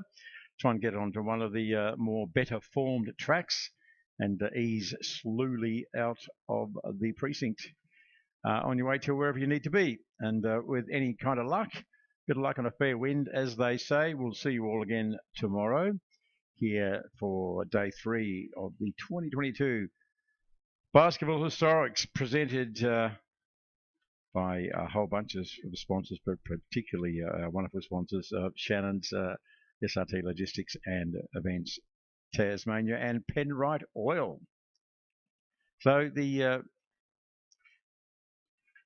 much anticipated race, I know from Mickey Cross, who've been banging on about this last little while. He came into the weekend with a very big race load on his agenda in running the Rover, which is, well, Society would like to say he broke it. Maybe he did. Just lots of little things gone wrong with it, apparently. It's still a bit recalcitrant. It's still a bit cranky. Hasn't quite got it sorted yet, despite his best efforts. But at least, like a lot of guys, he just have to put it on the trailer and go, well, that's all she wrote. He's had his little fun in the Infanta, the Lockie Thomas Escort in the All Forwards race, and he's about to go out and have even more fun. His third appearance today in his familiar orange 29 XU1. Won the first race, was bested in the second one by Chris Thomas, and now it's time to see who can be the king of basketball so far as the Tirada XU1s are concerned. It's an old XU1 race, and that's something I don't think I've ever seen here, Baz. No, well, it's celebrating the 50th anniversary of the XU1, and it's sponsored by Tas Performance Warehouse. So a big thank you, very appropriate sponsor for this race, I would suggest. And I'm really looking forward to this, to be quite honest with you. I think we've got to keep an eye on car number 7. That's the car of Chris Thomas from New South Wales. I think he could be a major player in this. And of course, we look at Cross, Michael Cross in his new Norfolk Caravan Park car, and Williams in the 59 car. That's Andrew Williams. AW Automatics car, the blue machine. So they're just coming around now, and it's sad that we don't have Phil Ashland out there. Yeah, it is sad. He would have really done well here. He would. Now, Phil Ashland, of course, was the king of the HQ Holdings. He recently went to the Northern Territory, and I know Stridey has mentioned this a number of times, but we'll just mention the fact that he went to the Northern Territory and won the HQ Nationals, came back an elated man, as you would imagine. Little old Tassie does it again. Lined up in the red XU1 that he sort of transitioned to in the last 12 months, turned up at Simmons Plains and had all sorts of problems with the oiling system. The oil was coming out where it wasn't supposed to be coming out, and he was a very disconsolate man. So it went from a fantastic high to a very low low, and it got even worse when they then had a fire when they were getting the car prepared, which caused a lot of damage. So he's here. Well, I'm not sure whether he's still here, but he was here this morning, and obviously disappointed that he's not out there. So Scotty Caldwell in the number 42 car. Now, he had some issues as well from memory at Simmons Plains. You wouldn't have been there for that one, but he had some issues, had to put the car away early. Millins Isaac is there.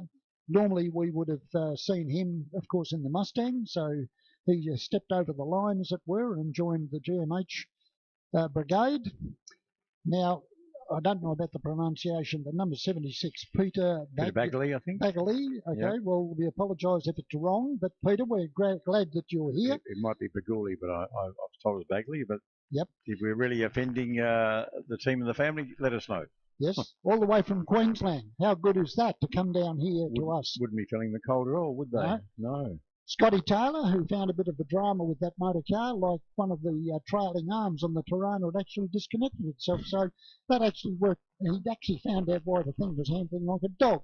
God. And there you are. Oh, and wow. I think he shouted himself a new set of tyres. Well, good on you, Scotty. Okay, 77 is out there as well, which is Dennis Stoward, Tight Spot Excavations. Then it's Lee Chaplin from 10, from 9 is Young, and Lee Woolley will bring up the rear. Right, so Michael Cross and has parked the car right on the box. In other words, the front tyre is sitting right on the white line, so he's got no margin at all.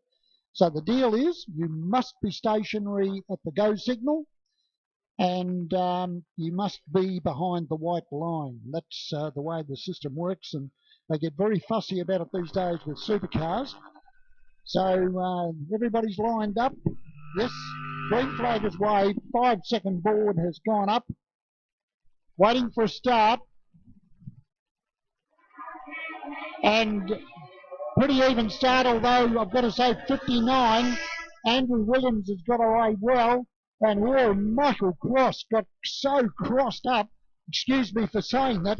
But he got so crossed up under brakes because he thought he was going to hit the back of the blue Tirana. Yeah. And so you saw it as well, David. Yeah, it's very wedged there. Like you can see, like you didn't know where to go. No, exactly. You didn't want to got the ripple strip and whatever. So we went to jink left and he saw a car there, so it was really quite compromised there. And that played right into the hands of Williams in the blue car. The reason, sorry, David, the reason that I said we have to keep an eye on them is because in the previous event that these cars ran, okay, Williams had a spin at the bottom of the hill and charged back through the field. And looking at his times, it seemed to me that he was going to be the one to beat. Well, I've got to say Michael Cross has recovered well. He's in second, though, so he's got to think about what he can do. It's a 7-lap race, by the way, 7 laps. Now, Scotty Caldwell is under the pump here at the moment from Thomas in the number 7 car. Then it's Bagley, the next one, followed by the 77 car of Stored. And then a very noisy XU1 Tirana, the next one to come through, which I think would have been Young. So it looks like we've retained the full field, have we? So it says 9 cars. So Woolley didn't take the start, or has he stopped? So we've got 1, 2, 3, 4, 5, 6, 7, 8, 9, 10. Yeah, 10. So Zizak is the one that's missing. Millen Zizak. Okay, now what I did see is that Michael Cross had closed right up on the 59 car, and this looks like it's going to be a battle. In fact, the gap has opened up all of a sudden, so something over on the other side of the circuit must have happened for Michael Cross to in fact close up. So these two, Crossy, please don't do that. He's getting crossed up. Oh, David, don't give up your day job, man. Crossed up. Crossed up. Michael's very cross. Yes. Okay, well, he's obviously got a rear end problem of some description. It's called lack of grip. Yeah, well, we know he's got a rear end problem. Have you seen him? Yeah. So Chris, here's the big danger though. Like he's gone into defensive mode as well. And that's why he's getting sideways. Looks like his back tyres have gone off of it. The car is very loose. Chris, much like the driver. Chris Thomas has got past Scotty Caldwell. Chris Thomas is the one right behind Crossy at the moment. He's the 3rd car on the track. He's the middle of that little train coming onto the back straight this time around. So Michael Cross probably realises it's a bit of a tall order now because Williams is way out in front at the minute. He's got 120 metres. Down the outside goes Thomas. And we went down the outside, wanted to go around the outside, wasn't going to work though. So he had a big lunge there, so Crossy's gone into full-on defensive mode. Not sideways this time, no, he's driving it much, much straighter, and it's working much better for them. He'd be kicking himself for that mistake last time, that sideways thing, put him back into the clutches. So Chris Thomas is the man that almost beat him in the first race this morning. He's probably a tad quicker. But look at Crossy. It's from understeer to oversteer. He is driving the wheels off this 29 Tirana, and so he would be because he's got the pride of Tasmania. He's got once it's a look at sideways again. It's not getting power down. He's going to have to make it the world's widest. He does. Brakes so late at the top of the killer kill because he'd got to need it to because he had Chris Thomas there. So he didn't block the way. He just braked so late. Michael Cross is absolutely driving the wheels off this gun. No doubt about it. But it's never been this quick. He knows he's got Tasmanian flag flying there because he's got a mainlander in front of him, got a mainlander behind him. So he's the main man. He was going to try and take the Toronto XU1 honours. Meanwhile, Bazza Williams is scooting away. He certainly is. Now, the other thing for me, David, is the fact that Thomas, while he's challenging Mick Cross, he's got to be careful that he doesn't leave the door open for Scotty Caldwell, who's right there as well. So it's a twofold problem, if you like, for the car that's running third at the moment. He's looking for a way past, but he's got Scotty Caldwell right behind him, and he's got Bagley there behind Scotty Caldwell as well. So, as you quite rightly pointed out, Andrew Williams is just disappearing into the distance. Full second faster last lap from Andrew Williams back to Mick Cross. Did the quickest lap of the motor race as well to do a 1 minute 0.4, and Cross is still back in a 61.5. He's gone a second faster than that before, but not now because he's in full-on defence mode. Absolutely. All right, now, as I said, this was a 7-lap race, and so laps remaining 3 at this point. So the Williams car, number 59, the blue machine now. It's about to be 2 to go. Okay, so that car to me looks very, very stable as it comes through. Now, what's happened here as well, well, there's a battle going on for effectively second place between Cross and Thomas. There's equally a tough battle going on at the moment between Caldwell and Bagley. Absolutely. So they've got 2 by 2, if you like. And the next car in the field after that is Lee Woolley. That's the green machine that's just coming through the S's now, and followed by Young in the number 32 car. That's the primrose colour. I think it's a primrose, would you? That'll do. Yeah, that'll do. Okay. And then the 77 car, and that is stored. So Williams setting a cracking pace. I mean, he doesn't really need to be going this hard at the moment because he's got, the gap on the previous lap was 4 seconds, and that's a big gap in a one-make race, as it were. And we'll just have a look. This is going to go to probably 5. 4.5. It's going out half a second a lap. So, yeah, he's just absolutely dominating. Fair to say, though, the Crossy, I think he's kind of given up the fight. You realise he was just not going to catch Williams. So this is magnificent defensive driving. I'm not sure Chris Thomas would agree with that. He probably would agree with that. I think he'd be impressed with it. And then, he's just trying to get on the power. Both of them trying to get on the power. But that time was Chris Thomas getting the wheel spin. He was a bit eager to get on the power, getting out of 4 at the bottom of the hill. You can't blame him. He wants to get on with it and pass this pesky orange Tirana in front of him. But with a less than a lap to go, Cross, he's not going to win. But is he going to hold on as Chris Thomas drifts his Tirana through the Calvin's corner to try and get a run down the straight? But no, Cross is really driving his car as straight as he's possibly going. Keeps it over to the left-hand side, the middle, then the left, just blocking any obvious opportunity for Chris Thomas. But checker flag, and the Tirana race goes to and Williams. And a lunge on the line from Chris Thomas, but holding on for second place. First Tasmanian, Michael Cross in the 29 Tirana, ahead of Chris Thomas in 7, then Bagley in the 76 car, Tasmanian Scotty Caldwell in the gold 42, Lee Woolley in his 43 machine, then Young coming across the line now in 32, and waiting for the guys to come around and take the checker. Here he comes now, another one of the orange Tiranas, the 77 machine. That's Stoward.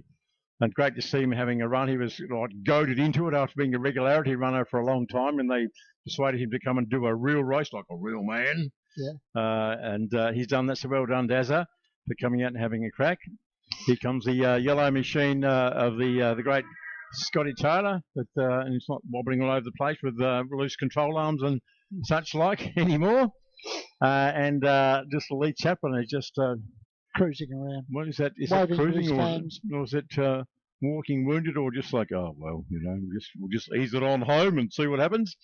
So there you go, Baz. Yeah, David, I've got to wonder if Chris Thomas earlier in the race had been able to get past on Mick Cross.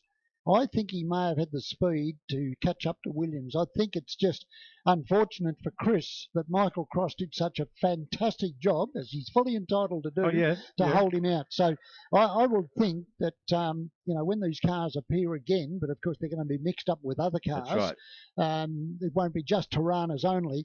I think you find the object of the exercise for Thomas will be to get in front of Mick Cross just to prove that, yes, I've got the quicker car. Yeah. And that's what I do like about this weekend. Like we're winding down to the end of proceedings here today, and we do it all again tomorrow from 8:30. It's going to be great. More to come. Exactly. So good stuff. Just to keep our fingers crossed that the weather guides will smile on us. They've done all the dirty work yesterday, and it'll all be sweetness and light tomorrow. Chocolates and roses and all that sort of stuff. So well done, gents. Congratulations to our mainland visitors for coming over and having a little skid with us. And did well. Took home the chocolates. So a great, solid performance there by everybody concerned, but particularly the guys from the Big Island. Did a great job. Now, to finish up the program, David, I think it's been a fantastic day, and the weather gods have been very, very good to us, to be honest with you, apart from that little light shower that just spiced things up a little bit. But we've got the final event, and it's the Muscle Car Cup. So this will be a great battle, I'm sure. A continuation of what we can see, and the big object now will be, can Adam Garwood do something about that Roadways liveried STP Commodore of Matt Carey, who I must say drove extremely well. He did. He's really hit his straps, hasn't he? Just been getting a bit quicker, and just a tiny bit of pressure on, you might say, at a historics meeting to have that livery, and just like to wobble around, but he hasn't done that. I would imagine I'll look over to Dad to get a year, and I reckon that Adam would be quite enjoying having a race, rather than just trundling around and doing quick times and going, oh, well, that was nice. Having someone to chase or defend and what have you, it's all about racing. And so... and I'll ask the question in Greek and nod one way or the other. Have you actually done something to the car since the previous outing, just left it as it was? Right, he said the answer was it's going as fast as it'll go. So, okay. So we're going to ask. Yeah. It is what it is, yeah. So this is a great way to finish off the day, and as David said, there's 30-odd events tomorrow, so it's another early start, and if we can get another day like today, we are going to be blessed. I've been super impressed, David, with the response from the fans. I mean, to look up there today, and I mean, we had at least twice, if not more, cars than what are sitting up there at the moment. Some people have obviously left the circuit. But I think that's a wonderful fillip, or if I can use that word, for the people who work behind the scenes to put this meeting on. And, I've been dealing, as you would have been, with Donald Potter and Peter Killick and Mike Ellis and all those sort of people, and a whole group of people putting this all together. And there's just a massive amount of work. So well done to everybody. And we're going to look forward to seeing you tomorrow. But we've got this one very important race to finish off at this point. And if you haven't got enough motorsport, folks, well, you can switch on to Fox tonight and watch the final practice session. That is practice session 4, 3 and 4 for MotoGP at Aragon. So, and qualifying. So, and if you've got Stan, just if you have. Oh, yeah, righto. Right. Come on, rub it in. Rub it in. I'm just saying if you have. Yeah. I might have. You can watch the speed series from Sedan, because you can watch it on demand. It's on this afternoon, so you get VCR and Trans Am and so on, and the production cars and so on and so forth.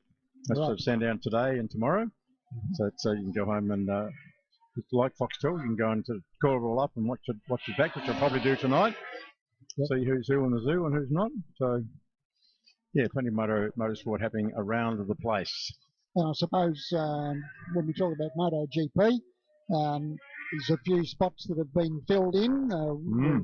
Dovizioso has now stepped aside, but Cal Crutchlow back to fill in that vacant seat for the rest of the season. So the Brit, I've really got something like Cal to be honest with you. I've just got a soft spot for him.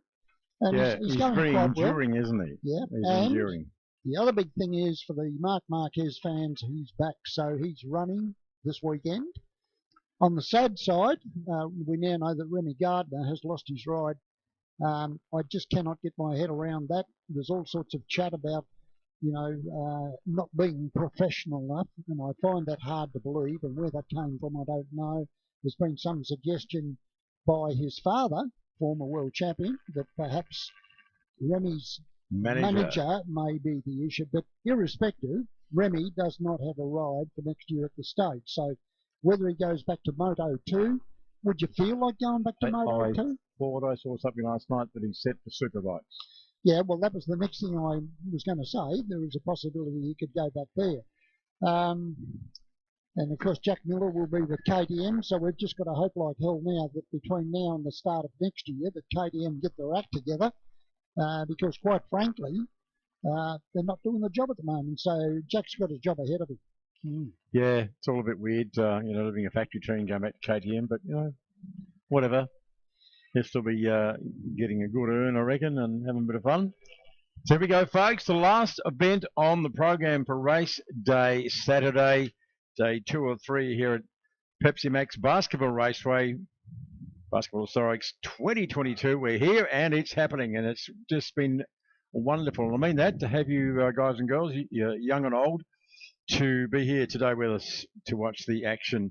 And it's just fantastic to think that here we go, winding down, 10 minutes to go thereabouts, and we're going to do it all again tomorrow from 8:30 a.m. That's when it all starts, going right throughout today, including the famous grid walk as well. So we really look forward to having your company tomorrow, and bring your friends as well. That'll be great. Wonderful to see. So the bodyography cosmetics card, red light's on, about to go off, and then we'll get a start. Oh, that's not good. A slow start there for the Tembe Civil bodyography cosmetics car of Adam Garwood. I just thought for a moment that I just stopped, because I hate when that happens. I just look around and just keep my fingers crossed that he got going, and he did. And some pretty good spatial awareness by the guys behind him, who managed to jag to the right and not take anybody else out as well. So that is a shame. Just a bit of a crook start. Already 1 down. Make that 2. No, not 1.5 down. So after his tardy start, don't know whether it was a full-on stall. Can't really say the anti-stall kicked in, because there ain't no such thing in that. It's just he got to fight up again. I don't know. Anyway, whatever happened, it didn't go well, the start for Adam Garwood. Fair to say, as they honk down the back straight for the first time, and listen to that STP Commodore, listen to that Kerry Commodore. It really makes all the right noise. A lot of smoke, too much smoke coming to the back of the Adam Williams car. It ain't tyre smoke, and as in brake and whatever. It's smoke that you don't want to see, really. And already in the early part of the race, Adam Williams, as he does, getting very, very sideways. He doesn't mind using up those tyres. Gets a bit sideways. They're sneaking on the inside. Is Shane Brodie does that so well. We saw him do that the last meeting here, the TCRC round. He's really at one with this car now, is Shane. He's really got it very well together. It's a very quick little car. He extracts every little ounce of performance out of it. So plenty of grunt from the Adam Williams car, and not really shabby also. Adam Garwood side by side, snuck it down the inside there, poked it in there whether Adam Williams liked it or not. Here I am, hello and welcome. Goodbye. I'm going to say to you that Adam Garwood, mate, has got fire in the belly like you would not believe after that tardy start. I was wondering what you're going to say. He's got big underpants, big, one of those things, yeah. Can we just go back? I really think there was a bit of confusion regarding the start, to be honest with you. But anyway, that's by the by. So it's Matt Carey, followed by the Shane Bond car, then Adam Garwood. And I'll tell you what, the Williams car is sick. I know. He's popping on the limiter, Baz. He's popping it on the limiter. I went outside, had to listen. Well, I can say it's sick. Yeah, well, he's sick. Well, the engine's going, don't do that to me. So what it wants to do is pull another gear. Oh, big spin there coming out of 1. Out of turn 1, I should say. So Ferguson. Yeah, that's not good. It looks like he just got a bit loose and hairy and audacious, that sort of stuff. Luckily, no harm, no foul, spun out of the way, and luckily he didn't get bogged on the infield there like that Commodore did earlier in the day. Anyway, Stone motherless now, all over Red Rover as far as a good position for him is concerned. back to the front. Matt Kerry's our main man. And Adam Garwood slips down the inside of Bond in the little Datsun. And now it's on. Plenty of laps to go. Maybe not really 2 laps to go, is it? No, 3. So it's only a 5-lap race, Yeah, David. 2 laps to go. So 2 to go. So clear of the rest. And there's the gap. Gap last time around was 1.5 seconds. Don't worry about the stopwatch. Don't worry about the timing devices. Let's look with our own 2 peepers, and we can see it in front of us. There's Matt Carey in the STB Commodore, sweeping around turn 4, bottom of the hill, pedal to the middle, foot flat to the floor. That V8 working its things off, if you like, flat out, grunting up the killer kill. The V8 also, Adam Garwood doing likewise, and amazingly, the little Bond Datsun almost staying with Adam Garwood. Doesn't matter though, because he's back in the 3rd position. They are on the run home. 1.5 laps to go, Baz. Can Adam Garwood do it? I don't think there's going to be quite enough time. I'm going to suggest that the Adam Williams car has got a broken header because it is really sounding very strange, to be honest with you. So have a listen when he comes past for the last time, by the way. He says that about you, Baz. You just sound very strange. You must have a broken header. Anyway, it's got plenty of smoke coming out of the back. What I don't like, just have a listen right now. Oh, yes. I'm with you, yeah. It doesn't sound very happy. No. It was probably on the limiter. I heard him in the race earlier today. He pops on the limiter here and he says, oh, blow it. I'm not going to pull the gear. I've got to back it off in a minute. So I'll just let it pop on the limiter and see what happens. But what that smoke is under brakes at the end of the back straight, don't know. Doesn't seem to do it anywhere else. Much is it doing it now? The Adam Williams Tirana, no. He doesn't mind. He picks it up by the scruff. Here it is, under brakes. Under brakes, it has a big smoky, like it's weirdness.